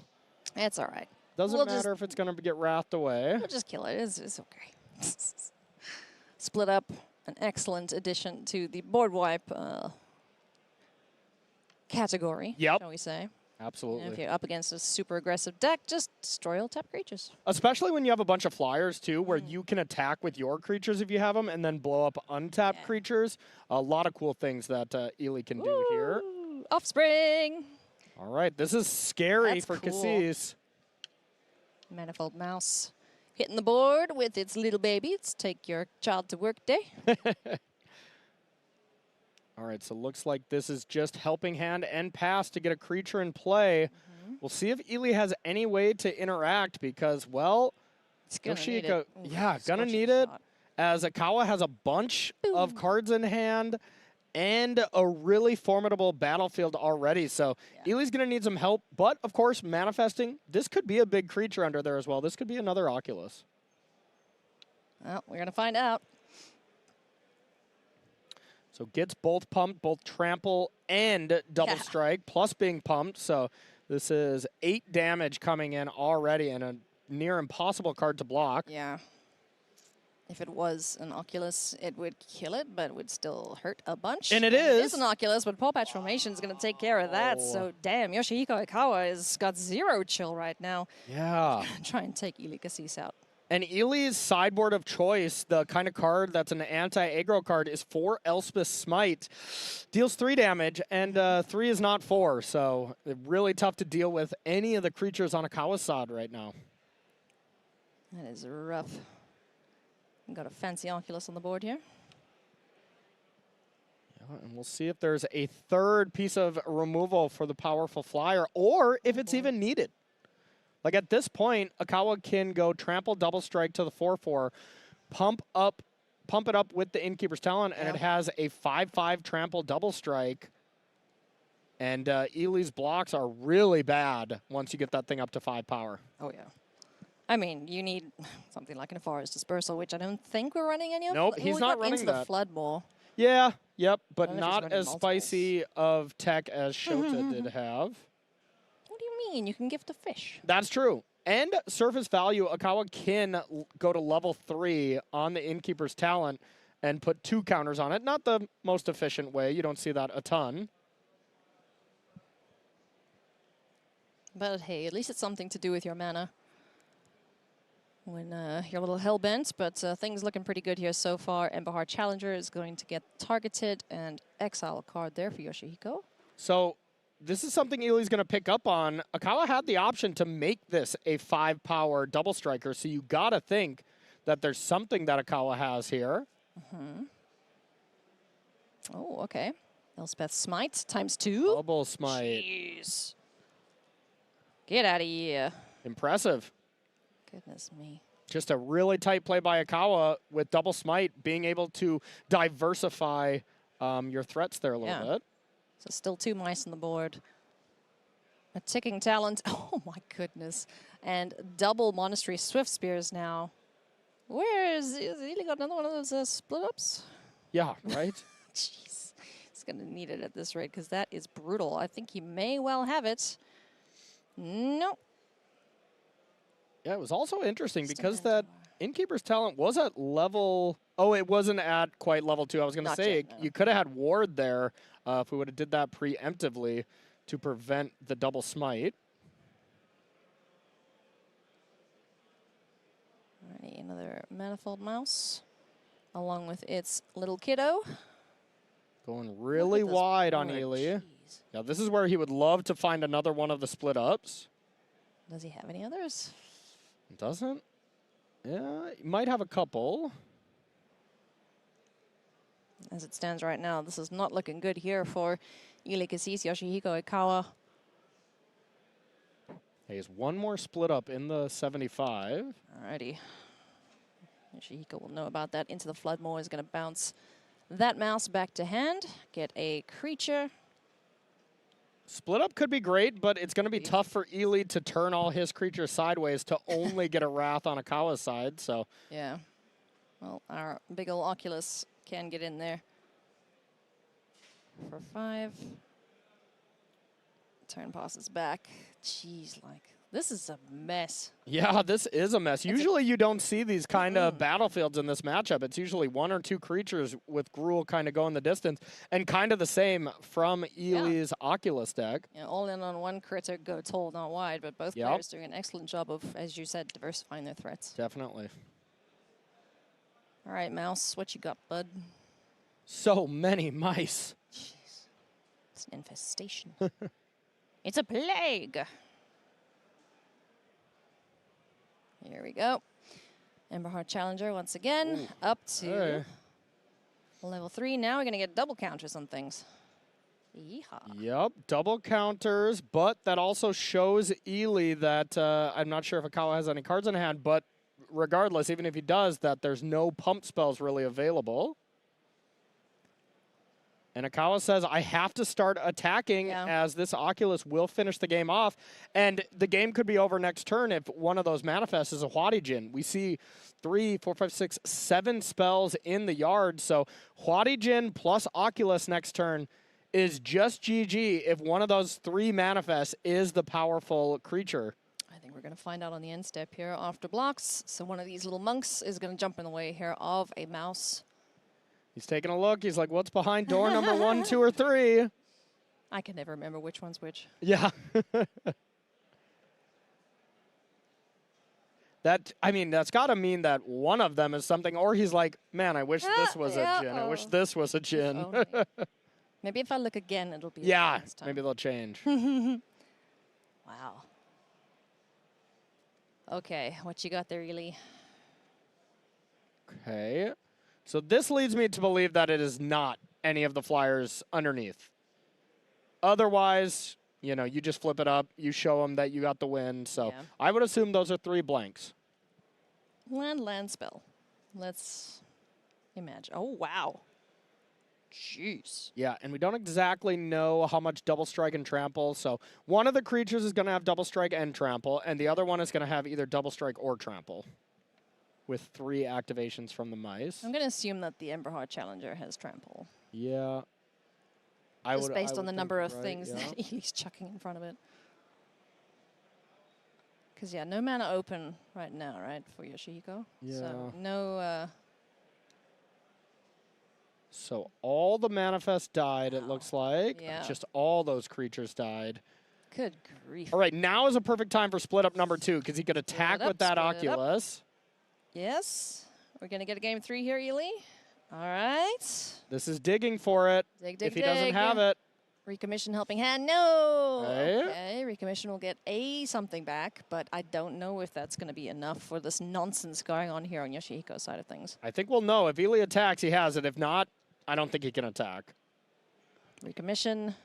Get an Oculus back. We get 2 more blockers off of these guys. Yep. 5 blockers now. Okay. All right. He's doing a good job. He's gumming up this battlefield. Okay, he still feels good enough to get in there for 5, making it so Akawa has to have something. I think he's hellbent, so this could easily come down to if Akawa draws any pump spell, wins the game. If he doesn't, game 3. Well, let's see how quickly he goes to combat. I think that'll tell us. Looks like he does have 2 cards, so he did have 1 in hand off screen. All right, triggers, pre-combats. Here's the math. Innkeeper's Talent. It looks like a creature land. We don't always see those in the Gruul decks. We have 3 Manifold Mice. Yep. So we could have... And that is a ridgeline, so that can animate. Yeah. Becomes a dinosaur. Yep, becomes a 3/4. That whenever it attacks, another creature gets +2/+0. Oh, wow. Jeez, give that to the double striker. That's Yeah. brutal. I mean, yeah. I mean, something's going to have trample and double strike. Yeah. So you could Innkeeper's talent on a creature, give it trample and double strike, plus pump it from the land. Jeez. And the biggest creature would be the Manifold Mouse. That goes up to 4 power from the Valiant, 6 power from the Innkeepers, 8 power from the land, trample, double strike. That's 16 power from just that mouse to the left. So already you have to put 6 power in front of that, or 6 toughness in front of that. That's the Oculus. Then you have 3 other blockers that have to all get it done. I think this is a Kawa advancing. Yeah, I think well, he's just mathing it out quickly just to make sure and Yeah. then turn things sideways and GG. And these were actually the players with the best breakers, with the best chance of making it in. Yeah. Still nothing certain, of course. Yeah, no, we'll, Yep, turn it sideways. Let's Yep. go. Everything into the red zone, assigning everything, even the kitchen sink, to this here Heartfire hero. So that's 16 power on its own, so that goes there. And then just dies to the rest of it. Maybe, because it's 3, 3, 4, 5, 6, 7. That's 7 damage from the unblocked creature, so it's how much there? 16, 3, 4, 5. That's 8 blocked on that mouse. So that should be 5 from that mouse. I think this is 11 exactly from my quick math, but I must be wrong if we're still alive. That was first strike damage. Yeah, and there it that's is. Yep. Unbelievable. Goodness, that board state was ridiculous. Ely was probably just sitting there going, please, please, give me that board wipe. But Yoshihiko Ikawa, Pro Tour Thunder Junction champion, back in possibly another top 8, friends. Yep. So, Yep, absolutely. A couple of the OTJ people looking pretty solid in this. Who would have guessed the standard players that got here based on standard? Still pretty good at that format, huh? Yeah, not too shabby, not shabby at all. Congratulations, Yoshihiko. Super, super nice guy. Such a nice guy. Excellent player. It's great to see him pick up a win there, but again, we're still not sure, friends. So we're not going to say anything about who's in the top 8. We're Maria building and Mani suspense. and Cedric can figure that all out, and all the math whizzes in the back, Frank Karsten, etc. Or just the machine. I don't know. Yeah. I love building suspense. We can't just let you know, even if we knew. But even if we didn't know, yes.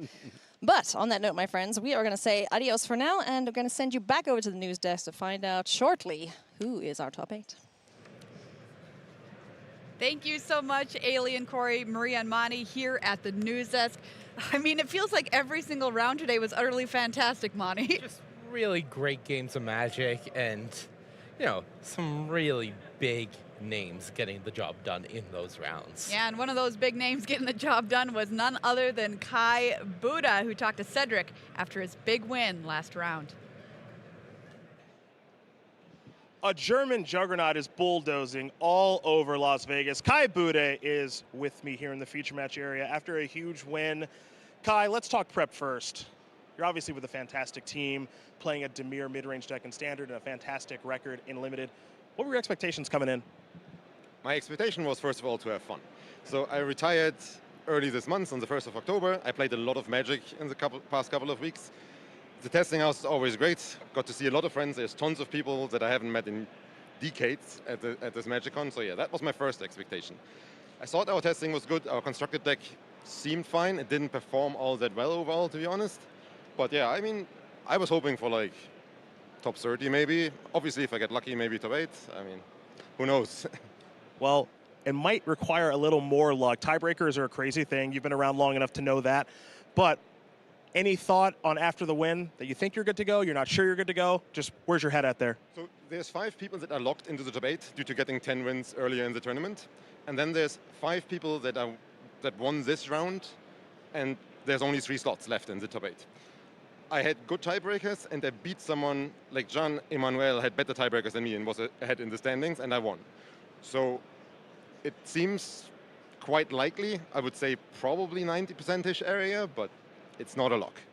It's not a lock, so we'll have to see how things do go. The German juggernaut, another top 8. We'll find out soon.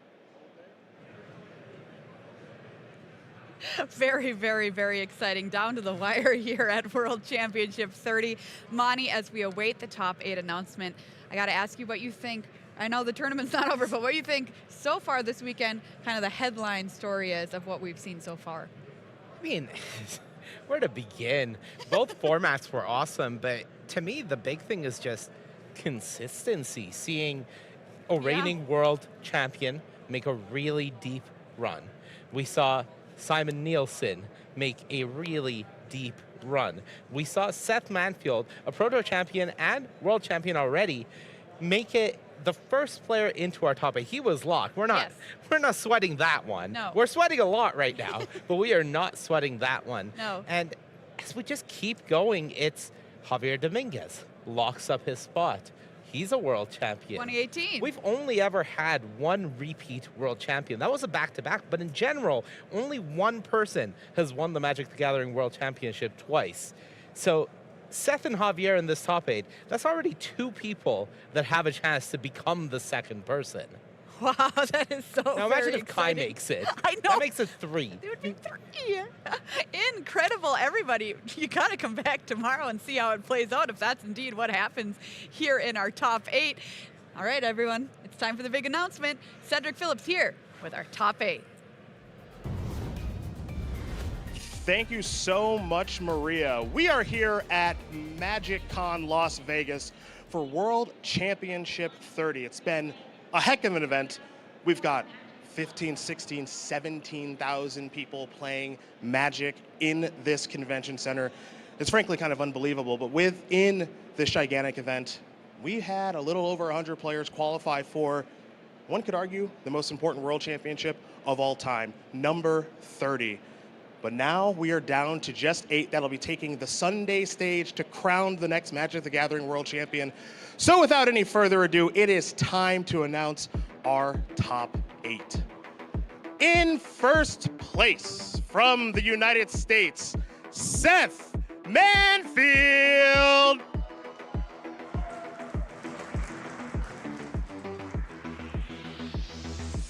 In second place from the United States, Quinn Tonoli.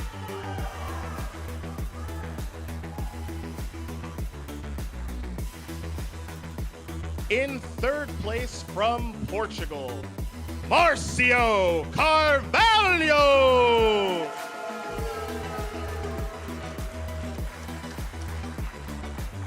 In fourth place from Canada, Pham.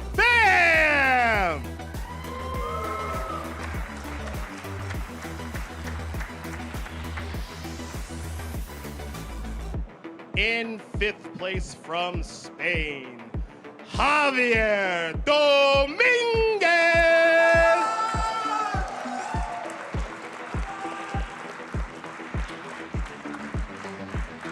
In sixth place from Japan, Yoshihiko Ikawa.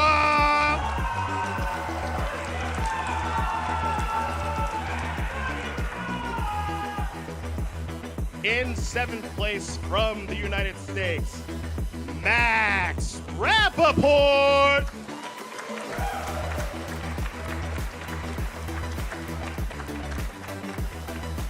And in eighth place to round out our top 8 at World Championship 30, he is the German juggernaut from Germany, Kai Buddha!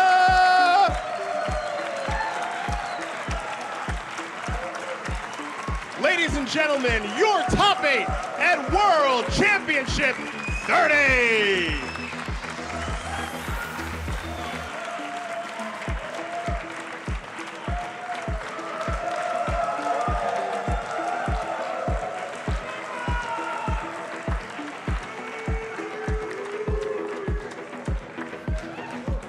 And there is your top 8, everyone. So very, very exciting here at World Championship 30. You are not gonna miss any of this coming up tomorrow for Top 8 Sunday.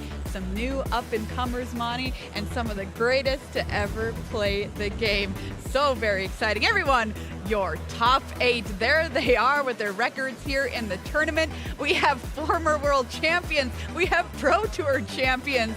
We have players who, like said, that they're just playing for fun. They qualified for the World Championship like Pham, and here they are in our Top 8. Let's take a look at our leaderboard and find out where we are at the end of the Swiss portion of our tournament. There you see your Top 8, of course, and indeed your Top 16. Your thoughts, Monty? Just incredible stuff. I think the fact that 2 of the 3 Pro Tour champions from this year are in the Top 8 of the World Championship is already just really mind-boggling to think about. But also 3 previous world champions trying to become the second person to get it done twice.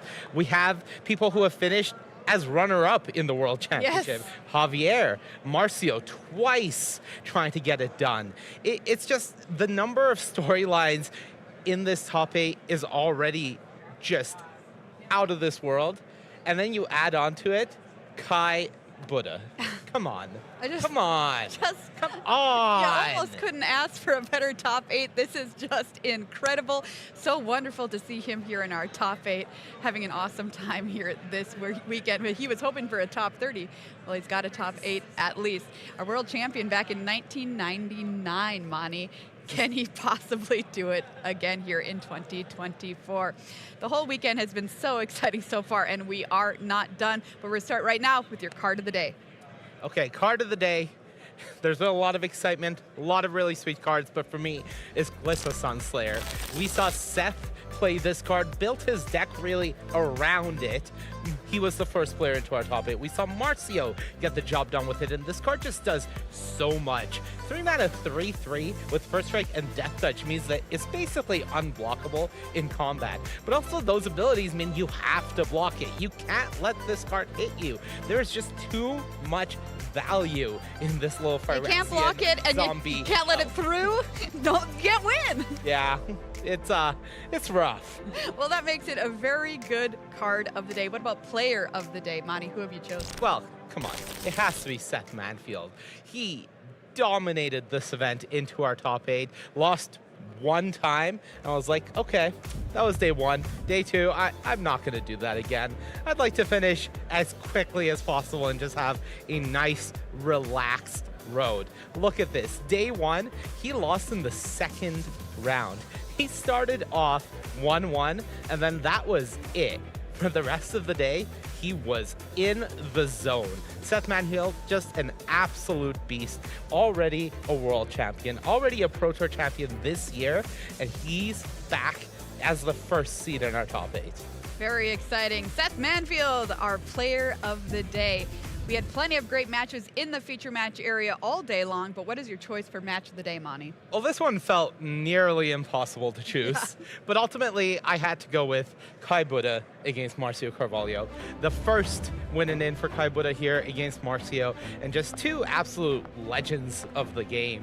And this match was, what the full distance, just so tight, and ultimately it was Marcio getting the job done and locking up his spot in the Top 8. I believe we set his 4th World Championship Top 8, and he's already lost in the finals twice. So the fact that he got the job there, you can see how much it means to him to make it back there and get 1 more shot at this. He said, just give me 1 and I'll stop playing in these. Stop coming. It was great. Oh, wonderful match of the day. I was on the edge of my seat that entire match. It was fantastic. If you didn't catch it, you got to go back and watch the VODs.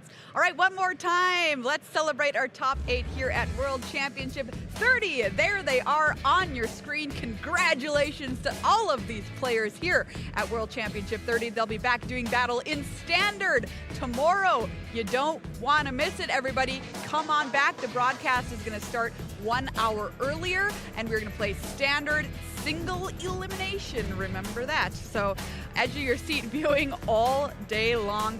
there are the times on your screen. And hey, guess what?